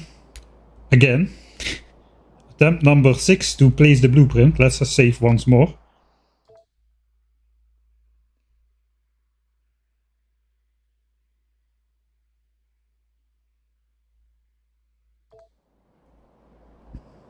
I have my own construction switched off.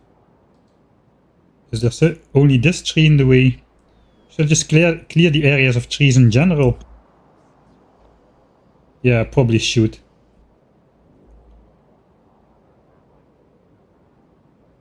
Probably I should. I've been walking so much in the spider that the battery is completely empty. Alright, so how large is this gonna be? It will be attempt number 7 before we actually place it, it looks like. Approximately this large.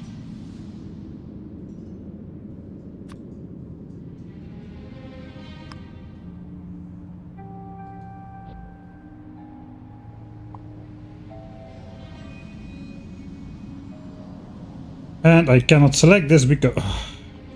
Okay, we'll just force place the blueprint on top. And worry about the trees and the rocks later. Alright, here we go then. Without the chests. The chests have to come later.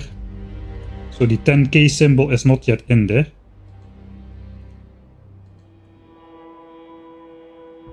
Oh. Okay, here we get some building going on. But they won't be able to get in there. I have to connect the roboports.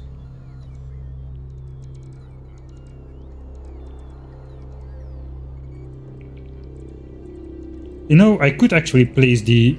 If I take out the logistics bots out of the network, we could place it all at once.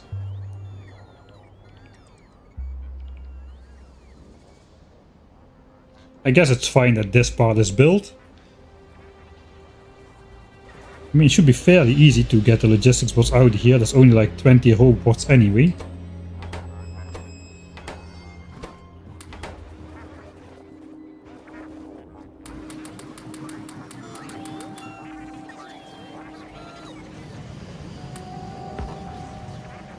So this will be without logistics bots for just a little bit. I suppose that is fine.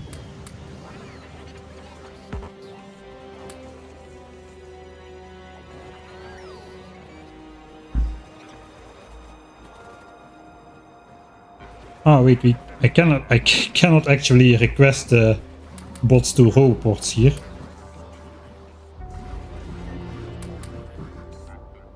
Okay, I'll just repeatedly trash some stuff.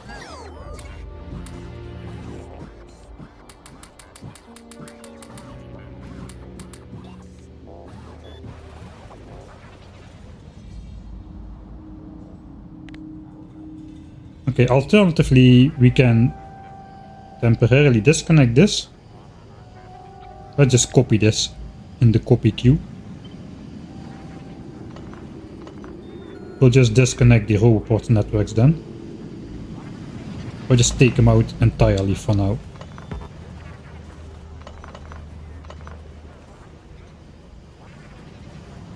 If we deconstruct all the roboports, they cannot be somewhere.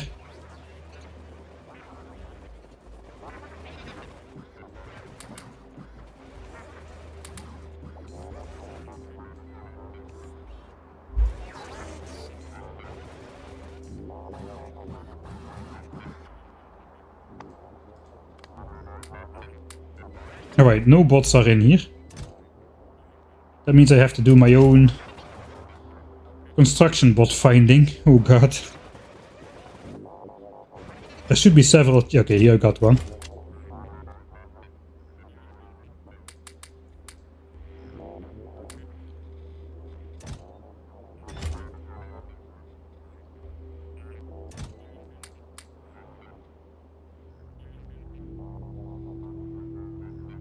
$2K, 2.4K construction bots. That should do the job.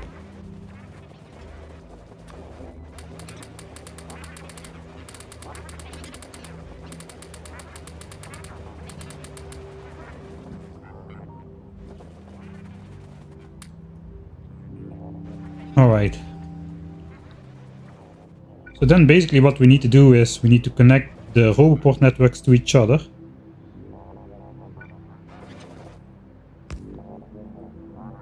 Temporarily at least.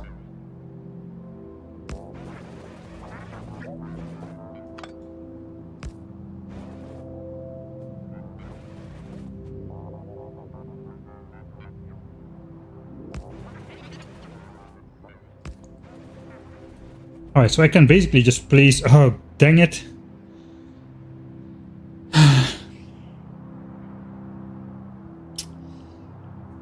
The old blueprint has the existing roboport network ring around it.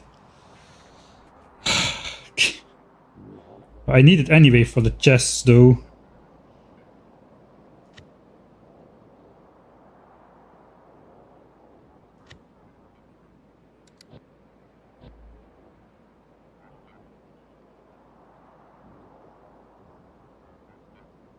Okay, that is now a copy.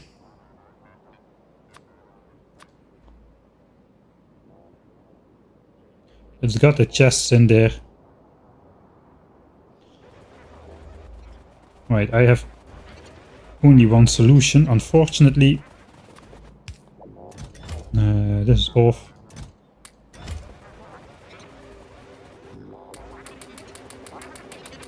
If there's no bots in the network at all, they cannot build anything. That is my solution.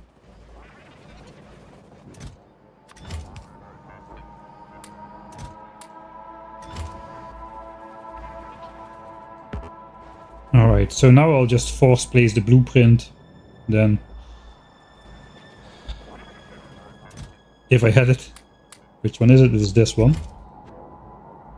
We'll place it on top.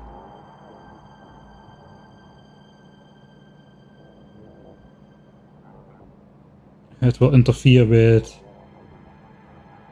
everything. Let's just try it.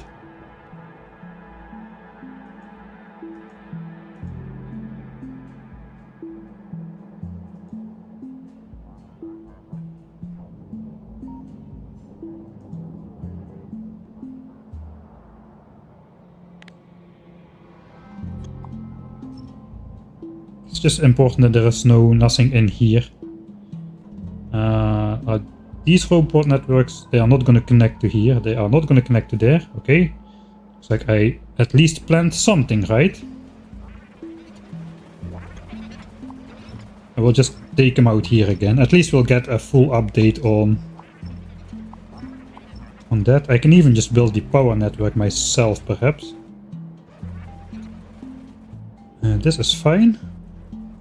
The network goes around, actually.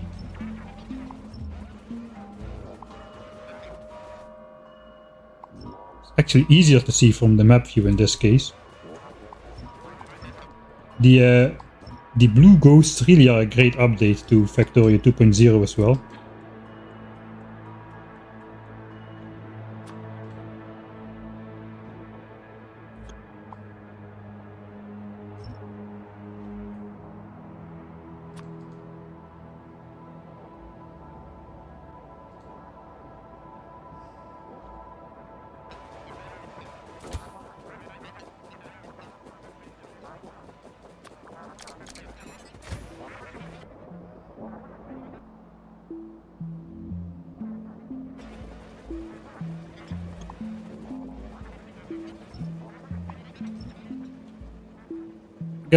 I guess technically I could have an 11,000 signs per minute base. If I just switch on the 1,000 signs per minute base again, we have 11k SPM.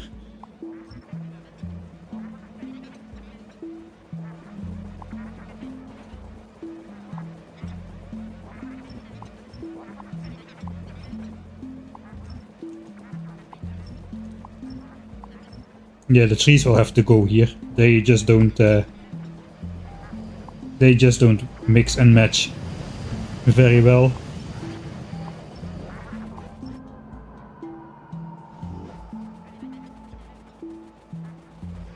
Alright, so basically if I don't have anything, I cannot place anything either.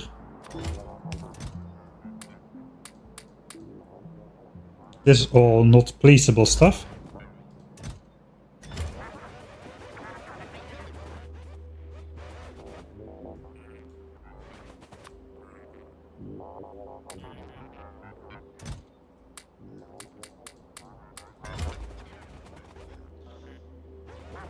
Okay,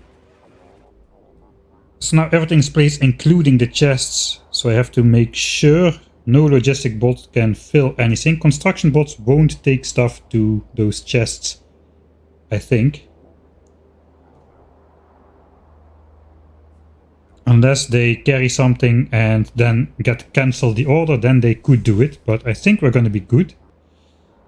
If I just grab power and roboports. How many roboports are in here?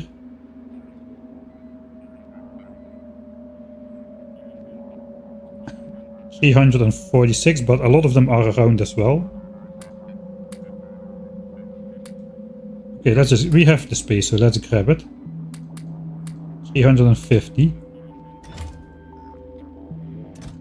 And some power lines. Some power lines.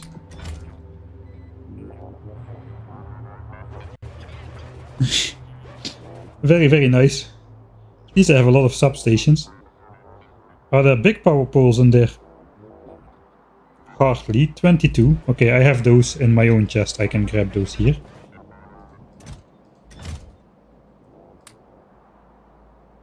And radars, I suppose.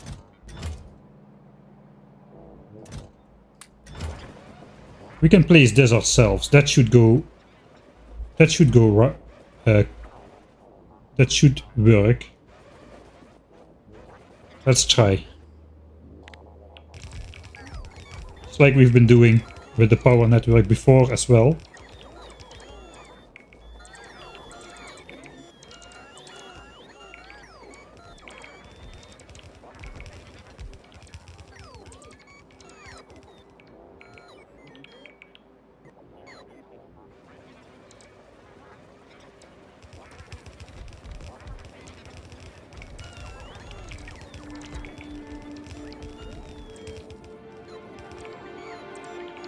Okay, this got powered, so that is good. We keep the umbrella on the edge here, that is nice.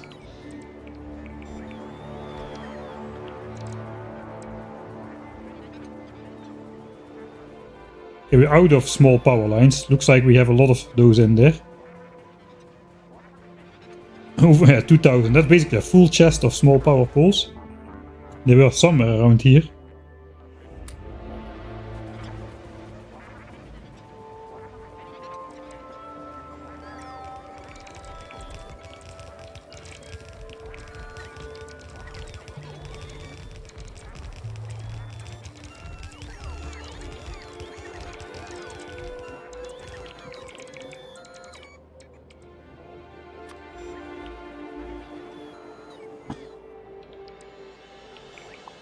And then we'll finally do a full sweep with the trees as well on the final pass.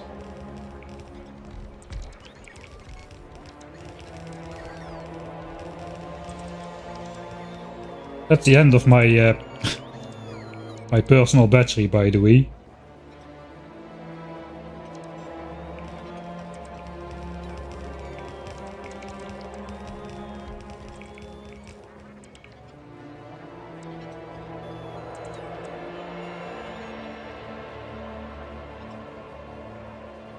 A big lag now because I'm selecting a large area with a lot of stuff.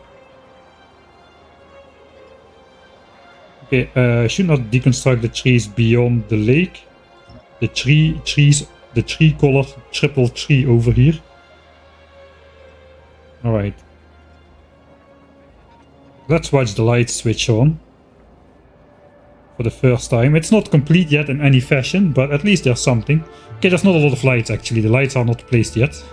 There goes the old 1000 signs per minute train in the bottom. Yeah, also the train is going to have to be like 10 times the size, or at least in total we need to have 10 times the train capacity. Alright.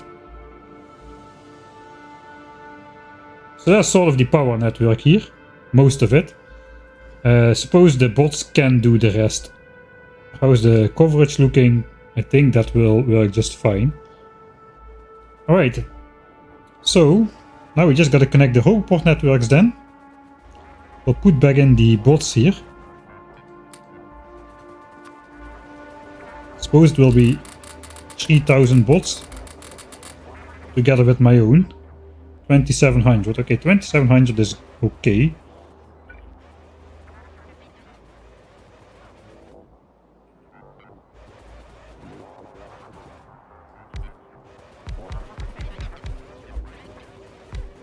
Okay, we need to create some charge points.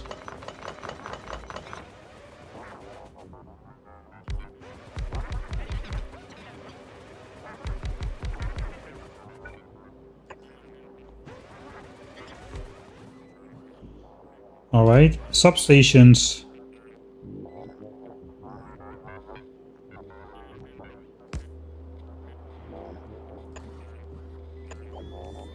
Alright, then I can copy this 4 times and then we'll have a big charge area close by. And that should connect the Roboport network. My stuff is off. I will give back the power lines.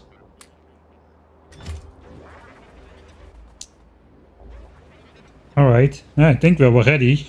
We're gonna watch this. We're gonna watch this get constructed in real time. With the fish lake on there as well. Yeah, this is gonna make a good shot. I think so. We gotta get rid of the minimap though. Okay, nice. Let's get rid of the FPS counter.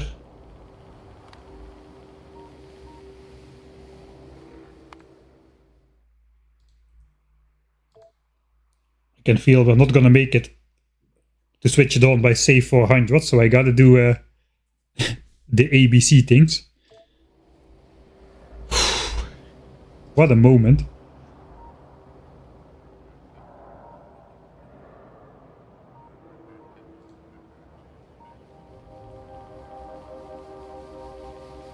Alright. Wish us luck.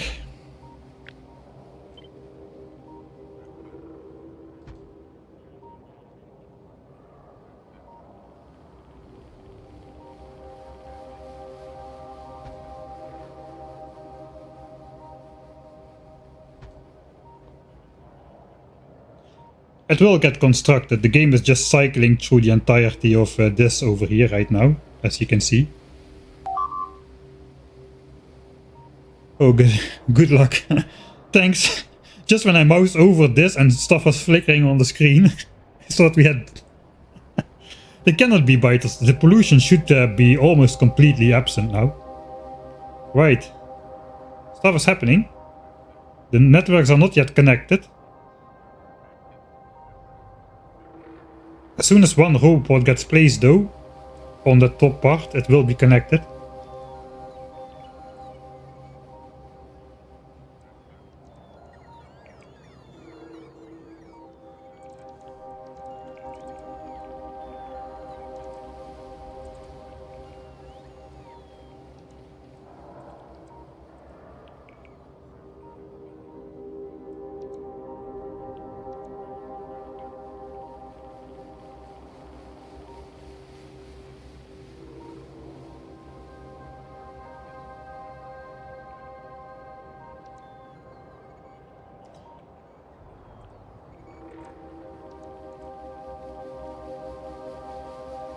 How are the bots not placing these roboports? I tell you man, bots are the most evil creatures in Factorio. They actively try to work against you. Unless you absolutely force them to cooperate. They do anything in their power to not do what they need to do. There is no way I don't have roboports in here. No way.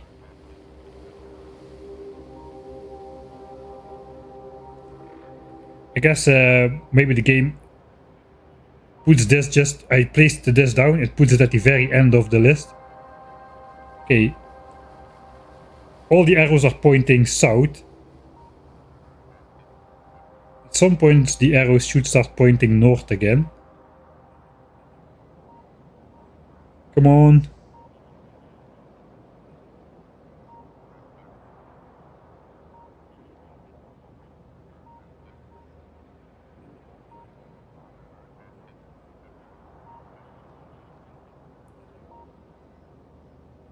This is a weird order of updates.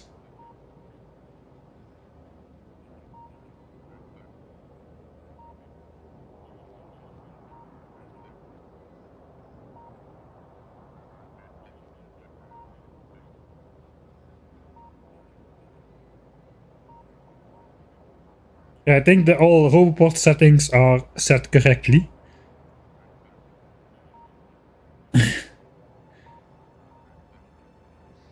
You just know that as soon as I decide, okay, I will walk away from my spot, the bots will start coming in, place the roboport, and we will miss the initial swarm.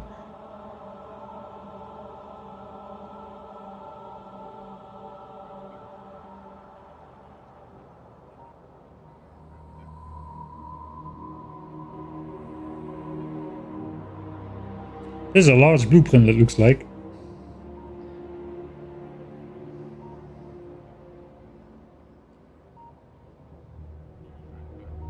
I refuse to move. We'll just stay here. We'll just stay here until the end of the stream if we have to.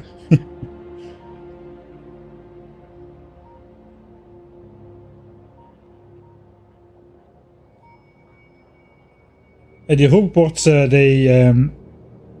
the game is just cycling through all the list of things which need to be built and just checks if a bot can be sent towards that. And of course it cannot, because it has a lot of belts on the right side as well.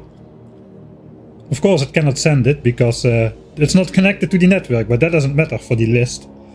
So these roboports I added, at least the lights are switching on, that is nice.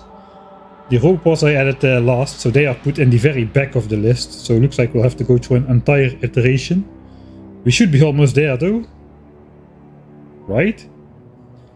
I mean, if the flags are start to come here again, oh. Then we know something is wrong.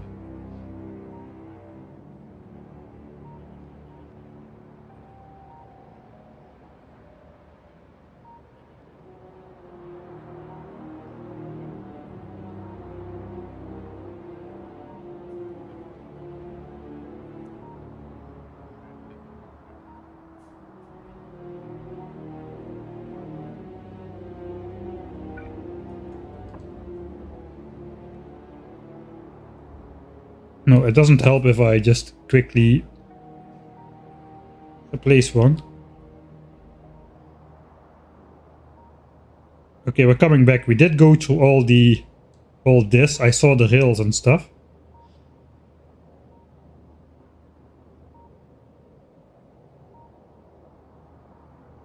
Okay, it should be fairly fast now.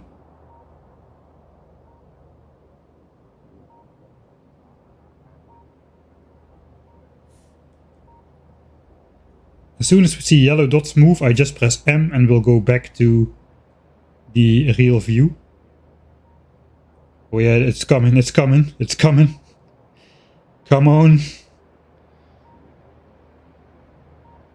Go left. Okay, now it's going up. It's again going there. What? Oh, no, no, no. Do you see the error? I see the error.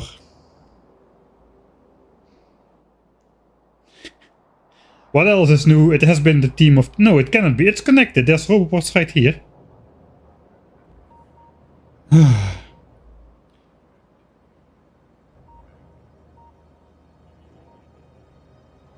There is no way. How is this not working?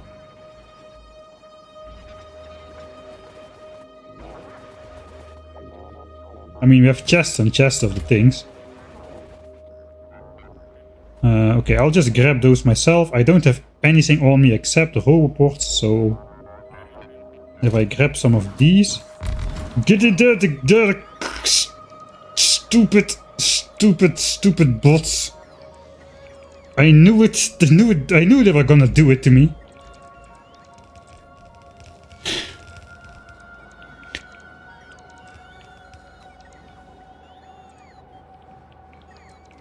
The bastards. I knew it the moment I was going to take a look. They would surprise me and swipe over the field. Get pranked, yeah. I mean, if I would have gone... I could have just gone look 5 minutes earlier and we wouldn't have needed to wait. They would have just swept in then and there.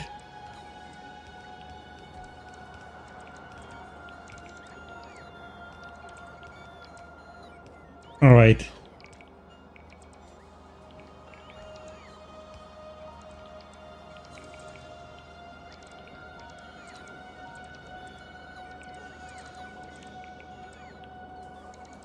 The real lazy bastards. I bet that is what the achievement is named after.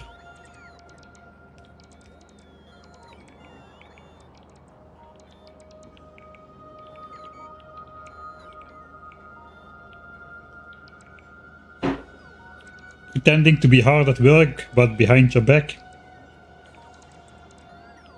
As soon as I went to look if they were working, they suddenly started to place the roboports. Very, very suspicious.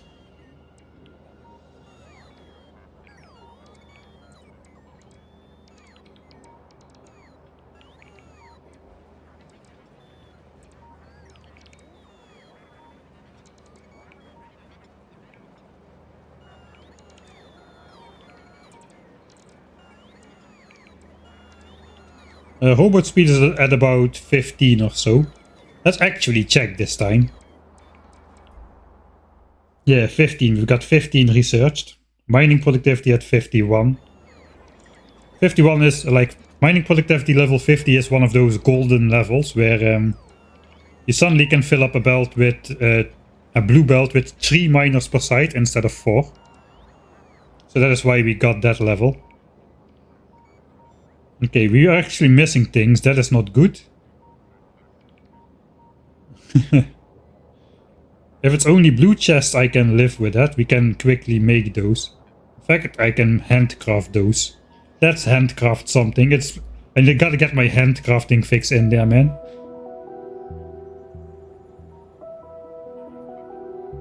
We are not missing Mark III modules. I refuse to believe that.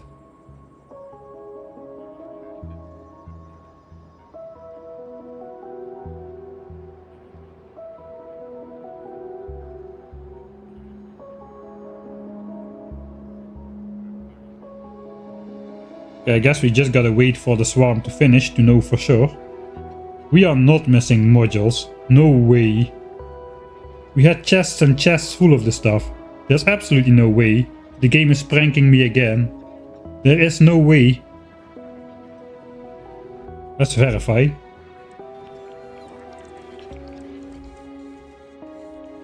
Yeah, what are you talking about? I got 50,000 of the things, both of them. Man, I got scared there for a moment. Because that is not something you quickly and easily handcraft, you know, like a couple hundred Mark III modules. And I've just deleted my entire base. Alright. Pranked yet again. Yeah, the blueprint is way too big for the bots to sweep. This would work great in Factorio 2.0 though. Look at this nice power network.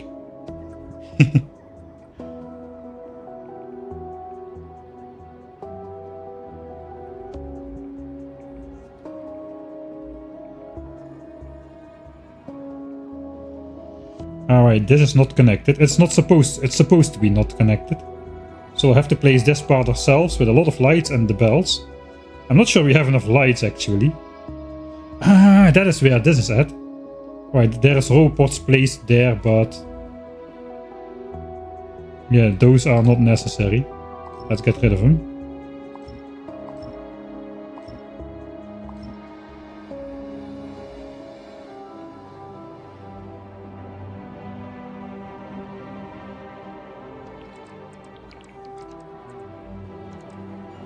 Alright, so I guess we are gonna grab a bunch of bells. I cannot use logistics bots at the moment, but I can grab bells. Gotta get my own set of construction bots again. And lights. Lights are fairly present. Yeah, they should be easy to spot. And we'll just go over there to the corner where the bots cannot reach. This is good. This is basically the equivalent for 10,000 signs per minute, like we have for 1,000 signs per minute here. The rocket parts and the satellite parts. That has been upgraded to this amount of bells, which is a lot of bells. I think it's 18. Yeah, 18 bells of stuff coming in. Same system, it's going to go towards the passive provider chest, and it's going to be divided by bots over all the robot frames. So what the plan is basically bring everything into the base, let the chests fill up, let the belts back up. Then after everything is in here and backed up, we will insert the bots, and that will naturally lead to the rocket silos having slightly different rocket finishing times. It should be the case that all the everything can get supplied all of the time, basically. So that is going to be fine. The other method I could do is let all the rockets finish and then just trickle the satellites. If I trickle 40 satellites, we can, yeah, let's do that. We can just let the bots not have access to these satellites. Of course, I got burner inserters in my 10,000 signs per minute thing over here. If I not let the bots access to satellites, we can finish all the rockets the first time. We can do one giant launch in unison, all rockets at the same time.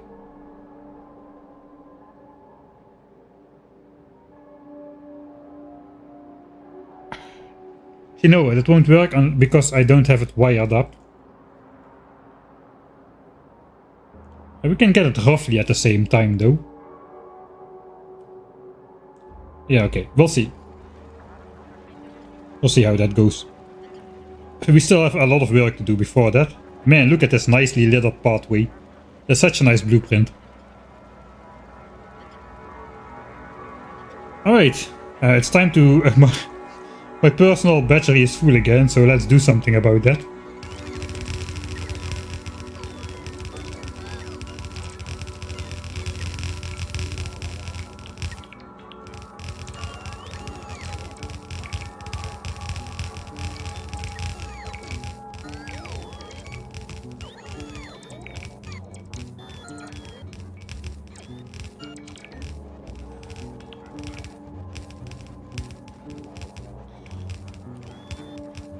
Wiring it up is actually a lot of work at the moment, I think. Because it's not a regular pattern, at least it switches around a lot, so it's not easy to copy paste the wires.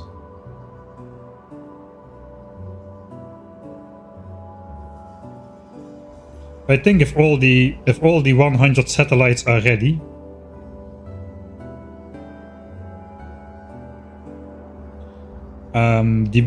and there is nothing else to do for the logistics bots, and I just put like 100 logistics bots close by, they will just very quickly swoop out, bring one satellite. Ooh, this is trippy.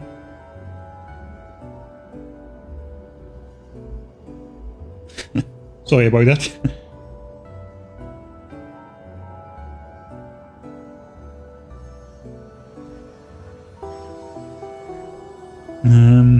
Looks like my radar coverage is not spot on. It's probably placed a little bit different in the chunk compared to the other time I used it.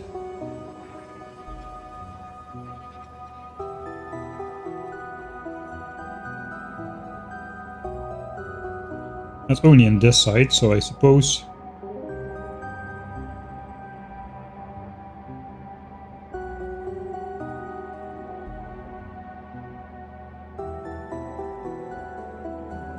Where would it make sense to put radars?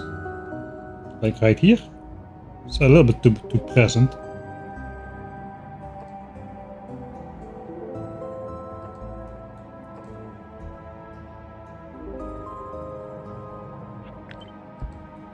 And I'll move those over one as well then, to make up for that.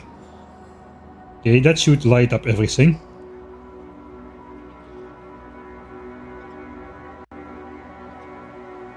Alright, so the era of the construction bots has ended, at least the Roboport powered construction bots.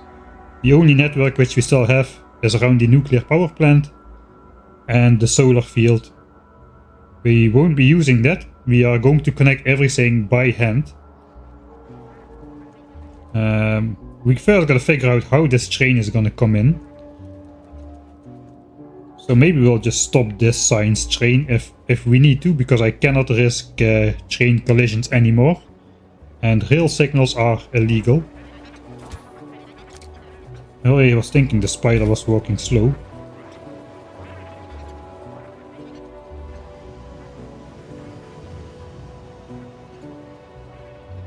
Alright, so we are missing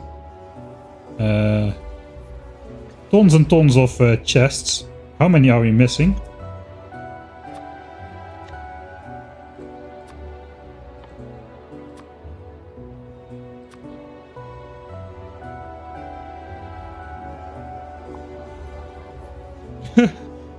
$1.8k. I could have taken a look at that before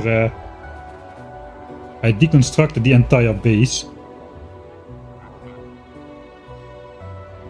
Well, I suppose we're gonna do one of those again then.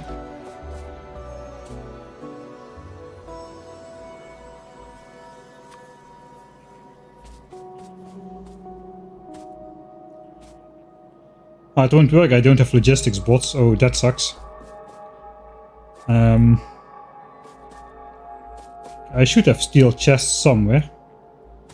I cannot put logistics bots in there now because they will put everything in the requester chest. Oh, maybe this was not such a great idea after all. Nothing new. I'm looking for the steel chests.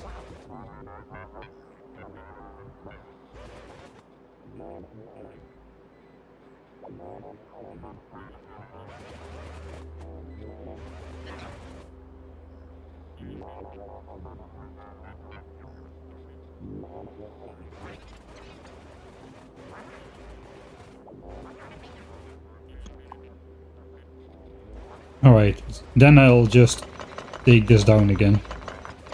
We'll put some logistics bots in there, we'll just have it make... probably you already saw where it was. Second row from the bottom.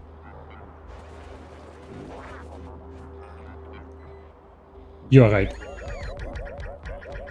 Let's just handcraft the 1800 chests. We need to do something.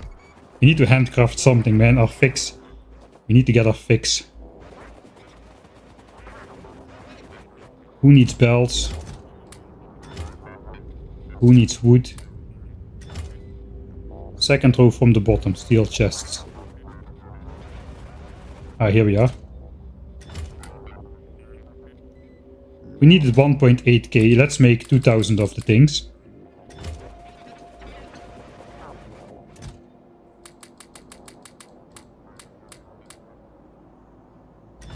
So it takes 3 green chips and 1 red chip to turn one of these into a logistics chest. So we need 6000 greens and 2000 reds. That should be fairly easy.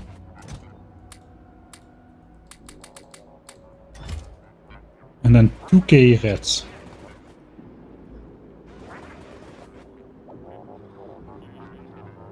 Ah, here's an... Ah, this is the thing. Red chips.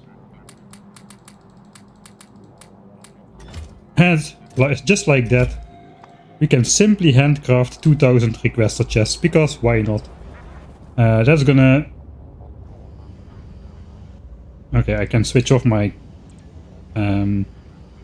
personal roboport then. We can go do something else. For instance, we just figured out we do have space for this rail line to come between here, because these roboports are not gonna stay.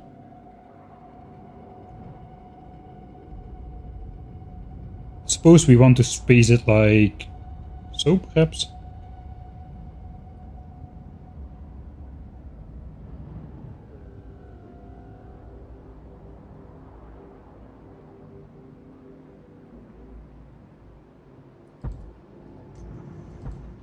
Okay, that means we do not need to move nuclear stuff out of the way.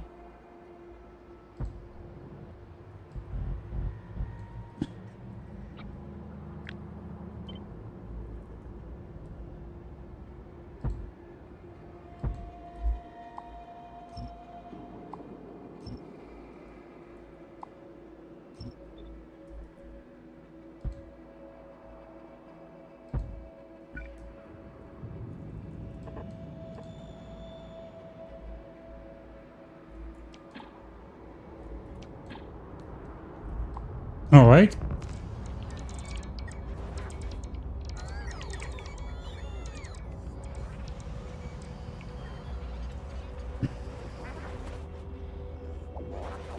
Do I spot some rails with my eye? I do.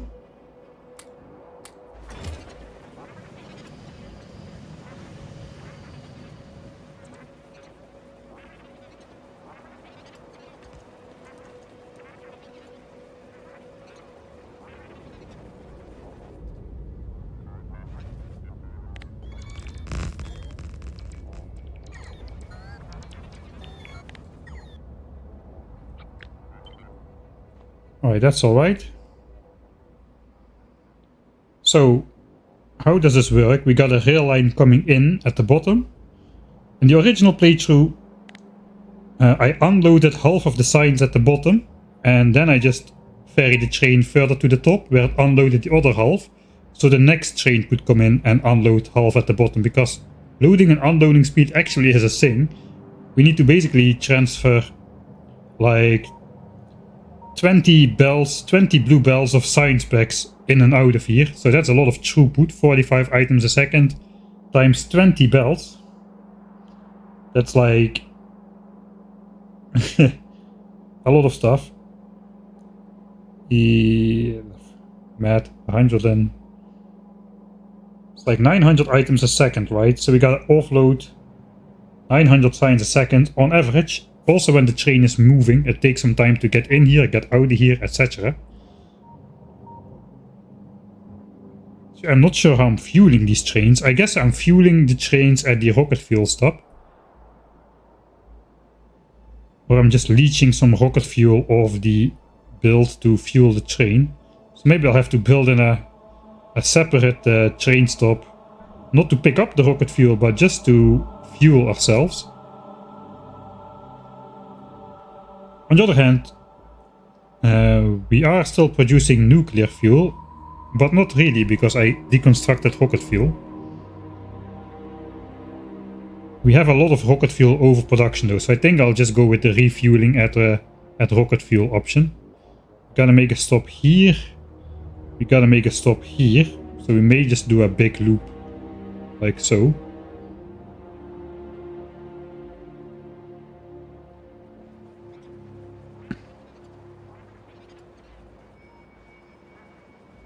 Obsolete Alien is just back after missing the entire construction of the 10,000 signs per minute area.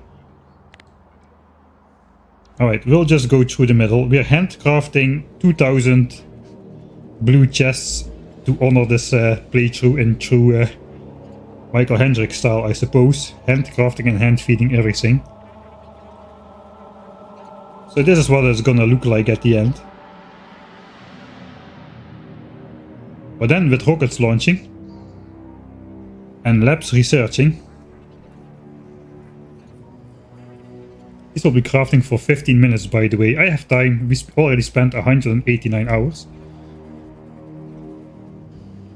I am not going to have enough rails to do everything I want to do. I might have to set up a small assembler, like a small mall on request kind of thing, with a requester chest and a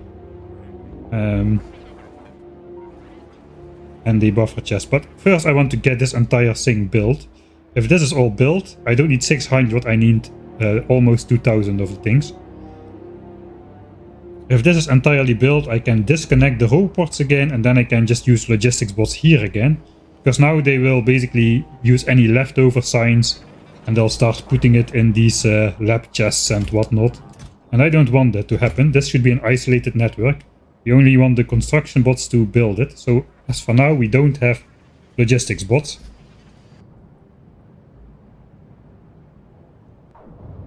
I think we have plenty of fuel still, so we should be good there. I suppose we do need to deconstruct the entire nuclear plant. I forgot about that. Alright, help me find yellow chests. This I will do a mold, how to make a mold tutorial on YouTube pretty soon. it will be about this. That's what I got after 190 hours of playing. Okay, I'm not really sure how many chests we're gonna need, but it's gonna be fine. How many bots are in this network anyway? Okay, over 5k. Yeah, that's fine. We'll go deconstruct the nuclear plant. Not us, we'll let the bots do it. And we'll switch over to solar power. Looks like they really like to charge at this specific roboport, even though there's literal tons of robots. There's literally like robots every 8 tiles or so, but charging works very weird in selection for charge and stuff. It works very weird. How many logistics bots are actually flying? About 250 to 300 are airborne all the time, it seems.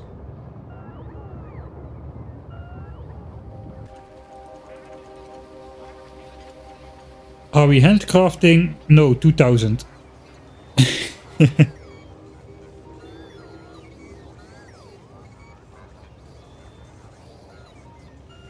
Find yellow chest has mouse cursor over yellow chest. No, really? I didn't even notice.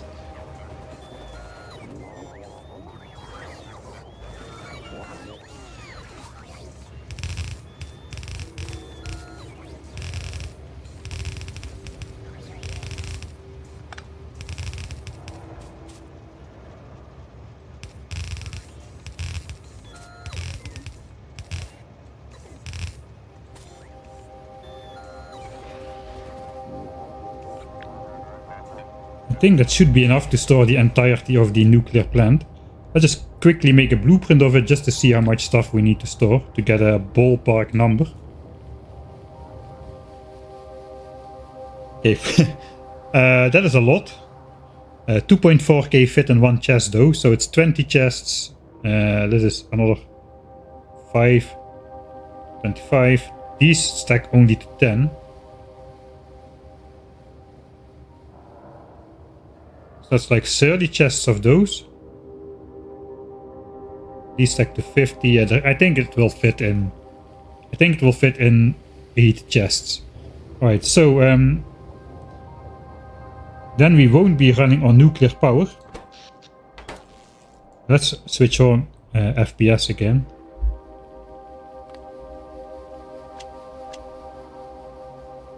I literally cannot really speed up the game.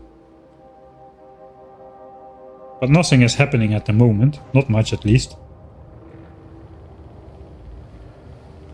Alright, so what do I want to deconstruct and what do I want to keep? I want to keep the power network again. And I want to keep the chests and the blue inserters. Okay, so we'll basically make a blacklist deconstruction planner. Blacklist. First of all, roboports, and then the power network. I have no idea what's all in here. I think it's only substations.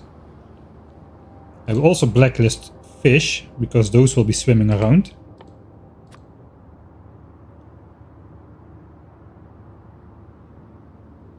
We do want to keep the nuclear reactors. With the blue inserters, they are being fed by blue inserters. We do want to keep the requester chest and the provider chest to spit out the fuel cells. We're going to keep consuming them, but we're going to get rid of all the heat pipes, which are the majority of the calculation of nuclear plants is heat pipes. Not so much fluid, the heat network is like 3 times worse than fluid network for nuclear power, if I remember correct. Yeah, but like 480 turbines fit in a chest. It was 14,000 turbines. Let's say 15,000 with 50 in a chest. Sorry, with 500 in a chest. That should be 30 chests, right? I have like almost 200, so I think even the turbines will fit. How many heat pipes was... yeah, heat pipes will fit too. I think it will fit. Okay, so anything else which should stay? I could let the offshore pumps stay. I remember doing some shenanigans with those, and I think there was an area where it was... Yeah, let's just do it. I'm not sure. There may be an area on the landfill where there was an actual island and I had to slightly move around the...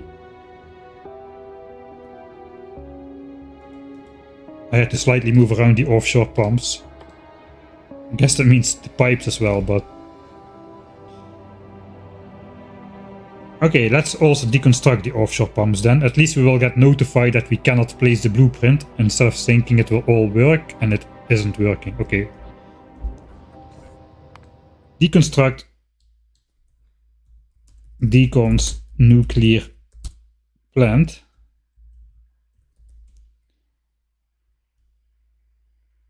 But first, very important, we need to connect one single wire again, or things will go horribly wrong.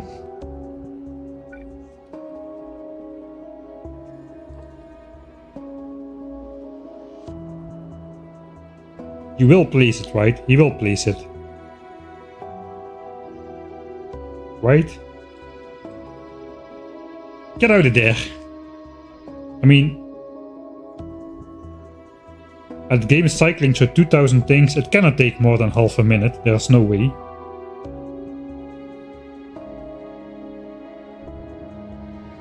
Alright, we'll have faith. The bots won't have deconstructed the entire nuclear plant right off the get-go either. So, here we go.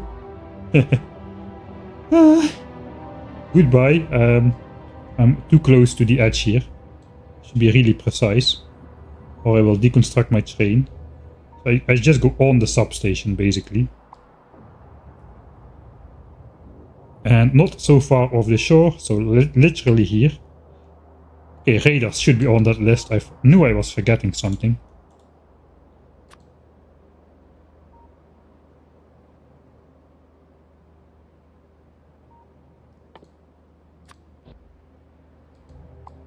Alright. Now I got the correct alignment. Let's go. 524 fully built out active nuclear reactors deconstructed in a single go. What could go wrong? I don't know, we'll find out.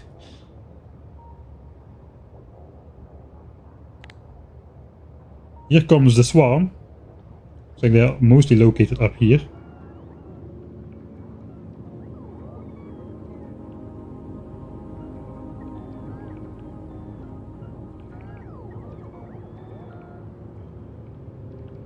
Perfect.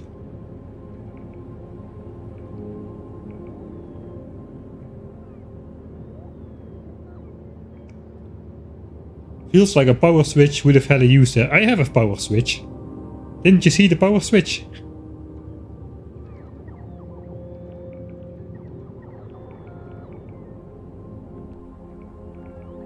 Yeah, it's gonna take quite a while before the bots will have deconstructed all of that, I'm pretty sure.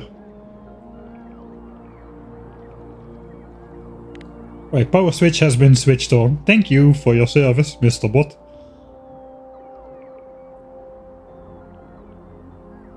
Power will remain connected all the way through. Power network will stay up in general. Okay, so that is running. We are almost done with the handcrafting of 2000 chests here. So we can go back. If I... You see, I make very good use of my 2 hotbars here. I have hotbar 1 on both hotbars. Right, we'll head out of here.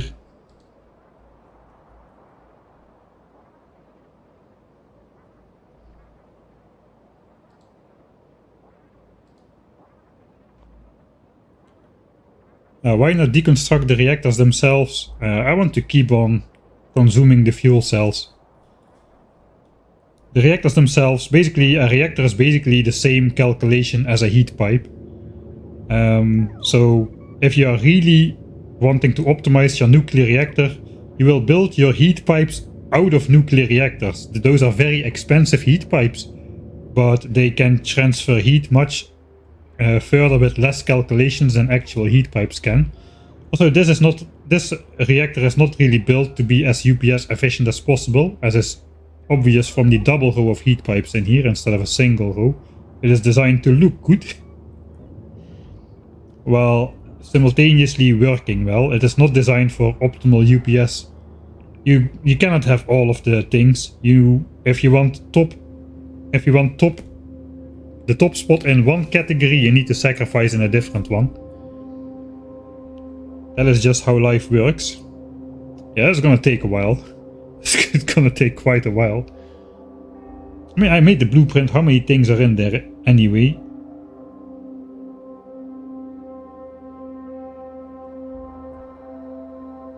Oh, looks like I did not save the blueprint, but there's 42,000 heat pipes.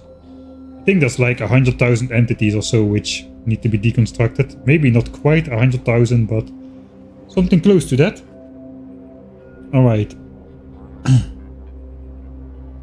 Bots, are you ready?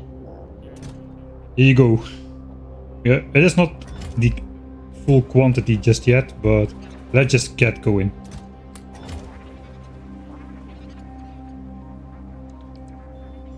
That's gonna be the last of the requester chests.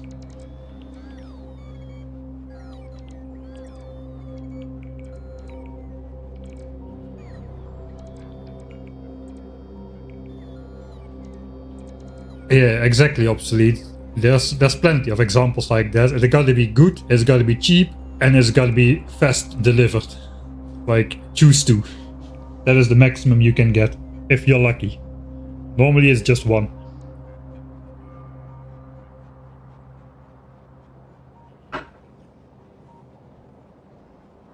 Alright, we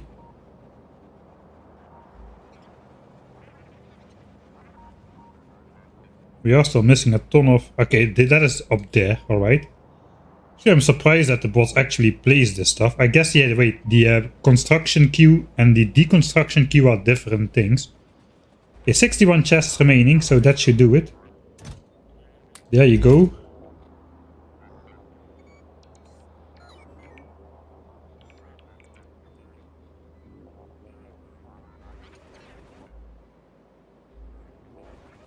Now we gotta get all the bots out of this network again. Fun times. Now you can just set requests on roboports, which works very well. 2700 bots though. So basically what we're gonna do is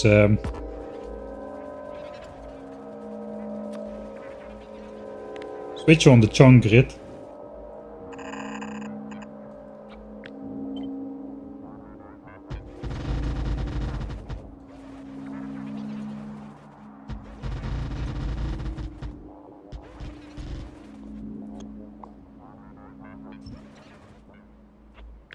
Four chunks of belts should do it to get all the bots out of there.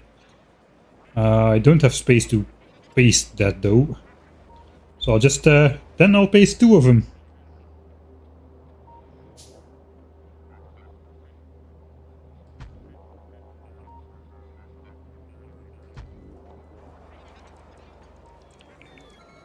Alright, and that will get all the bots out of there, and after they place the belts they will go rest in these roboports over here.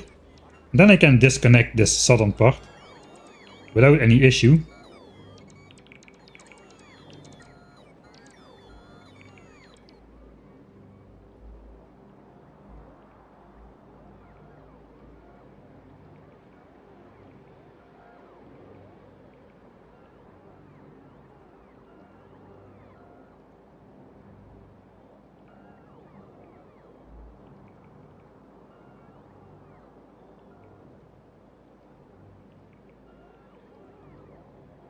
You've missed the opportunity to overheat him and explode the whole thing. I actually did that one time. That was a lag fest. That didn't go well. It was like literally like 1 frame per 2 seconds of progress during the entire thing. It was not pretty. And they are overheated actually. They're all 1000 degrees. And they have been basically all the time. Because we're just feeding all of them with fuel cells. The bots haven't even gotten halfway through the first pass just yet, it appears. And they have skipped over plenty of things.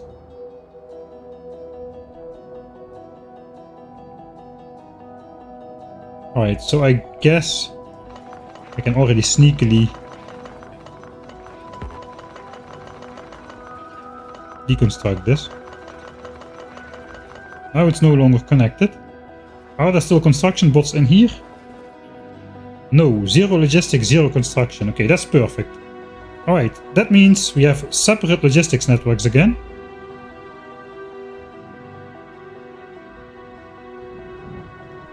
And we can put back logistics bots over here. Oh, I also had some robo ports. Okay, I still have it.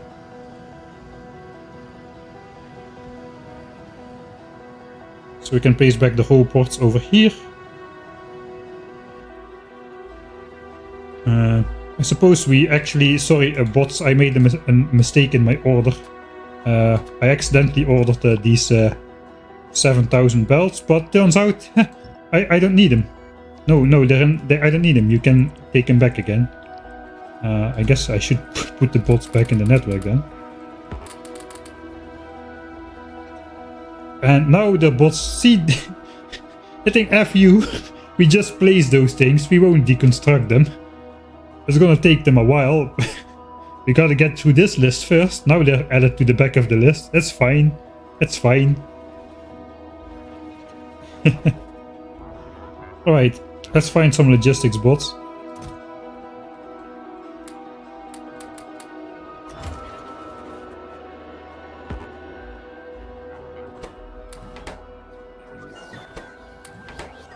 Because this thing has been starved of logistics bots for a while.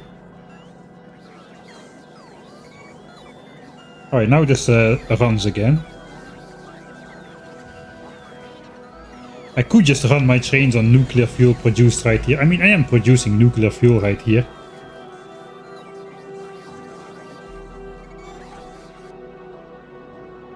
You can literally make rocket fuel out of this tiny spot of oil right here. Combine it with uranium, make nuclear fuel, and then just fuel the trains with that, I suppose.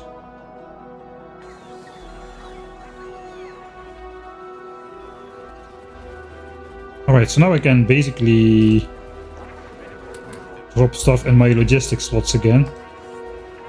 Oh, they really had some busy work, looks like. Alright, looks like they caught up.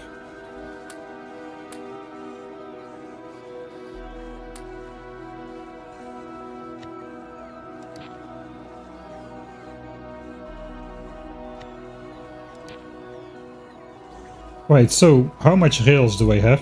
What do I need to do now? What do I need to do now?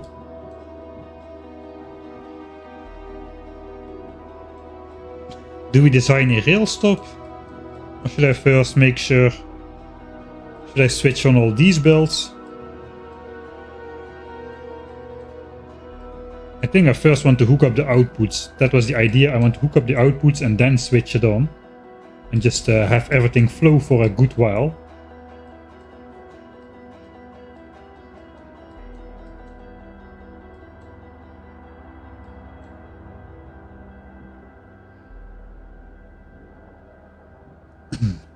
Right, so first of all, I guess I gotta also figure out what is supposed to come in on what belt again, because it's been like probably like 4 years or more.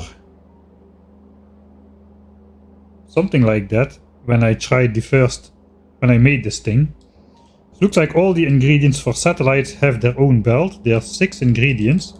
I'm trying to open the assembler, but obviously I cannot.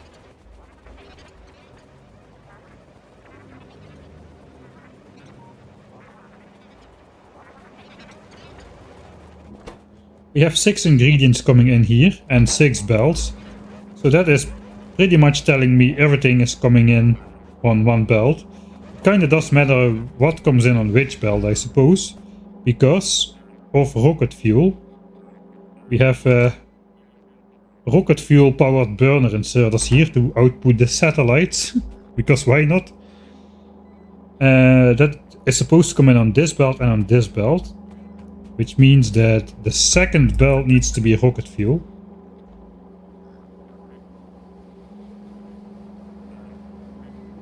And then is this all just unlimited, or are there limits in here? All of these are unlimited, so for the rest it does not really matter what goes where. I suppose the high bulk items should be split around, so they have 2 chests of storage. What are the high bulk items again? High bulk... I suppose rocket fuel is high bulk, they only stack to 10, as well as the low density structures.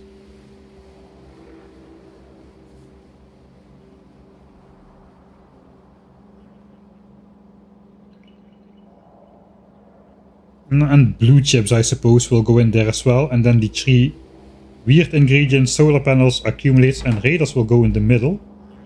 I suppose with raiders in the middle. We can set a filter. No, we cannot set a filter on normal inserters. It's Factoria 1.0.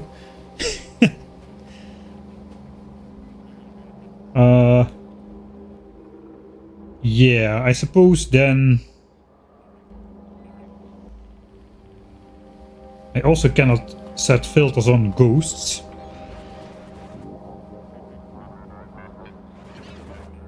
We just remember raiders, solar panels, accumulators.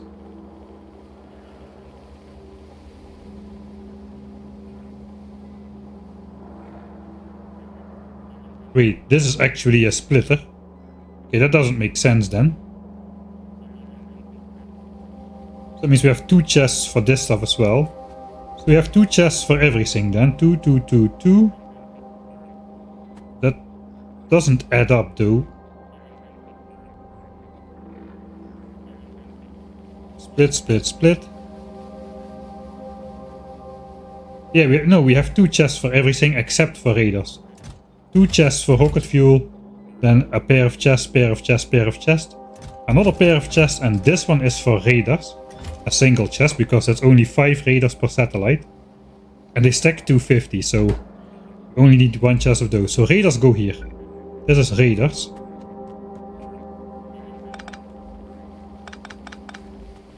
I suppose I should just get my inventory back so I can make some stuff. We are at that stage again.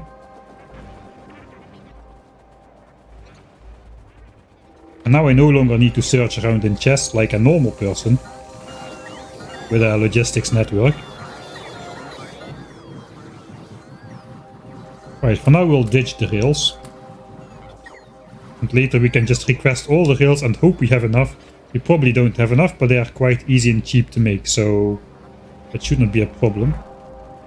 We'll just do some of these, I suppose. Just so I can figure out what is supposed to go where. So this one is raiders.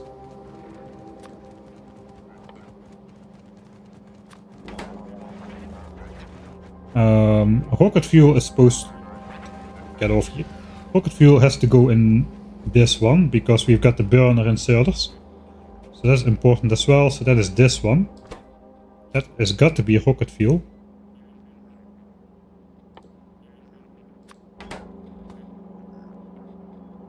I suppose this is what it feels like when you pull somebody else's blueprint off the web and there is no description as what is supposed to go where, and you just puzzle it out for yourself for a longer amount of time than it would have taken you to design the blueprint in the first place. Not quite true for a blueprint of this scale, but in general. Alright, then this belt goes here. It is split here and here.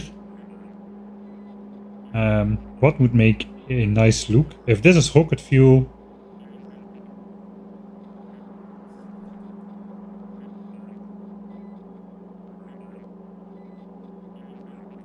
this goes in both of these chests.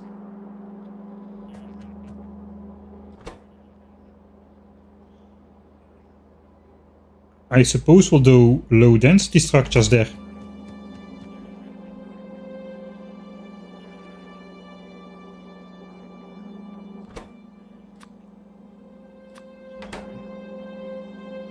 We got rocket control units are not a thing over here. So that is the 2 rocket ingredients and raiders. And then we have blue chips and solar panels and accumulators for these chests over here. And this is the outermost chest. Like we gotta properly balance the incoming belts because we are doing the side loader splitter thing. Rocket fuel, low density structures. Yeah, it starts to make sense now. That's opposing. The rocket parts are opposing. I guess blue chips go in the middle then. Solar blue chip accumulator, something like this.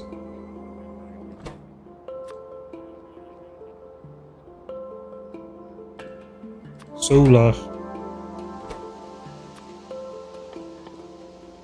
blue chip accumulator. Okay, that is how the satellite stuff is supposed to come in. Yeah, we got Mark III efficiency models in there. My satellite build is always very memey.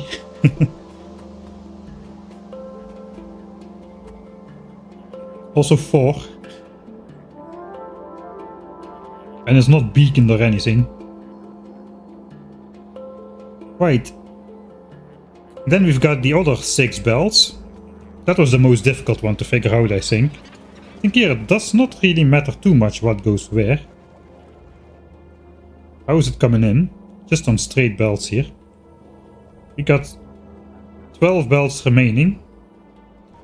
For, I suppose, 3 things.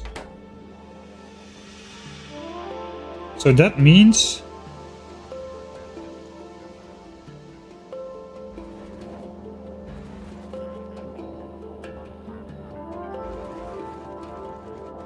four pairs of 3, or... like, do we alternate this? This belt goes in here. This belt goes to the other side.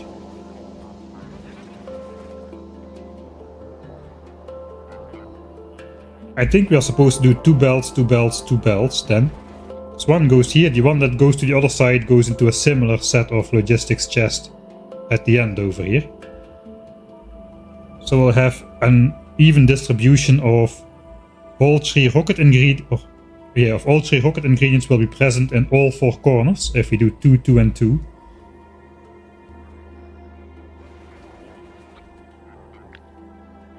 So I suppose, but we actually want to do the summer over here.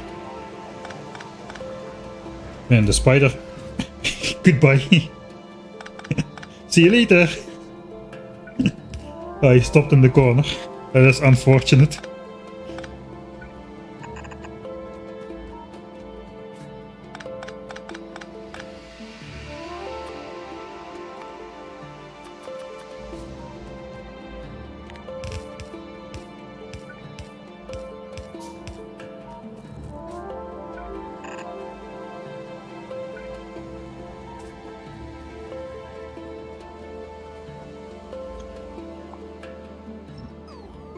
Man, the bots are really zippy compared to me. This is my walking speed.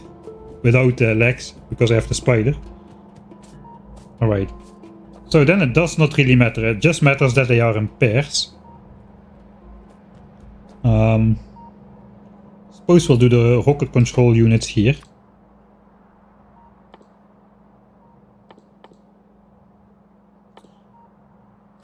So we got some contrast next to the low density structures and rocket fuel. Maybe just mirror then. Then it's gonna be low density, then rocket fuel on the outside. It's also the easiest if we need to pull off some rocket fuel to make nuclear fuel for the trains. We can quite easily do that if it's on the outside, I suppose. Okay, that kinda does it. Okay, this is actually powered.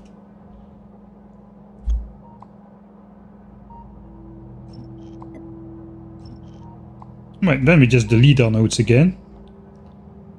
Just kidding. But we leave it in as ghosts, so we can just plop a belt over it later. Alright, so that is figured out.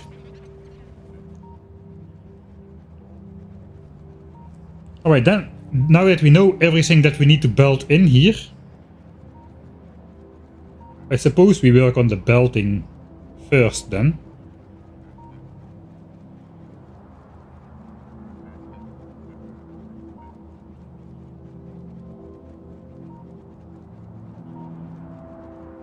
I think the problem is to feed the satellite assembler with ingredients, which is why there are 2 inserters. But yeah, that could very well be the case actually. The satellite crafting time is only 3 seconds, I suppose. 5 seconds.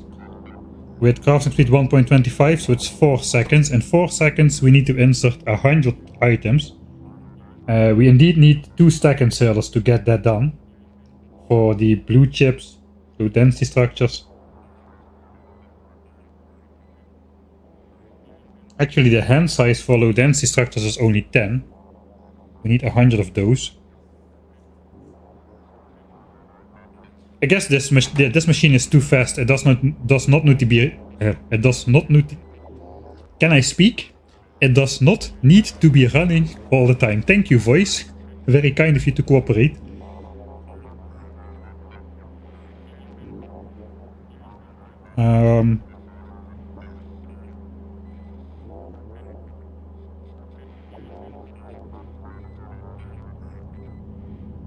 Can I rotate inserters from the map view?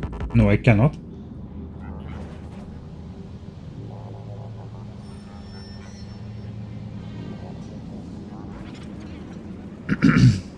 Isn't blue inserter a throughput limit? These are just like indicators for what goes where.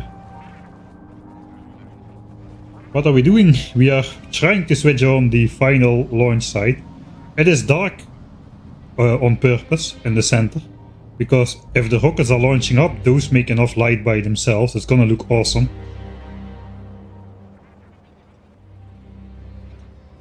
Okay.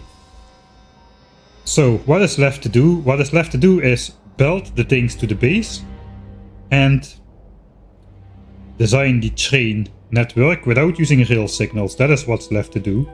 At least we can get this through here now. We do not need this power line, right? Yeah, we are powered in through other means.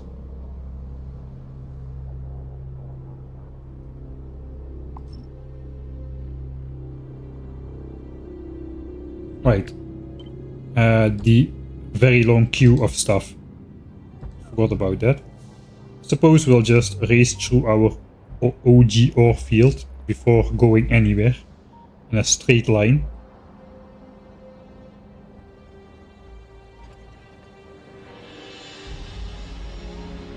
Oh, it's gonna look amazing.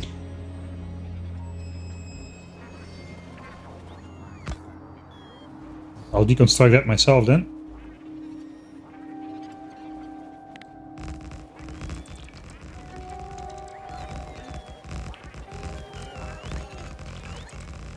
Oh yeah, I think we are going to need more rails. How many rails do we have in the logistics? Let's take a look.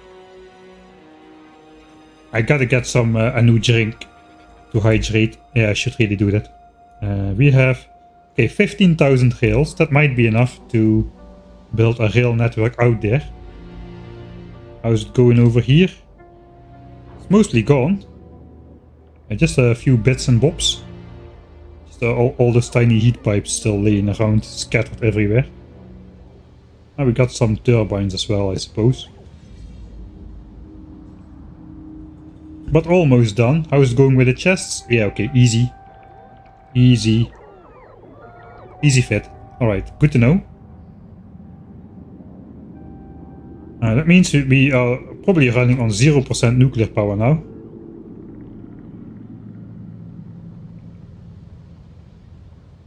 And will be all solar from here on out. That's too bad. I really like nuclear power, but yeah.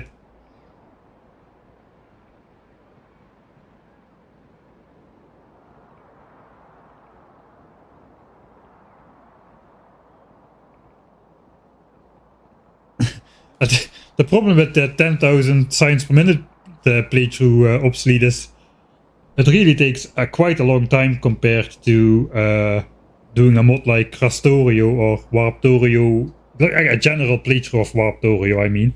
Not like making the editor series, but just a general playthrough. I think we spent over 300 hours on this playthrough already. Which is more than I spent on the entire first playthrough of Space Age so far. Including the Shattered Planet ship. That was another like 50 hours all in itself. And then another 28-hour stream to make the actual flight after designing and building the ship. So yeah, I think that, how long has this playthrough been going? It has been going for a while.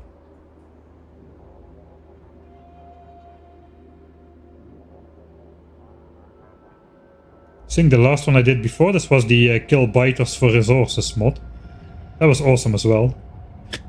In hindsight, that was definitely a sort of a type 2 fun. It was fun. It was fun after you completed it, but it was not fun while doing it.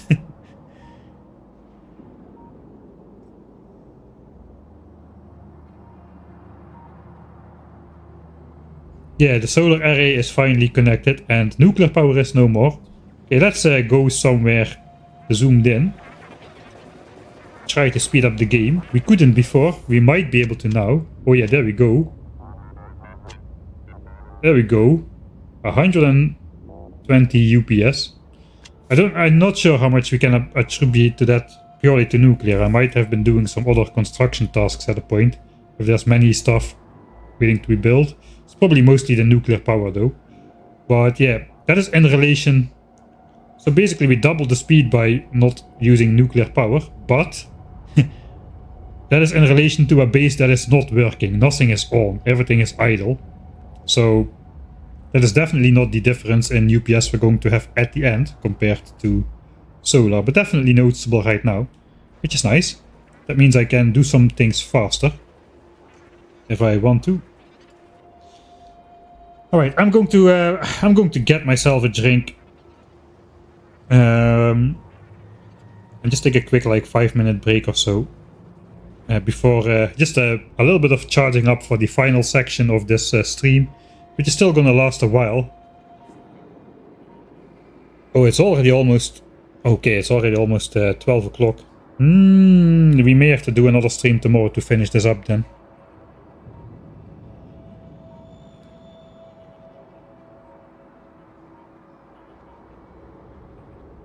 Dang it. It didn't feel optimistic to do this in one stream when I started, but man, a lot of stuff went wrong with the construction bots getting the networks getting... Oh, that was so horrible. It took a lot of time to fix that. Yeah, let's blame that. God, look at the lights. Let's blame that. Let's not blame myself for standing around looking at lights all the time and stuff.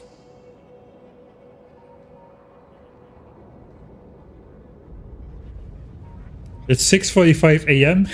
I guess you from Canada, right? If I remember correct. 6:48. Plenty of time. Good to know. Good to know. It's always a normal time in some part of the world to be streaming. Yeah, Australia, kind of like Canada, but the exact polar opposite. All right. 3:45 p.m. in Canada.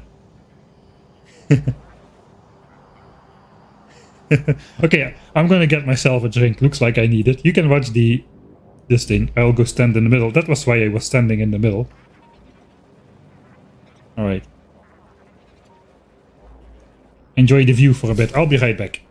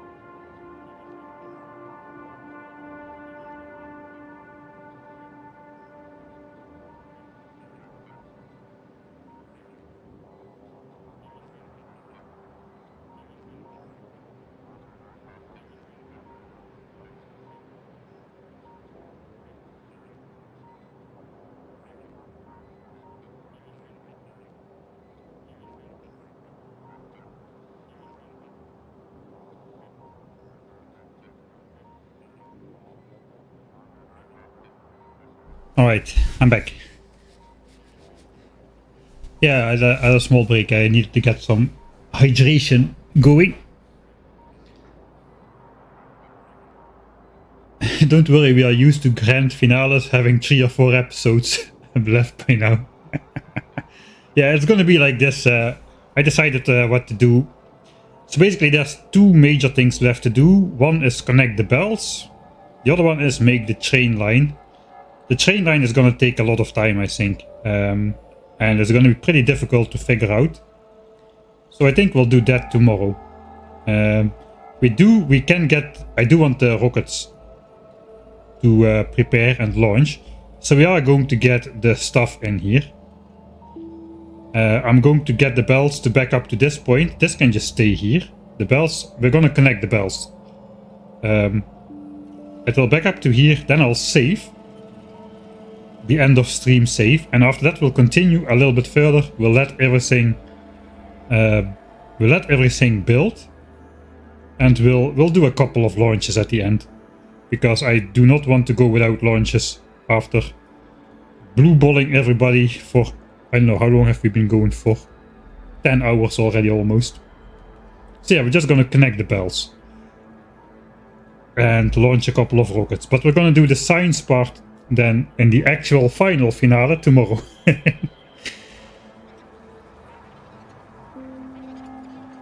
I do have the solar panels to expand the solar farm. We've got 400k extra solar panels, which puts us like 200,000 beyond the projected amount. But more likely I'm just going to switch back on some nuclear if I need to. I mean, these things are still superheated. Okay, we are gonna lose the heat through the heat pipes again. Those are gonna suck up all the heat, but at least this is ready to go. We're keeping it hot. We're pretending there is heat loss. We just keep fueling the things. Alright, let's not waste too much time then. Or this stream will again not fit into YouTube's maximum stream length, and then I have a problem. Okay, so what do I need? I do not need anything except for bells, some bots.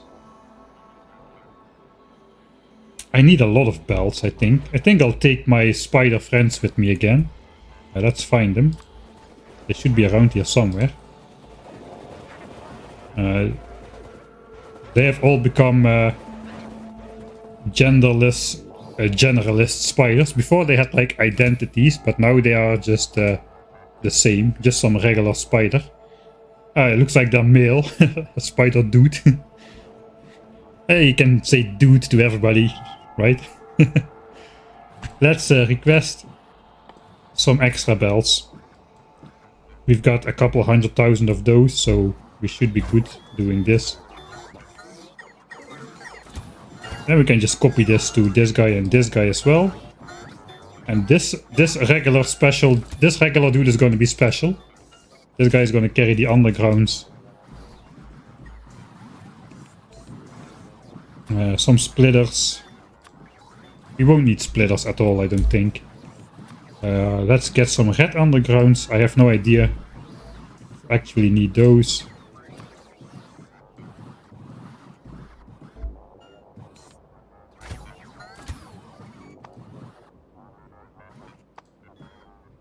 I know we have some yellows in there as well. But I don't expect we'll be needing those, but I just want to have some on me in case we do.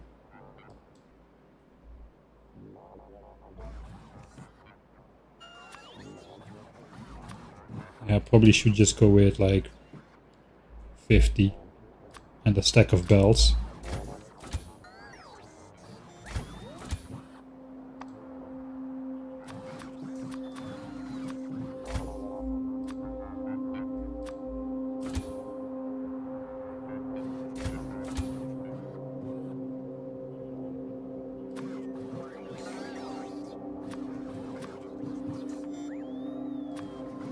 Alright, we'll give him 400 red bells instead. And then we'll just leave some space in there. So we can put something in there still. I am going to switch this off.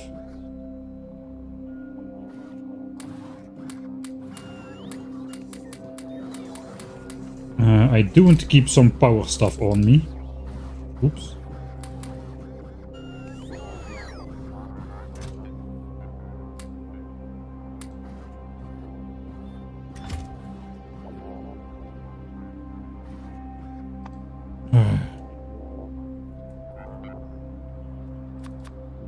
My hotbar is a mess anyway. We'll put in here what we want to take. Like 100 substations. 100 normal power lines. Just some stuff so we can make some fixes. And roboports we don't need at all anymore. Maybe some radars. In case we want to light up some stuff. As a stack should be fine. What else could we possibly need out there? I know we still need to connect some pipes. So I do want to keep my plates and stuff so I can craft something. In fact, yeah, let's once more delete everything.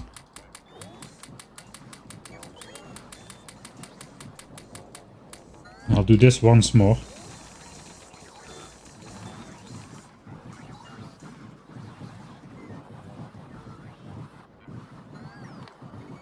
Alright. I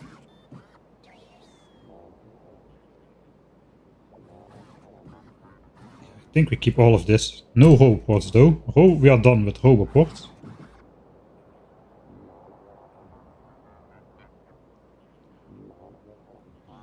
It's just good to have some backups. I think we need to craft a pump jack as well eventually. I think we need some more pipes on us. Let's request some pipes. Oh right, we didn't have that many pipes. This is all the pipes we have.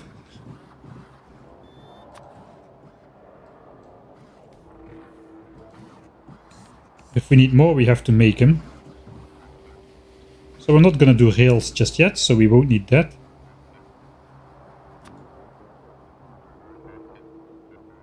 Okay, we'll just grab this then. Once. And I suppose we'll just grab the bells. We have 3 inventories full of bells. We'll just grab those from the following spiders when we need to. And I can grab like 2000 myself.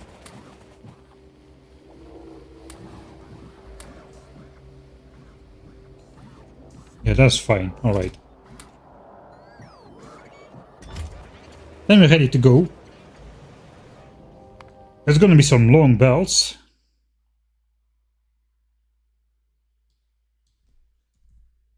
Yeah, we're not gonna... Save 404 is not gonna be it. I do not want to end up on save 404 again, like with the Shattered Planet. That didn't work out very well for us at all. Turned out the ending was kind of special. Very fitting for the 404. Time to connect rocket and satellite parts.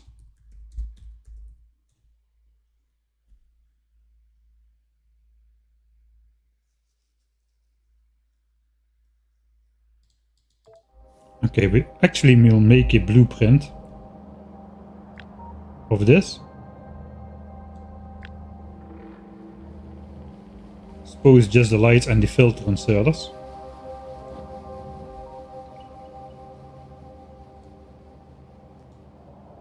I think we won't be needing that anymore.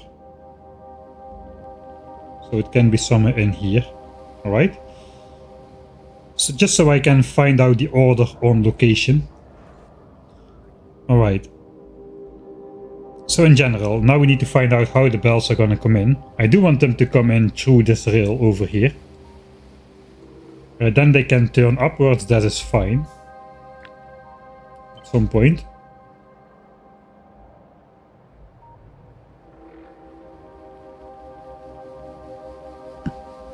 That is not all of them, this is all of them.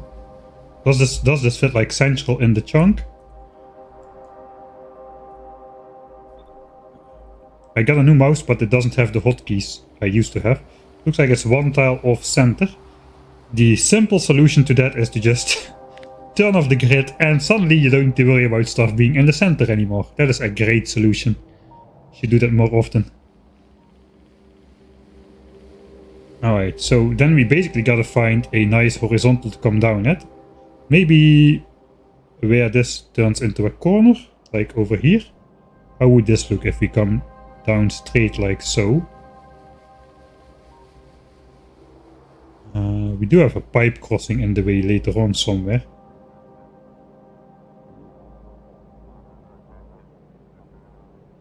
Yeah, over here this pipe. These belts are just one tile apart. So maybe they gotta be 2 tiles apart. Once they turn.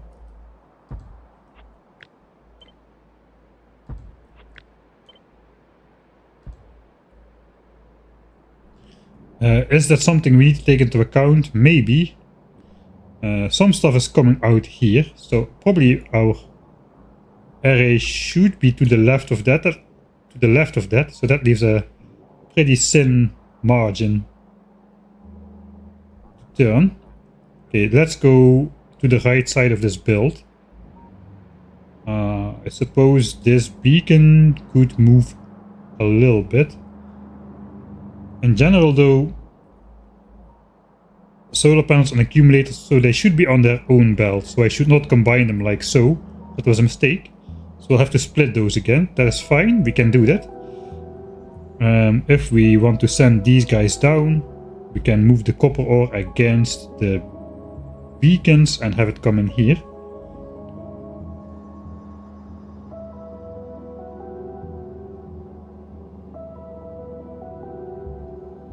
And technically we can have 3 belts coming out under this furnace.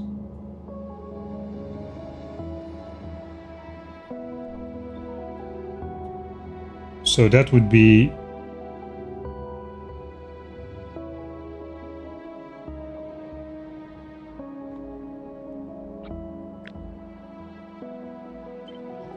then it would come out like so. Let's move all the way down and see where this... Okay, I moved the mouse. And see where this ends up. If we go down from here.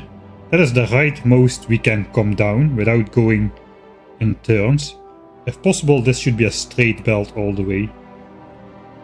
Okay. That's the rightmost it can be. I think that's looking fairly good. Yeah, if that's the rightmost it can be, that is looking fairly good. Okay, we don't need to make it this right though. We can move it a little bit more to the left though, preferably not in the corner here. So this is then the most...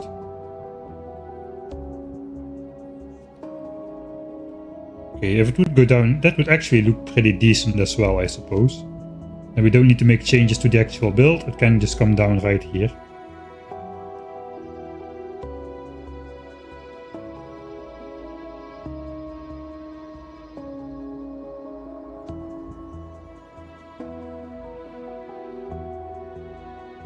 Okay, that is pretty much as...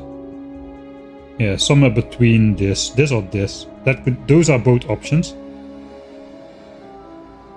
Alright, so that is 3 of the 6 ingredients. That is solar panels, accumulators and radars. Those should be on the central belts somewhere. So on this set of belts. We've got rocket fuel built even higher than that. We won't be able to do straight belts of rocket fuel then.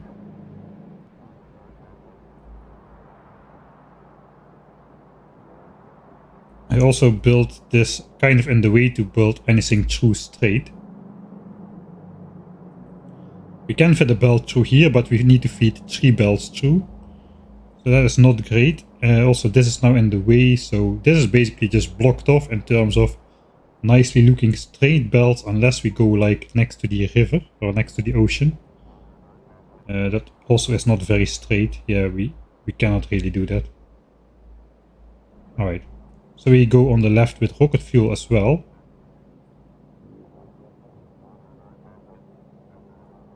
It kind of does not really matter in which order the belts are in here, because we can just make some weird turn instead of making a giant corner. Anyway, rocket fuel is going to come in with 3 belts next to each other, and we got to make a 3 to 4 splitter in order to fill up all 4 belts equally. So let's actually grab one.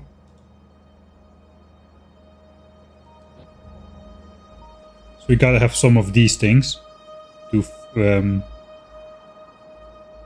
to grab 3 adjacent belts. Okay, so this is not gonna come in like so anyway. We're gonna have 3 belts of rocket fuel incoming. And then that has to be split over the top 2 belts and the bottom 2 belts.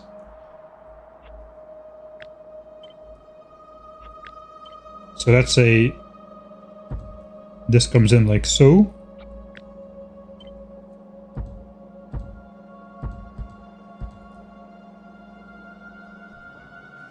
Okay, I'm still standing there. Let's actually move out then. With our followers. I have no idea what's going on, but it looks insane. If this is your first encounter with Factorio, yeah, this is not a general first playthrough type of thing.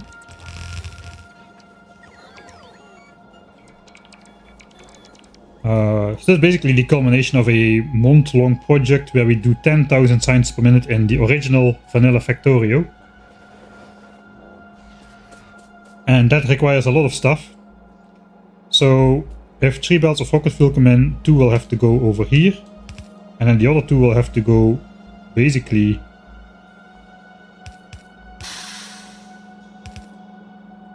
like over here. And the bots are super zippy. Guess we'll put that in the middle somehow.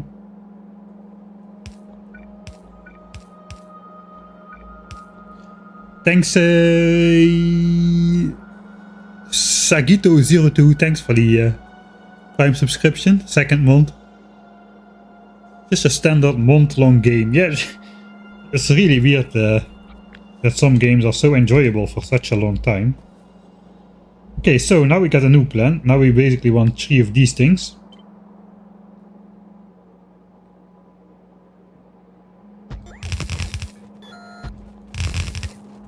Except this now goes 2 tiles down.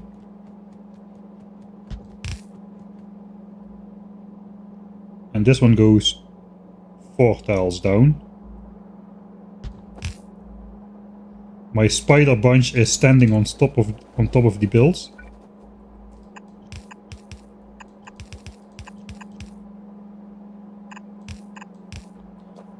Alright.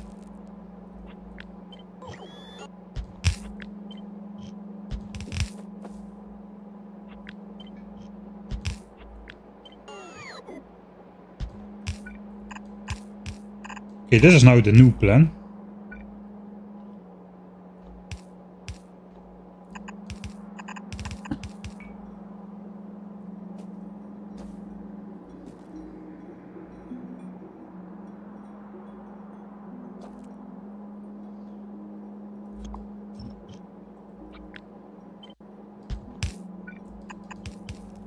Okay, we'll let it come up 1 tile earlier even.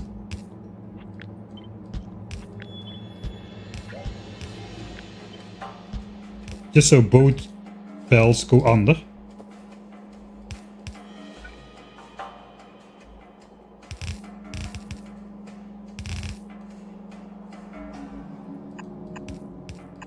Okay, not sure what this is, but that is like that for now at least. 1, 2, 3, 4, 5. 1, 2, 3, 4, 5. Sure. Okay, that is gonna look okay. Okay, I'm out of these already. That is why I brought my friends. Hello, friends. I think the last one had all the good stuff.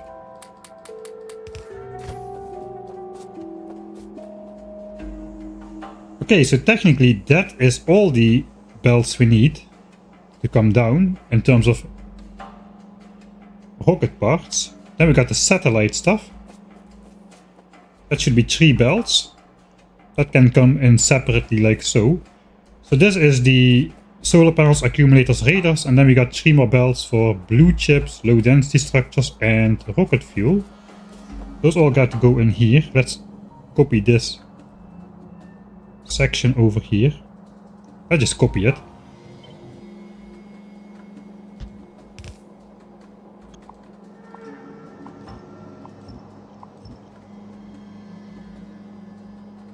Okay, that means rocket fuel on the left, low densities in the middle, rocket control units on the right.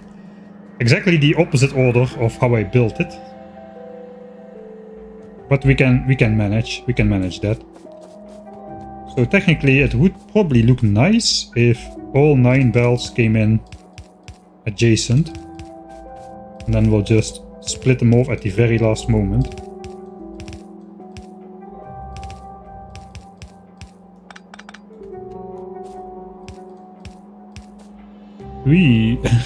Those belts are fast. I never make a belt immune. I hate belt immunity equipment, I don't know why. Probably because it doesn't really fit nice in the armor anywhere. So if we can get away with this, I will be very happy.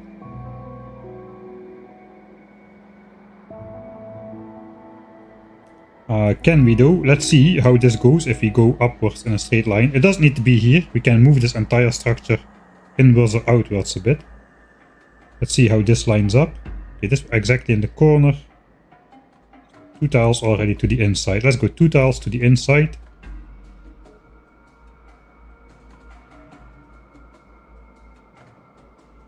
Also 9 tiles is exactly enough for a pipe to cross. So we can just align the pipe crossing to span the belt here. Okay, where are we? Now we're gonna go past this build. This is rocket fuels. Rocket fuel joins here. Low density structures is all the way up there. So we gotta do some snaking to get it on here, but that's possible. And then blue chips. Yeah, blue chips is produced all the way over here. It has to go to yellow signs as well, so we'll probably do all blue chips past yellow signs. And then just find a way to snake it over to over here. Yeah, I think we can do all of that. Alright, so let's move this entire thing 2 belts to the inside.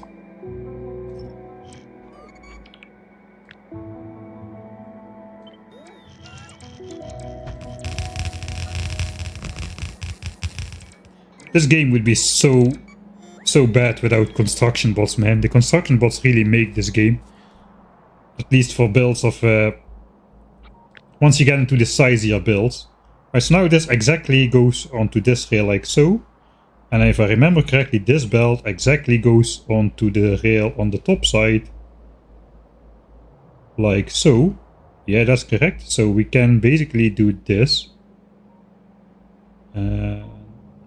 Plop this down here. This is where all the stuff needs to come out. Then again, the raiders are supposed to go on this belt. Raiders.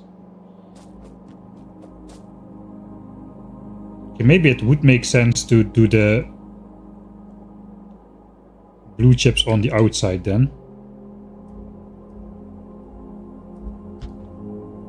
So the solar panels and accumulators and the raiders can come in adjacent.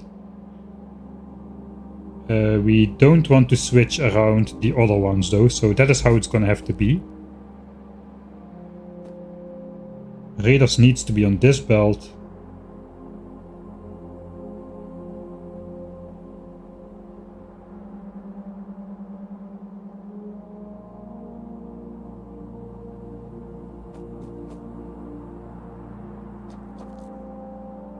I mean, technically we don't need this. We do need these though.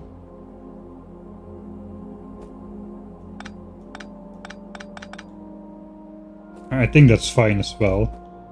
We can let this belt stay open entirely then.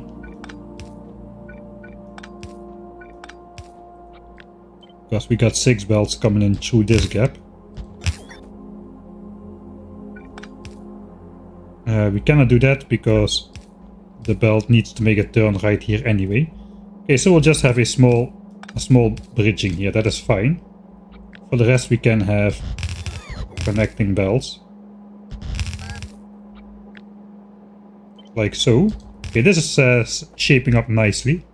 So we won't use this, but we will use that one.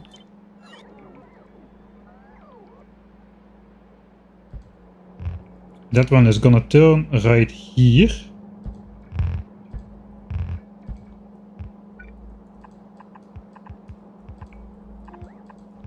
And then we gotta find something other still for the other things. Actually, Yeah, I'm going to have a separate belt coming in for this. Rocket control units are here, low density structures are here.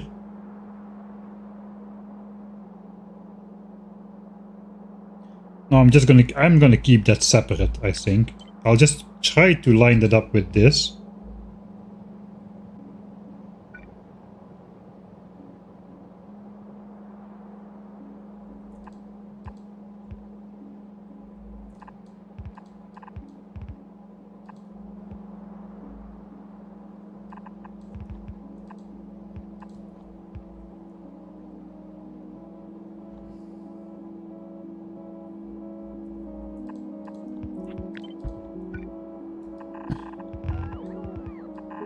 I will just have to make a sort of a weird looking corner like this, I suppose. It's a little bit annoying, but I mean, we don't need to. We can do the blue chips. Can we do that on the right side still? Can we? Yeah, we can get that across easily. So we can just bridge this assembler like so. Just do all of them. And that could be blue chips. So blue chips can come out on the right side instead of on this belt.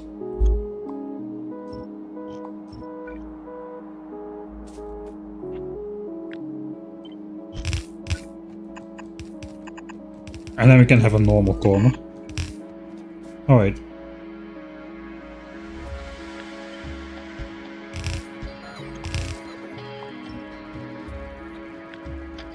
Okay, so we can basically copy this now. Blue chips, yeah, this is fine. Rocket fuel. Low density.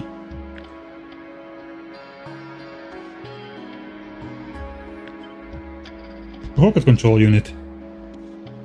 You could also use the underground first row as like the last and have the middle vertical without underground.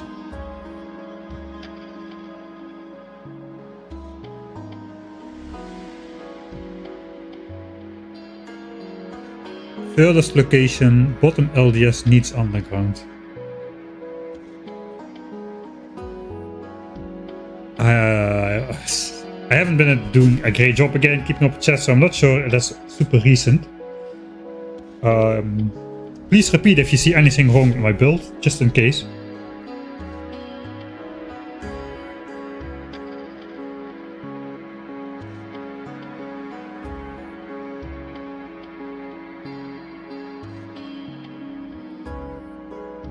Underground is still missing.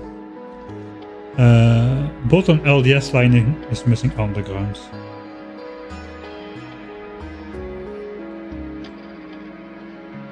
LDS is the center.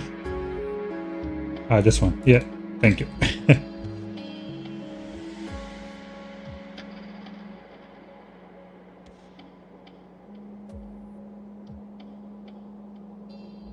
I'll make sure the belts which come in are already pre-balanced, so we don't need to rebalance the belts after this.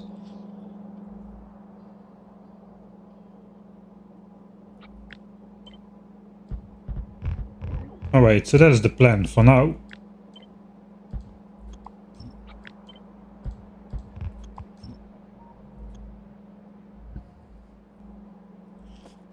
So, given that this can just come in a straight line all the way up, oh, that is going to be... That's going to be a lot of belts. I don't think the spiders have enough belts to go along. I deconstructed my robot network already. I thought this would be a lot more finicky, but looks like we're just going to go straight belt array. This might actually be better suited to go not with Spidertron. But then I would need a couple legs myself, because I'm barely faster than this blue belt. Without.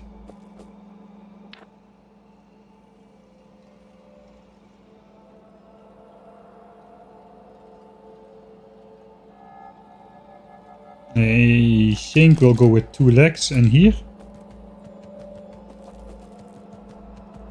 And hopefully my armor can keep up charging while I walk up this. It's gonna be a long walk. It's gonna be a long walk. Maybe we can go faster, but we'll start trying it like this. I can keep the bot's flight distance to a minimum by doing it like so. It's not very visual though. Maybe I can go a little bit in the front.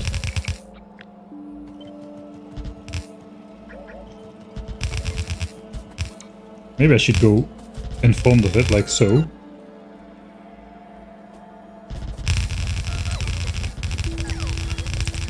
Yes, either way not very scenic. This is kinda okay.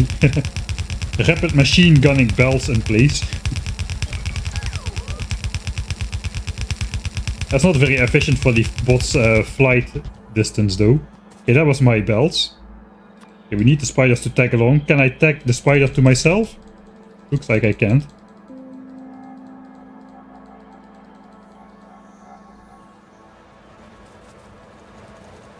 Okay, this guy doesn't have anything. I suppose I will just stash my own inventory in this guy. Or at least maybe some of the bulkier stuff. We will need a bunch of undergrounds as well.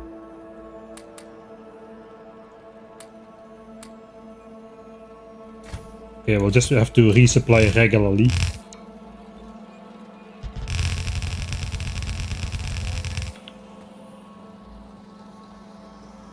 Actually, the battery is keeping up just fine.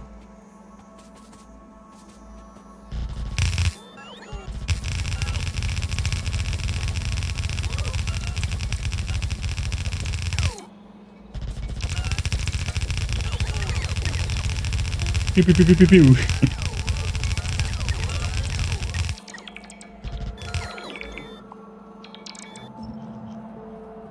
No, battery is not keeping up fine. Battery is going down very fast.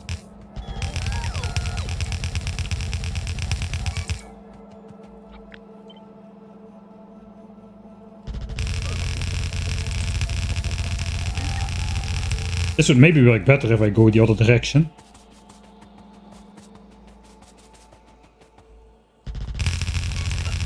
Because the hotbar is not in the way. Yeah, that works better. Alright, we'll start doing this from up there then.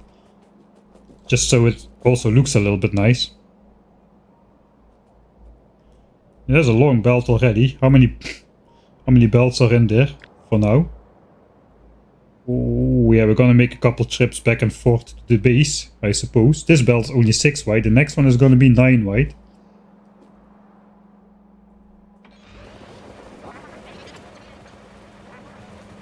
I could try to do it from the spider, but the spider is a bit wobbly.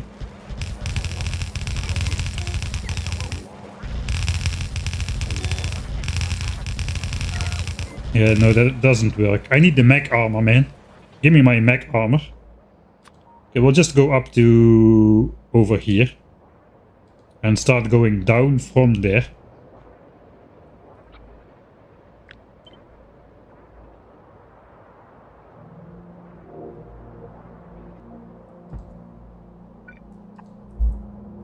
Alright, meanwhile we can design the radars and the solar panels.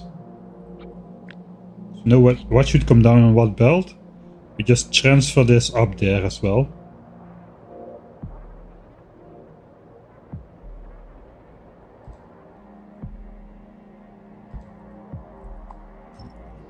Okay, so the radars, they come on this belt. That's easy, they come out right here. So we may as well just do this and split them together on one belt. And they can go down. So here we are. That is radars.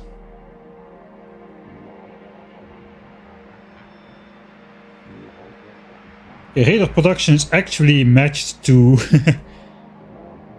radar production is matched to the satellite consumption speed, so we're actually producing only barely enough radars. So this belt is going to take a long time to fill up, especially given how long it's going to be.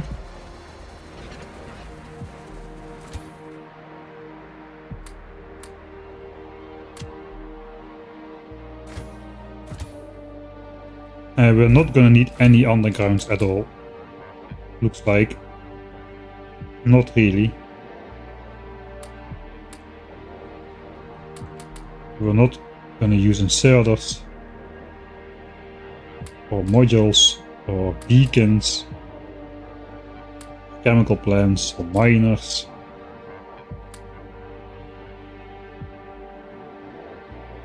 Or this many raiders. Alright. I can grab the remaining belts then. Now that we're here, we'll first hook up the... Let's extend the raider belt a bit further. So that keeps producing already. Alright. Then solar and accumulator has to come in over here.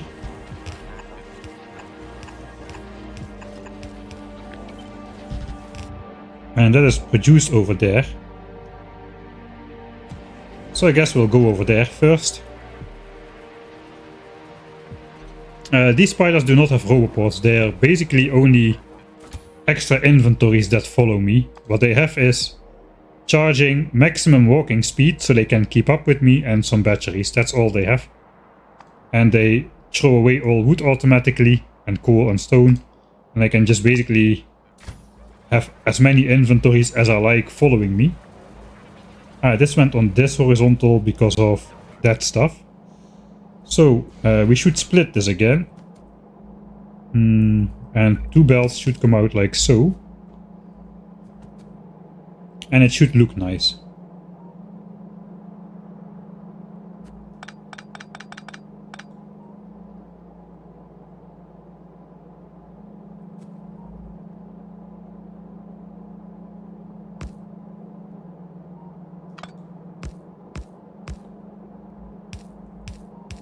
And it should be balanced properly.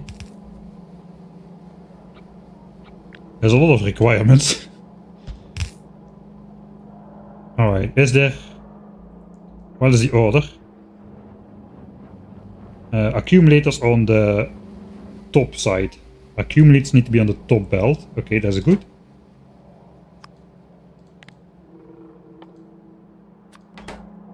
We could do like OG underground splitting. But it's modern times. Right. Looks nice. Check.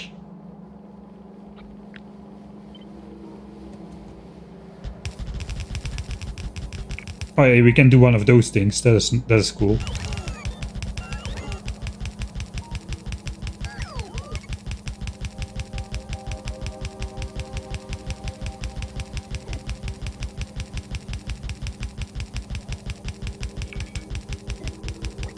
I'm not sure how far we have to go. I might need... Yeah, I think I need to turn on the minimap again. That was a nice trip through the forest. Okay, we still have a way to go. Yeah, let's switch the minimap back on. So we know where we are in relation to what we have been building before.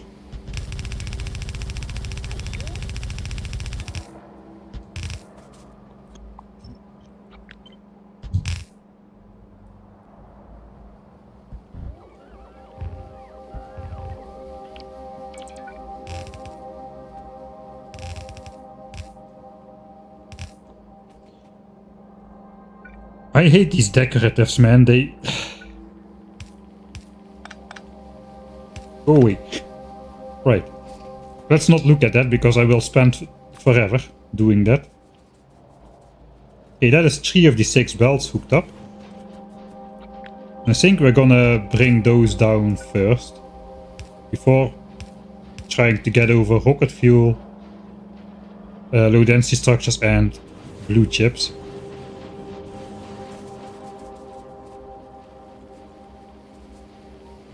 So I guess I'll have the spiders follow me. I have 4,000 belts. Probably run out somewhere over here. I can do more of the scenic stuff.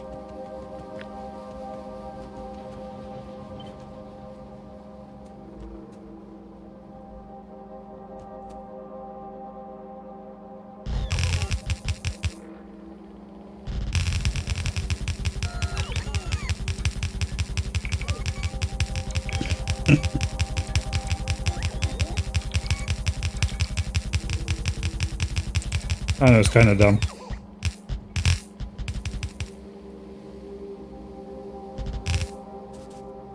It works well for forest. We can do that through forest, but the rest we can run at full speed. If we do this through forest, we don't get pushed to the side by a tree. And once we're out, we can just speed it up a little.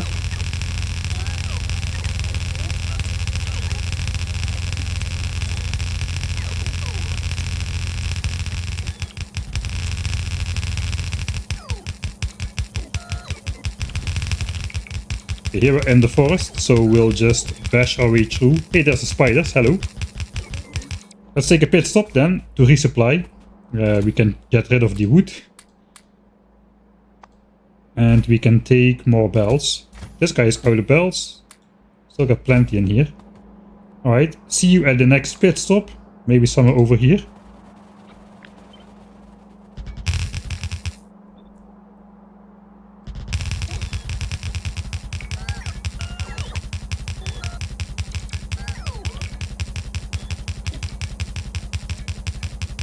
Ah, there's a mod that removes decoratives. There is also just a setting in the graphics that removes decoratives, or at least this doesn't show them. I don't really, it's not that I hate, and decoratives make the game look nice, it's just those specific plants that I don't like.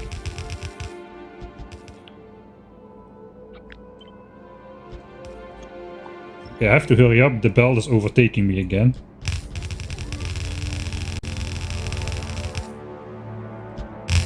Again, there's still stone laying around. I gotta be careful. Zippy, zippy, zippy. Oh.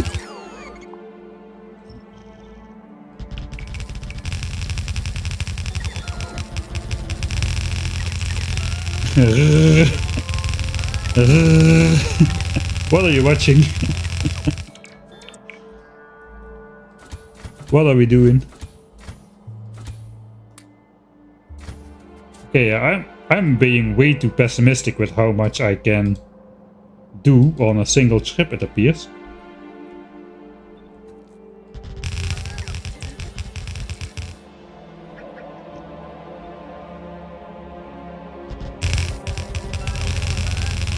Okay, let's see how this looks if we use even more legs.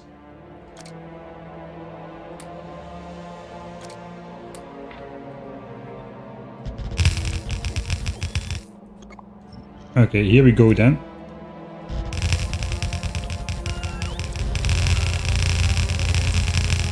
Oh, that went wrong. I didn't see the forest coming.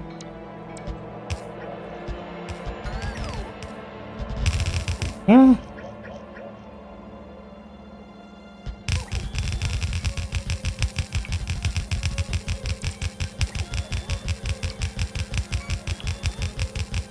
Are you using quality on the save? No, because quality is not a thing yet in this version.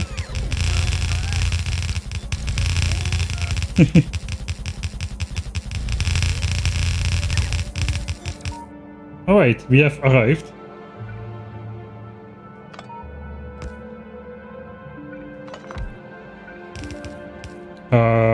This train is active actually, and I'm not in the spider.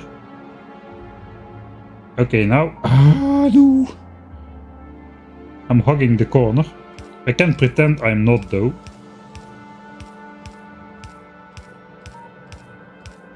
Right, that was why... Yeah, okay, that is fine. We can still do the other bells. 2 more tiles to the right then. So they also slightly hug the corner. That means it has to go like so. I think that should not be a problem. Yeah, I think that's gonna be fine as well. There's nothing in the way. Yeah, it's the same. Okay, we can fix that. It can be symmetric around this arbitrary rail line here. Okay, just a little bit more to go. And again, we misclick.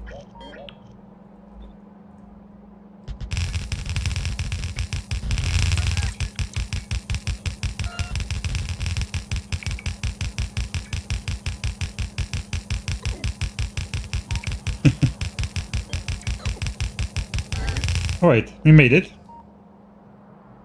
Okay, so that now will go all the way down to about here. About here if we... No, actually we cannot. We are not here. That is fine though. We do need to move this entire thing 2 tiles out then, again. And place it back there. So maybe we'll go down there then.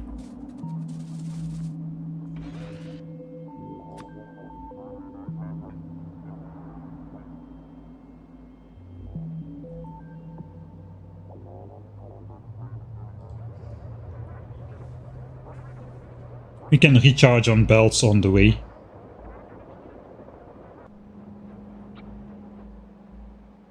Right, so all the belts will come in like this. I think it's gonna look quite nice actually, with those super long straight belts all the way from the top of this island down to the bottom.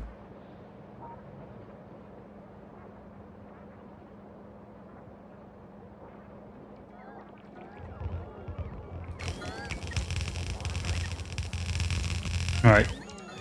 Man, bots just get the job done so fast. That's amazing.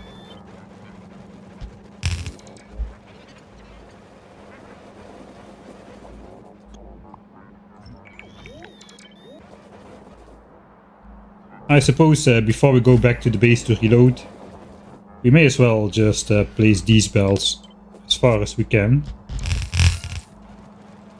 This guy's out. This guy's almost out. We still have a lot of belts.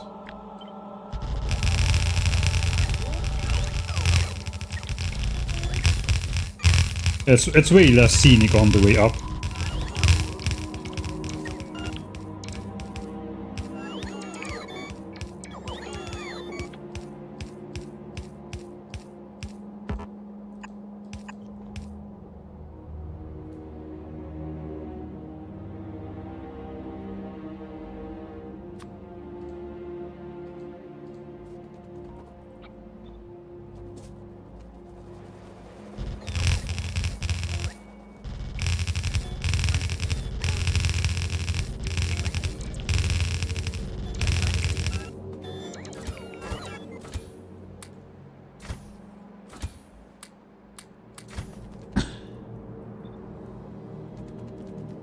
I'll try to do it then without spending all my battery, because my battery is again almost dead. That probably means just... my battery is dead because I'm not charging at all.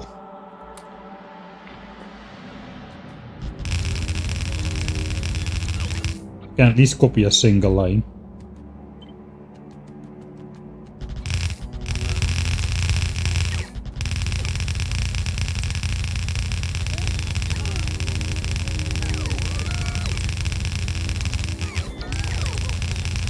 There came the train. That could have killed me. You're still in hardcore.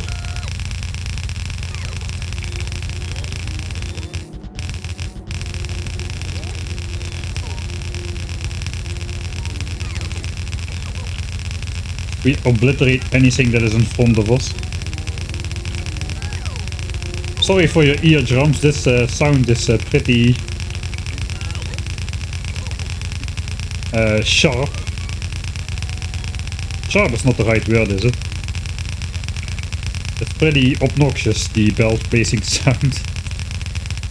I mean, you're probably not supposed to listen to it for a couple minutes on end like this, but... well, that's what we're doing right now. Okay, we're almost out. There we are.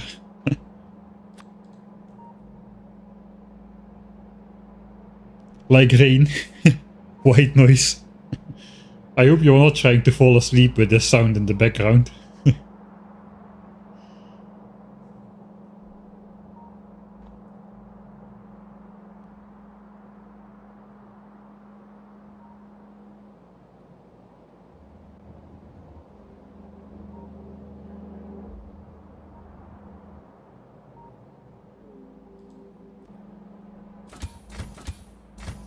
Anybody? Yeah, we still got some.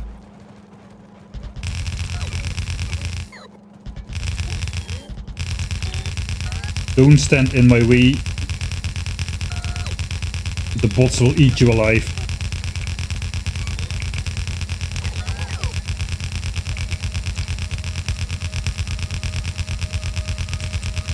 They're just mowing over everything. Grass, trees, rocks, everything falls under.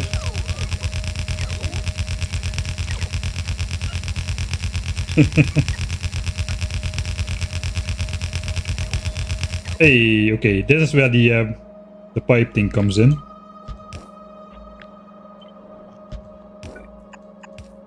I hope I did not calculate these pipe segments to the literal last little one. You can also do this then and put this nicely in the middle-ish.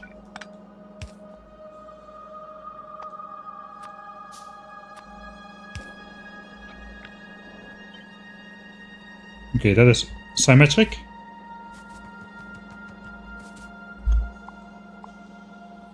Then this tree has got to go, so we can actually see it.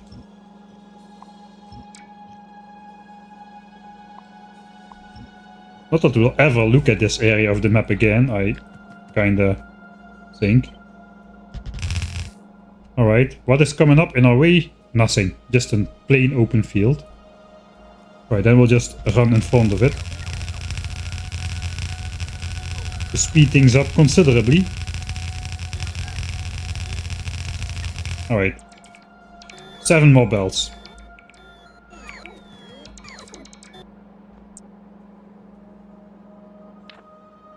For now we can charge.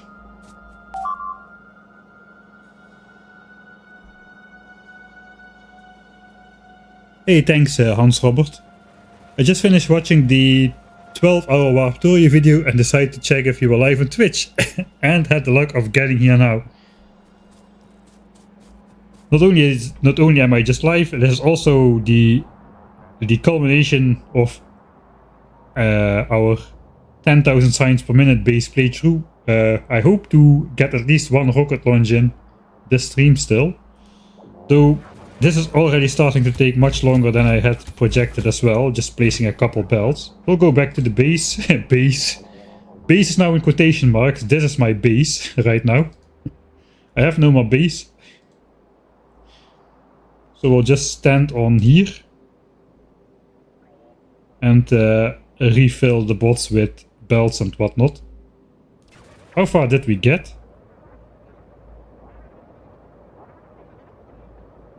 I think we need 2 more trips with belts.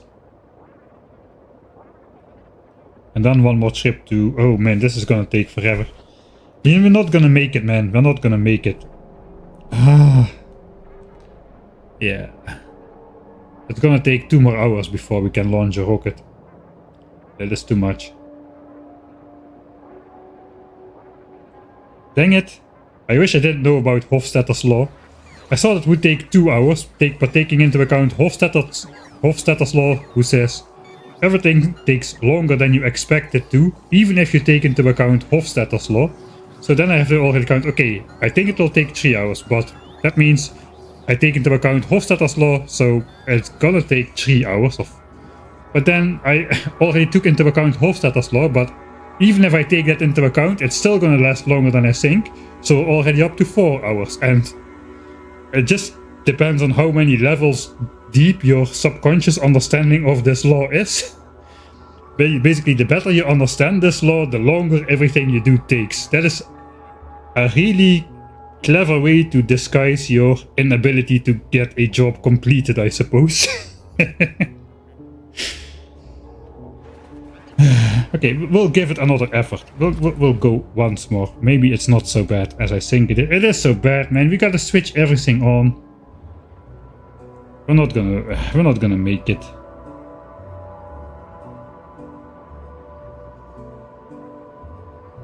Yeah, we gotta switch everything on. We gotta ratio out the things.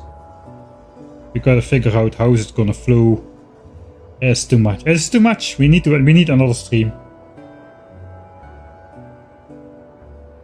We need another stream, and a long one too, I think. I mean, we're already going for, what, 10.5 hours. Dang it. We should be here.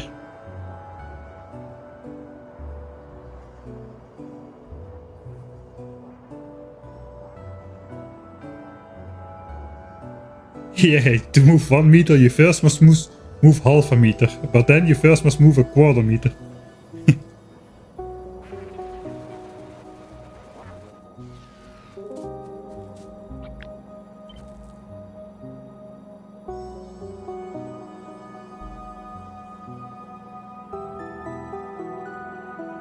The only thing disappointed that the 12-hour video was, where did they get the fish from? Where did I get the fish from for what in Warptorio? There's nothing for fish except spiders, and every planet has lakes, so that should kinda do it for that.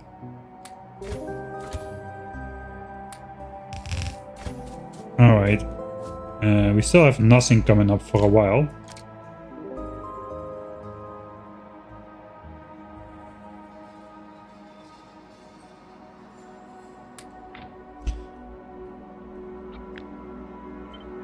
Well, the video is 12 hours long. If I would put everything in the video, it would be like 60 hours long. So some stuff has to be omitted. Like if every planet has lakes with fish, it's not going to be much of a secret or a challenge to get the fish, so that is not really something that needs to be put in the video. I really love this plowing through the forest actually. Get in the center.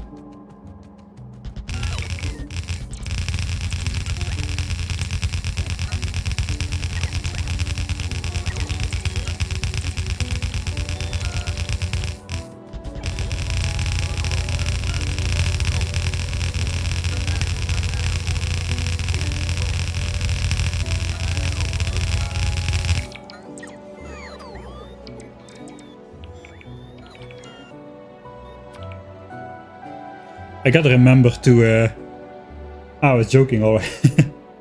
Sometimes I just don't get the I take everything way too literal sometimes.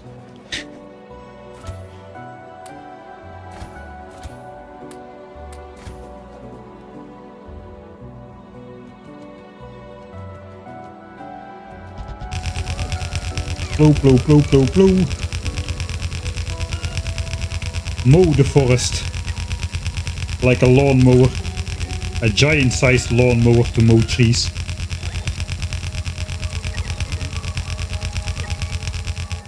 All right, let's zoom out a bit. Maybe that will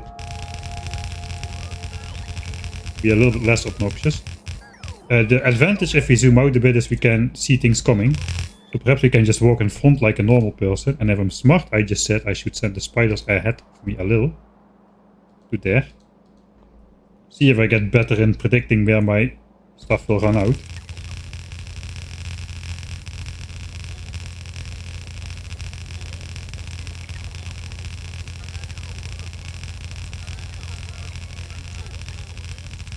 A common trait of people in this game. Likely. Okay, looks like we're basically out of charging power. There's a limit to how fast we can charge up the Roboport.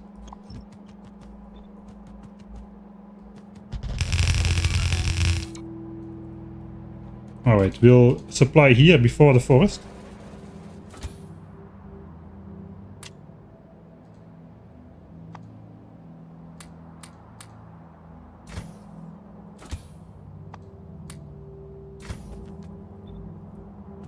That's not smart. I need a little bit of free inventory space to catch the wood and stuff.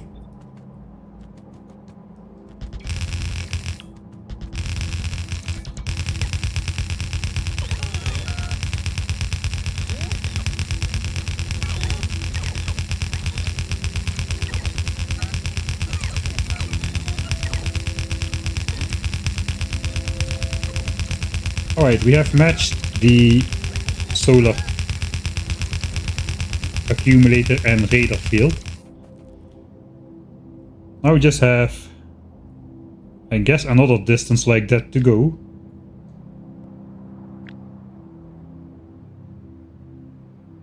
Alright. There's no radar coverage. This is gonna be a weird...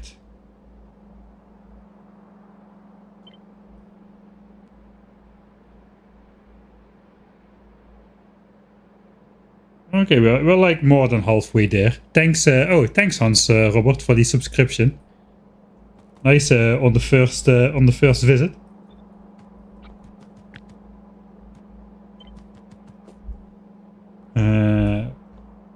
True professionals send their spiders ahead of them.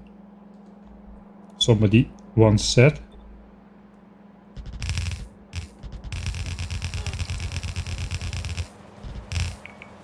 I gotta go slow through the forest or I'll be pushed to the side again.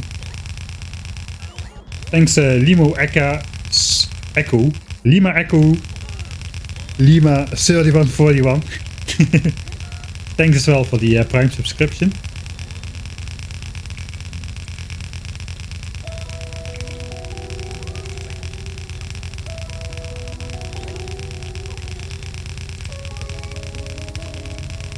I got a ton of belts. I got like a couple, like 300,000 belts or so.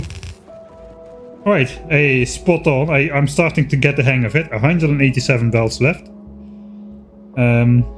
Let's check out how many belts there are in here.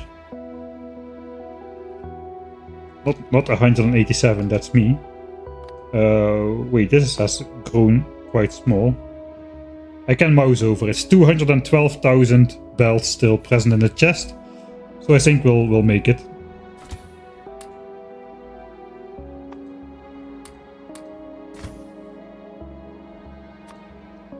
$4K belts.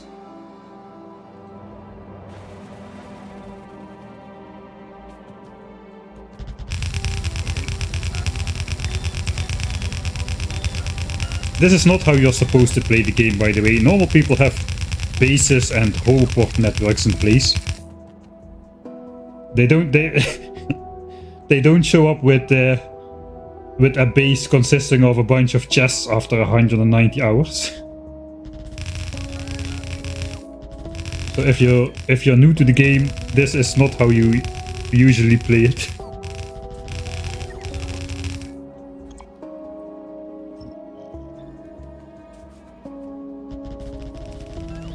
Okay, let's walk next to the belt for a little bit, just for variation. That's not gonna work through the forest.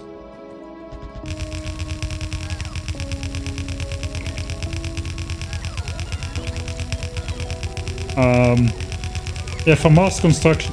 You know, the thing is, I did not have Roboport coverage over here anyway, so I either would have need to go out and build Roboport coverage, then build the actual things from the map view, then deconstruct the Roboport network again. Or we can just rapid fire belts out of a machine exactly on... This is like literally on the spiders running out of belts. I'm learning this this gig quickly, it looks like. Amazing. Alright. I got 3.9k belts. I cannot really peek.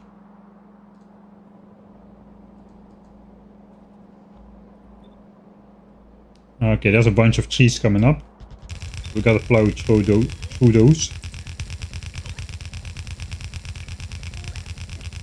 Straight over the resource patches, we don't care.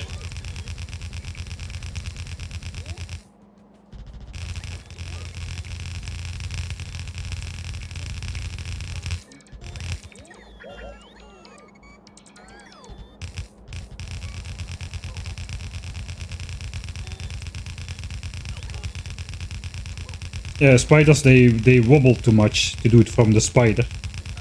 So belt dragging is a thing. The belt stays straight, but when you paste a blueprint like this, I can do it from a spider. It's not very hard, you just do this. Make it snap to grid, relative, and now I cannot move it out of the way, right? I can move to the left and the right a little bit without...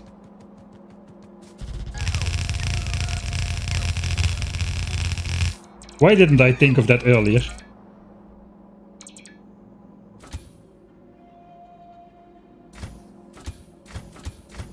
Out of belts, out of belts. One inventory left. Why isn't that? This guy is carrying my stuff. Okay, fair enough. Yeah, I don't need a lot of undergrounds. We're just plowing straight through everything. This will look like the US-Canadian border. Yeah, it kinda will, right? Just make a. I should basically just put a big marker through here, like a power line or something, or an oil pipeline. Right. So is everything gonna come from up high like this? No. No. Rocket fuel is coming out over here. So that's already not gonna go in there. Unless I just belt it up here so everything joins at the top end. I'm kind of planning to do blue chips like so, and then just snake the blue chips through here. Meet them up together with the low density structure. So I guess I could do the rocket fuel up and then down again as well. Since now I have a wide gap through the forest, it's gonna look weird if there's a gap missing on one side. So I guess let's commit to the mistake and make the mistake worse. I have a blueprint now. I can wobble my mouse to the left and the right as much as I want, but not more than this.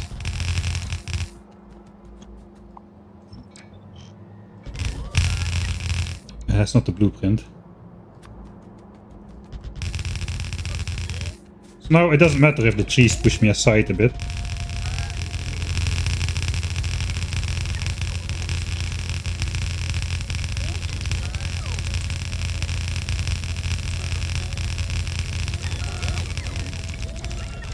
Okay, bot's out of power again.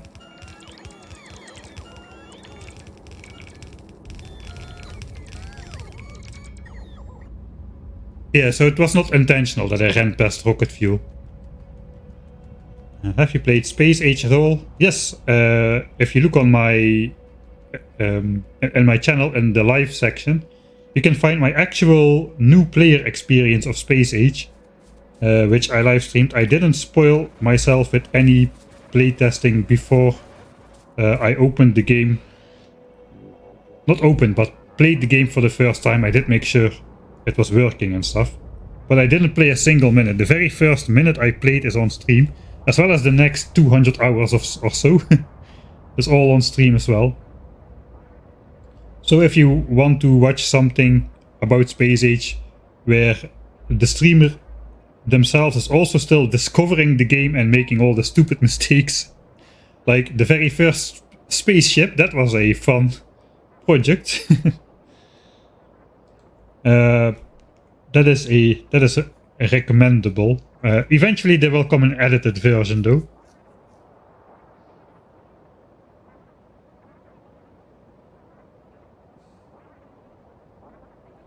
Okay, let's reap the benefits. From deconstructing the nuclear reactor, we can walk twice as fast down with double game speed.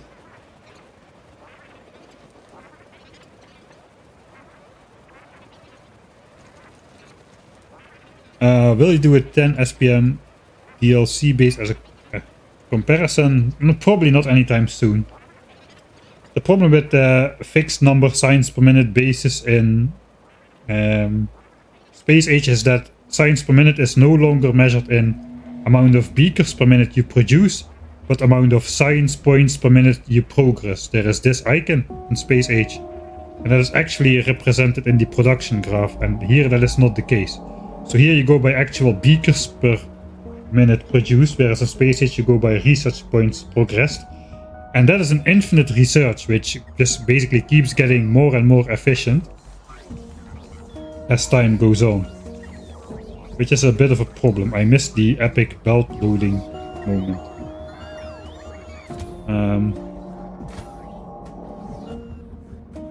Alright, so we might need some more belts anyway up here. Here's a nice gap in the forest, so I think we're gonna go all the way up to here. It is the last trip for belts, I suppose.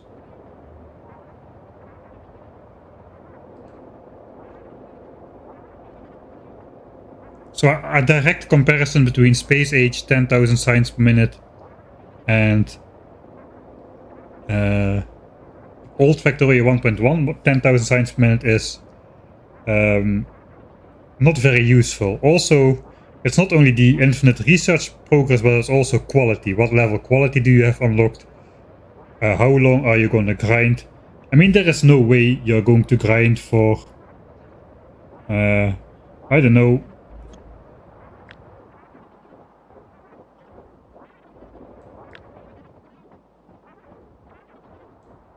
let's try to see how this looks.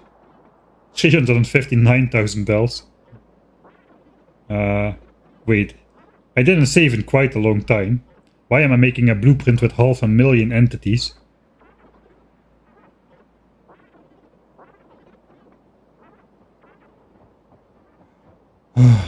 Can always rely on Factorio not to crash. How long will it take you to grind for, I don't know, 100,000 legendary modules? I guess you don't need 100,000 legendary modules for 10,000 signs per minute, but that just means you're gonna make more signs per minute out of the same base, right? There's no way you're gonna grind this much legendary stuff over the course of a game. It took me all game to make these modules, so... And I've had like 1 Mark III module a minute production. I guess all production can be faster as well, but then again, resources. You got the big mining drills. There's so many different factors which are variables in Space Age. I don't really see direct comparisons of signs per minute.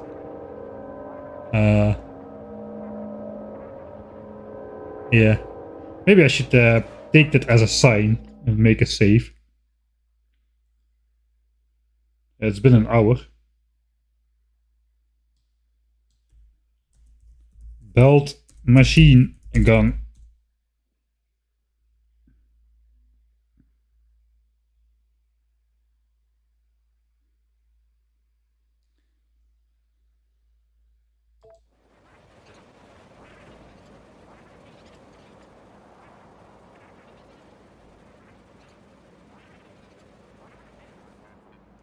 You have 200 hours today. Nice. 200 hours is a long time in any other game but Factorio. I've got 200 hours on this save right now. But yeah, I mean, it's not nothing. It's a lot of time. Okay, let's just hide ourselves and the spider.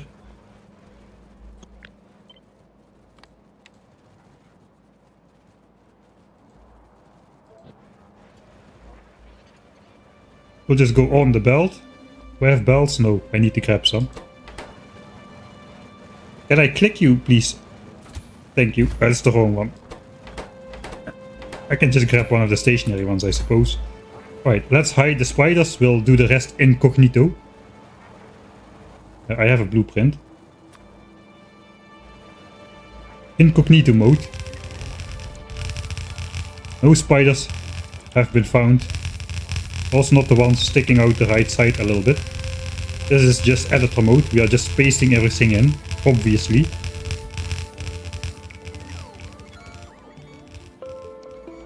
Alright, looks like we missed a whole lot of stuff.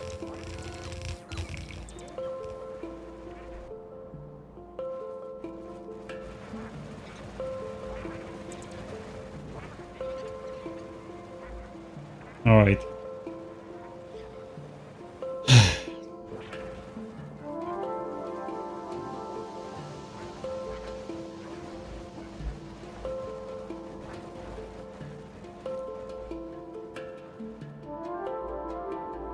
I think that's gonna be it for today. It's gonna just take too long to hook everything up.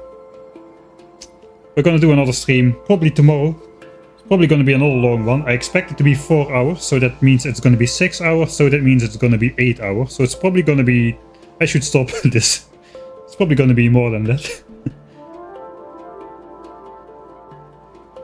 I think the train only it will take more than 4 hours by itself, so it's gonna take 6 hours. Finishing up the belt is gonna take like an hour or 2, so that's another 3 hours, so we're looking at 9 hours total, so the stream will be about 11 hours long tomorrow. Seems like, but then this project will be finished and I can finally fully focus on one thing, that one thing being making the effing video from Space Age. Man, that's a big thing. So I guess for the outro we're just gonna flow down on the belt. Let me turn around so that we look the part as well. Yeah, this is a nice outro, I think. 24-hour stream tomorrow confirmed. Yeah. Yeah, I think I should just keep going. I should just do like the 20-hour stream from the Shattered Planet, where I just played for 6 hours, then went to bed for 7 hours or so, and then just finished it the next day without stopping the stream. The problem is this thing is not gonna build itself. The ship to the Shattered Planet just kept flying without me. But this is just not gonna work.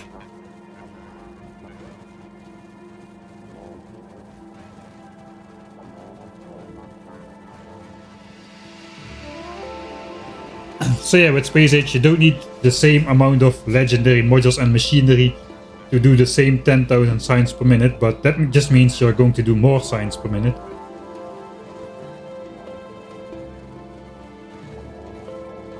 And also, if you build a certain number of beakers per minute, the amount of signs is just going to go up over time. So what is the benchmark then? After how many levels of mining productivity research do you say this is what my base can do? Because if you wait a little bit more, it can do more, right? Maybe I'm overthinking this. I haven't actually played around with it just yet, so maybe there's like a soft cap where it starts to be implausible to make significant gains in terms of return on investment. Maybe it goes up like exponentially in the future, while the returns obviously are smaller and smaller every time. Okay, we're meeting up with the other belt, so let's zoom out a bit. Yeah, we can rate Colonel Will, that's fine. At the end of the stream. I'll type the command myself at the end then.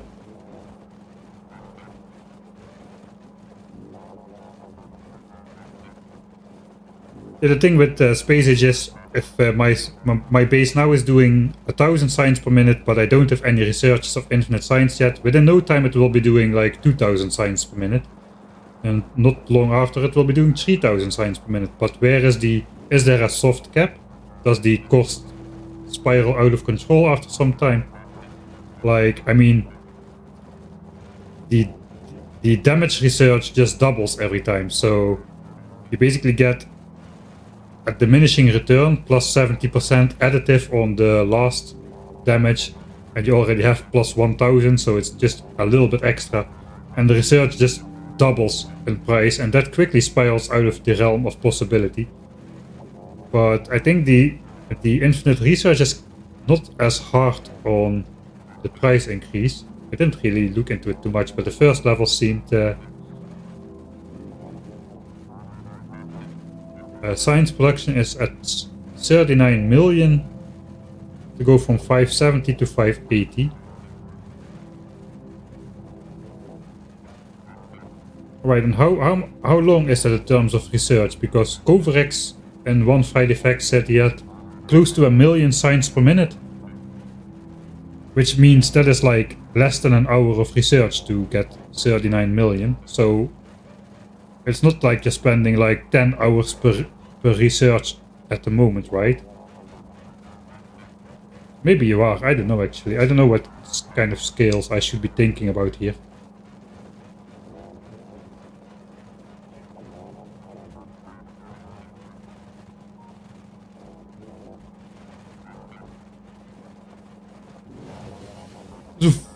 There went the train. Yeah, I think having like a science crafted per minute is... The thing is though, here the difference between the science you craft per minute and the research point you progress per minute is like a factor of 1.2. Because you get 20% productivity in the labs and that's it. But in Space Age you can get 400% without effort. Basically, you get the biolabs, which consume science at half rate, and then you get the legendary productivity modules in there, which doubles productivity, so that's times 4 already. And then you add the infinite research, on top of that, which might be multiplicative with both of those, or at least with the half science rate consumption. And then you can even add quality science packs if you really must. Oh, looks like we have reached the end of the line. Guess we're almost there. We'll go to the corner. Still on 2 times speed for some reason. This is the actual speed.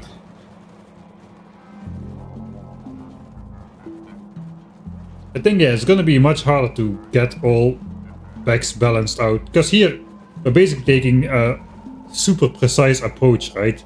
Calculating the amount of machinery, even adjusting the beacon speed on the last machine sometimes just to get the science per minute we want out of that. Whereas in Space Age, if you just upgrade like one beacon to one tier, it is way more flexible in ways you can increase production, I suppose.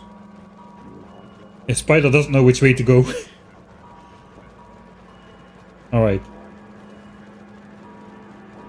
Let's go back to the base. We'll have then the actual outro. Maybe we can... Yeah, we can bring ourselves into the base. On the belts. We'll end up at the satellite production area. Then we'll make the end of stream save and I will call it a day. We'll raid Colonel Will. No idea what he's up to actually. Let me check. Koovie Boy raided us, so he's probably not streaming, and Derek raided us as well. Yeah. Let's just raid Colonel Will. Just forgot how to write that. Come on, Spider, you can cross the last gap. This is going to be the home of the base. Now, there is no more base, there's only science production, science consumption, and useless research, which we don't need. That is what it's gonna be. Tomorrow we'll switch this thing on then. The Grande finale will have a even grander second part to the Grande finale. Even finaler than today. What else is new on my channel? You should have expected this, I suppose.